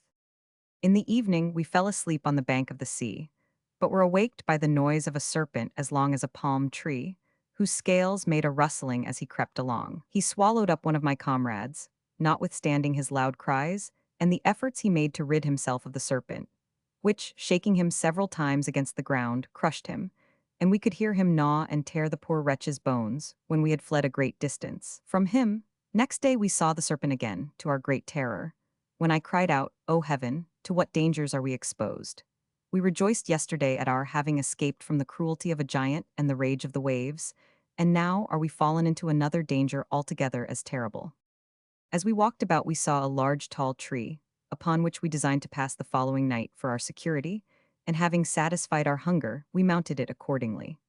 A little while after the serpent came hissing to the root of the tree, raised itself up against the trunk of it, and meeting with my comrade, who sat lower than I, swallowed him at once and went off. I stayed upon the tree till it was day, and then came down, more like a dead man than one alive, expecting the same fate with my two companions. This filled me with horror, so that I was going to throw myself into the sea, but nature prompting us to a desire to live as long as we can, I withstood this temptation to despair, and submitted myself to the will of God, who disposes of our lives at his pleasure. In the meantime, I gathered together a great quantity of small wood, brambles, and dry thorns, and making them up into faggots, made a great circle with them round the tree, and also tied some of them to the branches over my head. Having done this, when the evening came, I shut myself up within this circle, with this melancholy piece of satisfaction, that I had neglected nothing which could preserve me from the cruel destiny with which I was threatened. The serpent failed not to come at the usual hour, and went round the tree, seeking for an opportunity to devour me, but was prevented by the rampart I had made, so that he lay till day, like a cat watching in vain for a mouse that has retired to a place of safety. When day appeared he retired, but I dared not leave my fort until the sun arose. I was fatigued with the toil he had put me to, and suffered so much by his poisonous breath, that death seemed more eligible to me than the horror of such a condition. I came down from the tree, and not thinking on the resignation I had made to the will of God the preceding day, I ran towards the sea, with a design to throw myself into it headlong. Here Scheherazade stopped, because day appeared, and next night continued her story thus. 77th night. Sinbad pursued the account of his third voyage thus. God, said he, took compassion on my desperate state, for just as I was going to throw myself into the sea, I perceived a ship at a considerable distance.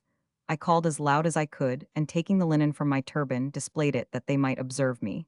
This had the desired effect. All the crew perceived me, and the captain sent his boat for me. As soon as I came aboard, the merchants and seamen flocked about me to know how I came to that desert island. And after I had told them of all that befell me, the oldest of them said to me, they had several times heard of the giants that dwelt in that island, that they were cannibals, and eat men raw as well as roasted.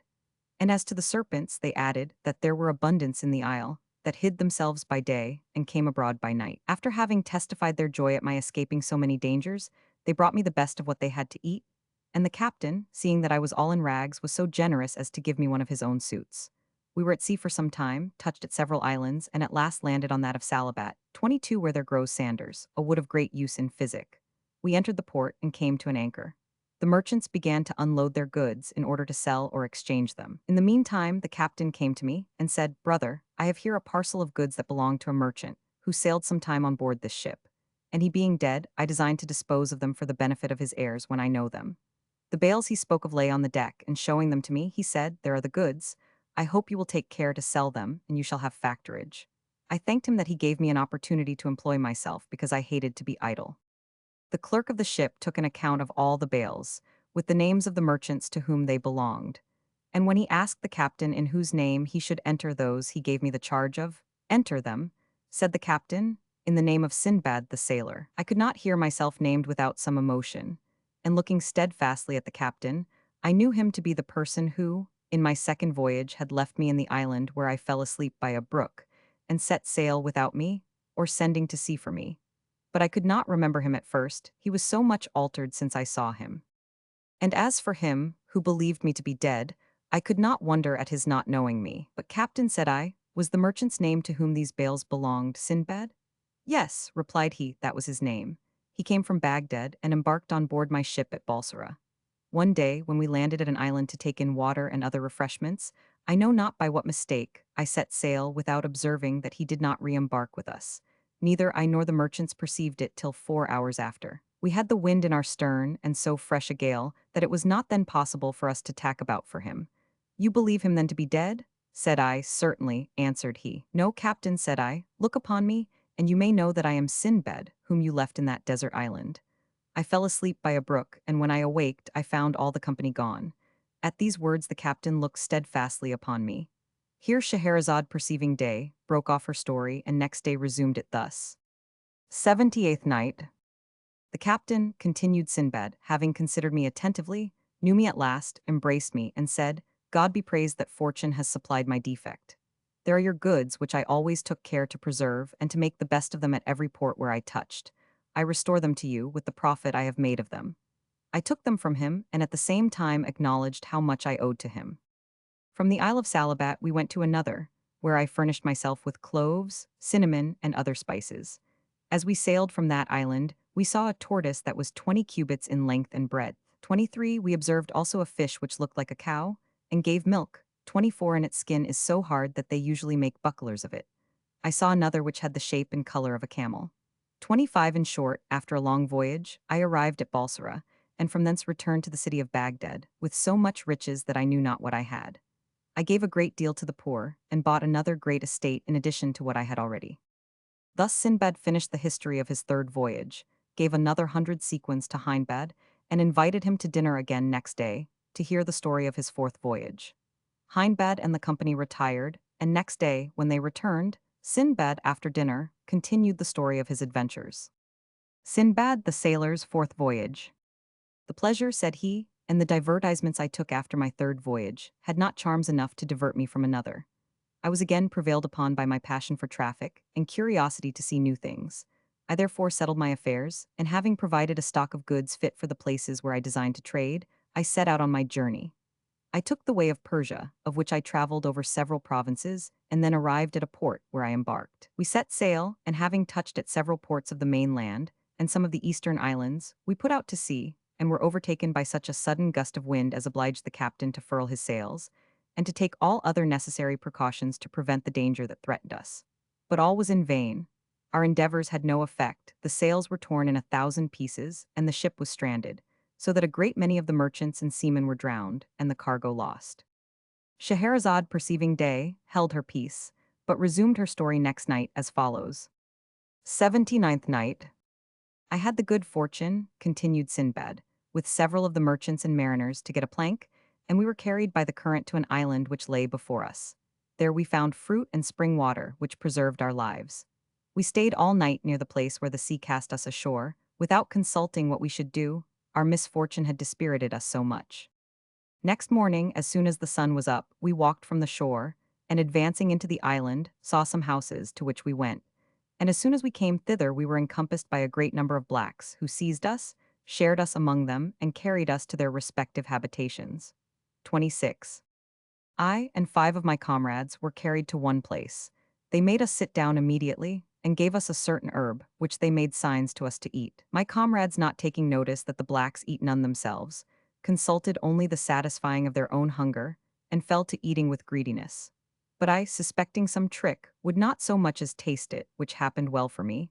For in a little time after I perceived my companions had lost their senses, and that when they spoke to me, they knew not what they said. The blacks fed us afterwards with rice, prepared with oil of coconuts, and my comrades, who had lost their reason, eat of it greedily. I eat of it also, but very sparingly. The blacks gave us that herb at first on purpose to deprive us of our senses, 27, that we might not be aware of the sad destiny prepared for us, and they gave us rice on purpose to fatten us. For, being cannibals, their design was to eat us as soon as we grew fat. They did accordingly eat my comrades, who were not sensible of their condition. But my senses being entire, you may easily guess, gentlemen, that instead of growing fat as the rest did, I grew leaner every day. The fear of death under which I labored turned all my food into poison. I fell into a languishing distemper which proved my safety, for the blacks, having killed and eat up my companions, seeing me to be withered, lame, and sick, deferred my death till another time. Meanwhile I had a great deal of liberty, so that there was scarce any notice taken of what I did, and this gave me an opportunity one day to get at a distance from the houses, and to make my escape. An old man who saw me and suspected my design called to me as loud as he could to return. But instead of obeying him, I redoubled my pace and quickly got out of sight. At that time there was none but the old man about the houses, the rest being abroad, and not to come home till night, which was pretty usual with them. Therefore, being sure that they could not come time enough to pursue me, I went on till night, when I stopped to rest a little, and to eat some of the provisions I had taken care of. But I speedily set forward again, and traveled 7 days, avoiding those places, which seemed to be inhabited, and lived for the most part upon coconuts, which served me both for meat and drink. On the 8th day I came near the sea, and saw all of a sudden white people like myself gathering pepper, 28 of which there was great plenty in that place. This I took to be a good omen, and went to them without any scruple. Scheherazade broke off here, and went on with the story next night as follows. Next, 80th night. The people who gathered pepper, continued Sinbad, came to meet me as soon as they saw me, and asked me in Arabic who I was and whence I came. I was overjoyed to hear them speak in my own language, and satisfied their curiosity by giving them an account of my shipwreck, and how I fell into the hands of the blacks. Those blacks, replied they, eat men, and by what miracle did you escape their cruelty? I told them the same story I now tell you, at which they were wonderfully surprised. I stayed with them till they had gathered their quantity of pepper, and then sailed with them to the island from whence they came. They presented me to their king, who was a good prince. He had the patience to hear the relation of my adventures, which surprised him, and he afterwards gave me clothes, and commanded care to be taken of me. The island was very well peopled, plentiful in everything, and the capital was a place of great trade. This agreeable retreat was very comfortable to me after my misfortune, and the kindness of this generous prince towards me completed my satisfaction. In a word, there was not a person more in favor with him than myself, and, by consequence, every man in court and city sought to oblige me, so that in a very little time I was looked upon rather as a native than a stranger. I observed one thing which to me appeared very extraordinary. All the people, the king himself not excepted, rode their horses without bridle or stirrups. This made me one day take the liberty to ask the king how that came to pass. His Majesty answered that I talked to him of things which nobody knew the use of in his dominions. I went immediately to a workman, and gave him a model for making the stock of a saddle. When that was done, I covered it myself with velvet and leather, and embroidered it with gold. I afterwards went to a locksmith, who made me a bridle according to the pattern I showed him, and then he made me also some stirrups. And I had all things completed. I presented them to the king, and put them upon one of his horses. His Majesty mounted immediately, and was so pleased with them, that he testified his satisfaction by large presents to me. I could not avoid making several others for his ministers and principal officers of his household, who all of them made me presents that enriched me in a little time. I also made for the people of best quality in the city, which gained me great reputation and regard. As I made my court very constantly to the king, he said to me one day, Sinbad, I love thee, and all my subjects who know thee treat thee according to my example. I have one thing to demand of thee, which thou must grant. Sir, answered I, there is nothing but what I will do, as a mark of my obedience to your majesty, whose power over me is absolute. I have a mind thou shouldst marry, replied he, that so thou mayst stay in my dominion, and think no more of thy own country. I dared not resist the prince's will, and so he gave me one of the ladies of his court, a noble, beautiful, chaste, and rich lady. The ceremonies of marriage being over, I went and dwelt with the lady, and for some time we lived together in perfect harmony. I was not, however, very well satisfied with my condition, and therefore designed to make my escape on the first occasion, and to return to Baghdad, which my present settlement, how advantageous soever, could not make me forget. While I was thinking on this, the wife of one of my neighbors, with whom I had contracted a very strict friendship, fell sick and died. I went to see and comfort him in his affliction, and finding him swallowed up with sorrow, I said to him as soon as I saw him, God preserve you and grant you a long life. Alas, replied he, how do you think I should obtain that favor you wish me? I have not above an hour to live. Pray, said I, do not entertain such a melancholy thought. I hope it will not be so, but that I shall enjoy your company for many years.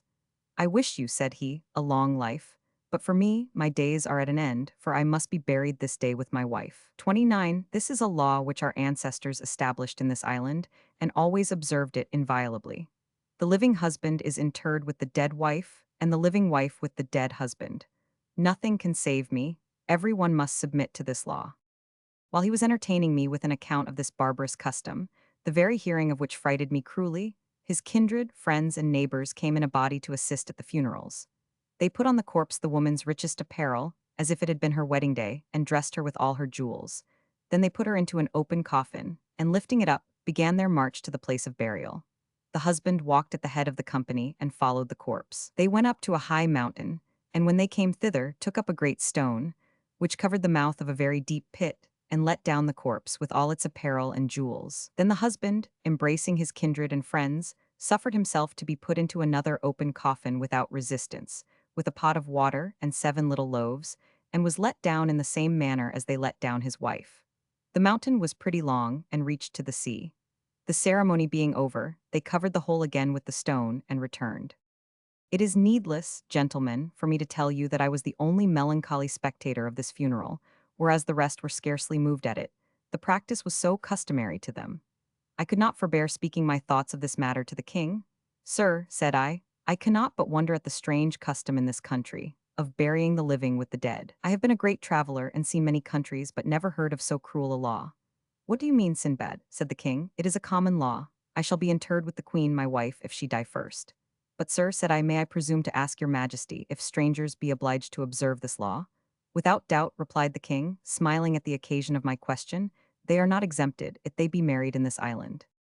I went home very melancholy at this answer, for the fear of my wife's dying first, and that I should be interred alive with her, occasioned me very mortifying reflections. But there was no remedy. I must have patience and submit to the will of God. I trembled, however, at every little indisposition of my wife. But alas! In a little time my fears came upon me all at once, for she fell sick and died in a few days. Scheherazade stopped here for that time, and resumed the thread of her story next night thus. 81st night. You may judge at my sorrow, continued Sinbad. To be interred alive seemed to me as deplorable an end as to be devoured by cannibals. But I must submit. The king and all his court would honor the funeral with their presence, and the most considerable people of the city did the like. When all was ready for the ceremony, the corpse was put into a coffin, with all her jewels and magnificent apparel. The cavalcade began, and as second actor in this doleful tragedy, I went next the corpse, with my eyes full of tears, bewailing my deplorable fate. Before I came to the mountain, I made an essay on the minds of the spectators. I addressed myself to the king in the first place, and then to all those who were round me, and bowing before them to the earth, to kiss the border of their garments, I prayed them to have compassion upon me. Consider, said I, that I am a stranger, and ought not to be subject to this rigorous law, and that I have another wife and children in my own country. 30. It was to no purpose for me to speak thus. No soul was moved at it. On the contrary, they made haste to let down my wife's corpse into the pit, and put me down the next moment in an open coffin, with a vessel full of water and 7 loaves. In short, the fatal ceremony being performed, they covered up the mouth of the pit, notwithstanding the excess of my grief and my lamentable cries.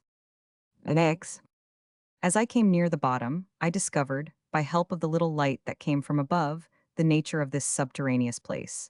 It was a vast long cave, and might be about 50 fathom deep. I immediately smelt an insufferable stench, proceeding from the multitude of dead corpses which I saw on the right and left. Nay, I fancied that I heard some of them sigh out their last.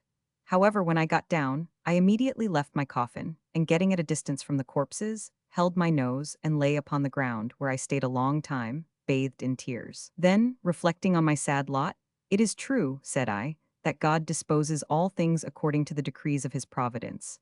But, poor Sinbad, art not thou thyself the cause of thy being brought to die so strange a death? Would to God thou hadst perished in some of those tempests which thou hast escaped.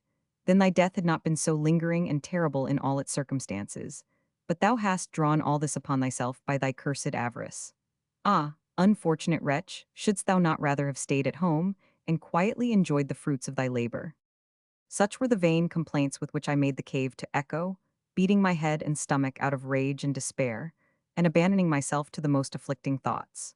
Nevertheless, I must tell you that instead of calling death to my assistance in that miserable condition, I felt still an inclination to live, and to do all I could to prolong my days. I went groping about with my nose stopped for the bread and water that was in my coffin, and I took some of it. Though the darkness of the cave was so great that I could not distinguish day and night, yet I always found my coffin again, and the cave seemed to be more spacious and fuller of corpses than it appeared to me at first.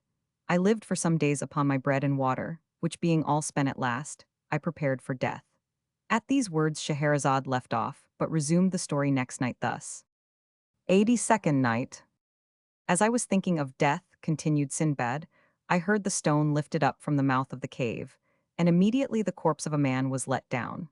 When men are reduced to necessity, it is natural for them to come to extreme resolutions. While they let down the woman, I approached the place where her coffin was to be put, and as soon as I perceived they were covering again the mouth of the cave, I gave the unfortunate wretch 2 or 3 great blows over the head with a large bone that I found, which stunned, or, to say the truth, killed her. I committed this inhuman action merely for the sake of the bread and water that was in her coffin, and thus I had provisions for some days more. When that was spent, they let down another dead woman and a live man.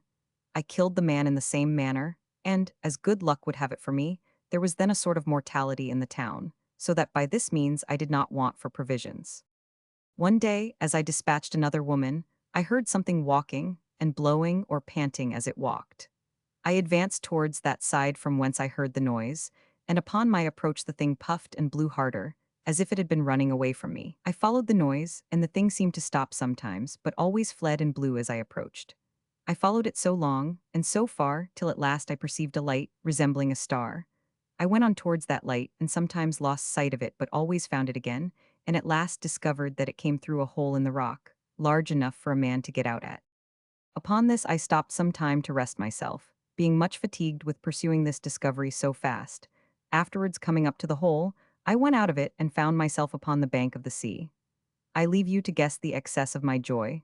It was such that I could scarce persuade myself of its being real.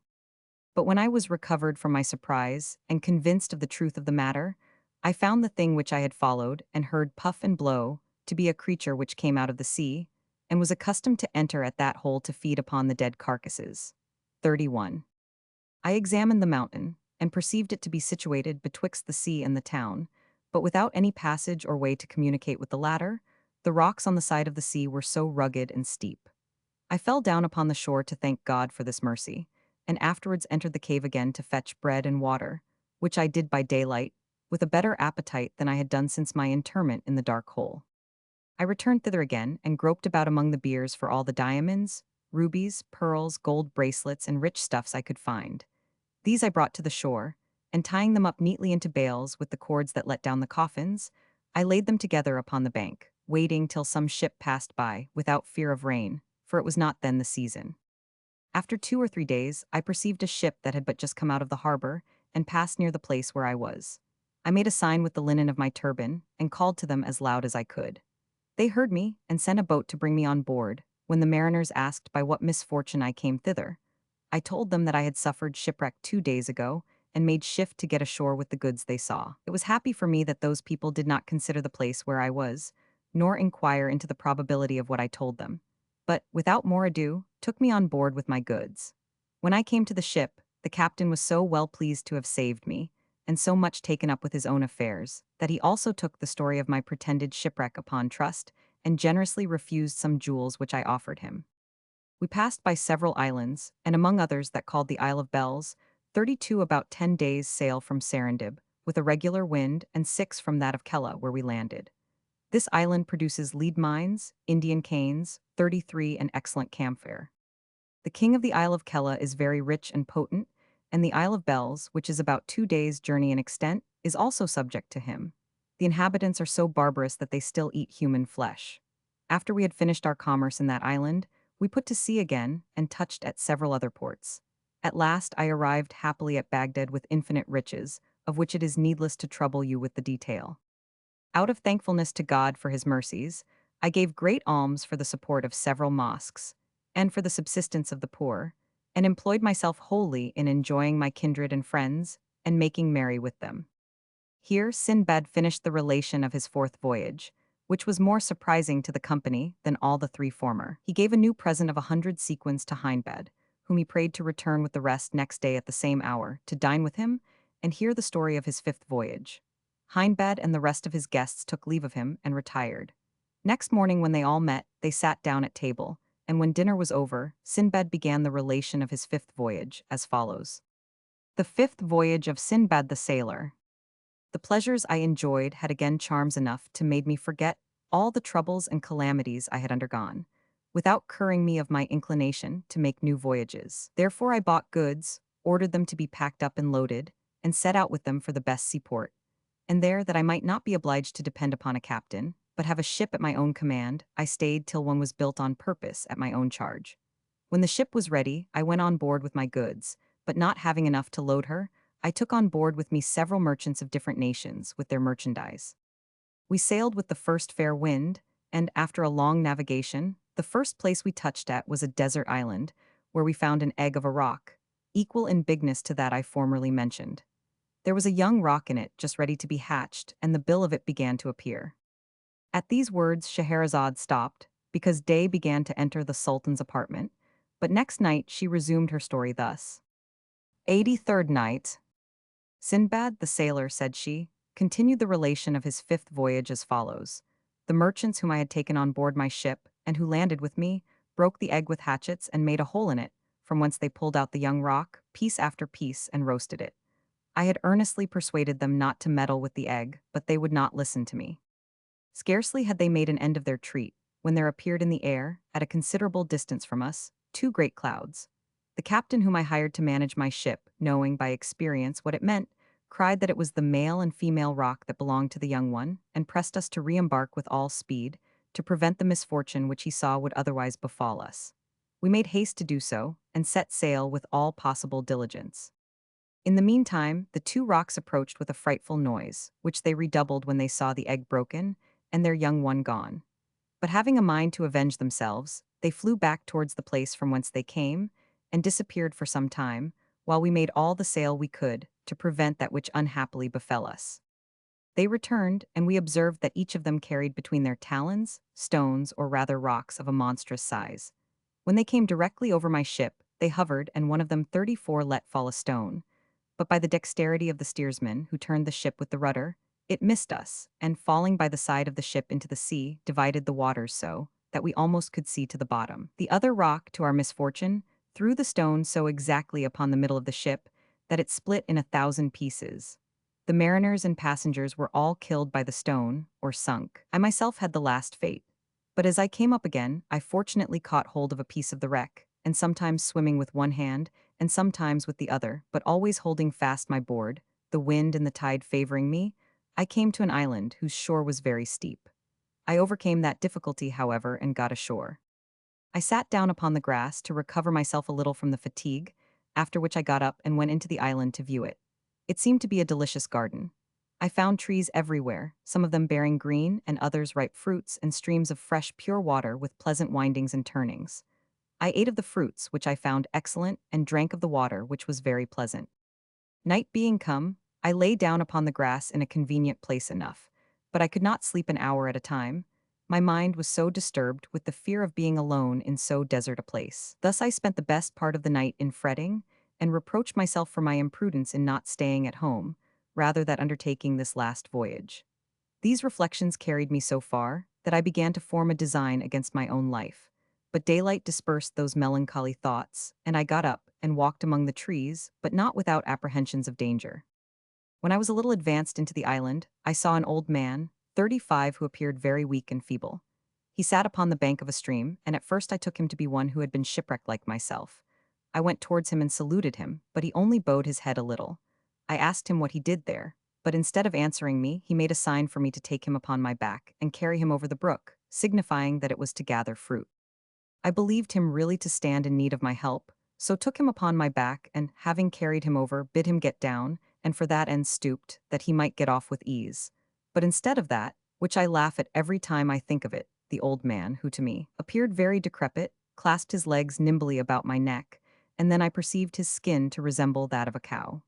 He sat astride upon my shoulders, and held my throat so tight that I thought he would have strangled me, the fright of which made me faint away and fall down. Next, the old man of the sea. Day appearing, Scheherazade was obliged to stop here, but pursued her story thus next night. 84th night. Notwithstanding my fainting, continued Sinbad, the ill-natured old fellow kept fast about my neck, but opened his legs a little to give me time to recover my breath. When I had done so, he thrust one of his feet against my stomach, and struck me so rudely on the side with the other, that he forced me to rise up against my will. Being got up, he made me walk under the trees, and forced me now and then to stop, to gather and eat fruit such as we found. He never left me all day, and when I lay down to rest me by night, he laid himself down with me, holding always fast about my neck. Every morning he pushed me to make me awake, and afterwards obliged me to get up and walk, and pressed me with his feet. You may judge, then, gentlemen, what trouble I was in to be loaded with such a burden, which I could by no means rid myself from. One day I found in my way several dry calabashes that had fallen from a tree. I took a large one, and after cleaning it, pressed into it some juice of grapes, 36 which abounded in the island. Having filled the calabash, I set it in a convenient place, and, coming hither again some days after, I took up my calabash, and setting it to my mouth, found the wine to be so good that it made me presently not only forget my sorrow, but I grew vigorous, and was so light-hearted that I began to sing and dance as I walked along. The old man, perceiving the effects which this drink had upon me, and that I carried him with more ease than I did before, made a sign to me to give him some of it. I gave him the calabash, and the liquor pleasing his palate, he drank it all off. There being enough of it to fuddle him, he became drunk immediately, and the fumes getting up into his head, he began to sing after his manner, and to dance with his breech upon my shoulders. His jolting made him vomit, and he loosened his legs from about me by degrees, so finding that he did not press me as before, I threw him upon the ground, where he lay without motion, and then I took up a great stone, with which I crushed his head to pieces. I was extremely rejoiced to be freed thus for ever from this cursed old fellow, and walked upon the bank of the sea, where I met the crew of a ship that had cast anchor to take in water to refresh themselves. They were extremely surprised to see me, and to hear the particulars of my adventures. You fell, said they, into the hands of the old man of the sea, and are the first that ever escaped strangling by him. He never left those he had once made himself master of, till he destroyed them, and he had made this island famous by the number of men he has slain, so that the merchants and mariners who landed upon it dared not to advance into the island but in numbers together. After having informed me of those things, they carried me with them to the ship. The captain received me with great satisfaction when they told him what had befallen me. He put out again to sea, and after some days' sail we arrived at the harbor of a great city, whose houses were built with good stone. One of the merchants of the ship, who had taken me into his friendship, obliged me to go along with him, and carried me to a place appointed for a retreat for foreign merchants. He gave me a great bag, and having recommended me to some people of the town, who used to gather cocoa-nuts, he desired them to take me with them to do the like. Go, said he, follow them, and do as you see them do, and do not separate from them, otherwise you endanger your life. Having thus spoke, he gave me provisions for the journey, and I went with them. We came to a great forest of trees, extremely straight and tall, and their trunks so smooth, that it was not possible for any man to climb up to the branches that bore the fruit. All the trees were cocoa trees, and when we entered the forest, we saw a great number of apes of several sizes that fled as soon as they perceived us, and climbed up to the top of the trees with surprising swiftness. Scheherazade would have gone on, but day appearing prevented her, and next night she resumed her discourse as follows. 85th night. The merchants with whom I was, continued Sinbad, gathered stones and threw them at the apes on the top of the trees. I did the same, and the apes, out of revenge, threw coconuts at us as fast, and with such gestures as sufficiently testified their anger and resentment. We gathered up the coconuts, and from time to time threw stones to provoke the apes, so that by this stratagem we filled our bags with coconuts, which it had been impossible for us to have done otherwise. When we had gathered our number, we returned to the city, where the merchant who sent me to the forest gave me the value of the cocos I brought. "Go on," said he, "and do the like every day until you have got money enough to carry you home." I thanked him for his good advice and insensibly gathered together so many coconuts as amounted to a considerable sum. The vessel in which I came sailed with merchants who loaded her with coconuts. I expected the arrival of another, which landed speedily for the like loading. I embarked on board the same all the coconuts that belonged to me, and when she was ready to sail, I went and took leave of the merchant who had been so kind to me. But he could not embark with me because he had not finished his business.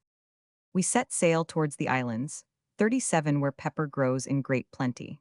From thence we went to the Isle of Comery, 38 where the best sort of wood of aloes grows, and whose inhabitants have made it an inviolable law to themselves, to drink no wine, nor to suffer any place of debauch. I exchanged my cocoa in those two islands for pepper and wood of aloes, and went, with other merchants, a pearl fishing. 39 I hired divers, who fetched me up those that were very large and pure. I embarked joyfully in a vessel that happily arrived at Balsora. From thence I returned to Baghdad, where I made vast sums of my pepper, wood of aloes, and pearls.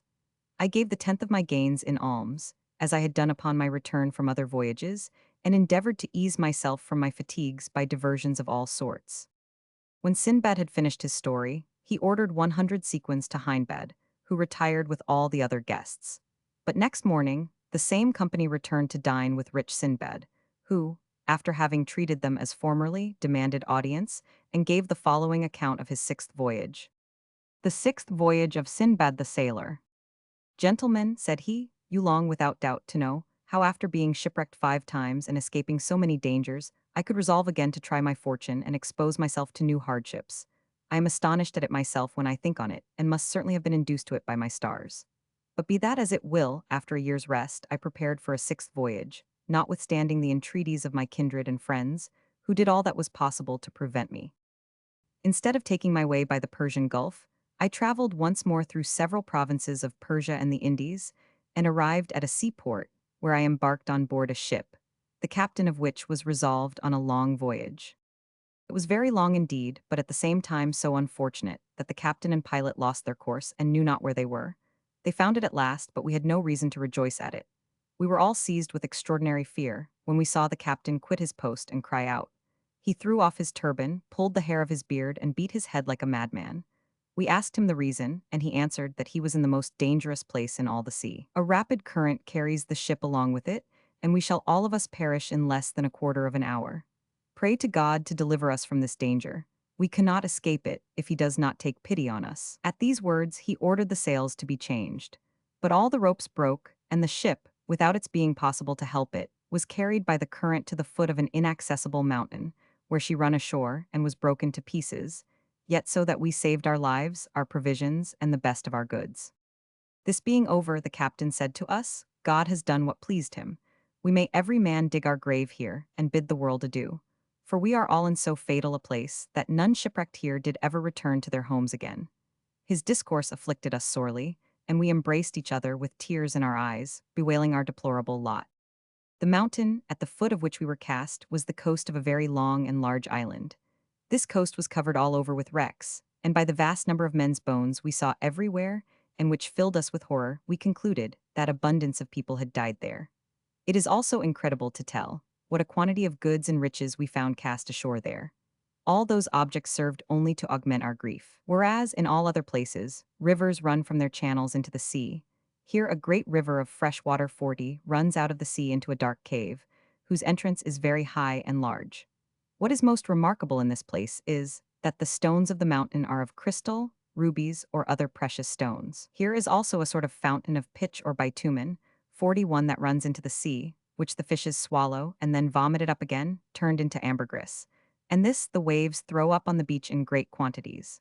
Here also grow trees, most of which are wood of aloes, equal in goodness to those of Comery.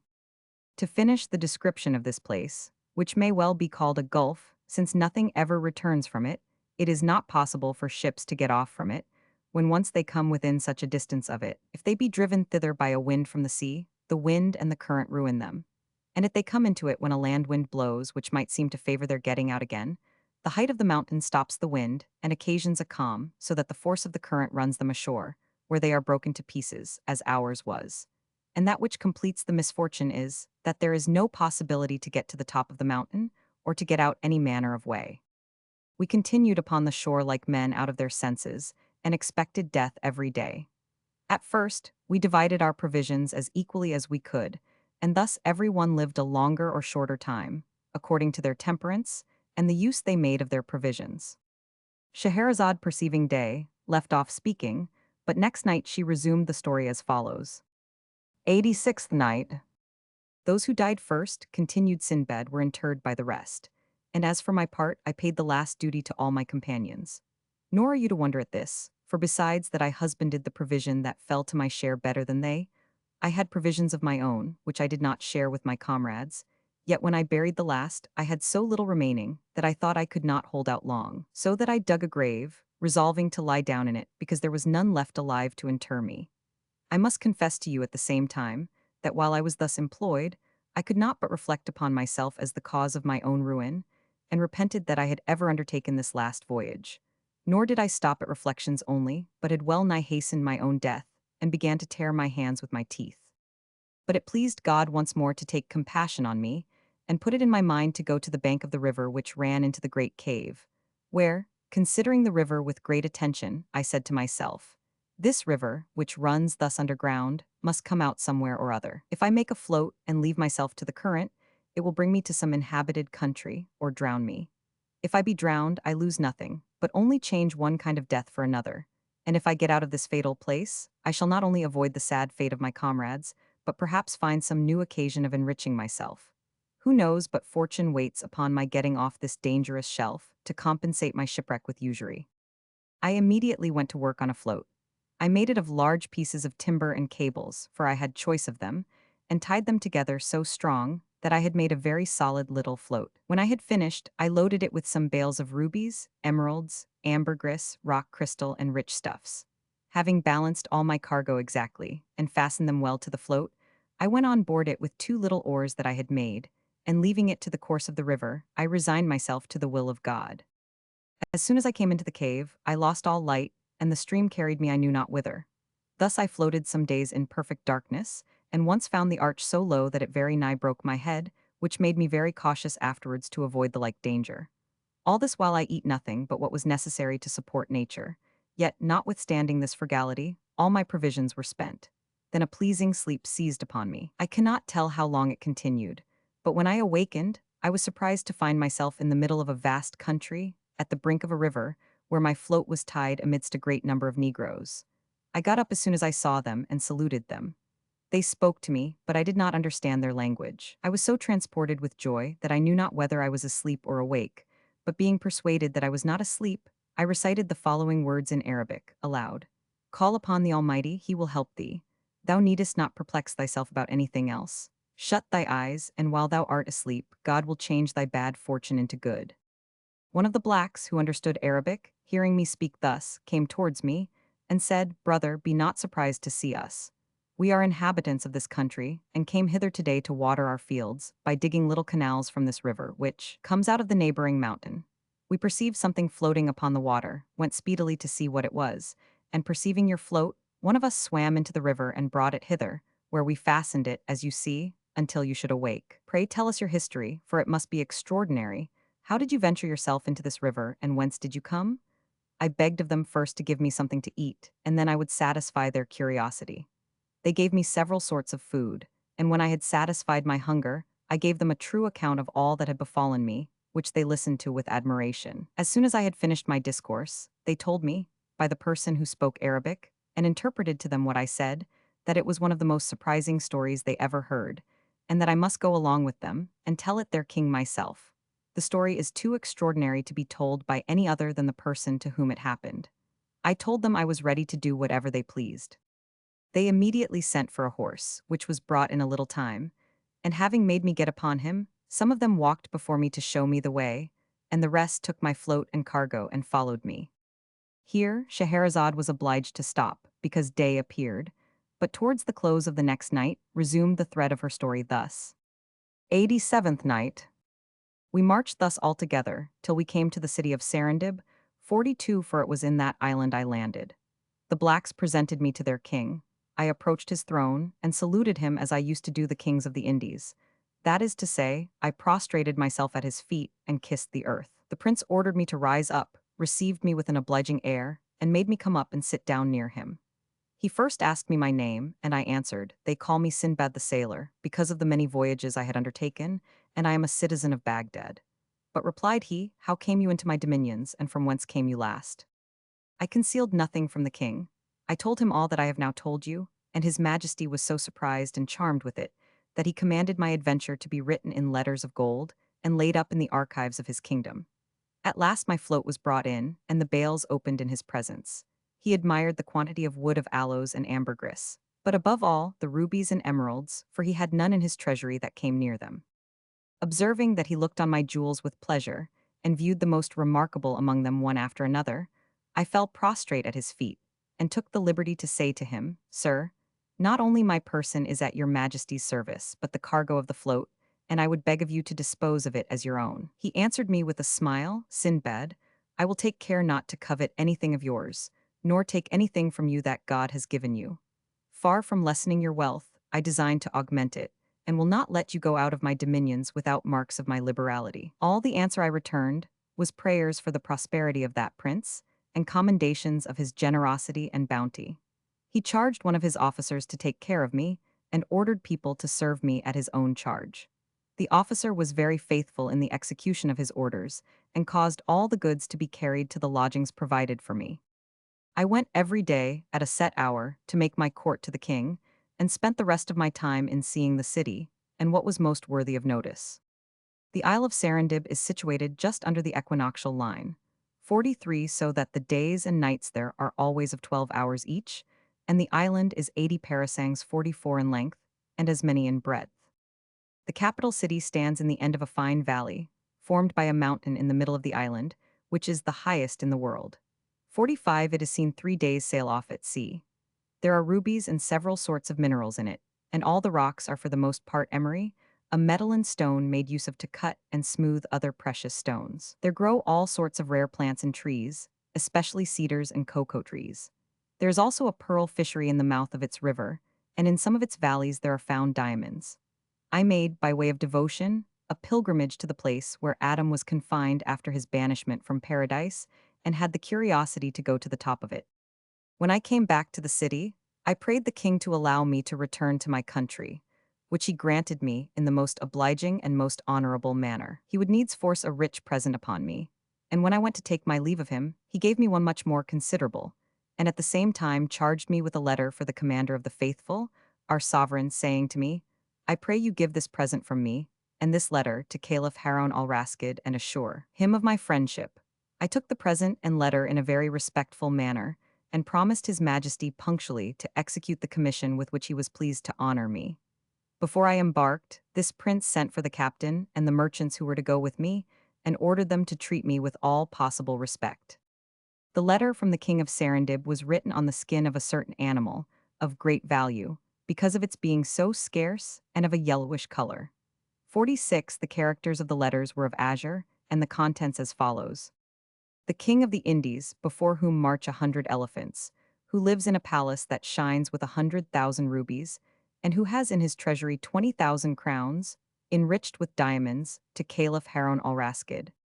Though the present we send you be inconsiderable, receive it however as a brother and a friend, in consideration of the hearty friendship which we bear for you, and of which we are willing to give you proof. We desire the same part in your friendship, considering that we believe it to be our merit being of the same dignity with yourself. We conjure you this in quality of a brother. Adieu. The present consisted, first, of one single ruby 47 made into a cup, about half a foot high, an inch thick, and filled with round pearls of half a dram each. Second, the skin of a serpent, whose scales were as large as an ordinary piece of gold, and had the virtue to preserve from sickness those who lay upon it. 48 third, 50,000 drams of the best wood of aloes, with 30 grains of camphire as big as pistachios. and fourth, a she-slave of ravishing beauty, whose apparel was all covered over with jewels. The ship set sail, and after a very long and successful navigation, we landed at Balsara. From thence I went to Baghdad, where the first thing I did was to acquit myself of my commission. Scheherazade stopped because day appeared, and next night proceeded thus. 88th night. I took the king of Serendib's letter, continued Sinbad, and went to present myself at the gate of the commander of the faithful, followed by the beautiful slave, and such of my own family as carried the presents. I gave an account of the reason of my coming, and was immediately conducted to the throne of the caliph. I made my reverence by prostration, and after a short speech, gave him the letter and present. When he had read what the king of Serendib wrote to him, he asked me if that prince was really so rich and potent as he had said in his letter. I prostrated myself a second time, and rising again, commander of the faithful, said I can assure your majesty he doth not exceed the truth on that head. I am witness of it. There is nothing more capable of raising a man's admiration than the magnificence of his palace. When the prince appears in public, he has a throne fixed on the back of an elephant, and marches betwixt two ranks of his ministers, favorites, and other people of his court. Before him, upon the same elephant, an officer carries a golden lance in his hand, and behind the throne there is another, who stands upright with a column of gold, on the top of which there is an emerald half a foot long and an inch thick. Before him march a guard of 1,000 men, clad in cloth of gold and silk, and mounted on elephants richly caparisoned. While the king is on his march, the officer who is before him on the same elephant cries from time to time, with a loud voice, "Behold the great monarch, the potent and redoubtable Sultan of the Indies, whose palace is covered with 100,000 rubies, and who possesses 20,000 crowns of diamonds. Behold the crowned monarch greater than the great Solomon 49 and the great Mihraj." 50 after he had pronounced those words, the officer behind the throne cries in his turn, "This monarch, so great and so powerful, must die, must die, must die." And the officer before replies, "Praise be to him who lives forever." Farther, the king of Serendib is so just that there are no judges in his dominions. His people have no need of them. They understand and observe justice exactly of themselves. The caliph was much pleased with my discourse. "The wisdom of that king," said he, "appears in his letter, and after what you tell me, I must confess that his wisdom is worthy of his people, and his people deserve so wise a prince." Having spoken thus, he dismissed me and sent me home with a rich present.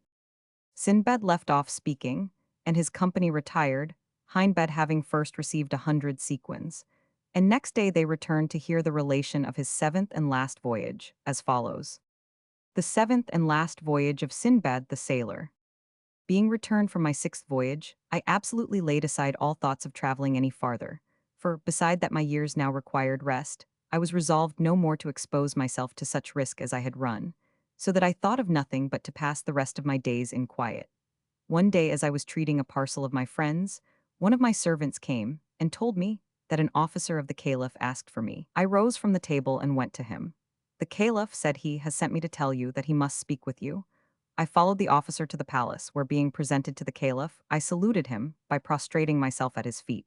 "Sinbad," said he to me, "I stand in need of you. You must do me the service to carry my answer and present to the king of Serendib. It is but just I should return his civility." This command of the caliph to me was like a clap of thunder. "Commander of the faithful," replied I am ready to do whatever your majesty shall think fit to command me, but I beseech you most humbly to consider what I have undergone. I have also made a vow never to go out of Baghdad." Hence, I took occasion to give him a large and particular account of all my adventures, which he had the patience to hear out. As soon as I had finished, "I confess," said he, "that the things you tell me are very extraordinary, yet you must, for my sake, undertake this voyage which I propose to you. You have nothing to do but to go to the Isle of Serendib and deliver the commission which I give you. After that you are at liberty to return. But you must go, for you know it would be indecent and not suitable to my dignity to be indebted to the king of that island." Perceiving that the caliph insisted upon it, I submitted, and told him that I was willing to obey. He was very well pleased at it, and ordered me 1,000 sequins for the charge of my journey. I prepared for my departure in a few days, and as soon as the caliph's letter and present were delivered to me, I went to Balsara, where I embarked, and had a very happy voyage. I arrived at the Isle of Serendib, where I acquainted the king's ministers with my commission, and prayed them to get me speedy audience. They did so, and I was conducted to the palace in an honorable manner, where I saluted the king by prostration. according to custom. That prince knew me immediately, and testified very great joy to see me. "O Sinbad," said he, "you are welcome. I swear to you I have many times thought of you since you went hence. I bless the day upon which we see one another once more." I made my compliment to him, and after having thanked him for his kindness to me, I delivered the caliph's letter and present, which he received with all imaginable satisfaction. The caliph's present was a complete set of cloth of gold, valued at 1,000 sequins, 50 robes of rich stuff, 100 other of white cloth, the finest of Cairo, Suez, Cusa, 51 and Alexandria, 52 a royal crimson bed, and a second of another fashion, a vessel of agate broader than deep, an inch thick and half a foot wide, the bottom of which represented in bas relief a man with one knee on the ground, who held a bow and an arrow, ready to let fly at a lion. He sent him also a rich table, which, according to tradition, belonged to the great Solomon. The caliph's letter was as follows: "Greeting in the name of the sovereign guide of the right way, to the potent and happy Sultan, from Abdullah Harun al-Rashid, whom God hath set in the place of honor, after his ancestors of happy memory. We received your letter with joy, and send you this from the council of our port, the garden of superior wits. We hope, when you look upon it, you will find our good intention and be pleased with it. Adieu." The king of Serendib was highly pleased that the caliph answered his friendship. A little time after this audience, I solicited leave to depart and had much difficulty to obtain it.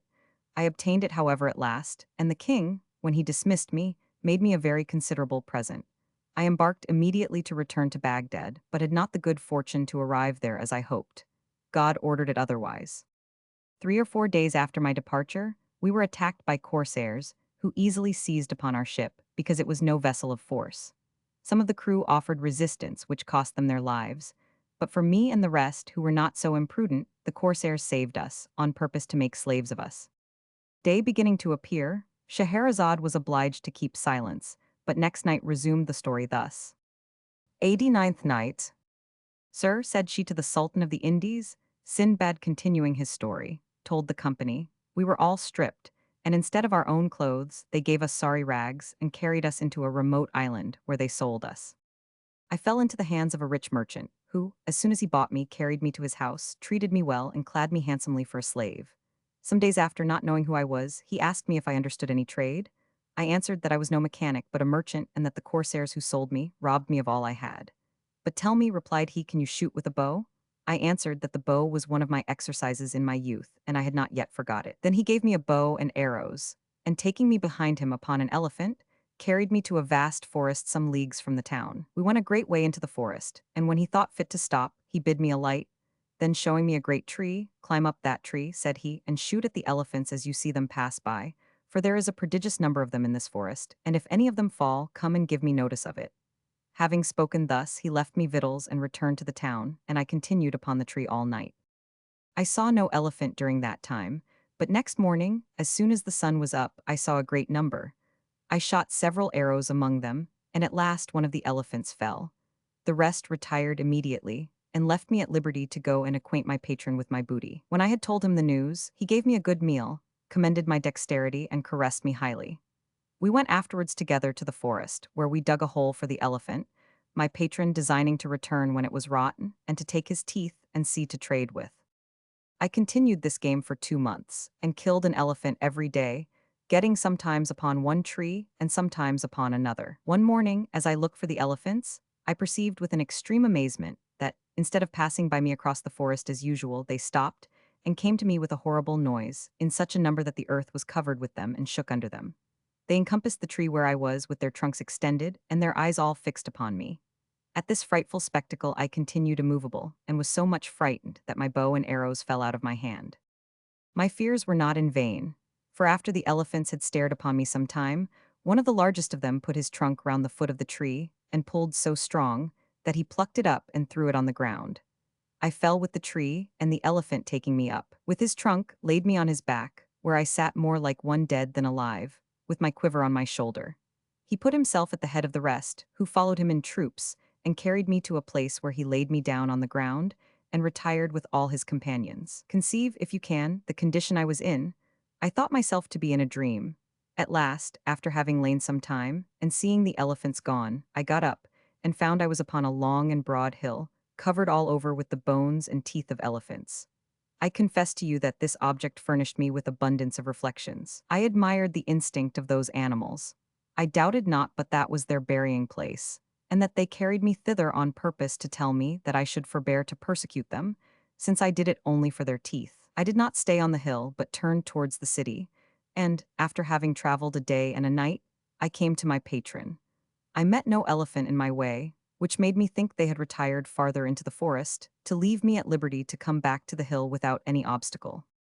As soon as my patron saw me, "Ah, poor Sinbad," said he, "I was in great trouble to know what had become of you.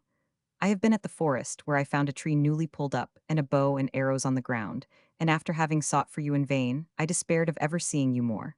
Pray, tell me what befell you, and by what good hap thou art still alive." I satisfied his curiosity, and going both of us next morning to the hill, he found to his great joy that what I had told him was true. We loaded the elephant upon which we came with as many teeth as he could carry, and when we were returned, "Brother," said my patron, "for I will treat you no more as my slave, after having made such a discovery as will enrich me, God bless you with all happiness and prosperity.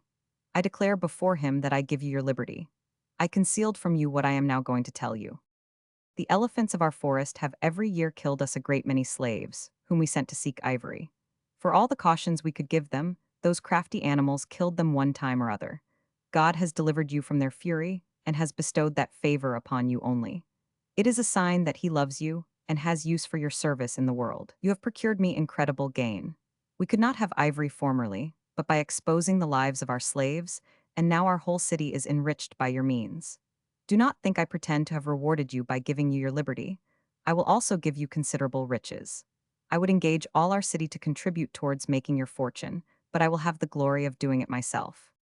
To this obliging discourse I replied, "Patron, God preserve you. Your giving me my liberty is enough to discharge what you owe me, and I desire no other reward for the service I had the good fortune to do to you and your city, but leave to return to my own country." "Very well," said he, "the monsoon 53 will in a little time bring ships for ivory. I will send you home then, and give you wherewith to bear your charges." I thanked him again for my liberty and his good intentions towards me. I stayed with him, expecting the monsoon, and during that time we made so many journeys to the hill that we filled all our warehouses with ivory. The other merchants who traded in it did the same thing, for it could not be long concealed from them. At these words Scheherazade, perceiving day, broke off. 90th Nights 54. "Sir," said she to the Sultan of the Indies, Sinbad went on with his seventh voyage thus.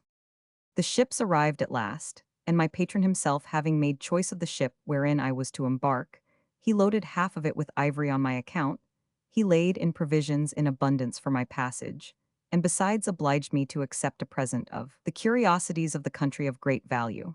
After I had returned him 1,000 thanks for all his favors, I went aboard. We set sail, and as the adventure which procured me this liberty was very extraordinary, I had it continually in my thoughts. We stopped at some islands to take in fresh provisions.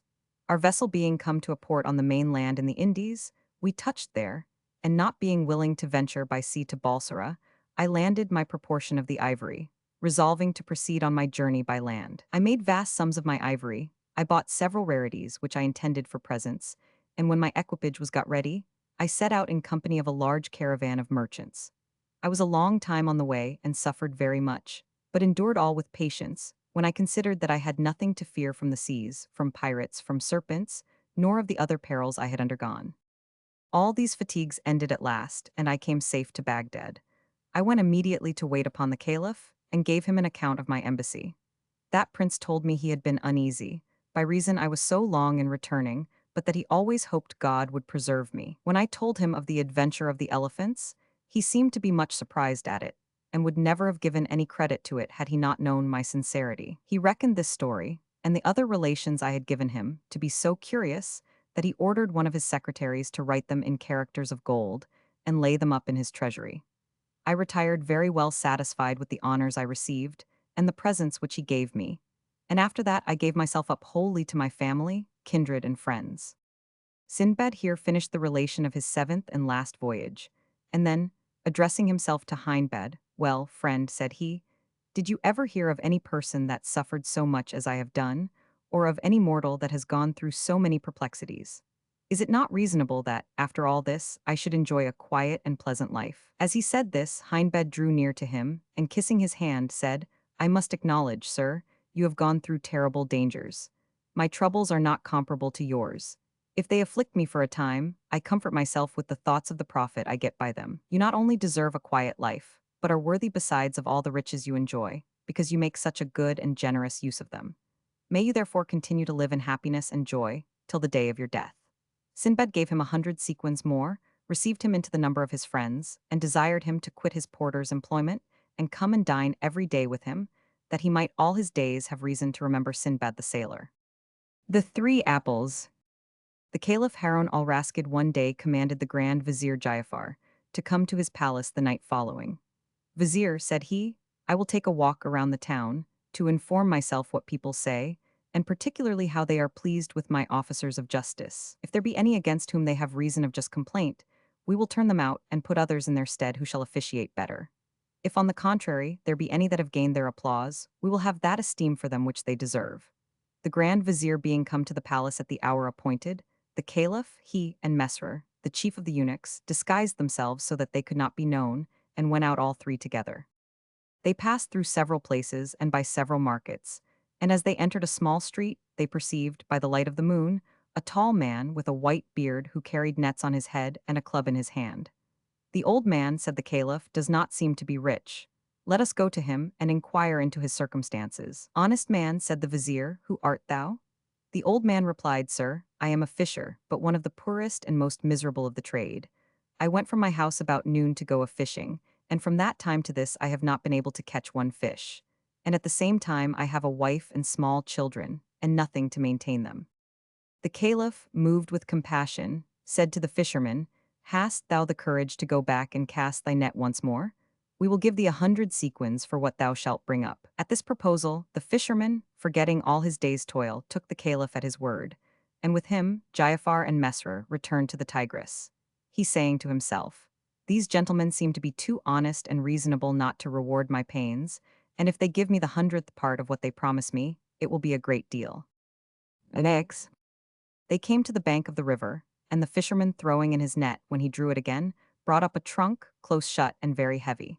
The Caliph made the Grand Vizier pay him 100 sequins immediately, and sent him away.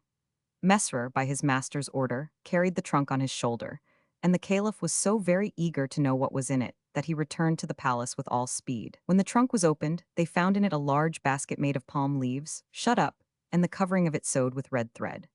To satisfy the Caliph's impatience, they would not take time to unrip it but cut the thread with a knife, and they took out of the basket a bundle wrapped up in a sorry piece of hanging, and bound about with a rope, which being untied, and the bundle opened, they found, to their great amazement, the corpse of a young lady, whiter than snow, all cut in pieces. The astonishment of the Caliph at this dreadful spectacle may be more easily imagined than expressed. His surprise was instantly changed into passion, and darting an angry look at the Vizier, "Ah, thou wretch," said he, "is this your inspection into the actions of my people? Do they commit such impious murders under thy ministry in my capital city, and throw my subjects into the Tigris, that they may cry for vengeance against me at the day of judgment? If thou dost not speedily revenge the murder of this woman by the death of her murderer, I swear by heaven that I will cause thee to be hanged, and 40 more of thy kindred." "Commander of the faithful," replied the Grand Vizier, "I beg your majesty to grant me time to make inquiry." "I will allow thee no more," said the Caliph, "than 3 days, therefore thou must look to it." Vizier Ja'afar went home in great confusion of mind. "Alas," said he, "how is it possible that in such a vast and populous city as Baghdad I should be able to detect a murderer who undoubtedly committed the crime without witness, and perhaps may be already gone from hence? Any other but I would take some wretched person out of prison, and cause him to die, to satisfy the Caliph. But I will not burden my conscience with such a barbarous action. I will rather die than save my life at that rate." He ordered the officers of the police and justice to make strict search for the criminal.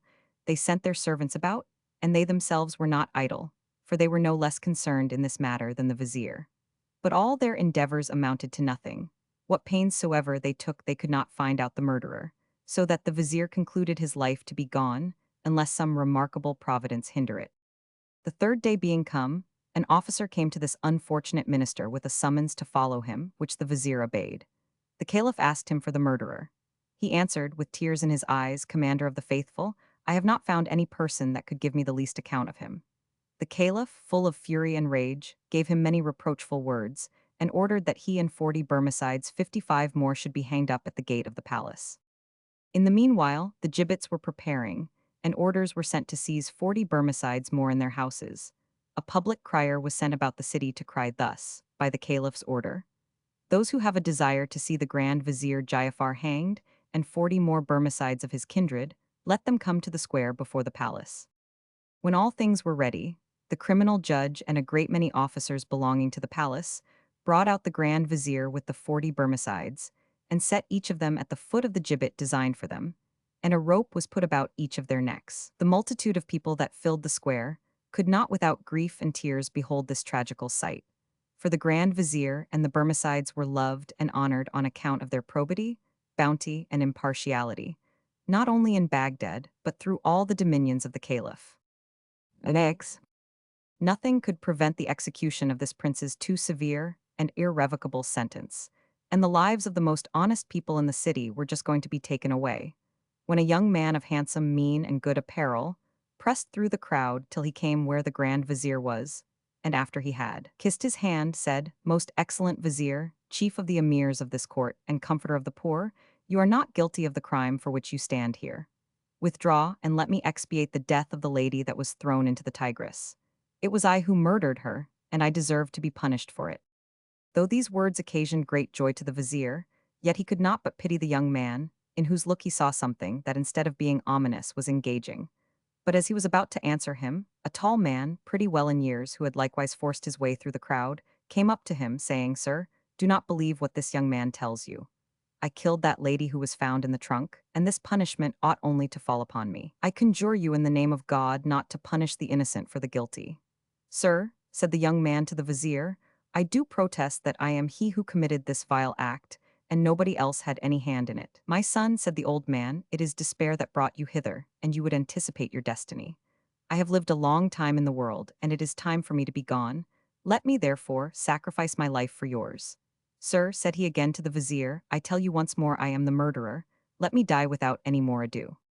The controversy between the old man and the young one obliged the Grand Vizier Jafar to carry them both before the Caliph, which the judge criminal consented to, being very glad to serve the vizier. When he came before the prince, he kissed the ground 7 times and spake after this manner: "Commander of the faithful, I have brought here before your majesty this old man and this young man, who both confess themselves to be the sole murderers of the lady." Then the caliph asked the criminals which of them it was that so cruelly murdered the lady and threw her into the Tigris.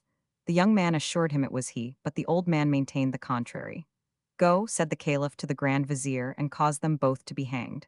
"But, sir," said the vizier, "if only one of them be guilty, it would be unjust to take the lives of both." At these words the young man spoke again: "I swear by the great God, who has raised the heavens so high, that I am the man who killed the lady, cut her in quarters, and threw her into the Tigris about 4 days ago. I renounce my part of happiness amongst the just at the day of judgment, if what I say be not true. Therefore I am he that ought to suffer." The caliph, being surprised at this oath, believed him, especially since the old man made no answer to this. Whereupon, turning to the young man, "Thou wretch," said he, "what was it that made thee commit that detestable crime, and what is it that moves thee to offer thyself voluntarily to die?" "Commander of the faithful," said he, "if all that has passed between that lady and me were set down in writing, it would be a history that might be very useful for other men." "I command thee then to relate it," said the caliph. The young man obeyed and began. His history was thus: The story of the lady that was murdered, and of the young man, her husband. "Commander of the faithful, your majesty may be pleased to know that this murdered lady was my wife, the daughter of this old man you see here, who is my own uncle by the father's side. She was not above 12 years old when he gave her to me, and it is now 11 years ago. I have 3 children by her, all boys, yet alive, and I must do her that justice to say that she never gave me the least occasion for offense. She was chaste, of good behavior, and made it her whole business to please me, and for my part I loved her entirely, and rather prevented her in granting anything she desired than opposed it. About 2 months ago she fell sick. I took all imaginable care of her, and spared nothing that could procure her a speedy recovery. After a month she began to grow better, and had a mind to go to the bath. Before she went out of the house, cousin, said she, for so she used to call me out of familiarity, "I long for some apples. If you would get me any, you would please me extremely." I have longed for them a great while, and I must own it is come to that height that if I be not satisfied very soon, I fear some misfortune will befall me. With all my heart, said I will do all that is in my power to make you easy.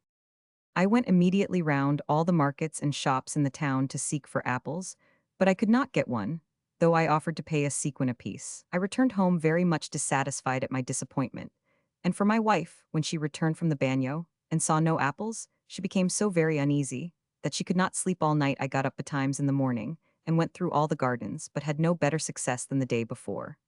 Only I happened to meet an old gardener, who told me that all my pains would signify nothing, for I could not expect to find apples anywhere but in your Majesty's garden at Balsora. As I loved my wife passionately, and would not have any neglect to satisfy her chargeable upon me, I dressed myself in a traveller's habit, and after I had told her my design, I went to Balsora, and made my journey with so great diligence, that I returned at the end of 15 days with 3 apples, which cost me a sequin apiece. There were no more left in the garden, so that the gardener would not let me have them cheaper. As soon as I came home, I presented them to my wife, but her longing was over, so she satisfied herself with receiving them and laid them down by her. In the meantime, she continued sickly, and I knew not what remedy to get for her. Some few days after I returned from my journey, I was sitting in my shop in the public place where all sorts of fine stuffs are sold, and saw an ugly, tall, black slave come in, with an apple in his hand, which I knew to be one of those I had brought from Balsora. I had no reason to doubt it, because I was certain there was not one to be had in all Bagdad, nor in any of the gardens about it. I called to him and said, Good slave, prithee tell me where thou hadst this apple? It is a present, said he, smiling, from my mistress. I went to see her today and found her out of order. I saw 3 apples lying by her and asked her where she had them. She told me the good man, her husband, had made a fortnight's journey on purpose for them and brought them her. We had a collation together, and when I took my leave of her, I brought away this apple that you see. This discourse put me out of my senses. I rose, shut up my shop, ran home with all speed, and going to my wife's chamber, looked immediately for the apples, and seeing only a couple, asked what was become of the third. Then my wife, turning her head to the place where the apples lay, and perceiving there were but 2, answered me coldly, Cousin, I know not what has become of it. At this answer, I did verily believe what the slave told me to be true, and at the same time, giving myself up to madness and jealousy, I drew my knife from my girdle and thrust it into the unfortunate creature's throat. I afterwards cut off her head and divided her body into 4 quarters, which I packed up in a bundle, and hiding it in a basket, sewed it up with a thread of red yarn, put all together in a trunk, and when night came, I carried it on my shoulder down to the Tigris, where I sunk it. The 2 youngest of my children were already put to bed and asleep. The third was gone abroad, but at my return I found him sitting by my gate, weeping very sore. I asked him the reason. Father, said he, I took this morning from my mother, without her knowledge, one of those 3 apples you brought her, and I kept it a long while. But as I was playing some time ago with my little brother in the street, a tall slave that went by snatched it out of my hands and carried it with him. I ran after him, demanded it back, and besides told him that it belonged to my mother, who was sick, and that you had made a fortnight's journey to fetch it. But all to no purpose, he would not restore it. And as I still followed him, crying out, he turned and beat me, and then ran away as fast as he could from one lane to another, till at length I lost sight of him. I have since been walking without the town expecting your return, to pray you, dear father, not to tell my mother of it, lest it should make her worse. And when he had said these words, he fell a-weeping again more bitterly than before. My son's discourse afflicted me beyond all measure. I then found myself guilty of an enormous crime, and repented too late of having so easily believed the calumnies of a wretched slave, who, from what he had learned of my son, invented that fatal lie. My uncle here present came just at the time to see his daughter, but instead of finding her alive, understood from me that she was dead, for I concealed nothing from him, and without staying for his censure, declared myself the greatest criminal in the world. Upon this, instead of reproaching me, he joined his tears with mine, and we wept 3 days together, without intermission. He for the loss of a daughter whom he always loved tenderly, and I for the loss of a dear wife, of whom I had deprived myself after so cruel a manner, by giving too easy credit to the report of a lying slave. This, Commander of the Faithful, is the sincere confession your Majesty commanded from me. You have heard now all the circumstances of my crime, and I most humbly beg of you to order the punishment due for it. How severe soever it may be, I shall not in the least complain, but esteem it too easy and gentle. The Caliph was very much astonished at the young man's relation. But this just prince, finding that he was rather to be pitied than condemned, began to speak in his favor. "This young man's crime," said he, "is pardonable before God and excusable with men. The wicked slave is the sole cause of this murder. It is he alone that must be punished. Wherefore," said he, looking upon the Grand Vizier, "I give you 3 days' time to find him out. If you do not bring him within that space, you shall die in his stead." The unfortunate Ja'afar, who thought himself now out of danger, was terribly perplexed at this new order of the Caliph. But as he durst not return any answer to this prince, whose hasty temper he knew too well, he departed from his presence, and retired to his house with tears in his eyes, persuading himself he had but 3 days to live. For he was so fully persuaded that he should not find the slave, that he made not the least inquiry about him. "Is it possible," said he, "that in such a city as Baghdad, where there is an infinite number of Negro slaves, I should be able to find him out that is guilty? So that unless God be pleased to bring it about, as he hath already detected the murderer, nothing can save my life."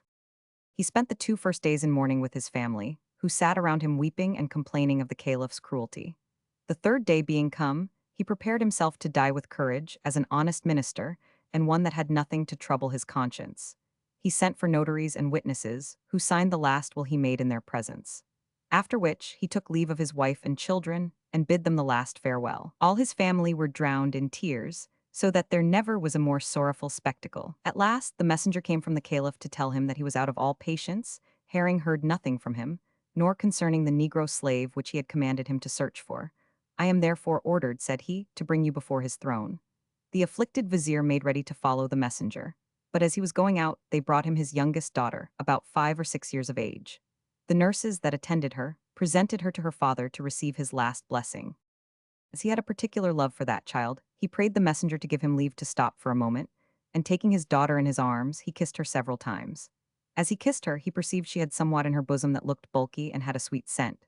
"My dear little one," said he, "what hast thou in thy bosom?" "My dear father," said she, "it is an apple upon which is written the name of our lord and master, the caliph. Our slave Rehan 56 sold it me for 2 sequins. At these words, apple and slave, the Grand Vizier cried out with surprise, intermixed with joy, and putting his hand into the child's bosom, pulled out the apple. He caused the slave, who was not far off, to be brought immediately. And when he came, "Rascal," said he, "where hadst thou this apple?"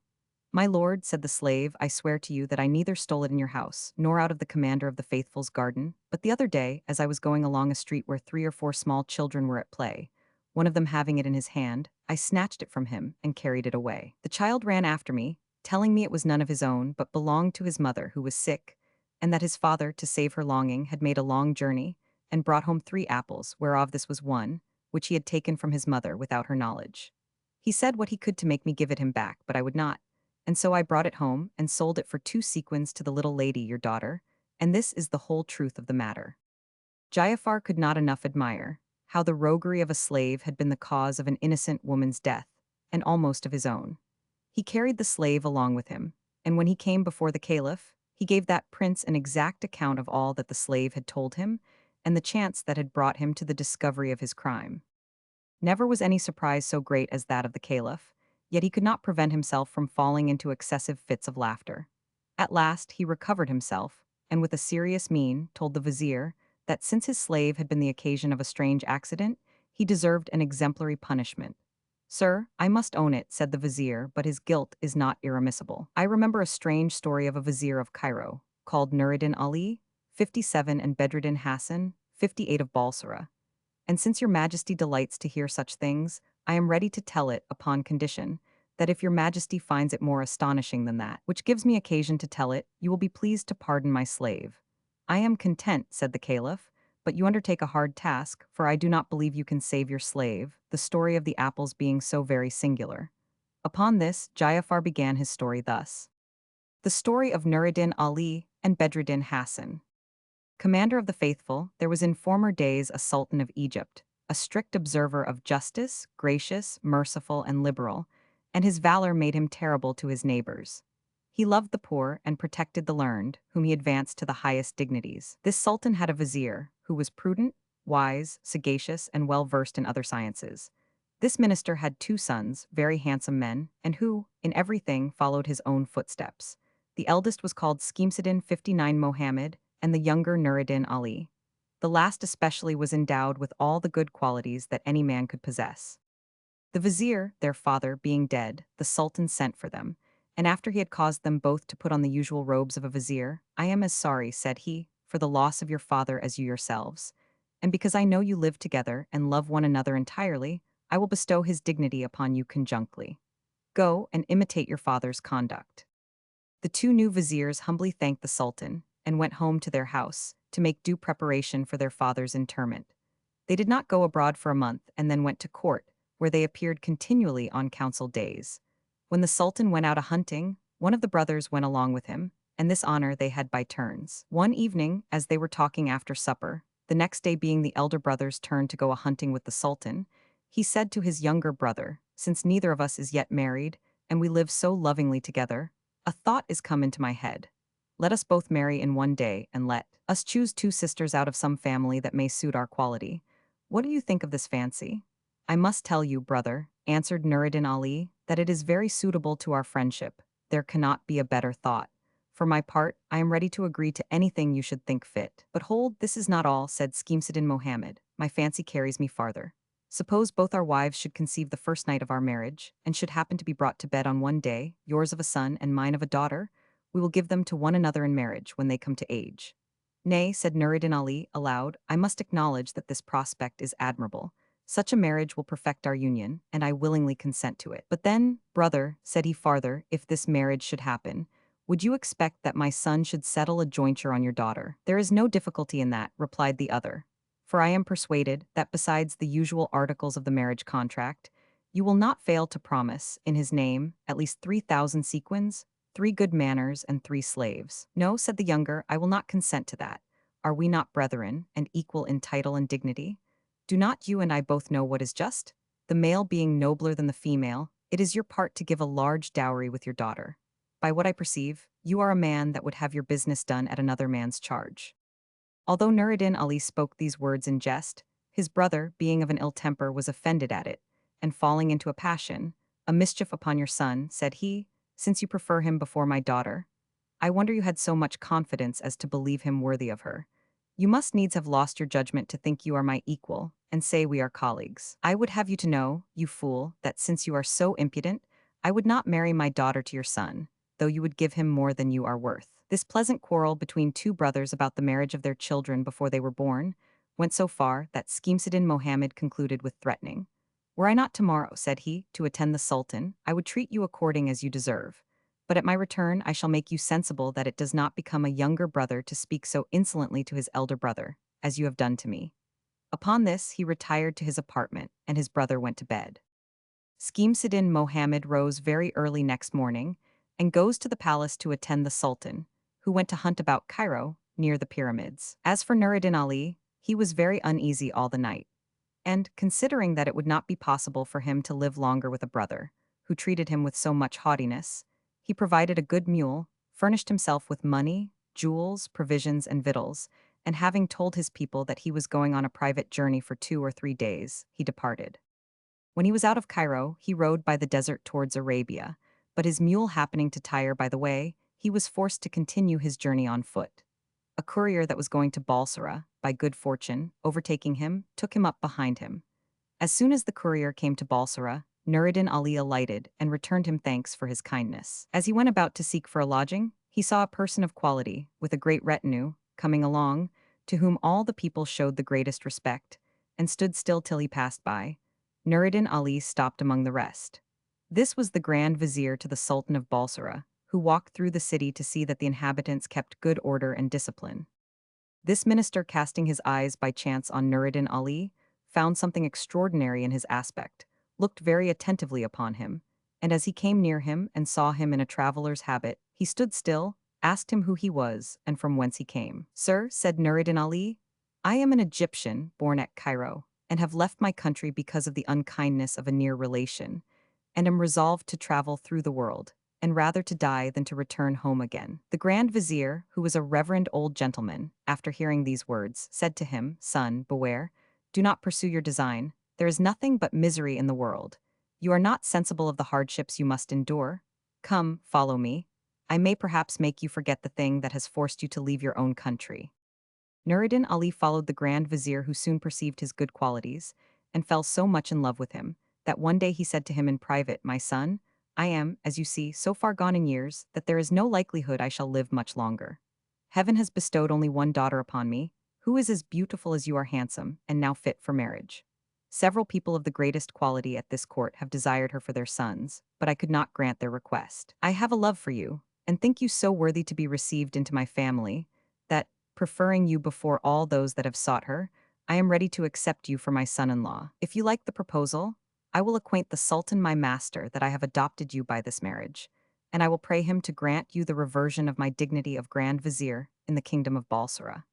In the meantime, nothing being more requisite for me than ease in my old age, I will not only put you in possession of my estate, but leave the administration of public affairs to your management. When the Grand Vizier had made an end of this kind and generous proposal, Nuruddin Ali fell at his feet, and expressing himself in terms that demonstrated his joy and gratitude, told the Vizier that he was at his command in everything. Upon this, the Vizier sent for his chief domestics, ordered them to furnish the great hall of his palace, and prepare a great feast. He afterwards sent to invite the nobility of the court and city to honor him with their company, and when they were all met, Nuruddin Ali having now told him who he was, he said to those lords, for he thought it proper to speak thus on purpose to satisfy such of them to whom he had refused his alliance, I am now, my lords, to discover a thing to you which hitherto I have kept secret. I have a brother who is Grand Vizier to the Sultan of Egypt, as I am to the Sultan of this kingdom. This brother has but one son, whom he would not marry in the court of Egypt, but sent him hither to marry my daughter, that both our branches may be reunited. His son, whom I knew to be my nephew as soon as I saw him, is the young gentleman I here present to you, and is to be my son-in-law. I hope you will do me the honor to be present at this wedding, which I am resolved to celebrate this day. The nobleman, who could not take it ill that he preferred his nephew before all the great matches that had been proposed to him, said that he had very good reason for what he did, were willing to be witnesses to the ceremony, and wished that God might prolong his days to enjoy the satisfaction of the happy match. The lords met at the Vizier of Balsara's house, having testified their satisfaction at the marriage of his daughter with Nuruddin Ali, sat down to dinner, which lasted a long while, and the latter course was sweetmeats, of which every one, according to custom, took what they thought fit. The notaries came in with the marriage contract. The chief lords signed it, and when the company departed, the Grand Vizier ordered his servants to prepare a bath, and had everything in readiness for Nuruddin Ali to bathe. He had fine new linen, and everything else provided for him in the most curious manner. When he had washed and dried himself, he was going to put on his former apparel, but had an extraordinary rich suit brought him. Being dressed and perfumed with the most odoriferous essences, he went to see the Grand Vizier, his father-in-law, who was exceedingly well pleased with his genteel mien. And having made him sit down, my son, said he, you have declared unto me who you are, and the quality you had at the court of Egypt. You have also told me of a difference betwixt you and your brother, which occasioned you to leave your country. I desire you to make me your entire confidant, and to acquaint me with the cause of your quarrel, for now you have no reason either to doubt me, or to conceal anything from me. Nuruddin Ali gave him an account of every circumstance of the quarrel, at which the vizier burst out into a fit of laughter, and said, this is one of the oddest things that I ever have heard. Is it possible, my son, that your quarrel should rise so high about an imaginary marriage? I am sorry you fell out with your elder brother upon such a frivolous matter, but I find he is in the wrong to be angry at what you only spoke in jest, and I ought to thank heaven for that difference which has procured me such a son-in-law. But, said the old gentleman, it is late, and time for you to retire. Go to your bride, my son, she expects you. Tomorrow I will present you to the Sultan, and hope he will receive you in such a manner as shall satisfy us both. Nuruddin Ali took leave of his father-in-law, and went to his spouse's apartment. It is remarkable, continued Ja'afar, that Scheherazade Mohammed happened also to marry at Cairo the very same day that this marriage was solemnized at Balsara, the particulars of which are as follow. After Nuruddin Ali left Cairo, with an intention never to return, Scheherazade Mohammed, his elder brother, who was gone a-hunting with the Sultan of Egypt, did not come back in a month, for the Sultan loved that game extremely, and therefore continued the sport all that while. Scheherazade at his return ran to Nuruddin Ali's apartment, but was much surprised when he understood that under pretense of taking a journey of 2 or 3 days, he went away on a mule the same day that the Sultan went a-hunting, and had never appeared since. It vexed him so much the more, because he did not doubt but the hard words he had given him were the cause of his going away. He sent a messenger in search of him, who went to Damascus and as far as Aleppo, but Nureddin was then at Balsara. When the courier returned and brought word that he heard no news of him, Scheherazade Mohammed intended to make further inquiry after him in other parts, and in the meantime had a fancy to marry, and matched with the daughter of one of the greatest lords in Cairo. Upon the same day, his brother married the daughter of the Grand Vizier of Balsara. But this is not all, said Ja'afar. At the end of 9 months, Scheherazade Mohammed's wife was brought to bed of a daughter at Cairo, and on the same day Nureddin's wife brought forth a son at Balsara, who was called Bedreddin Hassan. The Grand Vizier of Balsara testified his joy by great gifts and public entertainments for the birth of his grandson, and to show his son-in-law the great esteem he had for him, he went to the palace, and most humbly besought the Sultan to grant Nureddin Ali his office, that he might have the comfort before his death to see his son-in-law made Grand Vizier in his stead. The Sultan, who had taken a great liking to Nureddin, when his father presented him after his marriage, and had ever since heard everybody speak well of him, readily granted his father-in-law's request, and caused Nureddin immediately to put on the robe of Grand Vizier. The next day, when the father saw his son-in-law preside in council, as he himself had done, and perform all the offices of Grand Vizier, his joy was complete. Nureddin Ali behaved himself so well in everything that one would have thought he had been all his lifetime employed in such affairs. He continued afterwards to assist in council every time when the infirmities of age would not permit his father-in-law to appear. The old gentleman died about 4 years after, with great satisfaction to see a branch of his family that promised so fair to support the grandeur of it. Nureddin Ali performed his last duty to him with all possible love and gratitude, and as soon as his son Bedreddin Hassan had attained to the age of 7 years, he provided him a most excellent tutor, who taught him such things as became his birth. The child had a ready wit, and a genius capable of receiving all the good instructions that could be given. After Bedreddin Hassan had been 2 years under the tuition of his master, who taught him perfectly to read, he learnt the Quran by heart. His father, Nureddin Ali, put him afterwards to other tutors, by whom his mind was cultivated to such a degree that when he was 12 years of age he had no more occasion for them. And then, as his physiognomy promised wonders, he was admired by all that looked upon him. Hitherto, Nureddin Ali had kept him to his study, and had not yet brought him in public, but now he carried him to the palace, on purpose to have the honor of kissing the Sultan's hand, who received him very graciously. The people that saw him in the streets were charmed with his gentle mien, and gave him 1,000 blessings. His father, proposing to make him capable of supplying his place, spared no cost for that end, and brought him up to business of the greatest moment, on purpose to qualify him betimes. In short, he omitted nothing to advance a son he loved so well. But as he began to enjoy the fruits of his labor, he was all of a sudden taken with a violent fit of sickness, and finding himself past recovery, disposed himself to die a good Mussulman. In that last and precious moment he forgot not his son Bedreddin, but called for him, and said, "My son, you see this world is transitory. There is nothing durable but in that which I shall speedily go to. You must therefore from henceforth begin to fit yourself for this charge, as I have done. You must prepare for it without murmuring, and so as to have no trouble of conscience for not acting the part of a real honest man. As for your religion, you are sufficiently instructed in it by what you have learnt from your tutors and your own study. And as to what belongs to an honest man, I shall give you some instructions, which I hope you will make good use of. As it is a necessary thing to know one's self, and that you cannot come to that knowledge without you first understand who I am, I shall now tell it you. I am, said he, a native of Egypt. My father, your grandfather, was first minister to the Sultan of that kingdom. I myself had the honor to be vizier to that same Sultan, and so has my brother, your uncle, who I suppose is yet alive. His name is Scheherazade Mohammed.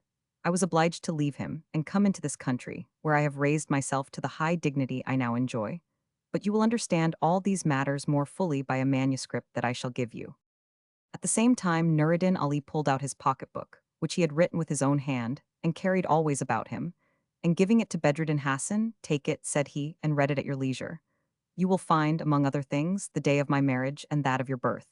These are such circumstances as perhaps you may hereafter have occasion to know, therefore you must keep it very carefully." Bedreddin Hassan, being most afflicted to see his father in that condition, and sensibly touched with this discourse, could not but weep when he received the pocketbook, and promised at the same time never to part with it. That very moment Nureddin Ali fainted, so that it was thought he would have expired, But he came to himself again and uttered these words. My son, said he, the first instruction I give you is not to make yourself familiar with all sorts of people. The way to live happy is to keep your mind to yourself and not to tell your thoughts easily. Secondly, not to do violence to any body whatever, for in that case you will draw every body's hatred upon you.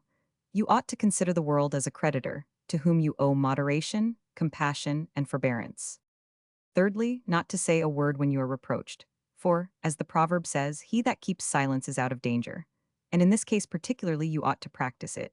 You also know what one of our poets says upon this subject, that silence is the ornament and safeguard of life, that our speech ought not to be like a storm of rain that spoils all. Never did any man yet repent of having spoken too little, whereas many have been sorry that they spoke so much. Fourthly, to drink no wine, for that is the source of all vices. Fifthly, to be frugal in your way of living. If you do not squander your estate away, it will maintain you in time of necessity. I do not mean you should be either too liberal or too niggardly.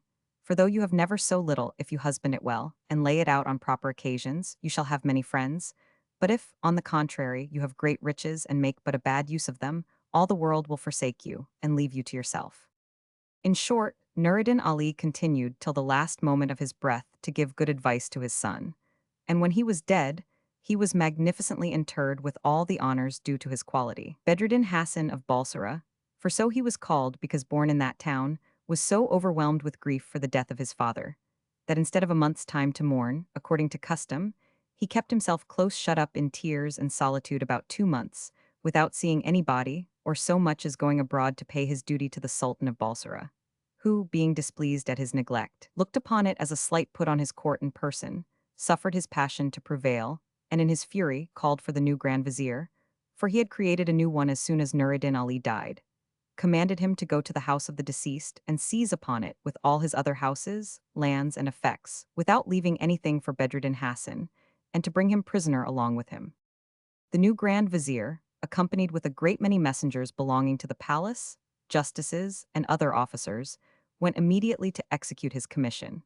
But one of Bedruddin Hassan's slaves happening accidentally to come into the crowd, no sooner understood the vizier's errand, but he ran before in all haste to give his master warning. He found him sitting in the porch of his house, as melancholy as if his father had been but newly dead. He fell down at his feet out of breath, and after he had kissed the hem of his garment, cried out, My lord, save yourself immediately.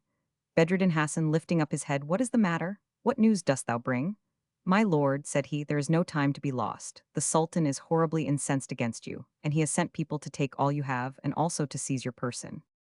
The words of this faithful and affectionate slave put Bedruddin Hassan into great confusion. May not I have so much time, said he, as to take some money and jewels along with me? No, sir, replied the slave. The Grand Vizier will be here this moment. Begone immediately, save yourself. Bedruddin Hassan rose up from his sofa in all haste, put his feet in his sandals, and after he had covered his head with the tail of his gown, that his face might not be known, he fled without knowing what way to go, to avoid the impending danger. The first thought that came into his head was to get out of the next gate with all speed. He ran without stopping till he came to the public burying ground, and since it was growing dark, he resolved to pass that night on his father's tomb. It was a large edifice, in form of a dome, which Nuruddin Ali built when he was alive. Bedruddin met a very rich Jew by the way, who was a banker and merchant, and was returning from a place where his affairs had called him to the city. Isaac, the Jew, after he had paid his respects to Bedruddin Hassan, by kissing his hand, said, My lord, dare I be so bold as to ask whither you are going at this time of night all alone and so much troubled? Has anything disquieted you? Yes, said Bedruddin. A while ago I was asleep, and my father appeared to me in a dream, looking very fiercely upon me as if he were extraordinarily angry. I started out of my sleep very much frightened, and came out immediately to go and pray upon his tomb. My lord, said the Jew, who did not know the true reason why Bedruddin left the town, your father of happy memory, and my good lord, had store of merchandise in several vessels, which are yet at sea, and belong to you. I beg the favor of you to grant me the first refusal of them before any other merchant I am able to pay down ready money for all the goods that are in your ships. And to begin, if you will give me those that happen to come in the first ship that arrives in safety, I will pay you down in part of payment 1,000 sequins.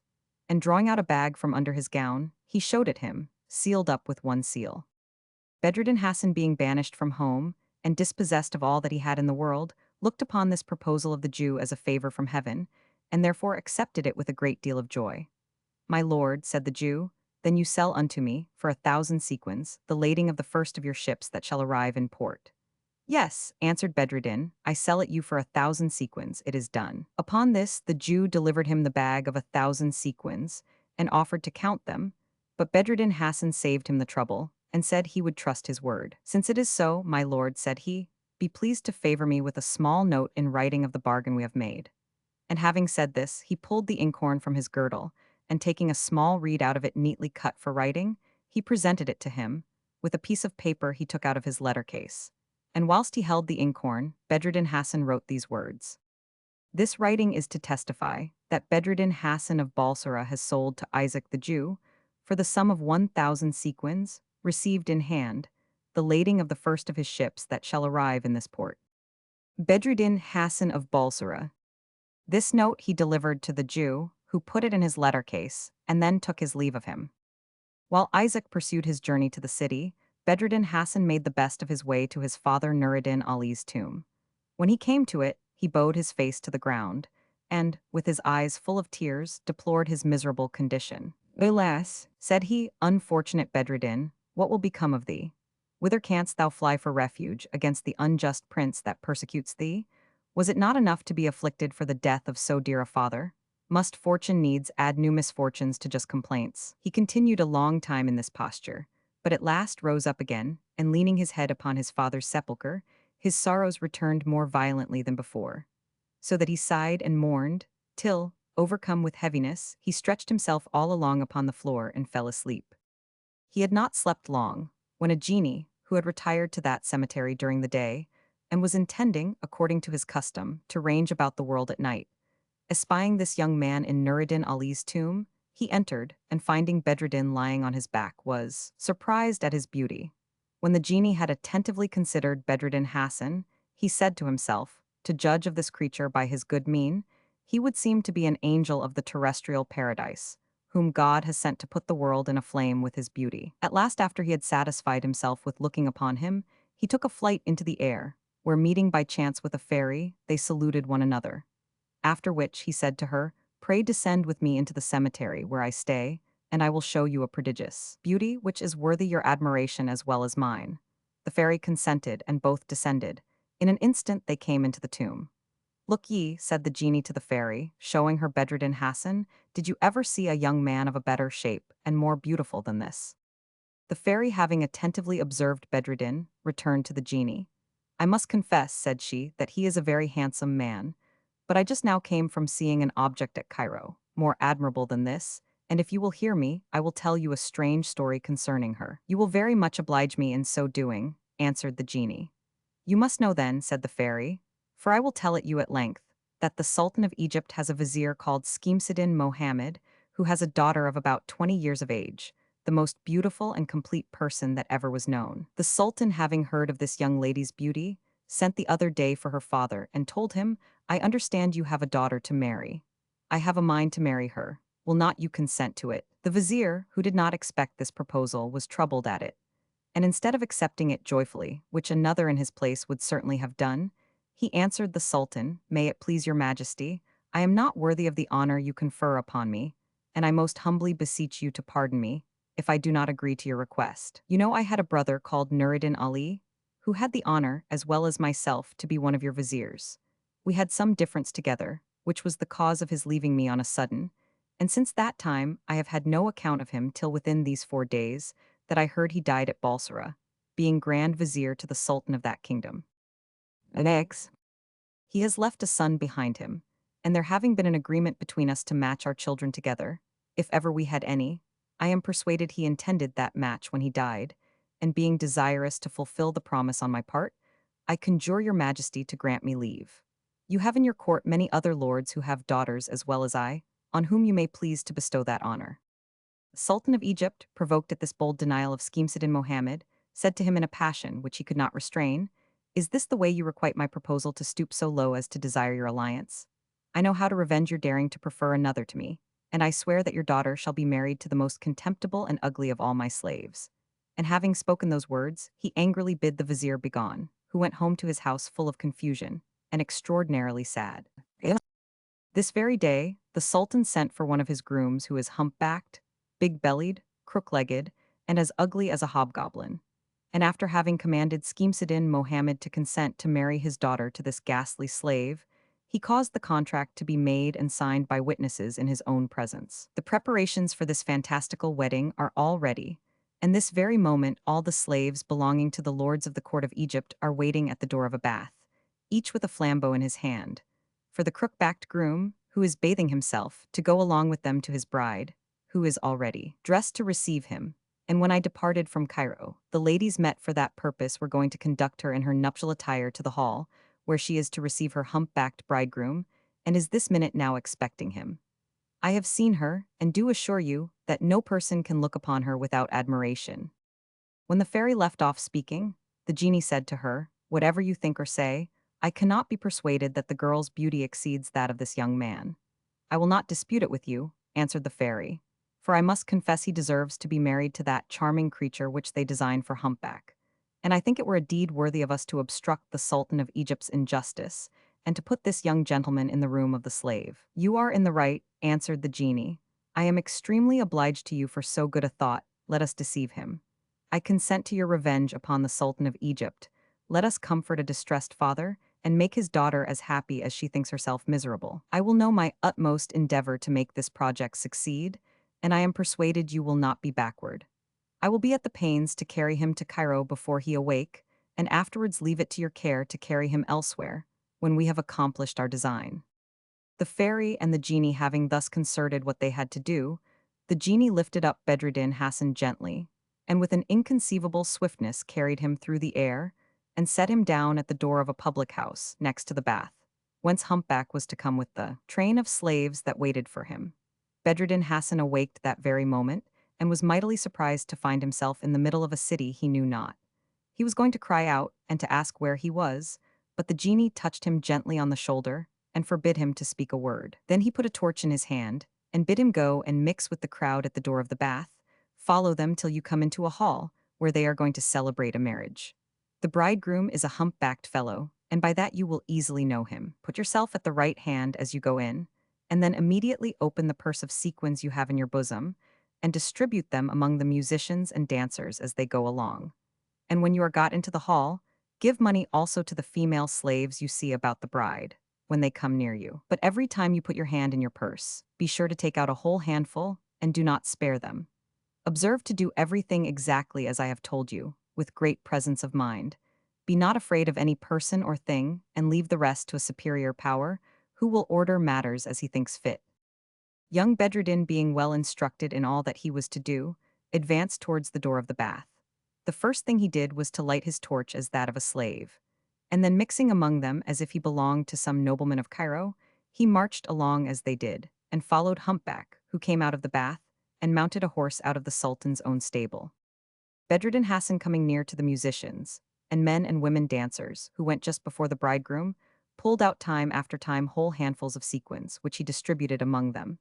And as he thus gave his money with an unparalleled grace and engaging mien, all who received it cast their eyes upon him. And after they had a full view of his face, they found him so handsome and comely that they could not look off again. At last they came to Scheherazade Mohammed's gate, who was Bedreddin Hassan's uncle, and little thought his nephew was so near. The doorkeepers, to prevent any disorder, kept back all the slaves that carried torches, and would not let them come in. Bedreddin was likewise refused, but the musicians, who had free entrance, stood still, and protested they would not go in, if they hindered him from going along with them. "He is not one of the slaves," said they. "Look upon him, and you will soon be satisfied as to that. He is certainly a young stranger who is curious to see the ceremonies observed at weddings in the city."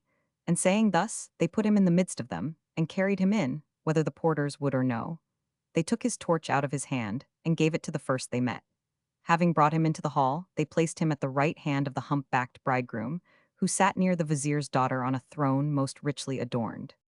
She appeared very lovely in all her dresses, but in her face there was nothing to be seen but vexation and mortal grief. The cause of this was easy to be guessed at, when she had by her side a bridegroom so very deformed, and so unworthy of her love. The throne of that ill-matched couple was in the midst of a sofa. The ladies of the emirs, viziers, and those of the sultan's bedchamber, and several other ladies of the court and city, were placed on each side, a little lower, every one according to their quality, and all of them so finely and richly dressed that it was one of the pleasantest sights that could be seen, each of them holding a large wax taper in their hand. When they saw Bedreddin Hassan come into the room, they all fixed their eyes upon him, and admiring his shape, his behavior, and the beauty of his face, they could not forbear looking upon him. When he was set down, everyone left their seats and came near to him to have a full view of his face, and almost all of them, as they turned to their seats, found themselves moved with tender passion. The disparity between Bedreddin Hassan and the humpbacked groom, who made such a horrible figure, occasioned a great murmuring among the company, insomuch that the ladies cried out, "We must give our bride to this handsome young gentleman, and not to this ugly humpback." Nor did they rest here, but uttered imprecations against the Sultan, who, abusing his absolute power, would unite ugliness and beauty together.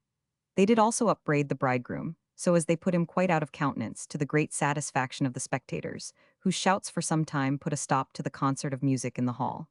At last the musicians began again, and the women who had dressed the bride came all about her. At the sound of the instruments, the bride changed her dress 7 different times, and each time that she did so, she rose up from her seat, followed by her bridewoman, and passed by Humpback without giving him one look, and went towards Bedreddin Hassan, before whom she presented herself in her new attire. On this occasion, Bedreddin, according to the instructions given him by the genie, failed not to put his hands in his purse, and pulled out handfuls of sequins, which he distributed among the women that followed the bride. Nor did he forget the players and dancers, but also threw money to them. It was pleasant to see how they pushed one another to gather it up. They showed themselves very thankful, and made him signs that the young bride should be for him, and not for the humpback fellow.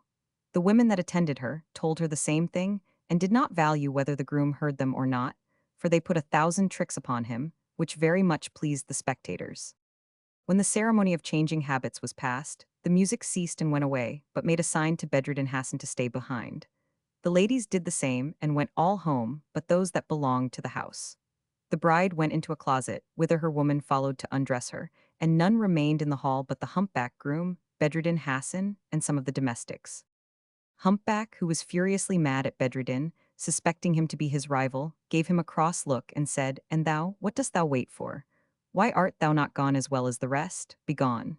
Bedreddin, having no pretense to stay, withdrew, not knowing what to do with himself. But he was not gone out of the porch when the genie and the fairy met and stopped him. "Whither are you going?" said the fairy. "Stay, for Humpback is not in the hall, he is gone out about some business. You have nothing to do but return and introduce yourself into the bride's chamber. As soon as you are alone with her, tell her boldly that you are her husband, that the Sultan's intention was only to make sport with the groom, and to make this pretended bridegroom some amends, you had caused to be prepared for him in the stable, a good dish of cream. And then tell her all the fine things you can think on to persuade her. For being so handsome as you are, little persuasion will do. She will think herself happy in being deceived so agreeably. In the meantime, we will take care that the humpback shall not return, and let nothing hinder you from passing the night with your bride, for she is yours and none of his." While the fairy thus encouraged Bedreddin, and instructed him how he should behave himself, Humpback was really gone out of the room, for the genie went to him in the shape of a great cat mewing at a most fearful rate. The fellow called to the cat, he clapped his hands to make her flee. But instead of that the cat stood upon her hinder feet, staring with her eyes like fire, looking fiercely at him, mewing louder than she did at first, and growing bigger till she was as large as an ass. At this sight Humpback would have cried out for help, but his fear was so great that he stood gaping, and could not utter one word. And that he might have no time to recover, the genie changed himself immediately into a large buffalo, and in this shape called to him with a voice that redoubled his fear, "Thou humpbacked villain." At these words the affrighted groom cast himself upon the ground, and covering his face with his gown, that he might not see this dreadful beast, "Sovereign prince of buffaloes," said he, "what is it you want of me?" "Woe be to thee," replied the genie. "Hast thou the boldness to venture to marry my mistress?" "O my lord," said Humpback, "I pray you to pardon me. If I am guilty, it is through ignorance. I did not know that this lady had a buffalo to her sweetheart. Command me in anything you please. I give you my oath that I am ready to obey you." "By death," replied the genie, "if thou goest out from hence, or speakest a word till the sun rises, I will crush thy head to pieces. But then I give thee leave to go from hence. I warn thee to make dispatch, and not to look back, but if thou hast the imprudence to return, it shall cost thee thy life." When the genie had done speaking, he transformed himself into the shape of a man, took Humpback by the legs, and after having set him against the wall, with his head downwards, "If thou stir," said he, "before the sun rise, as I have told thee already, I will take thee by the heels again, and dash thy head in 1,000 pieces against the wall. To return to Bedreddin Hassan, who being prompted by the genie and the presence of the fairy, got into the hall again, from whence he slipped into the bride chamber where he sat down, expecting the success of his adventure. After a while the bride arrived, conducted by an old matron, who came no farther than the door, exhorting the bridegroom to do his duty like a man, without looking in to see if it was humpback or another, and then locked the door and retired. The young bride was mightily surprised, instead of humpback, to find Bedreddin Hassan, who came up to her with the best grace in the world. "What, my dear friend," said she, "by your being here at this time of night, you must be my husband's comrade?" "No, madam," said Bedreddin, "I am of another sort of quality than that ugly humpback." "But," said she, "you do not consider that you speak degradingly of my husband." "He your husband, madam," replied he. "Can you retain those thoughts so long? Be convinced of your mistake, madam, for so much beauty must never be sacrificed to the most contemptible of all mankind. It is I, madam, that am the happy mortal for whom it is reserved. The Sultan had a mind to make himself merry by putting this trick upon the vizier your father, but he chose me to be your real husband. You might have observed how the ladies, the musicians, the dancers, your women, and all the servants of your family were pleased with this comedy. We have sent that hump-backed fellow to his stable again, where he is just now eating a dish of cream, and you may rest assured that he will never appear any more before your eyes." At this discourse, the vizier's daughter, who was more like one dead than alive when she came into the bride chamber, put on a gay air, which made her so handsome that Bedreddin was perfectly charmed with her. "Next, I did not expect," said she, "to meet with so pleasing a surprise, and I had condemned myself to live unhappily all my days. But my good fortune is so much the greater that I possess in you a man that is worthy of my tenderest affection."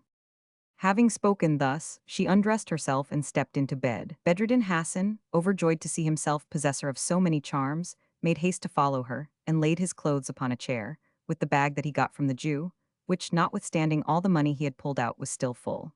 He likewise laid off his turban and put on a nightcap that had been ordained for humpback, and so went to bed in his shirt and drawers. 60 his drawers were of blue satin, tied with a lace of gold.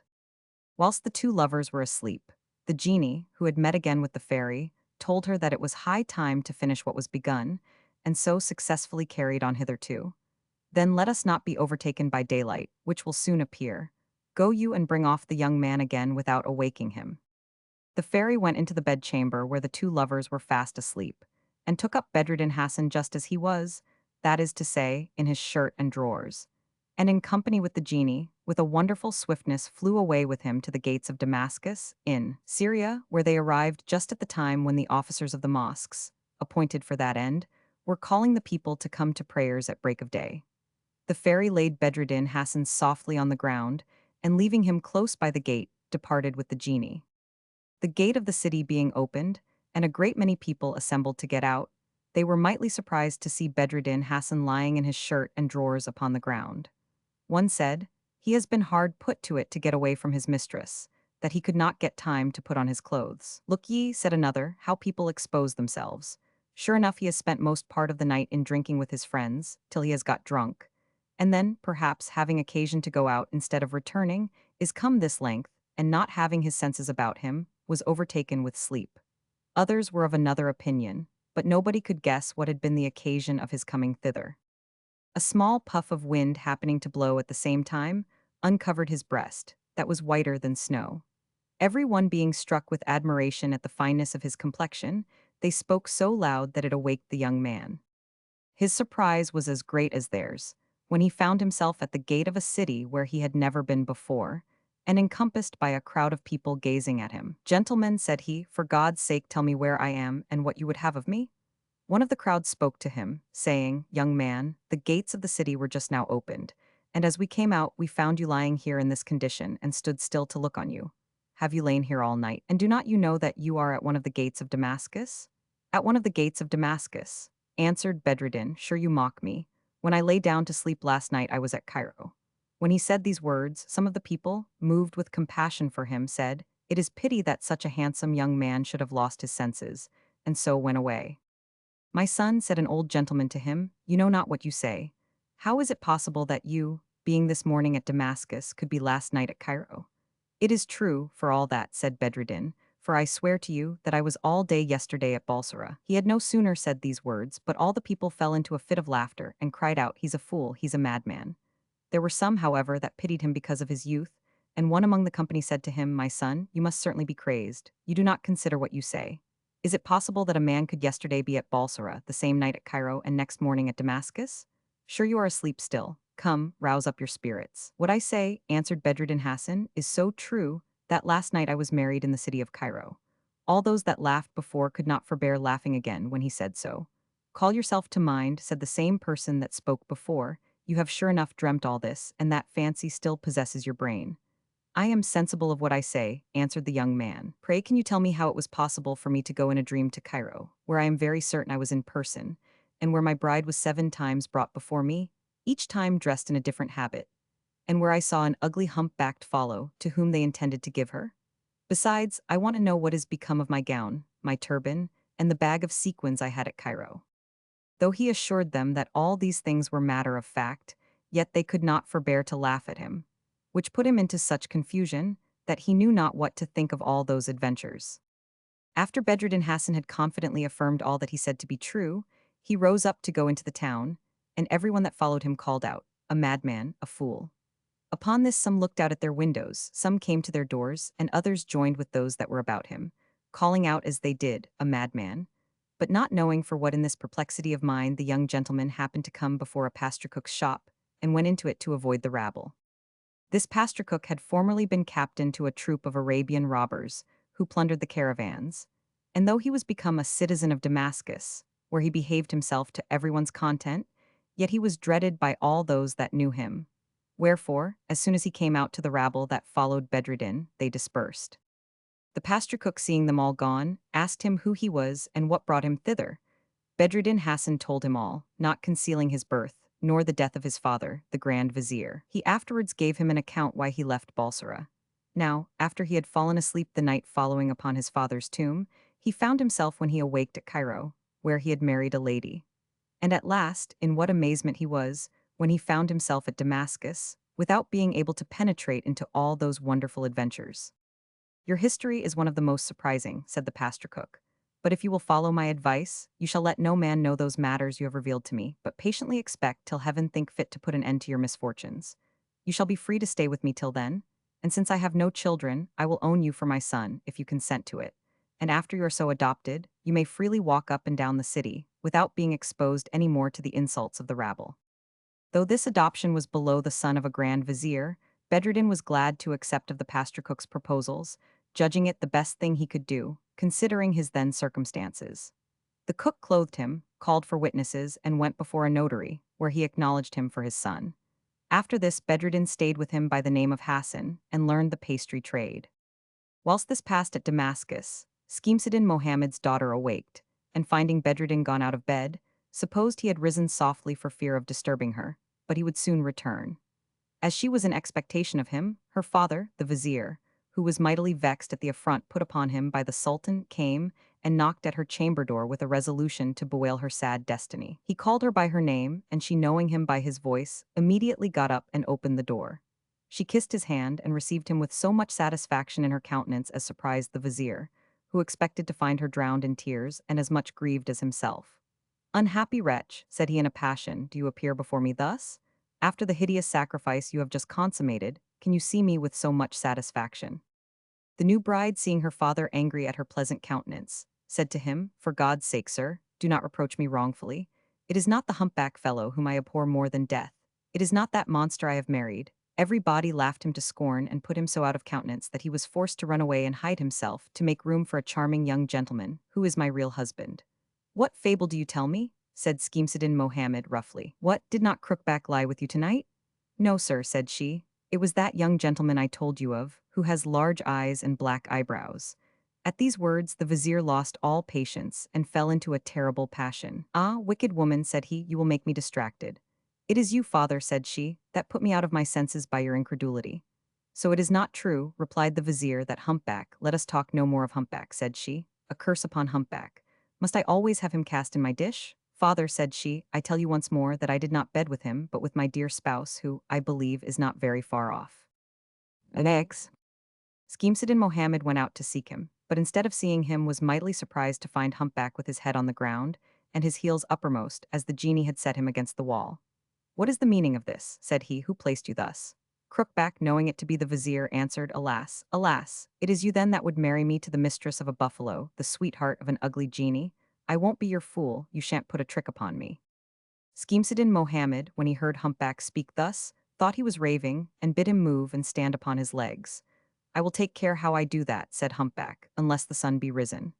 Know, sir, that when I came hither last night, on a sudden, a black cat appeared to me, and in an instant grew as big as a buffalo. I have not forgot what he said to me. Therefore, you may go about your business and leave me here." The vizier, instead of going away, took him by the heels and made him get up.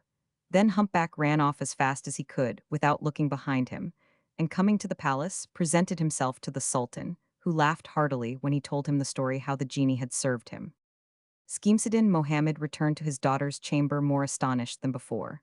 "Well then, my abused daughter," said he, "can you give me no farther light into this matter?" "Sir," said she, "I can give you no other account than what I have done already. Here are my husband's clothes, which he left upon the chair. Perhaps you may find somewhat there that may solve your doubt." Then she showed him Bedreddin's turban, which he took and examined narrowly on all sides. "I should take this to be a vizier's turban if it were not made after the Mosul 61 fashion." But perceiving somewhat to be sewed between the stuff and the lining, he called for scissors, and having unripped it, found the paper which Nuruddin Ali gave Bedreddin, his son, as he was dying, and which he had put into his turban for more security. Scheherazade Mohammed, having opened the paper, knew his brother Nuruddin's hand, and found this superscription: "For my son, Bedreddin Hassan."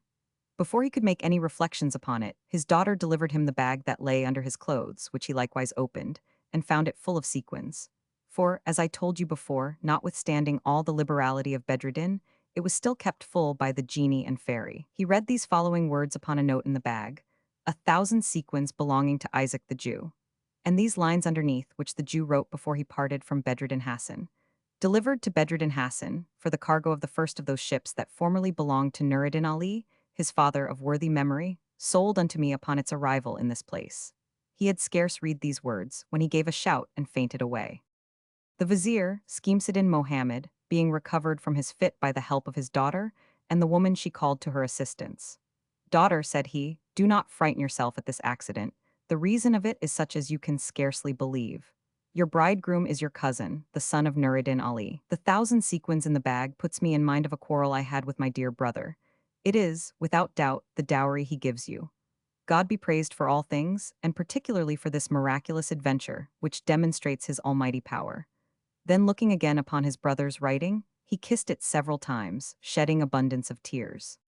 He looked over the book from one end to the other, where he found the date of his brother's arrival at Balsora, of his marriage, and of the birth of Bedreddin Hassan. And when he compared the same with the day of his own marriage, and the birth of his daughter at Cairo, he admired how everything did agree so exactly. The happy discovery put him into such a transport of joy that he took up the book, with the ticket of the bag, and showed it to the Sultan, who pardoned what was past, and was so much pleased with the relation of this adventure, that he caused it, with all its circumstances, to be put in writing for the use of posterity. Meanwhile, the vizier Scheherazade Mohammed could not comprehend the reason why his nephew did not appear. He expected him every moment, and was impatient to have him in his arms.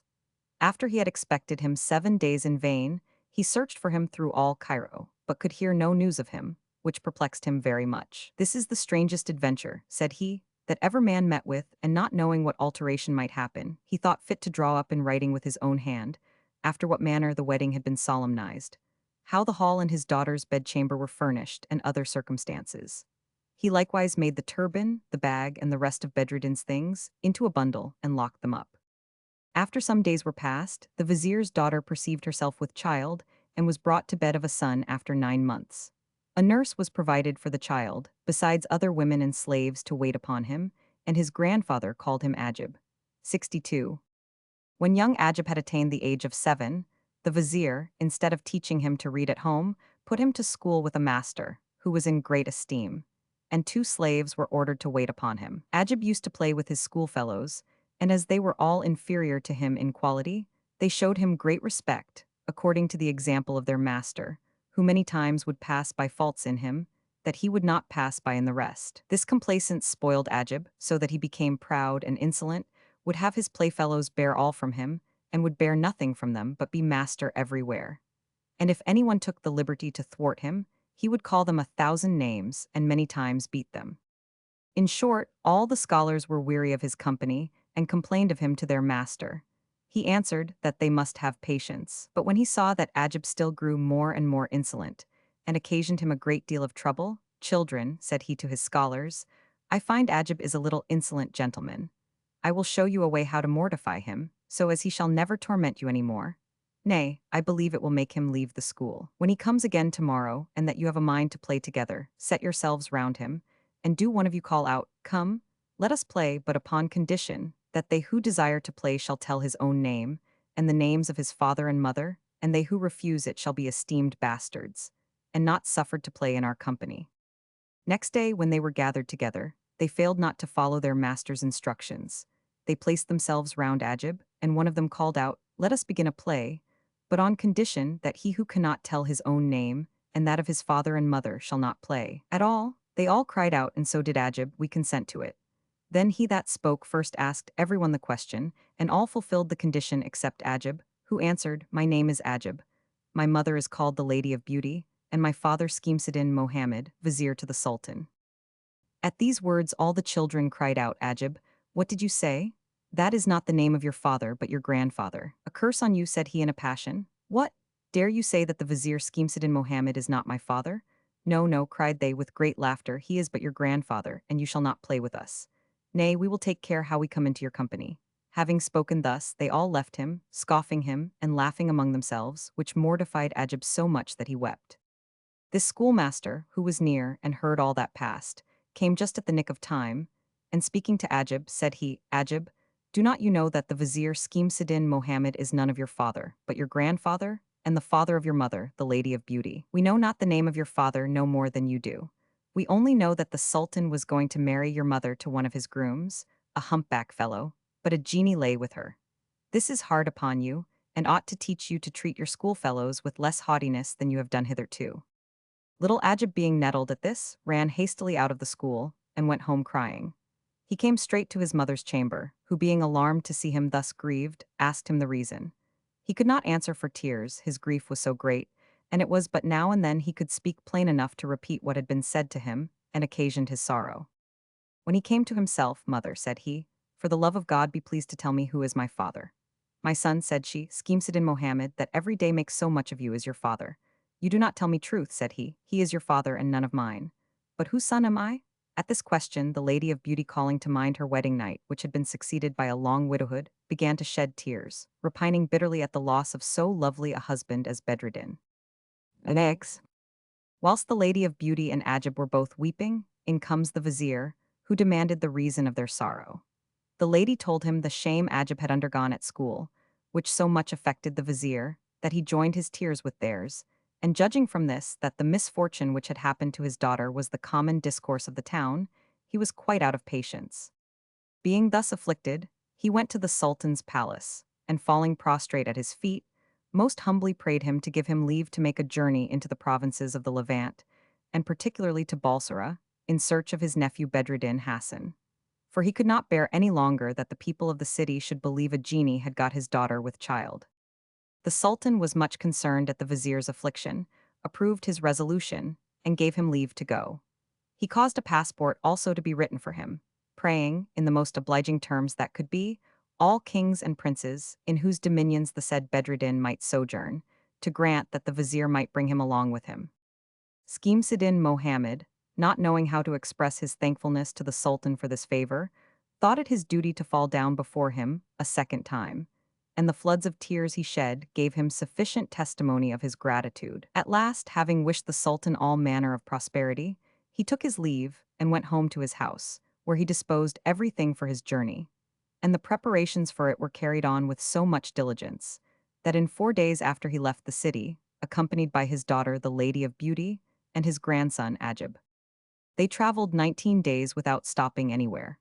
But on the 20th, arriving in a very pleasant mead, at a small distance from the gate of Damascus, they stopped there and pitched their tents upon the banks of a river that runs through the town and gives a very agreeable prospect to its neighborhood. The vizier Scheherazade Mohammed declared he would stay in that pleasant place 2 days and pursue his journey on the third. In the meantime, he gave leave to his retinue to go to Damascus, and almost all of them made use of it. Some influenced by curiosity to see a city they had heard so much of, and others by the opportunity of vending there the Egyptian goods they had brought with them, or buying stuffs and the rarities of the country.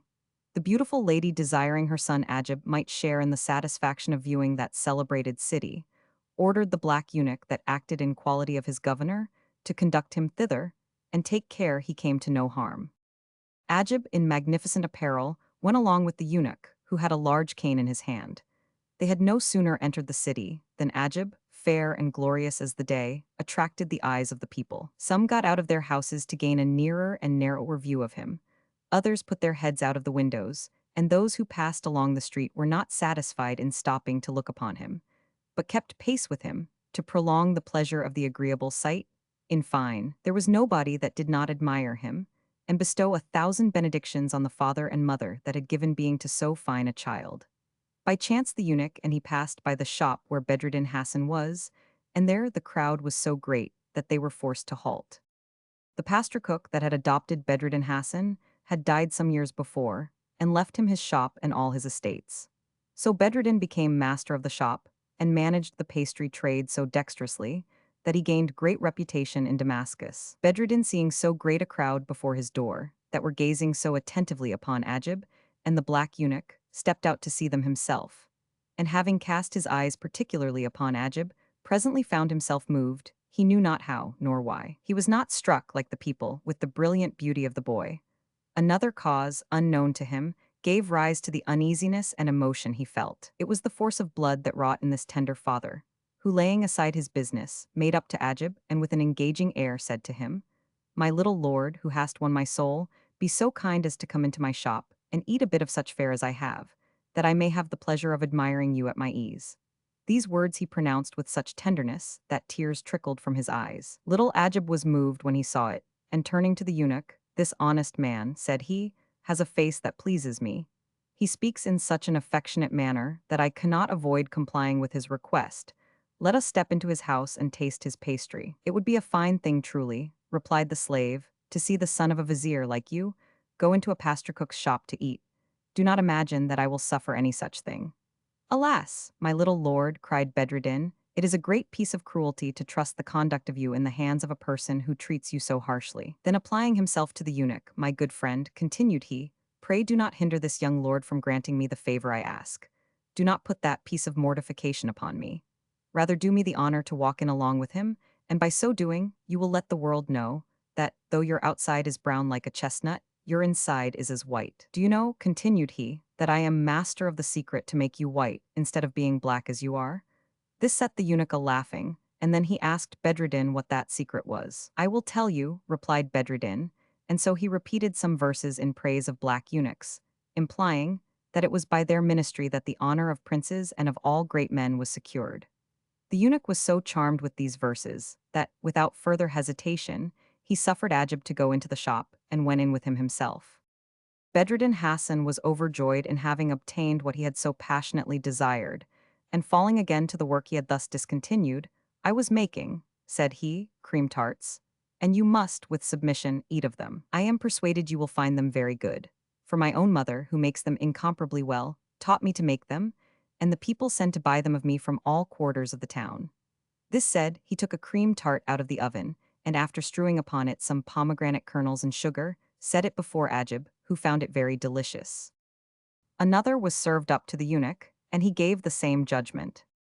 While they were both eating, Bedreddin Hassan minded Ajib very attentively, and after looking upon him again and again, it came into his mind that for anything he knew, he might have such a son by his charming wife, from whom he had been so soon and so cruelly separated, and the very thought drew tears from his eyes. He was thinking to have put some question to little Ajib about his journey to Damascus, but the child had no time to gratify his curiosity, for the eunuch, pressing him to return to his grandfather's tents, took him away as soon as he had done eating. Bedreddin Hassan, not contented with looking after him, shut up his shop immediately and went after him. Bedreddin Hassan ran after Ajib and the eunuch, and overtook them before they were got to the gate of the city. The eunuch, perceiving he followed them, was extremely surprised. "You impertinent fellow, you," said he, with an angry tone, "what do you want?" "My dear friend," replied Bedreddin, "do not you trouble yourself. I have a little business out of town that has just come into my head, and I must needs go and look after it." This answer, however, did not at all satisfy the eunuch, who, turning to Ajib, said, "This is all owing to you. I foresaw I should repent of my complaisance. You would needs go into the man's shop. It was not wisely done in me to give you leave." "Perhaps," replied Ajib, "he has real business out of town, and the road is free to every body." While this passed, they kept walking together, without looking behind them, till they came near the vizier's tents, upon which they turned about to see if Bedreddin followed them. Ajib, perceiving he was within 2 paces of him, reddened and whitened alternately, according to the different emotions that affected him. He was afraid the Grand Vizier, his grandfather, should come to know he had been in the pastry shop and had eaten there. In this dread, he took up a pretty large stone that lay at his foot, and throwing it at Bedreddin Hassan, hit him in the forehead, which gave him such a wound that his face was covered with blood. Then he took to his heels and ran under the eunuch's tent. The eunuch gave Bedreddin to understand he had no reason to complain of a mischance that he had merited and brought upon himself.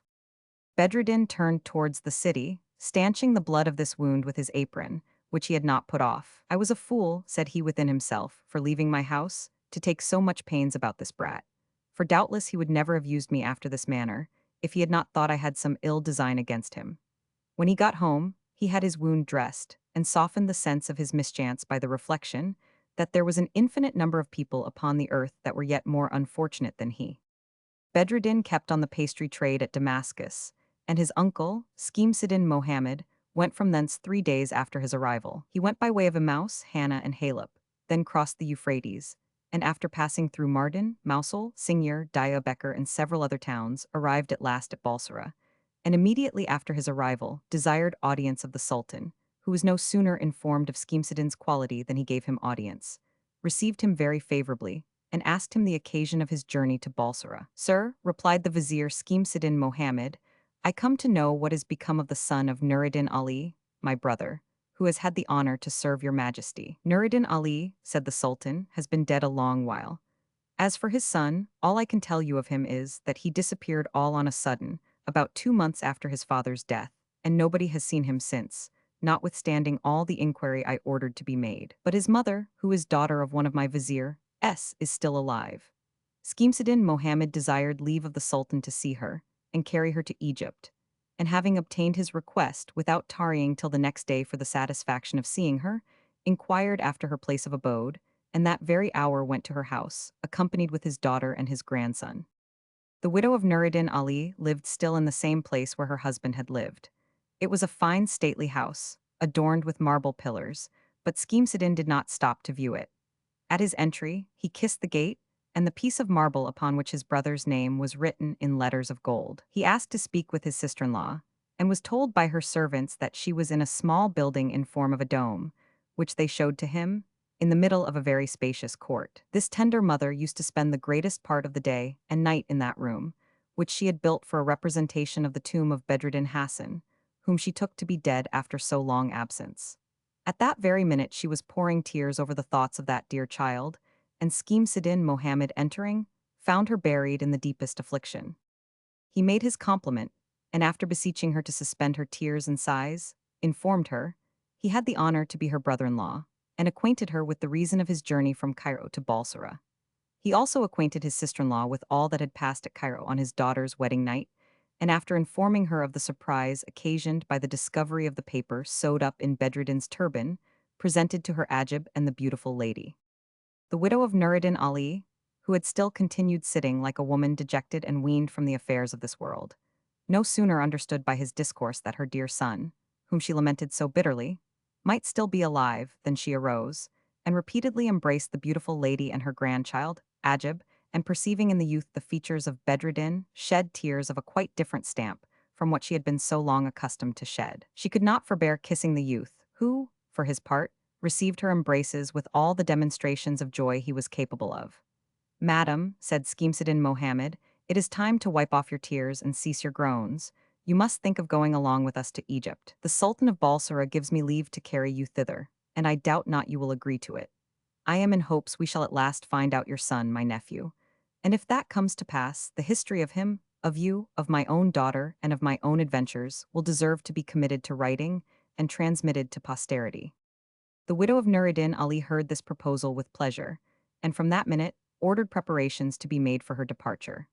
While that was doing, Schemseddin Mohammed desired a second audience, and after taking leave of the Sultan, who dismissed him with ample marks of respect, and gave him a considerable present for himself and another of great value for the Sultan of Egypt, set out from Balsara for the city of Damascus. When he arrived in the neighborhood of Damascus, he ordered his tents to be pitched without the gate, at which he designed to enter the city, and gave out he would tarry there 3 days, to give his sweet rest, and buy up the best curiosities he could meet with, and such as were worthy of being presented to the Sultan of Egypt.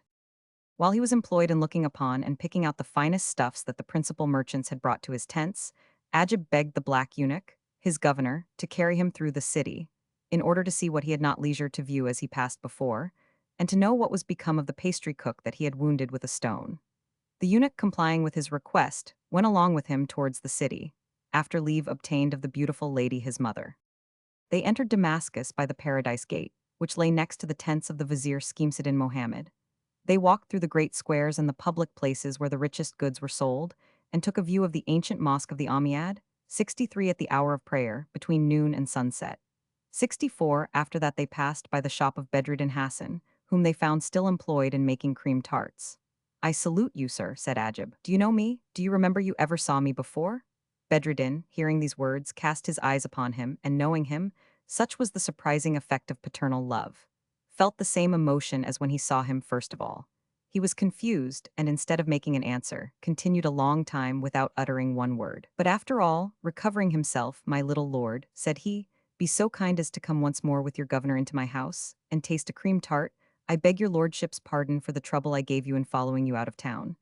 I was at that time not myself, I did not know what I did. You drew me after you, and the violence of the attraction was so strong that I could not withstand it." Next. Ajib, astonished at what Bedruddin said, replied thus: "There is an excess in the kindness you express, and unless you engage, under oath, not to follow me when I go from hence, I will not enter into your house. If you give me your promise and prove a man of your word, I will visit you again tomorrow, since the vizier, my grandfather, is still employed in buying up things for a present to the Sultan of Egypt." "My little lord," replied Bedruddin, "I will do whatever you would have me to do." This said, Ajib and the eunuch went into the shop. Presently after, Bedruddin set before them a cream tart that was full as good as what they had eaten of when they saw him before. "Come," said Ajib, addressing himself to Bedruddin, "sit down by me and eat with us."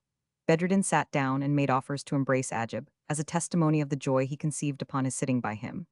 But Ajib shoved him off, desiring him to be quiet, not to be too familiar in his friendship, and to content himself with seeing and conversing with him. Bedruddin obeyed and fell to singing a song, the words of which he composed offhand, in praise of Ajib. He did not eat, but made it his business to serve his guests. When they had done eating, he brought them water to wash with, 65, and a very white napkin to wipe their hands. Then he filled a large china cup with sherbet and put snow into it. 66, and offering it to Ajib, this said he, "Is sherbet of roses, and the pleasantest you will meet with all the town over. I am sure you never tasted better." Ajib having drank of it with pleasure, Bedruddin Hassan took the cup from him, and presented it to the eunuch, who drank it all off at once. In fine, Ajib and his governor, having fared well, returned thanks to the pasture cook for their good entertainment, and moved homewards, it being then late. When they arrived at the tents of Schemseddin Mohammed, they repaired immediately to the lady's tent. Ajib's grandmother received him with transports of joy. Her son, Bedruddin, ran always in her mind, and in embracing Ajib, the remembrance of him drew tears from her eyes. "Ah, my child," said she, "my joy would be perfect if I had the pleasure of embracing your father, Bedruddin Hassan, as I now embrace you." Then sitting down to supper, she made Ajib sit by her and put several questions to him, relating to the walk he had been taking along with the eunuch. And when he complained of his weak stomach, she gave him a piece of cream tart which she had made for herself, and was indeed very good, for I told you before that she could make them better than the best pastry cooks. She likewise gave some to the eunuch, but both of them had eaten so heartily at Bedruddin's house that they could not taste a bit. Ajib no sooner touched the piece of cream tart that had been set before him than he pretended he did not like it and left it uncut. And Shaban, 67, such was the eunuch's name, did the same thing. The widow of Nur-ed-Din Ali observed with regret that her grandson did not like the tart. "What," said she, "does my child thus despise the work of my hands? Be it known to you, No one in the world can make such cream tarts besides myself and your father, Bedruddin Hassan, whom I myself taught to make them. My good mother, replied Ajib, give me leave to tell you, if you do not know how to make better, there is a pastry cook in this town that outdoes you in that point. We were at his shop but now, and eat of one that is much better than yours. This said, the grandmother, frowning upon the eunuch, how now, Shaban, said she, was the care of my grandchild committed to you, to carry him to eat at pastry shops like a beggar? Madam, replied the eunuch, it is true, we did stop a little while and talked with the pastry cook, but we did not eat with him. Pardon me, said Ajib, we went into his shop, and there eat a cream tart. Upon this, the lady, more incensed against the eunuch than before, rose in a passion from the table, and running to the tent of Scheherazade Mohammed, informed him of the eunuch's crime, and that in such terms as tended more to inflame the vizier than to dispose him to excuse it. Scheherazade Mohammed, who was naturally passionate, did not fail on this occasion to display his anger. He went forthwith to his sister-in-law's tent, and making up to the eunuch, "What," said he, "you pitiful wretch, have you the impudence to abuse the trust I repose in you?" Shaban, though sufficiently convicted by Ajib's testimony, denied the fact still. But the child persisting in what he had affirmed, "Grandfather," said he, "I can assure you we not only eat, but we eat both of us so heartily that we have no occasion for supper. Besides, the pastry cook treated us also with a great bowl of sherbet." "Well," cried Scheherazade, turning to Shaban, "after all this, will you continue to deny that you entered the pastry cook's house and eat there?" Shaban had still the impudence to swear it was not true. "Then you are a liar," said the vizier. "I believe my grandchild before I believe you. But after all," said he, "if you can eat up this cream tart that is upon the table, I shall be persuaded you have truth on your side." Though Shaban had crammed himself up to the throat before, he agreed to stand that test, and accordingly took a piece of tart. But his stomach rising against it, he was obliged to spit it out of his mouth. Yet he still pursued the lie, and pretended he had overeat himself the day before, so that he had not recovered his appetite. The vizier, irritated with all the eunuch's frivolous pretenses, and convinced of his guilt, ordered him to lie flat upon the ground, and to be soundly bastinadoed. In undergoing this punishment, the poor wretch shrieked out aloud, and at last confessed the truth. "I own," cries he, "that we did eat a cream tart at the pastry cook's, and that it was much better than that upon the table." The widow of Nuruddin Ali thought it was out of spite to her, and with a design to mortify her, that Shaban commended the pastry cook's tart, and accordingly said, "I cannot believe the cook's tarts are better than mine. I am resolved to satisfy myself upon that head. Where does he live? Go immediately, and buy me one of his tarts." The eunuch, having received of her what money was sufficient for that purpose, repaired to Bedruddin's shop, and addressing himself to Bedruddin, "Good Mr. Pastry cook," said he, "take this money here, and let me have one of your cream tarts. One of our ladies wants to taste them." Bedruddin chose one of the best and gave it to the eunuch. "Take this," said he. "I will engage it is an excellent one, and I can assure you that no person is able to make the like, unless it be my mother, who perhaps is still alive." Shaban returned speedily to the tents and gave the tart to Nuruddin's widow, and she, snatching it greedily, broke a piece off, but no sooner put it to her mouth than she cried out and swooned away. Scheherazade Mohammed, who was present, was extremely surprised at the accident. He threw water himself upon her face and was very active in succoring her. As soon as she came to herself, "My God," cried she, "it must needs be my dear son, my dear Bedruddin, that made this tart." When the vizier Scheherazade Mohammed heard his sister-in-law say that the maker of the tart, brought by the eunuch, must needs be Bedruddin Hassan, he was overjoyed. But reflecting that his joy might prove groundless, and in all likelihood the conjecture of Nuruddin's widow was false, "Madam," said he, "why are you of that mind? Do you think there may not be a pastry cook in the whole world that knows how to make cream tarts as well as your son?" "I own," replied she, "there may be pastry cooks that can make as good tarts as he. But forasmuch as I make them after a peculiar manner, and nobody but my son is let into the secret, it must absolutely be he that made this. Come, my brother," added she, in a transport, "let us call up mirth and joy. We have at last found what we have been so long looking for." "Madam," said the vizier in answer, "I entreat you to moderate your impatience, for we shall quickly know the bottom of it. All we have to do is to bring the pastry cook hither, and then you and my daughter will readily distinguish whether it is Bedruddin or not. But you must both be hid, so as to have a view of Bedruddin, while he cannot see you, for I would not have our interview and mutual discovery laid at Damascus. My design is to delay the discovery till we return to Cairo, where I promise to regale you with very agreeable diversion." Next. This said, he left the ladies in their tent and retired to his own, where he called for 50 of his men and said to them, "Take each of you a stick in your hands and follow Shaban, who will conduct you to a pastry cook's in the city. When you arrive there, break and dash in pieces all you find in the shop. If he asks you why you commit that disorder, only ask him again if it was not he that made the cream tart that was brought from his house. If he says he is the man, seize his person, fetter him, and bring him along with you. But take care you do not beat him, nor do him the least harm. Go, and lose no time. The vizier's orders were immediately executed. The detachment conducted by the black eunuch went with expedition to Bedreddin's house and broke in pieces the plates, kettles, copper pans, tables, and all the other movables and utensils they met with, and drowned the sherbet shop with cream and comfits. Bedreddin, astonished at the sight, said with a pitiful tone, "Pray, good people, why do you serve me so? What is the matter? What have I done? Was it not you," said they, "that sold this eunuch the cream tart?" "Yes," replied he, "I am the man, and who says anything against it? I defy anyone to make a better." Instead of giving him an answer, they continued to break all around them, and the oven itself was not spared. In the meantime, the neighbors took the alarm, and surprised to see 50 armed men commit such a disorder, asked the reason of such violence. And Bedreddin said once more to the actors of it, "Pray tell me what crime I am guilty of to have deserved this usage." "Was it not you," replied they, "that made the cream tart you sold to the eunuch?"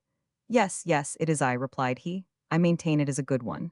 I do not deserve such usage as you give me." However, without listening to him, they seized his person and, snatching the cloth off his turban, tied his hands with it behind his back, and after dragging him by force out of his shop, marched off.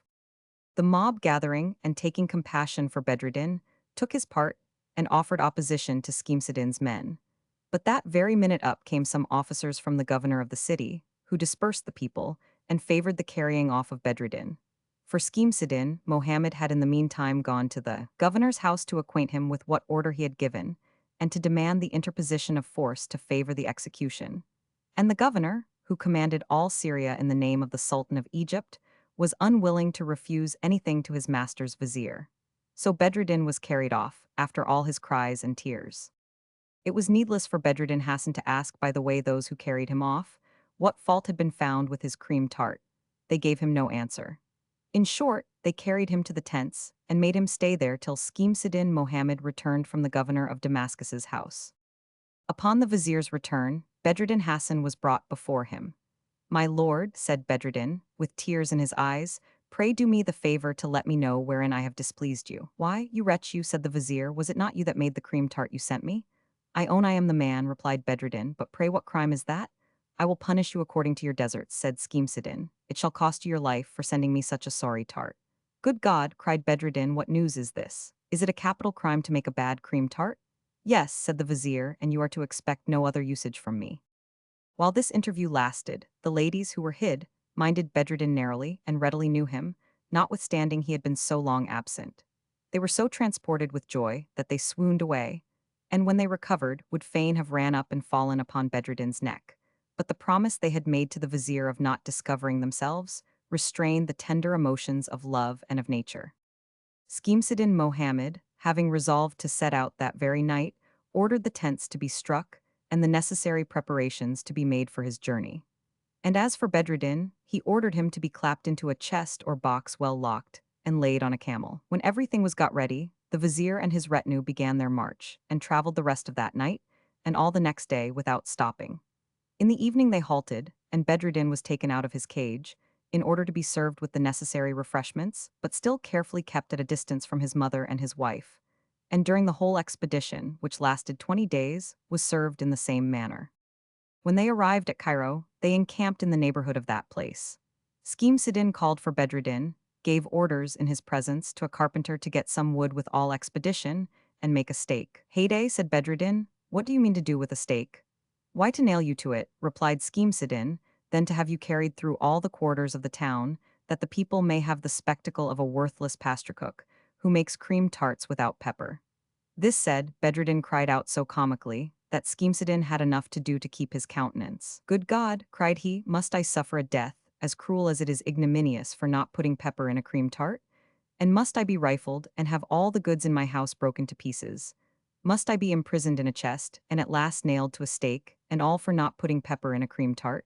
Good God, who ever heard of such a thing? Are these the actions of Mussulmen, of persons that make a profession of probity and justice, and practice all manner of good works?" With these words he shed tears, and then renewing his complaint, No, continued he, never was man used so unjustly, nor so severely. Is it possible they should be capable of taking a man's life for not putting pepper in a cream tart? Cursed be all cream tarts, as well as the hour in which I was born. Would to God I had died that minute.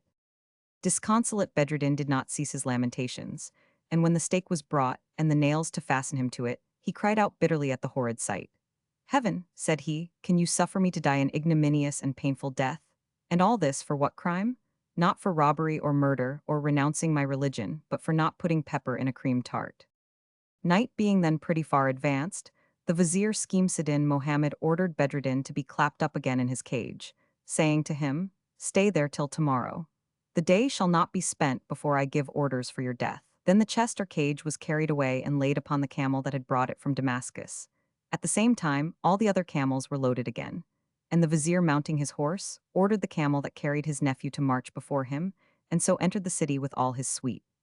After passing through several streets where nobody appeared, everyone being in bed, he arrived at his house, where he ordered the chest to be taken down, but not opened till farther orders. While his retinue were unlading the other camels, he took Bedreddin's mother and his daughter aside, and addressed himself to the latter. "God be praised," said he, "my child, for this happy occasion of meeting your cousin and your husband. You remember, to be sure, what order your chamber was in on your wedding night. Go and put everything in the very same order they were then in. And in the meantime, if your memory do not serve you, I can supply it by a written account, which I caused to be taken upon that occasion. As for what else is to be done, I will take care of that." The beautiful lady went joyfully about her father's orders, and he at the same time began to put the things in the hall in the same order they were in when Bedreddin Hassan was there with the Sultan of Egypt's hunchbacked groom. As he went over his manuscript, his domestics placed every movable accordingly. The throne was not forgot, nor the lighted wax candles. When everything was put to rights in the hall, the vizier went into his daughter's chamber, and put in their due place Bedreddin's clothes with the purse of sequins. This done, he said to the beautiful lady, "Undress yourself, my child, and go to bed. As soon as Bedreddin enters your room, complain of his being from you so long, and tell him that when you awaked you were astonished you did not find him by you. Press him to come to bed again, and tomorrow morning you will divert your mother-in-law and me in telling us what passes between you and him this night." This said, he went from his daughter's apartment and left her to undress herself and go to bed. Scheherazade Mohammed ordered all his domestics to depart the hall, excepting 2 or 3, whom he ordered to stay there. These he commanded to go and take Bedreddin out of the chest, to strip him to his shirt and drawers, to conduct him in that condition to the hall, to leave him there all alone, and to shut the door upon him. Bedreddin Hassan, though overwhelmed with grief, had been asleep all the while, insomuch that the vizier's domestics had taken him out of the chest, and stripped him before he awaked, and carried him so suddenly into the hall that they did not give him time to bethink himself where he was. When he found himself all alone in the hall, he looked round him, and the objects of his sight recalling to memory the circumstances of his marriage, he perceived, with astonishment, that it was the same hall where he had seen the Sultan's groom of the stables. His surprise was still the greater, when approaching softly to the door of a chamber which he found open, he spied within his own clothes in the same place where he remembered to have left them on his wedding night. "My God," said he, rubbing his eyes, "am I asleep or awake?" The beautiful lady, who in the meantime was diverting herself with his astonishment, opened the curtains of her bed all on a sudden, and bending her head forward, "My dear lord," said she, with a soft, tender air, "what do you do at the door? Prithee come to bed again. You have been out of bed a long time. I was strangely surprised when I awaked in not finding you by me." Bedreddin Hassan's countenance changed when he perceived that the lady who spoke to him was that charming person that he had lain with before. So he entered the room, but calling up the thoughts of all that had passed for a 10 years' interval, and not being able to persuade himself that it all could have happened in the compass of one night, he went to the place where his clothes lay, and the purse of sequins, and after examining them very carefully, "By the living God," cried he, "these are things that I can by no means comprehend." The lady, who was pleased to see his confusion, said once more, "My lord, come to bed again. What do you stand at?" Then he stepped towards the bed and said to her, "Pray, madam, tell me, is it long since I left you?" "The question," answered she, "surprises me. Did not you rise from me but now? Sure your thoughts are very busy." "Madam," replied Bedreddin, "I do assure you my thoughts are not very composed. I remember indeed to have been with you, but I remember at the same time that I have lived since 10 years at Damascus. Now, if I was actually in bed with you this night, I cannot have been with you so long. These two things are inconsistent. Pray tell me what I am to think, whether my marriage with you is an illusion, or whether my absence from you is only a dream? Yes, my lord, cried she, doubtless, you were light-headed when you thought you were at Damascus. Upon this, Bedreddin laughed out heartily and said, what a comical fancy is this! I assure you, madam, this dream will be very pleasant to you. Do but imagine, if you please, that I was at the gate of Damascus in my shirt and drawers, as I am here now, that I entered the town with a halloo of a mob that followed and insulted me, that I fled to a pastry cook, who adopted me, taught me his trade, and left me all he had when he died, that after his death I kept a shop. In fine, madam, I had an infinity of other adventures too tedious to recount, and all I can say is that it was well that I awaked, for they were going to nail me to a stake. O Lord, and for what, cried the lady, feigning astonishment, would they have used you so cruelly? Sure you must have committed some enormous crime. Not in the least, replied Bedreddin. It was for nothing in the world but a mere trifle, the most ridiculous thing you can think of. All the crime I was charged with was selling a cream tart that had no pepper in it. As for that matter, said the beautiful lady, laughing heartily, I must say they did you great injustice. Ah, madam, replied he, that was not all. For this cursed cream tart was everything in my shop broke to pieces, myself bound and fettered and flung into a chest, where I lay so close that methinks I am there still. In fine, a carpenter was sent for, and he was ordered to get ready a stake for me. But thanks be to God, all those things are no more than a dream. Bedreddin was not easy all night. He waked from time to time and put the question to himself whether he dreamed or was awake. He distrusted his felicity, and to be sure whether it was true or not, opened the curtains and looked round the room. I am not mistaken, sure, said he. This is the same chamber where I entered instead of the hunchbacked groom of the stables, and I am now in bed with the fair lady that was designed for him. Daylight, which then appeared, had not yet dispelled his uneasiness, when the vizier Scheherazade Mohammed, his uncle, knocked at the door, and at the same time went in to bid him good morrow. Bedreddin Hassan was extremely surprised to see, all on a sudden, a man that he knew so well, and that now appeared with a quite different air from that with which he pronounced the terrible sentence of death against him. Ah, cried Bedreddin, it was you that condemned me so unjustly, to a kind of death, the thoughts of which make me shudder, and all for a cream tart without pepper. The vizier fell a-laughing, and to put him out of suspense, told him how, by the ministry of a genie, for Hunchback's relation made him suspect the adventure, he had been at his house and had married his daughter instead of the sultan's groom of the stables. Then he acquainted him that he had discovered him to be his nephew by a book written by the hand of Nuruddin Ali, and pursuant to that discovery, had gone from Cairo to Balsora in quest of him. My dear nephew, added he, embracing him with every expression of tenderness, I ask your pardon for all I have made you undergo since I discovered you.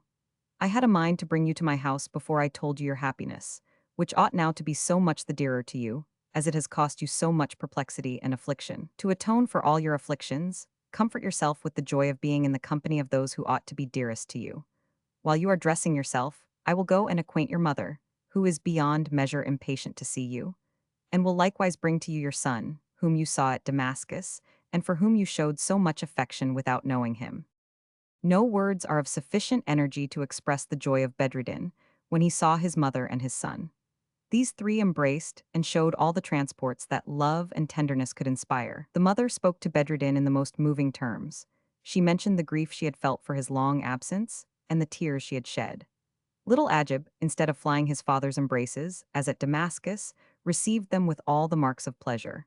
And Bedreddin Hassan, divided between two objects so worthy of his love, thought he could not give sufficient marks of his affection. While this passed at Scheherazade Mohammed's, the vizier was gone to the palace to give the sultan an account of the happy success of his voyage, and the sultan was so charmed with the recital of the story that he ordered it to be taken down in writing and carefully preserved among the archives of the kingdom.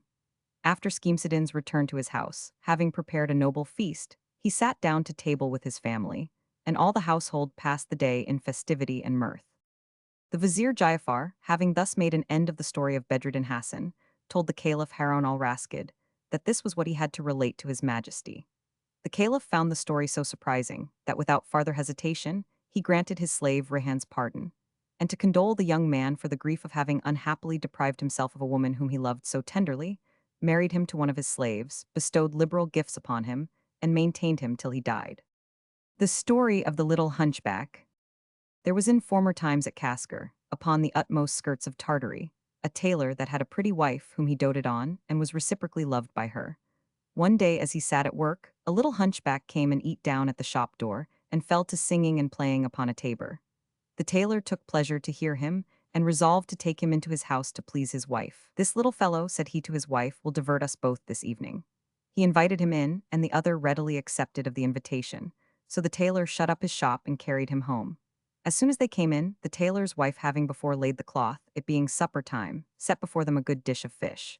But as the little man was eating, he unluckily swallowed a large bone, of which he died in a few minutes, notwithstanding all that the tailor and his wife could do to prevent it. Both were heartily frightened at the accident, knowing it happened in their house, and there was reason to fear that if the magistrates happened to hear of it, they would be punished as murderers. However, the husband found an expedient to get rid of the corpse. He reflected there was a Jewish doctor that lived just by, and having presently contrived a scheme, his wife and he took the corpse, the one by the feet and the other by the head, and carried it to the physician's house. They knocked at the door, from which a steep pair of stairs led to his chamber. The servant maid came down without any light, and opening the door, asked what they wanted. "Go up again," said the tailor, "if you please, and tell your master, we have brought him a man who is very ill and wants his advice." "Here," said he, putting a piece of money into her hand, "give him that beforehand, to convince him that we do not mean to impose on him." While the servant was gone up to acquaint her master with the welcome news, the tailor and his wife nimbly conveyed the hunchbacked corpse to the head of the stairs, and leaving it there, hurried away. In the meantime, the maid told the doctor that a man and a woman waited for him at the door, desiring he would come down and look at a sick man whom they had brought with them, and clapping into his hand the money she had received, the doctor was transported with joy. Being paid beforehand, he thought it was a good patient and should not be neglected. "Light, light," cried he to the maid, "follow me nimbly." So saying, without staying for the light, he gets to the stairhead in such haste that, stumbling against the corpse, he gave him a kick that made him tumble down to the stairfoot. He had almost fallen himself along with him. A light," cried he to the maid, "quick, quick." At last the maid came with a light and he went downstairs with her. But when he saw that what he had kicked down was a dead man, he was so frightened that he invoked Moses, Aaron, Joshua, Esdras, and all the other prophets of the law. "Unhappy man that I am," said he, "why did I attempt to come down without a light? I have killed the poor fellow that was brought to me to be cured.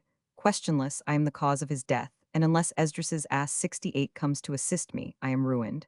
Mercy on me, they will be here out of hand and drag me out of my house for a murderer." Next.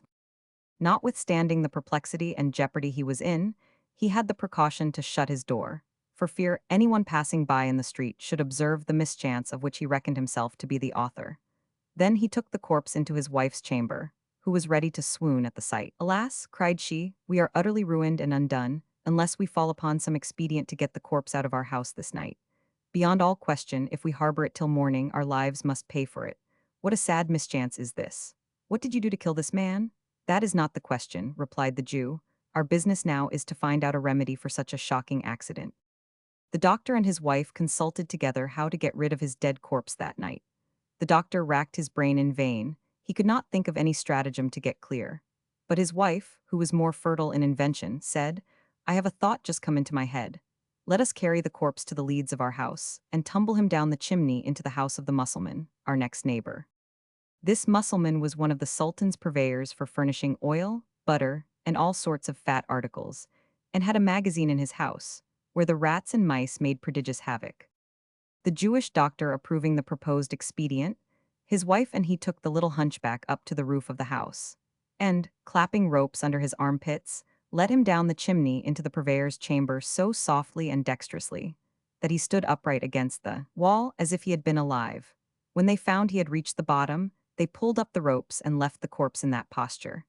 They were scarce got down into their chamber, when the purveyor went into his, being just come from a wedding feast, with a lantern in his hand. He was greatly surprised when, by the light of his lantern, he descried a man standing upright in his chimney.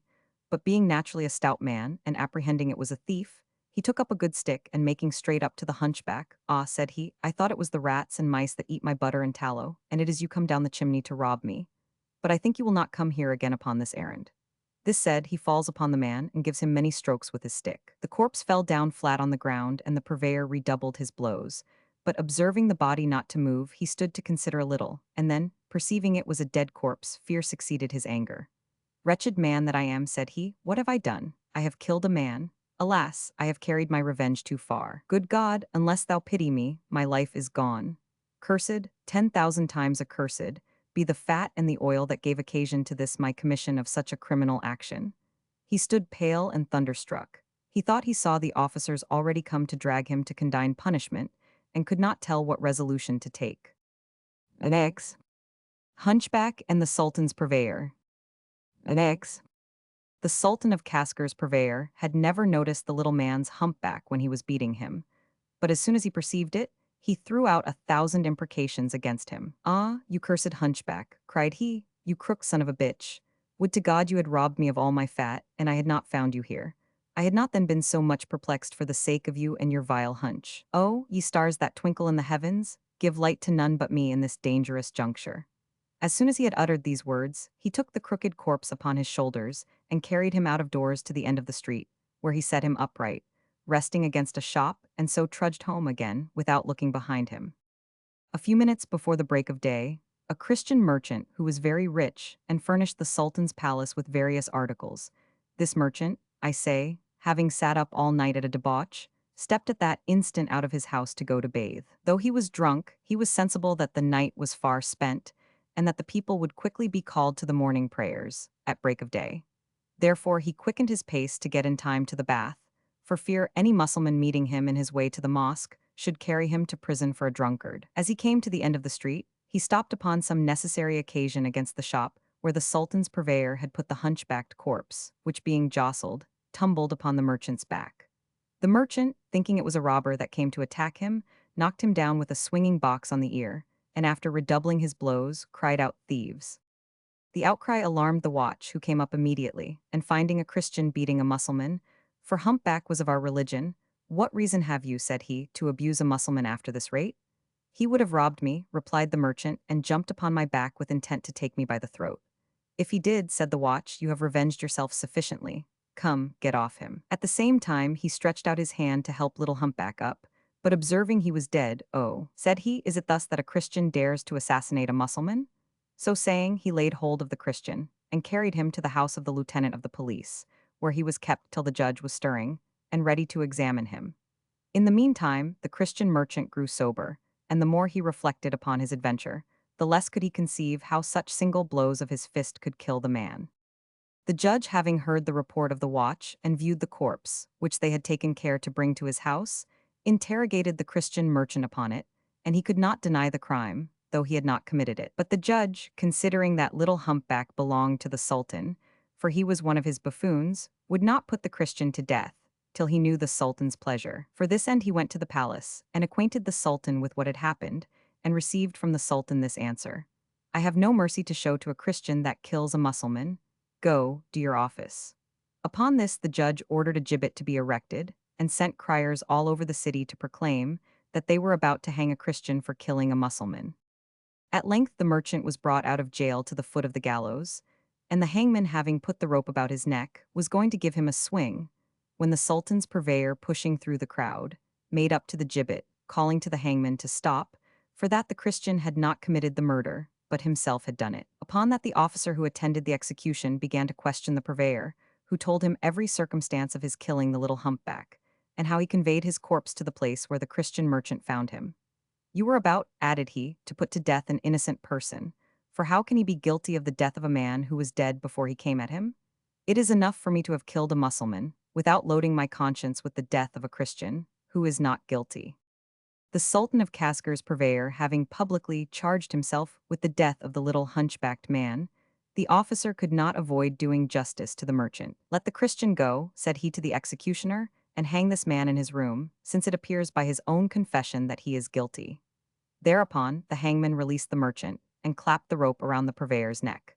But just when he was going to pull him up, he heard the voice of the Jewish doctor, earnestly entreating him to suspend the execution, and make room for him to come to the foot of the gallows. When he appeared before the judge, "My lord," said he, "this Mussulman you are going to hang is not guilty. All the guilt lies at my door. Last night a man and a woman, unknown to me, came to my door with a sick man they had brought along. My maid went and opened it without a light, and received from them a piece of money, with a commission to come and desire me, in their name, to step down and look at the sick person. While she was delivering her message to me, they conveyed the sick person to the stairhead and disappeared. I went down without staying till my servant had lighted a candle, and in the dark happened to stumble upon the sick person and kick him downstairs. At length I saw he was dead, and that it was the crooked Mussulman, whose death you are now about to avenge. So my wife and I took the corpse, and after conveying it up to the roof of our house, shoved it to the roof of the purveyor, our next neighbor, whom you were going to put to death unjustly, and let it down the chimney into his chamber. The purveyor, finding it in his house, took the little man for a thief, and after beating him, concluded he had killed him. But that it was not so, you will be convinced by this my deposition, so that I am the only author of the murder. And though it was committed undesignedly, I have resolved to expiate my crime, that I may not have to charge myself with the death of two Mussulmen, and hinder you from executing the Sultan's purveyor, whose innocence I have now revealed. So pray dismiss him, and put me in his place, for I alone am the cause of the death of the little man. The Chief Justice, being persuaded that the Jewish doctor was the murderer, gave orders to the executioner to seize him and release the purveyor. Accordingly, the doctor was just going to be hung up when the tailor appeared, crying to the executioner to hold his hand and make room for him, that he might come and make his confession to the chief judge. Room being made, my lord, said he, you have narrowly escaped taking away the lives of 3 innocent persons. But if you will have the patience to hear me, I will discover to you the real murderer of the crook-backed man. If his death is to be expiated by another, that must be mine. Yesterday, towards the evening, as I was at work in my shop and was disposed to be merry, the little hunchback came to my door half drunk and sat down before it. He sung a little, and so I invited him to pass the evening at my house. He accepted of the invitation and went in with me. We sat down to supper and I gave him a plate of fish.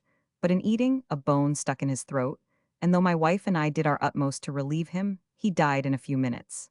His death afflicted us extremely, and for fear of being charged with it, we carried the corpse to the Jewish doctor's house and knocked at the door. The maid coming down and opening the door, I desired her to go up again forthwith, and ask her master to come down and give his advice to a sick person that we had brought along with us. And withal, to encourage him, I charged her to give him a piece of money, which I had put into her hand. When she was gone up again, I carried the hunchback upstairs and laid him upon the uppermost step, and then my wife and I made the best of our way home. The doctor, coming down, made the corpse fall downstairs, and thereupon he took himself to be the author of his death. This being the case, continued he, release the doctor, and let me die in his room. The Chief Justice and all the spectators could not sufficiently admire the strange events that ensued upon the death of the little crooked man. Let the Jewish doctor go, said the judge, and hang up the tailor, since he confesses the crime. It is certain, this history is very uncommon, and deserves to be recorded in letters of gold. The executioner, having dismissed the doctor, made everything ready to tie up the tailor. While the executioner was making ready to hang up the tailor, the Sultan of Kaskar, wanting the company of his crooked jester, asked where he was, and one of his officers told him, "The hunchback, sir, whom you inquire after, got drunk last night and, contrary to his custom, slipped out of the palace and went strolling about the city, and this morning was found dead. A man was brought before the Chief Justice and charged with the murder of him. But when he was going to be hanged, up came a man, and after him another, who took the charge upon themselves and cleared one another. This lasted some time, and the judge is now examining a third man, who gives himself out for the real author of the murder." Upon this intelligence, the Sultan of Kaskar sent an officer to the place of execution. "Go," said he, in all haste, "and tell the judge to bring the accused persons before me immediately. And withal, bring the corpse of poor humpback, that I may see him once more." Accordingly, the officer went, and happened to arrive at the place of execution at the very time that the executioner was going to tie up the tailor. He cried aloud to the executioner to suspend the execution. The hangman, knowing the officer, did not dare to proceed, but untied the tailor, and then the officer acquainted the judge with the Sultan's pleasure. The judge obeyed and went straight to the palace, accompanied by the tailor, the Jewish doctor, and the Christian merchant, and made 4 of his men carry the hunchbacked corpse along with him. When they appeared before the Sultan, the judge threw himself at the prince's feet, and after recovering himself, gave him a faithful relation of what he knew of the story of the humpbacked man. The story appeared so extraordinary to the Sultan that he ordered his own historian to write it down with all its circumstances. Then, addressing himself to the audience, "Did you ever hear," said he, "such a surprising event as this, that has happened upon the account of my little crooked buffoon?" Then the Christian merchant, after falling down, and touching the earth with his forehead, spoke as follows: "Most puissant monarch," said he, "I know a story yet more astonishing than that you have now spoken of. If your majesty will give me leave, I will tell it you." The circumstances are such that nobody can hear them without emotion. Well, said the Sultan, I give you leave. And so the merchant went on as follows. The story told by the Christian merchant. Sir, before I commence the recital of the story you have permitted me to relate, I beg leave to acquaint you that I have not the honor to be born in any part of your Majesty's empire. I am a stranger, born at Cairo, in Egypt, a Copt by nation, and by religion a Christian. My father was a broker, and got a good estate, which he left me at his death. I followed his example and took up the same employment. And one day at Cairo, as I was standing in the public inn for the corn merchants, there came up to me a young handsome man, well dressed and mounted upon an ass. He saluted me and pulling out a handkerchief, in which he had a sample of sesame, or turkey corn, asked me what a bushel of such sesame would fetch. I examined the corn that the young man showed me, and told him it was worth 100 drams of silver per bushel. Pray, said he, look out for some merchant to take it at that price, and come to me at the Victory Gate, where you will see a khan at a distance from the houses. So saying, he left me the sample, and I showed it to several merchants, who told me that they would take as much as I could spare at 110 drams per bushel, so that I made an account to get 10 drams per bushel for my share. Full of the expectation of this profit, I went to the Victory Gate, where I found the young merchant expecting me, and he carried me into his granary, which was full of sesame. He had 150 bushels of it, which I measured out, and having carried them off upon asses, sold them for 5,000 drams of silver. Out of this sum, said the young man, there is 500 dram, coming to you at the rate of 10 drams per bushel. This I give to you, and as for the rest which is to come to me, do you take it out of the merchant's hand, and keep it till I call or send for it, for I have no occasion for it at present. I made answer, it should be ready for him whenever he pleased to call for it. And so, kissing his hand, took leave of him with a grateful sense of his generosity. A month passed before he came near me, then he asked for his 4,500 drams of silver.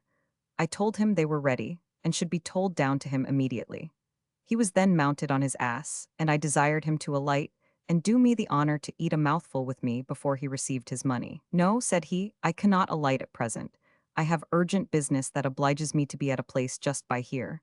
But I will return this way, and then take the money, which I desire you would have in readiness. This said, he disappeared, and I still expected his return, but it was a full month before he came again. I thought to myself, the young man has great confidence in me, leaving so great a sum in my hands without knowing me. Any other man would have been afraid I should have run away with it. To be short, he came again at the end of the 3rd month, and was still mounted on his ass, but finer dressed than before.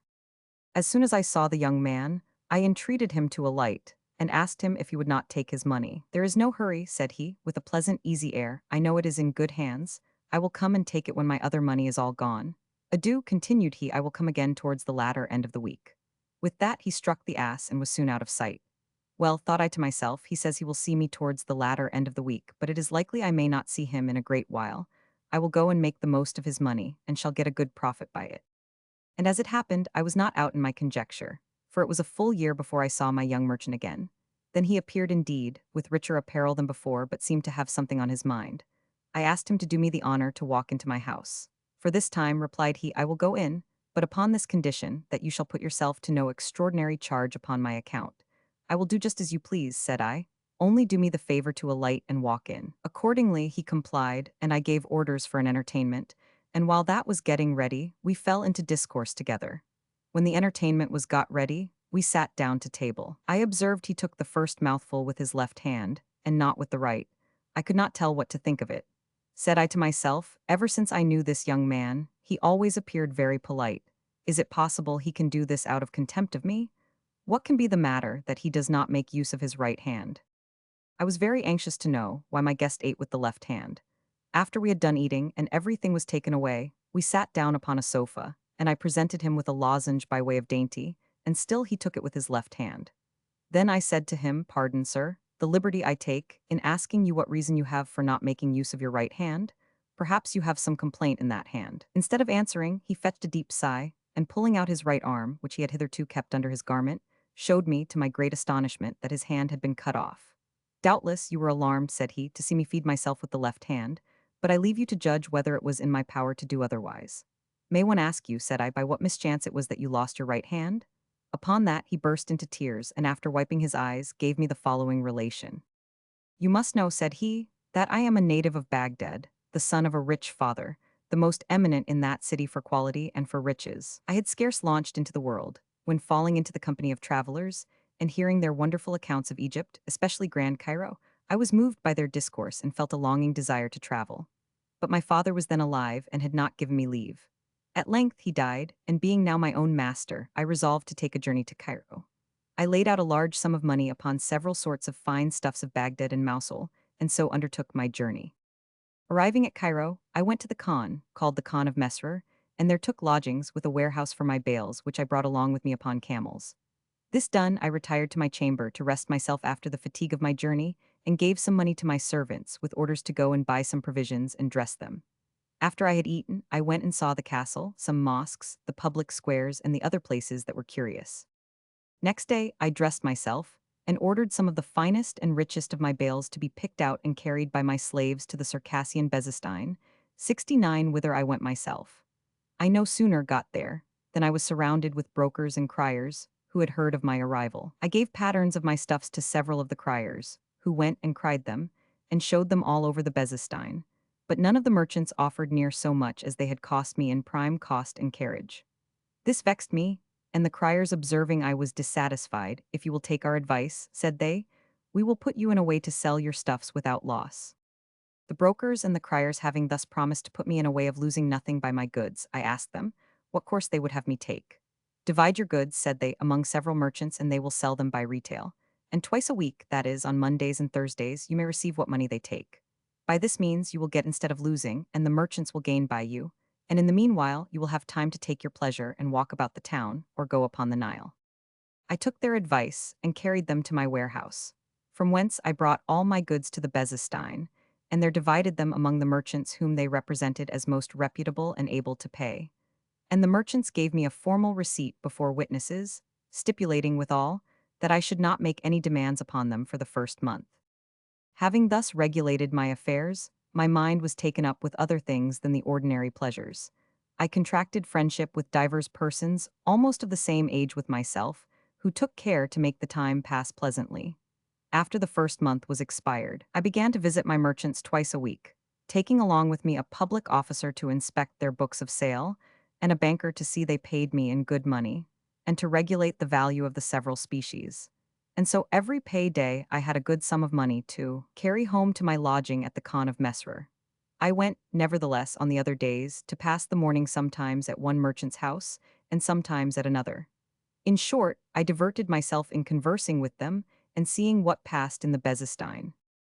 Next, one Monday, as I sat in a merchant's shop, whose name was Bedreddin, a lady of quality, as one might easily perceive by her air, her habit, and by a well-dressed slave, came into the shop and sat down by me.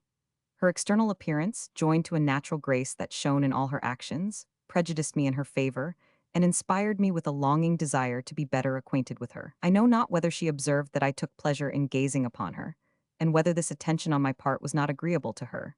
But she let down the crape that hung over the muslin which covered her face, and so gave me the opportunity of seeing her large black eyes, which perfectly charmed me. In fine, she inflamed my love to its height by the agreeable sound of her voice, and her genteel, graceful carriage in saluting the merchant, and asking him how he did since she saw him last. After conversing with him some time upon indifferent subjects, she gave him to understand that she wanted a sort of stuff with a gold ground, that she came to his shop, as affording the best choice of any in all the Bezestein, and that if he had any such as she asked for, he would oblige her in showing them. Bedreddin showed her several pieces, one of which she pitched upon, and he asked for it 1,100 drams of silver. "I agree," said she, "to give you so much, but I have not money enough about me. So I hope you will give me credit till tomorrow, and in the meantime allow me to carry off the stuff. I shall not fail," added she, "to send to you tomorrow the 1,100 drams I agreed for." "Madam," said Bedreddin, "I would give you credit with all my heart, and allow you to carry off the stuff if it were mine. But it belongs to the young man you see here, and this is the day on which we settle our accounts." "Why," said the lady in surprise, "why do you offer to use me so? Am I not a customer to your shop? And as often as I have bought of you, and carried home the things without paying ready money for them, did I ever fail to send you your money next morning?" "Madam," said the merchant, "it is true, but this very day I have occasion for the money." "There," said she, throwing the stuff to him, "take your stuff. I care not for you nor all the merchants. You are all alike, you respect nobody." This said, she rose up in a passion and walked out. When I saw, said the young man, that the lady walked away, I felt a great concern for her, so I called her back, saying, Madam, do me the favor to return. Perhaps I can find a way to content you both. She returned, saying it was for my sake that she complied. Mr. Bedreddin, said I to the merchant, what do you say you must have for this stuff that belongs to me? I must have, said he, 1,100 drams, I cannot take less. Give it to the lady then, said I, let her take it home with her. I allow 100 drams profit to yourself, and shall now write you a note, empowering you to discount that sum upon the other goods you have of mine. In fine, I wrote, signed, and delivered the note, and then handed the stuff to the lady. Madam, said I, you may take the stuff with you, and as for the money, you may either send it tomorrow or next day, or, if you will, accept the stuff as a present from me. I beg your pardon, sir, said she, I mean no such thing. You treat me with so much civility that I ought never to show myself in the world again, if I did not show my gratitude to you. May God reward you by an increase of your fortune. May you live many years when I am dead. May the gate of heaven be open to you when you remove to the other world, and may all the city proclaim your generosity. These words inspired me with some assurance. Madam, said I desire no other reward for the service I have done you than the happiness of seeing your face. That will repay me with interest. I had no sooner spoken than she turned towards me, took off the muslin that covered her face, and discovered to my eyes a wonderful beauty. I was so struck that I could not express my thoughts to her. I could have looked upon her forever, but fearing anyone should observe her, she quickly covered her face and, letting down the crape, took up the piece of stuff and went away, leaving me in a very different state of mind from what I was in when I came to the shop. I continued for some time in great disorder and perplexity. Before I took leave of the merchant, I asked him if he knew the lady. Yes, said he. She is the daughter of an emir, who left her an immense fortune at his death. I went back to the Khan of Mesrer and sat down to supper. Bat could not eat, neither could I shut my eyes all the night, which seemed the longest night in my life. As soon as it was day, I got up, in hopes to see once more the object that disturbed my repose, and to engage her affection, I dressed myself yet more nicely than I had done the day before. I had but just got to Bedreddin's shop, when I saw the lady coming in more magnificent apparel than before, and attended by her slave. When she came in, she did not mind the merchant, but addressing herself to me, sir, said she, you see I am punctual to my word. I am come on purpose to pay the sum you were so kind as to pass your word for yesterday, though you had no knowledge of me. Such uncommon generosity I shall never forget. Madam, said I, you had no occasion to be so hasty. I was well satisfied as to my money, and am sorry you should put yourself to so much trouble about it. I had been very unjust, answered she, if I had abused your generosity. With these words she put the money into my hand and sat down by me. Having this opportunity of conversing with her, I made the best use of it, and mentioned to her the love I had for her. But she rose and left me very abruptly, as if she had been angry with the declaration I had made. I followed her with my eyes as long as she was in sight, and as soon as she was out of sight, I took leave of the merchant and walked out of the Bezestein, without knowing where I went. I was musing upon this adventure, when I felt somebody pulling me behind, and turning about to see who it was, I had the agreeable surprise to perceive it was the lady's slave. My mistress, said the slave, I mean the young lady you spoke with but now in the merchant's shop, wants to speak a word with you if you please to give yourself the trouble to follow me. Accordingly, I followed her, and found her mistress sitting waiting for me in a banker's shop. She made me sit down by her and spoke to this purpose. Dear sir, said she, do not be surprised that I left you so abruptly. I thought it not proper, before that merchant, to give a favorable answer to the discovery you made of your affection to me. But to speak the truth, I was so far from being offended at it, that I was pleased when I heard it. And I account myself infinitely happy in having a man of your merit for my lover. I do not know what impression the first sight of me could make upon you, but I assure you, I no sooner saw you than I conceived tender thoughts of you. Since yesterday I have done nothing but think of what you said to me, and my eagerness to come and seek you this morning may convince you I have no small regard for you. Madam, said I, transported with love and joy, nothing can be more agreeable to me than what I now hear. No passion can be greater than that with which I love you, since the happy moment I cast my eyes upon you. My eyes were then dazzled with so many charms, that my heart yielded without resistance. Let us not trifle away the time in needless discourse, said she, interrupting me. I make no doubt of your sincerity, and you shall quickly be convinced of mine. Will you do me the honor to come to my home? Or if you will, I will come to yours. Madam, said I am a stranger lodged in a khan, which is not a proper place for the reception of a lady of your quality and me. It is more proper, madam, for me to come to you at your own home, if you will please to tell me where it is. The lady complying with this desire, I live, said she, in Devotion Street, Come on Friday, which is the day after tomorrow, afternoon prayers, and ask for the house of Aban Shama, surnamed Burker, late master of the emirs. There you will find me."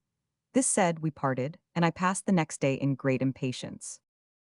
On Friday, I got up betimes and put on my best clothes, with 50 pieces of gold in my purse.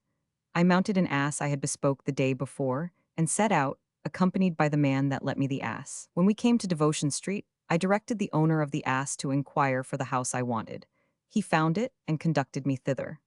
I paid him liberally and sent him back, directing him to observe narrowly where he left me, and not to fail to come back with the ass next morning, to carry me back again to the Khan of Mesrer. I knocked at the door, and presently two little girl slaves, white as snow and neatly dressed, came and opened it. "Be pleased to come in, sir," said they. "Our mistress expects you impatiently. These 2 days she has talked of nothing but you." I entered the court and saw a great pavilion, raised upon 7 steps, and surrounded with iron rails that parted it from a very pleasant garden. Besides the trees which only embellished the place, and formed an agreeable shade, there was an infinite number of other trees loaded with all sorts of fruit. I was charmed with the warbling of a great number of birds, that joined their notes to the murmurings of a very high waterwork, in the middle of a parterre enameled with flowers. This waterwork was a very agreeable sight. 4 large gilded dragons at the angles of the basin, which was of a square form, spouted out water clearer than rock crystal. This delicious place gave me a charming idea of the conquest I had made. The two little slaves conducted me into a saloon magnificently furnished, and while one of them went to acquaint her mistress with my arrival, the other tarried with me and pointed out to me the beauties of the hall. I did not tarry long in the hall, ere the lady I loved appeared, adorned with pearls and diamonds, but the splendor of her eyes far outshone that of her jewels. Her shape, which was now not disguised by the habit she wore in the city, appeared the most slender and advantageous. I need not mention with what joy we met once more. That far exceeds all expression. I shall only tell you that when the first compliments were over, we sat both down upon a sofa, and there conversed together with the highest satisfaction. After that, we had the most delicious messes served up to us, and after eating, continued our conversation till night. At night we had excellent wine brought up, and such fruit as is apt to promote drinking, and timed our cups to the sound of musical instruments, joined to the voices of the slaves. The lady of the house sung herself, and by her songs raised my passion to the height. In short, I passed the night in the full enjoyment of all manner of pleasure. Next morning I slipped under the bolster of the bed the purse with the 50 pieces of gold I had brought with me, and took leave of the lady, who asked me when I would see her again. "Madam," said I give you my promise to return this night." She seemed to be transported with my answer, and conducting me to the door, conjured me at parting to be mindful of my promise. The same man that had carried me thither waited for me with his ass, which I mounted, and went directly to the Khan, ordering the man to come to me again in the afternoon at a certain hour, to secure which I would not pay him till that time came. As soon as I arrived at my lodging, my first care was to order my people to buy a good lamb and several sorts of cakes, which I sent by a porter as a present to the lady. When that was done, I attended to my serious business till the owner of the ass came. Then I went along with him to the lady's house, and was received by her with as much joy as before, and entertained with equal magnificence. Next morning I took leave, and left her another purse with 50 pieces of gold, and returned to my khan. I continued to visit the lady every day, and to leave her every time a purse with 50 pieces of gold, till the merchants whom I employed to sell my goods, and whom I visited regularly twice a week, owed me nothing. And, in short, I came at last to be moneyless and hopeless of having any more. In this desperate condition, I walked out of my lodging, not knowing what course to take, and by chance went towards the castle, where there was a great crowd of people to see a show given by the Sultan of Egypt. As soon as I came up to them, I wedged in among the crowd, and by chance happened to stand by a horseman well mounted, and handsomely clothed, who had upon the pommel of his saddle a bag, half open, with a string of green silk hanging out of it. I clapped my hand to the bag, concluding the silk twist might be the string of a purse within the bag. In the meantime, a porter with a load of wood upon his back passed by the other side of the horse, so near that the gentleman on horseback was forced to turn his head towards him, to avoid being hurt or having his clothes torn by the wood. In that moment did the devil tempt me. I took the string in one hand, and with the other laid open the mouth of the bag, and pulled out the purse so dexterously that nobody perceived it. The purse was heavy, and I did not doubt but there was gold or silver in it. As soon as the porter had passed, the horseman, who probably had some suspicion of what I had done while his head was turned, presently put his hand to his bag, and finding his purse was gone, gave me such a blow that he knocked me down. This violence shocked all who saw it. Some took hold of the horse's bridle to stop the gentleman and asked him what reason he had to strike me, or how he came to treat a Mussulman after that rate. "Do not you trouble yourselves," said he briskly. "I had reason for what I did. This fellow is a thief." At these words I started up, and from my appearance, everyone took my part and cried out he was a liar, for that it was incredible a young man such as I should be guilty of so base an action. But while they were holding his horse by the bridle to favor my escape, unfortunately passed by the judge, who seeing such a crowd about the gentleman on horseback and me, came up and asked what the matter was. Every body present reflected on the gentleman for treating me so unjustly upon the pretense of robbery. The judge did not give ear to all that was said, but asked the cavalier if he suspected anybody else beside me. The cavalier told him he did not, and gave his reasons why he believed his suspicions not to be groundless. Upon this, the judge ordered his followers to seize me and search me, which they presently did, and finding the purse upon me, exposed it to the view of all the people. The disgrace was so great, I could not bear it, but swooned away. In the meantime, the judge called for the purse. When he had got it in his hand, he asked the horseman if it was his and how much money was in it. The cavalier knew it to be his own, and assured the judge he had put 20 sequins into it. Upon which the judge called me before him. "Come, young man," said he, "confess the truth. Was it you that took the gentleman's purse from him? Do not wait for the torture to extort confession." Then, with downcast eyes, thinking within myself that if I denied the fact, they finding the purse about me, would convict me of a lie. To avoid a double punishment, I looked up and confessed it was I. I had no sooner made the confession than the judge called people to witness it, and ordered my hand to be cut off. This sentence was put in execution immediately upon the spot, to the great regret of all the spectators. Nay, I observed by the cavalier's countenance that he was moved with pity as much as the rest. The judge would likewise have ordered my foot to be cut off, but I begged the cavalier to intercede for my pardon, which he did, and obtained it. When the judge was gone, the cavalier came up to me, and holding out the purse, "I see plainly," said he, "that necessity put you upon an action so disgraceful and unworthy of such a handsome young man as you are. Here, take that fatal purse. I freely give it you, and am heartily sorry for the misfortune you have undergone." This said, he went away, and I being very weak by loss of blood, some of the good people of the neighborhood had the charity to carry me into a house, and gave me a glass of wine. They likewise dressed my arm, and wrapped up the dismembered hand in a cloth, which I carried away with me fastened to my girdle. If I had returned to the Khan of Mesrer in this melancholy condition, I should not have found there such relief as I wanted. And to offer to go to the young lady was running a great hazard, it being likely she would not look upon me after she heard of my disgrace. I resolved, however, to put it to the trial, and to tire out the crowd that followed me, I turned down several by streets, and at last arrived at the lady's house very weak, and so much fatigued that I presently threw myself down upon a sofa, keeping my right arm under my garment, for I took great care to conceal my misfortune. In the meantime, the lady, hearing of my arrival, and that I was not well, came to me in all haste, and seeing me pale and dejected, "My dear soul," said she, "what is the matter with you?" "Madam," said I, dissembling, "I have got a violent pain in my head." The lady seemed to be much concerned, and asked me to sit down, for I had got up to receive her. "Tell me," said she, "how your illness came. The last time I had the pleasure to see you, you were very well. There must be something else that you conceal from me. Let me know what it is." I stood silent, and instead of an answer, tears trickled down my cheeks. "I cannot conceive," said she, "what it is that afflicts you. Have I unthinkingly given you any occasion of uneasiness? Or do you come on purpose to tell me you no longer love me?" "It is not that, madam," said I, fetching a deep sigh. "Your unjust suspicion is an addition to my misfortune." I could not think of discovering to her the true cause. When night came, supper was brought, and she pressed me to eat, but considering I could only feed myself with my left hand, I begged to be excused, upon the plea of having no appetite. "Your appetite will return," said she, "if you would but discover what you so obstinately hide from me. Your inappetency, without doubt, is only owing to your irresolution."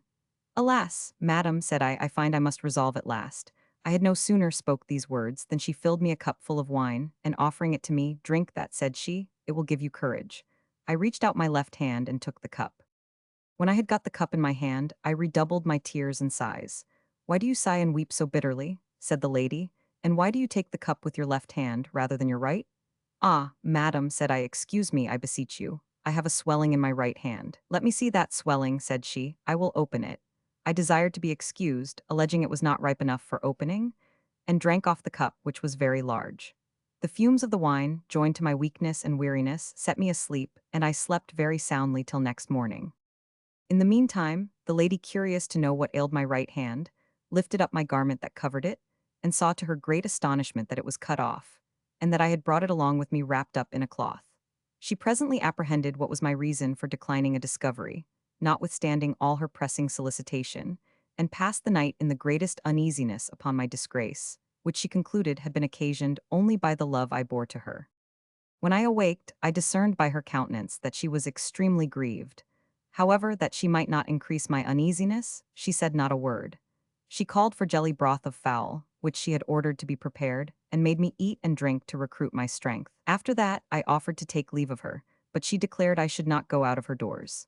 Though you tell me nothing of the matter, said she, I am persuaded I am the cause of the misfortune that has befallen you. The grief that I feel upon that score will quickly make an end of me, but before I die, I must execute a design for your benefit. She had no sooner said the word than she called for a judge and witnesses, and ordered a writing to be drawn up, putting me in possession of her whole property.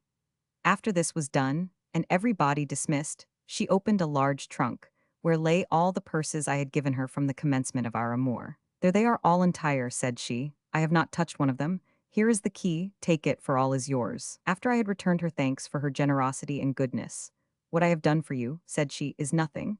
I shall not be satisfied unless I die, to show how much I love you. I conjured her by all the powers of love to give up such a fatal resolution, but all my remonstrances were ineffectual. She was so afflicted to see me have but one hand that she sickened and died after 5 or 6 weeks' illness. After mourning for her death as long as was decent, I took possession of all her estate, a particular account of which she gave me before she died, and the corn you sold for me was part of it. What I have now told you will plead my excuse for eating with my left hand. I am highly obliged to you for the trouble you have given yourself on my account. I can never sufficiently recompense your fidelity. Since, thanks to God, I have still a competent estate, notwithstanding I have spent a great deal, I beg you to accept of the sum now in your hand, as a present from me. Over and above this, I have a proposal to make to you. Since by reason of this fatal accident I am obliged to depart from Cairo, I am resolved never to see it more. If you choose to accompany me, we will trade together as equal partners and divide the profit. I thank the young man, said the Christian merchant, for the present he had made me, and as to the proposal of traveling with him, I willingly embraced it, assuring him that his interest should always be as dear to me as my own. We fixed a day for our departure, and accordingly entered upon our travels. We passed through Syria and Mesopotamia, traveled all over Persia, and after stopping at several cities, came at last, sir, to your capital. Some time after our arrival in this place, the young man having formed a design of returning to Persia, and settling there, we balanced our accounts and parted very good friends. He went from hence, and I, sir, continue here in your Majesty's service. This is the story I had to tell you. Does not your Majesty find it more surprising than that of the crooked buffoon? The Sultan of Kaskar fell into a passion against the Christian merchant. You are very bold, said he, to tell me a story so little worth my hearing, and then to compare it to that of my jester. Can you flatter yourself so far as to believe that the trifling adventures of a young debauchee can make such an impression upon me as those of my jester? I will hang you all four, to revenge his death. Hearing this, the purveyor fell down frighted at the Sultan's feet. Sir, said he, I humbly beseech your Majesty to suspend your just wrath and hear my story, and if it appears to your Majesty to be prettier than that of your jester, to pardon us all four. The Sultan having granted this request, the purveyor began thus. The story told by the Sultan of Kaskar's purveyor. Sir, a person of quality invited me yesterday to his daughter's wedding. I went to his house in the evening, at the hour appointed, and found there a large company of doctors, ministers of justice, and others of the best quality in the city. After the ceremony was over, we had a splendid feast, and among other things set upon the table, there was a course with garlic sauce, which indeed was very delicious, and coveted by every body. We observed, however, that one of the guests did not offer to touch it, though it stood just before him, and we invited him to do as we did. But he conjured us not to press him upon that head. I will take care, said he, not to touch any dish that has garlic in it. I remember too well what the tasting of such an one cost me once before. We entreated him to tell us what was the occasion of his strong aversion to garlic, But before he had time to make answer, "Is it thus," said the master of the house, "that you honor my table? This ragout is excellent. Do not you pretend to be excused from eating of it. You must do me that favor as well as the rest." "Sir," said the gentleman, who was a Baghdad merchant, "I hope you do not think I refuse to eat it out of a mistaken nicety. If you will have me eat of it, I will do it. But still upon this condition, that after eating of it, I may wash my hands with your good leave 40 times with alkali, 40 times more with the ashes of the same plant, and 40 times again with soap. I hope you will not take it ill that I stipulate this condition. In pursuance of an oath, I have made never to taste garlic without observing it." The master of the house would not dispense with the merchant from eating of the ragout with garlic, and therefore ordered his servant to get ready a basin with water, together with alkali, the ashes of the same plant, and soap, that the merchant might wash as often as he pleased. When everything was got ready now, said he to the merchant, "I hope you will do as we do." The merchant, displeased with the violence that was offered him, reached out his hand and took up a bit, which he put to his mouth trembling, and eat with a reluctance that surprised us all. But what surprised us most of all was that he had only 4 fingers and no thumb, which none of us observed before, though he had eat of other dishes. "You have lost your thumb," said the master of the house. "By what accident?" "It must have been occasioned by some extraordinary accident, a relation of which will be agreeable to the company." "Sir," replied the merchant, "I have no thumb on the right nor on the left hand."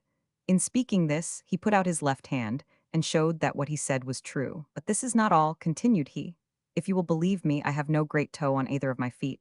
I was maimed in this manner by an unheard of adventure, which I am willing to relate to you, if you will have the patience to hear me. The relation will equally raise your astonishment and pity. Only suffer me to wash my hands first." With this he rose from the table, and after washing his hands 120 times, took his place again, and recounted his story as follows.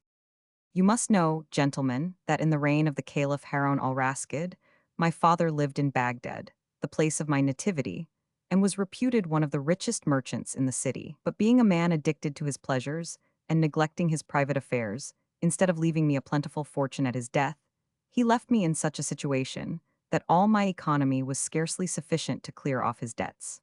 However, with difficulty, I paid them all, and through my industry and care, my little fortune began to wear a smiling aspect.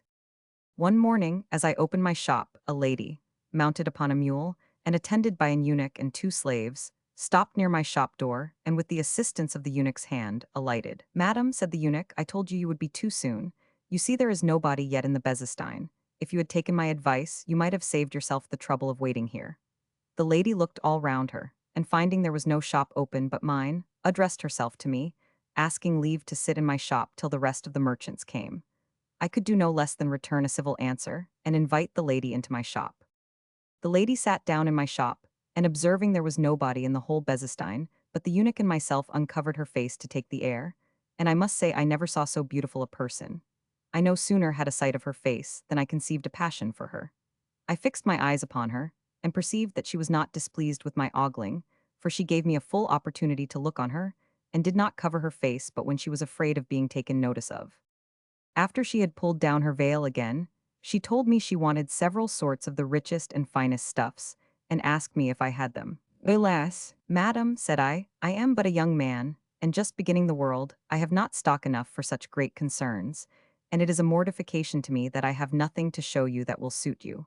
But to save you the trouble of going from shop to shop, as soon as the merchants come, I will go, if you please, and fetch from them what you want, with the lowest prices, and so you may do your business without going any farther." She complied with my proposal, and entered into discourse with me, which continued so much the longer, as I made her believe the merchants that could furnish what she wanted were not yet come. I was no less charmed with her wit than I had been before with the beauty of her face, but there was a necessity of denying myself the pleasure of her conversation. I ran out to see for the stuffs she wanted, and after she had pitched upon what she liked, we agreed for 5,000 drams of coined silver.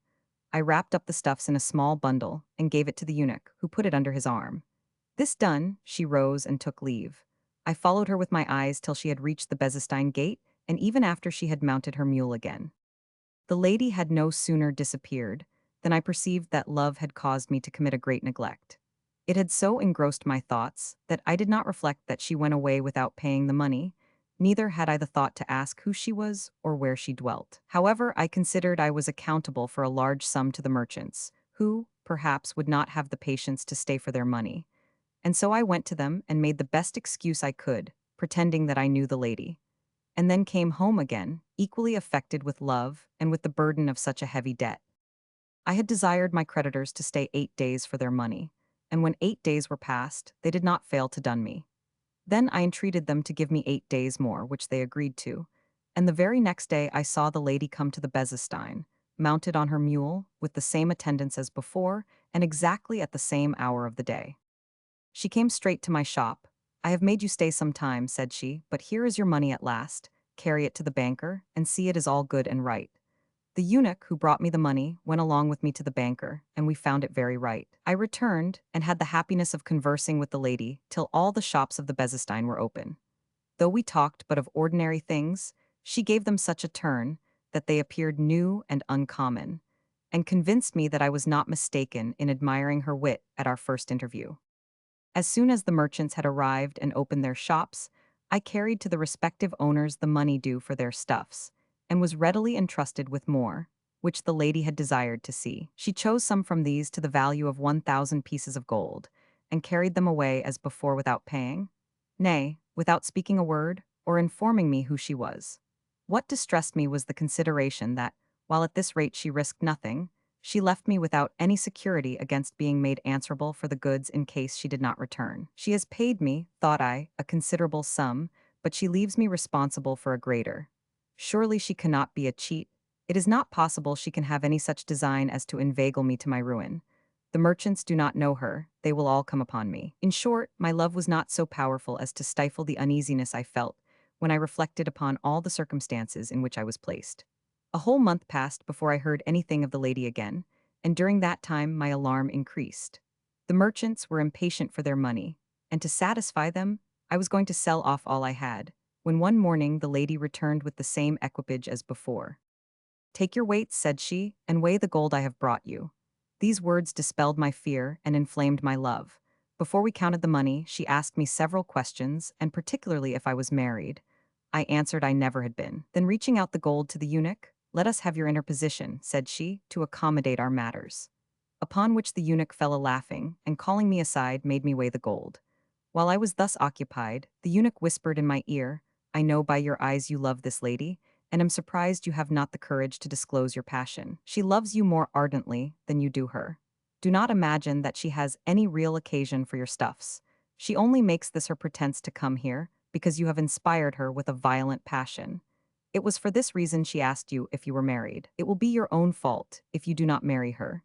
"It is true," I replied, "I have had a passion for her from the first moment that I cast my eyes upon her, but I durst not aspire to the happiness of thinking my attachment could meet her approbation. I am entirely hers, and shall not fail to retain a grateful sense of your good offices in this affair." I finished weighing the gold, and while I was putting it into the bag, the eunuch turned to the lady and told her I was satisfied, that being the word they had agreed upon between themselves. Presently after, the lady rose and took her leave, telling me she would send her eunuch to me, and that I had only to obey the directions he might give me in her name. I carried each of the merchants their money, and waited some days with impatience for the eunuch. At last he came. I received him very kindly, and inquired after his mistress's health. "You are," said he, "the happiest lover in the world. She is quite sick of love for you, and is impatient to see you, and were she mistress of her own conduct, would not fail to come to you herself, and willingly pass in your society all the days of her life." "Her noble mien and graceful carriage," I replied, "convinced me that she was a lady beyond the common rank." "You have not erred in your judgment on that head," said the eunuch. "She is the favorite of Zobeide, the caliph's wife, who is the more affectionately attached to her from having brought her up from her infancy, and entrusts her with all her affairs. Having a wish to marry, she has declared to her mistress that she has fixed her affections upon you, and has desired her consent. Zobeide told her she would not withhold her consent, but that she would see you first in order to judge if she had made a good choice, in which case she meant herself to defray the expenses of the wedding. Thus you see your felicity is certain. Since you have pleased the favorite, you will be equally agreeable to the mistress, who seeks only to oblige her, and would by no means thwart her inclination. All you have to do is to come to the palace. I am sent hither to invite you as soon as you determine to go." "My resolution is already formed," said I, and I am ready to follow you whithersoever you please to conduct me." "Very well," said the eunuch, "but you know men are not allowed to enter the ladies' apartments in the palace, and you must be introduced with great secrecy. The favorite lady has contrived the matter well. On your side you must act your part discreetly, for if you do not, your life is at stake." I gave him repeated assurances punctually to perform whatever he might require. "Then," said he, "in the evening, you must be at the mosque built by the caliph's lady on the bank of the Tigris, and wait there till somebody comes to conduct you." To this I agreed, and after passing the day in great impatience, went in the evening to the prayer that is said an hour and a half after sunset in the mosque, and remained there after all the people had departed. Soon after I saw a boat making up to the mosque, the rowers of which were all eunuchs, who came on shore and put several large trunks into the mosque, and then retired. Only one of them stayed behind, whom I perceived to be the same eunuch that had all along accompanied the lady, and had been with me that morning. I saw the lady also enter the mosque, and making up to her, told her I was ready to obey her orders. "We have no time to lose," said she, and opening one of the trunks, bid me get into it, that being necessary both for your safety and mine. "Fear nothing," added she, "leave the management of all to me." I considered with myself I had gone too far to recede, and so obeyed her orders, and she immediately locked the trunk. This done, the eunuch her confidant called the other eunuchs who had brought in the trunks, and ordered them to carry them on board again. The lady and eunuch re-embarked, and the boatman rowed to Zobeid's apartment. In the meantime, I reflected very seriously upon the danger to which I had exposed myself, and made vows and prayers, though it was then too late. The boat stopped at the palace gate, and the trunks were carried into the apartment of the officer of the eunuchs, who keeps the key of the ladies' apartments, and suffers nothing to enter without a narrow inspection. The officer was then in bed, and there was a necessity of calling him up. The officer of the eunuchs was angry that they should break his rest, and chid the favorite lady severely for coming home so late. "You shall not come off so easily as you think for," said he. "Not one of these trunks shall pass till I have opened them every one." At the same time he commanded the eunuch to bring them before him, and open them one by one. The first they began with was that wherein I lay, which put me into inexpressible fear. The favorite lady, who had the key of that trunk, protested it should not be opened. "You know very well," said she, "I bring nothing hither but what is for the use of Zobeide, your mistress and mine. This trunk," continued she, "is filled with rich goods that I had from some merchants lately arrived, besides a number of bottles of Zemzem water sent from Mecca. 71, and if any of these should happen to break, the goods will be spoiled, and then you must answer for them. Depend on it, Zobeide will resent your insolence." She insisted upon this in so peremptory terms that the officer did not dare to take upon him to open any of the trunks. "Let them go," said he angrily. "You may carry them off." Upon that the women's apartment was opened, and all the trunks were carried in. They were scarcely got in, when all on a sudden I heard the people cry, "Here is the Caliph! Here comes the Caliph!" This put me in such a fright that I wonder I did not die upon the spot, for it really was the Caliph. "What hast thou got in these trunks?" said he to the favorite. "Some stuffs," said she, "lately arrived, which your majesty's lady had a mind to see." "Open them," cried he, "and let me see them." She pretended to excuse herself, alleging the stuffs were only proper for ladies, and that by opening them his lady would be deprived of the pleasure of seeing them first. "I say, open them," cried the Caliph. "I have a mind to see them, and I will see them." She still represented that her mistress would be angry with her if she opened them. "No, no," said he, "I will engage she shall not say a word to you for so doing. Come, come, open them, and do not keep me waiting here."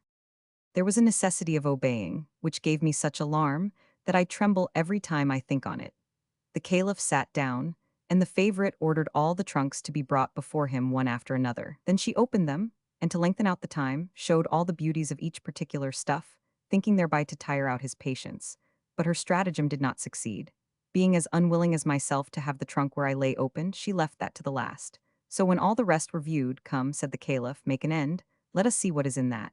I am at a loss to tell you whether I was dead or alive that moment, for I little thought of escaping so great a danger. When Zobeide's favorite saw that the Caliph would needs have the trunk open where I lay, "As for this trunk," said she, "your majesty will please to dispense with the opening of it. There are some things in it which I cannot show you without your lady be by." "Well, well," said the Caliph, "since it is so, I am satisfied. Order the trunks to be carried away." The word was no sooner spoken than the trunks were moved into her chamber, where I began to revive again. As soon as the eunuchs who had brought them were gone, she presently opened the trunk where I was prisoner. "Come out," said she. "Go up these stairs that lead to an upper room, and stay there till I come." The door which led to the stairs she locked after I was in. And that was no sooner done than the caliph came and sat down on the very trunk where I had been confined.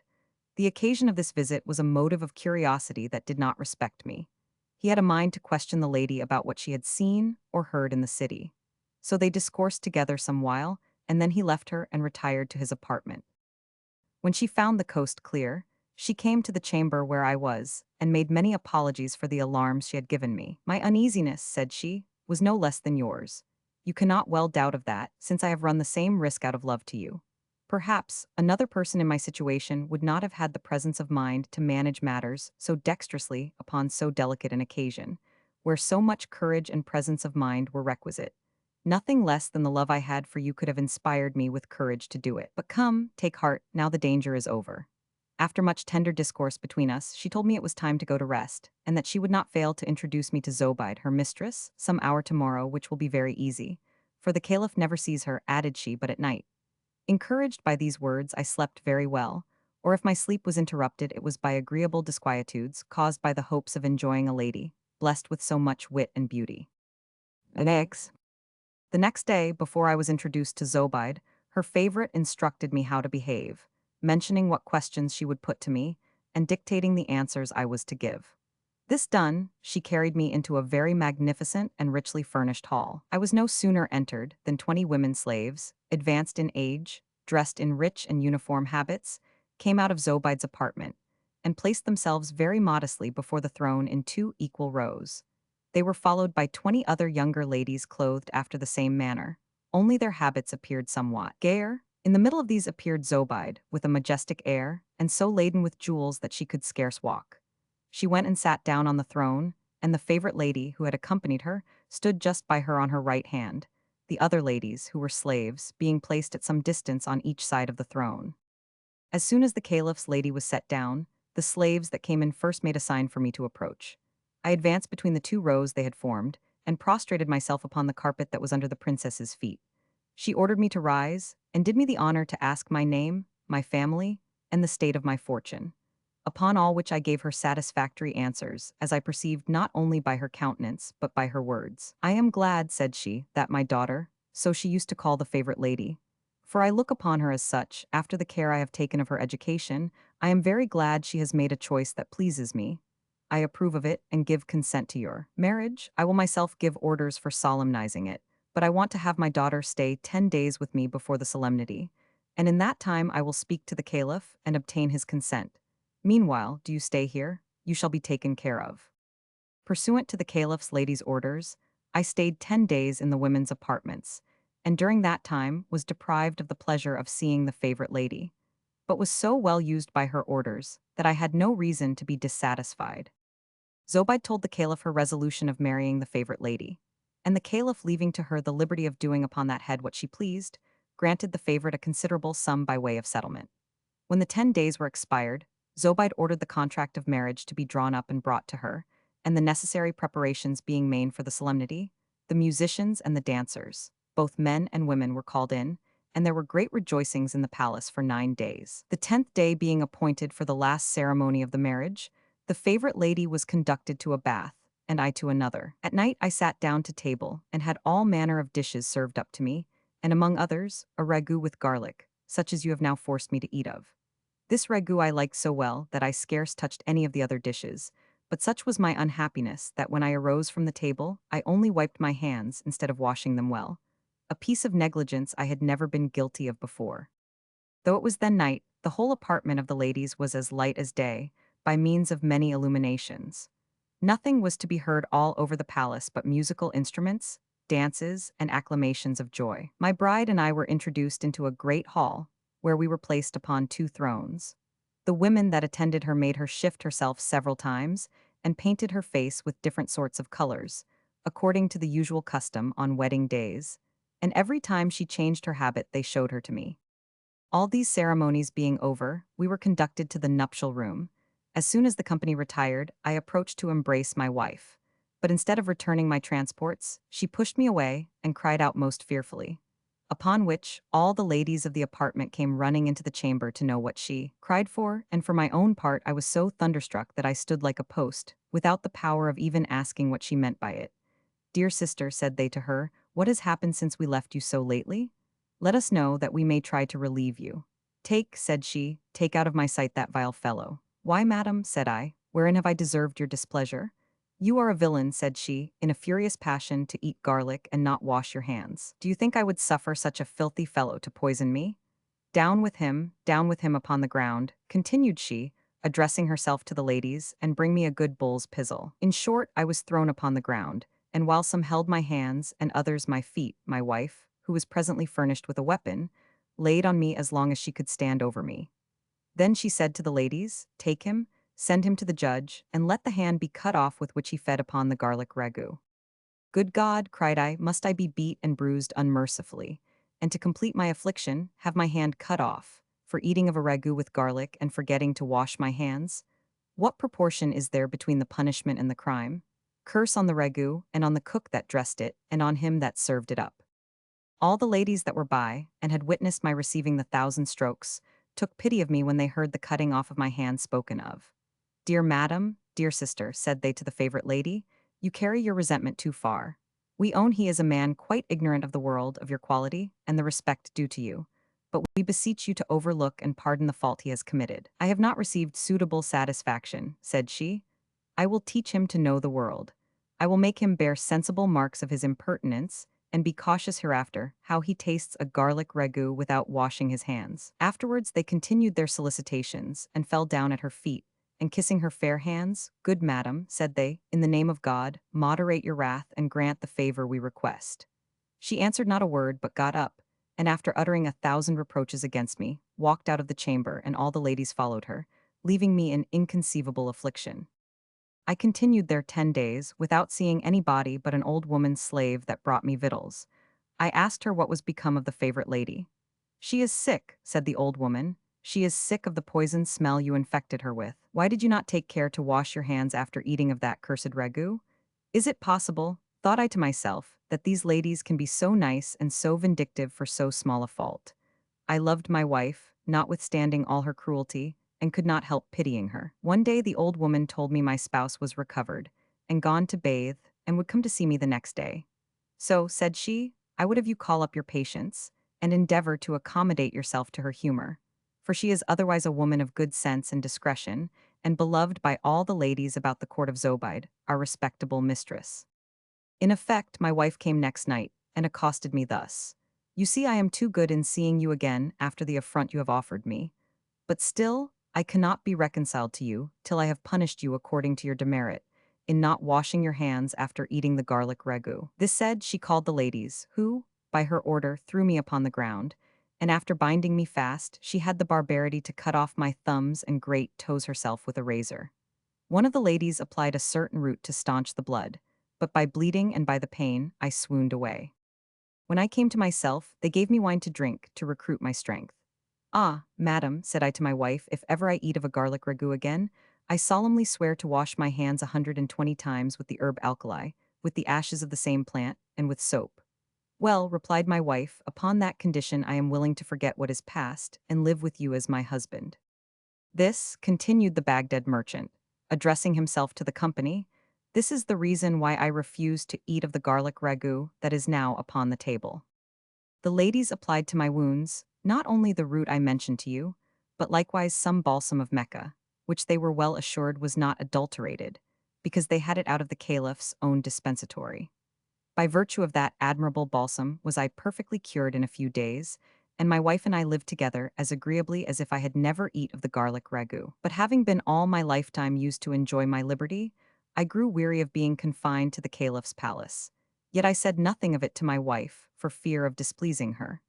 However, she suspected it, and wanted nothing more herself than to get out, for it was gratitude alone that made her continue with Zobeide. Being a very witty woman, she represented in such lively terms to her mistress the constraint I was under, in not living in the city with people of my own rank, as I had always done, that the good princess chose rather to deprive herself of the pleasure of having her favorite about her, than not to grant what we both equally desired. A month after our marriage, my wife came into the room with several eunuchs, carrying each a bag of silver. When the eunuchs were gone, "You never told me," said she, "that you were uneasy in being confined to court, but I perceived it, and have happily found means to make you contented. My mistress, Zobeide, gives us leave to go out of the palace, and here are 50,000 sequins of which she has made us a present, in order to enable us to live comfortably in the city. Take 10,000 of them and go and buy us a house. I quickly found a house for the money, and after furnishing it richly, we went and lived in it, and kept a great many slaves of both sexes and made a good figure. In short, we began to live a very agreeable life, but it did not last long. At a year's end, my wife fell sick and died. I might have married again and lived honorably at Baghdad, but curiosity to see the world put me upon another course. I sold my house, and after purchasing several sorts of goods, I went with a caravan to Persia. From Persia, I traveled to Samarkand, and from thence hither. This, said the purveyor to the Sultan of Kaskar, this is the story that the Baghdad merchant told in company where I was yesterday. This story, said the Sultan, has something in it extraordinary, but it does not come near that of my little hunchback. Then the Jewish physician prostrated himself before the Sultan's throne, and rising again, addressed himself to that prince in the following manner. Sir, if you will be so good as to hear me, I flatter myself you will be pleased with the story I have to tell you. Well spoken, said the Sultan, but if it is not more surprising than that of little hunchback, you must not expect to live. The story told by the Jewish physician. Sir, when I was studying physic at Damascus, and was just beginning to practice that noble profession with some reputation, a man-slave called me to see a patient in the governor of the city's family. Accordingly, I went and was conducted into a room where I found a very handsome young man, much dejected by his disorder. I saluted him and sat down by him, but he made no return to my compliments, only a sign with his eyes that he heard me and thanked me. Pray, sir, said I, give me your hand that I may feel your pulse. But instead of stretching out his right, he gave me his left hand, at which I was extremely surprised.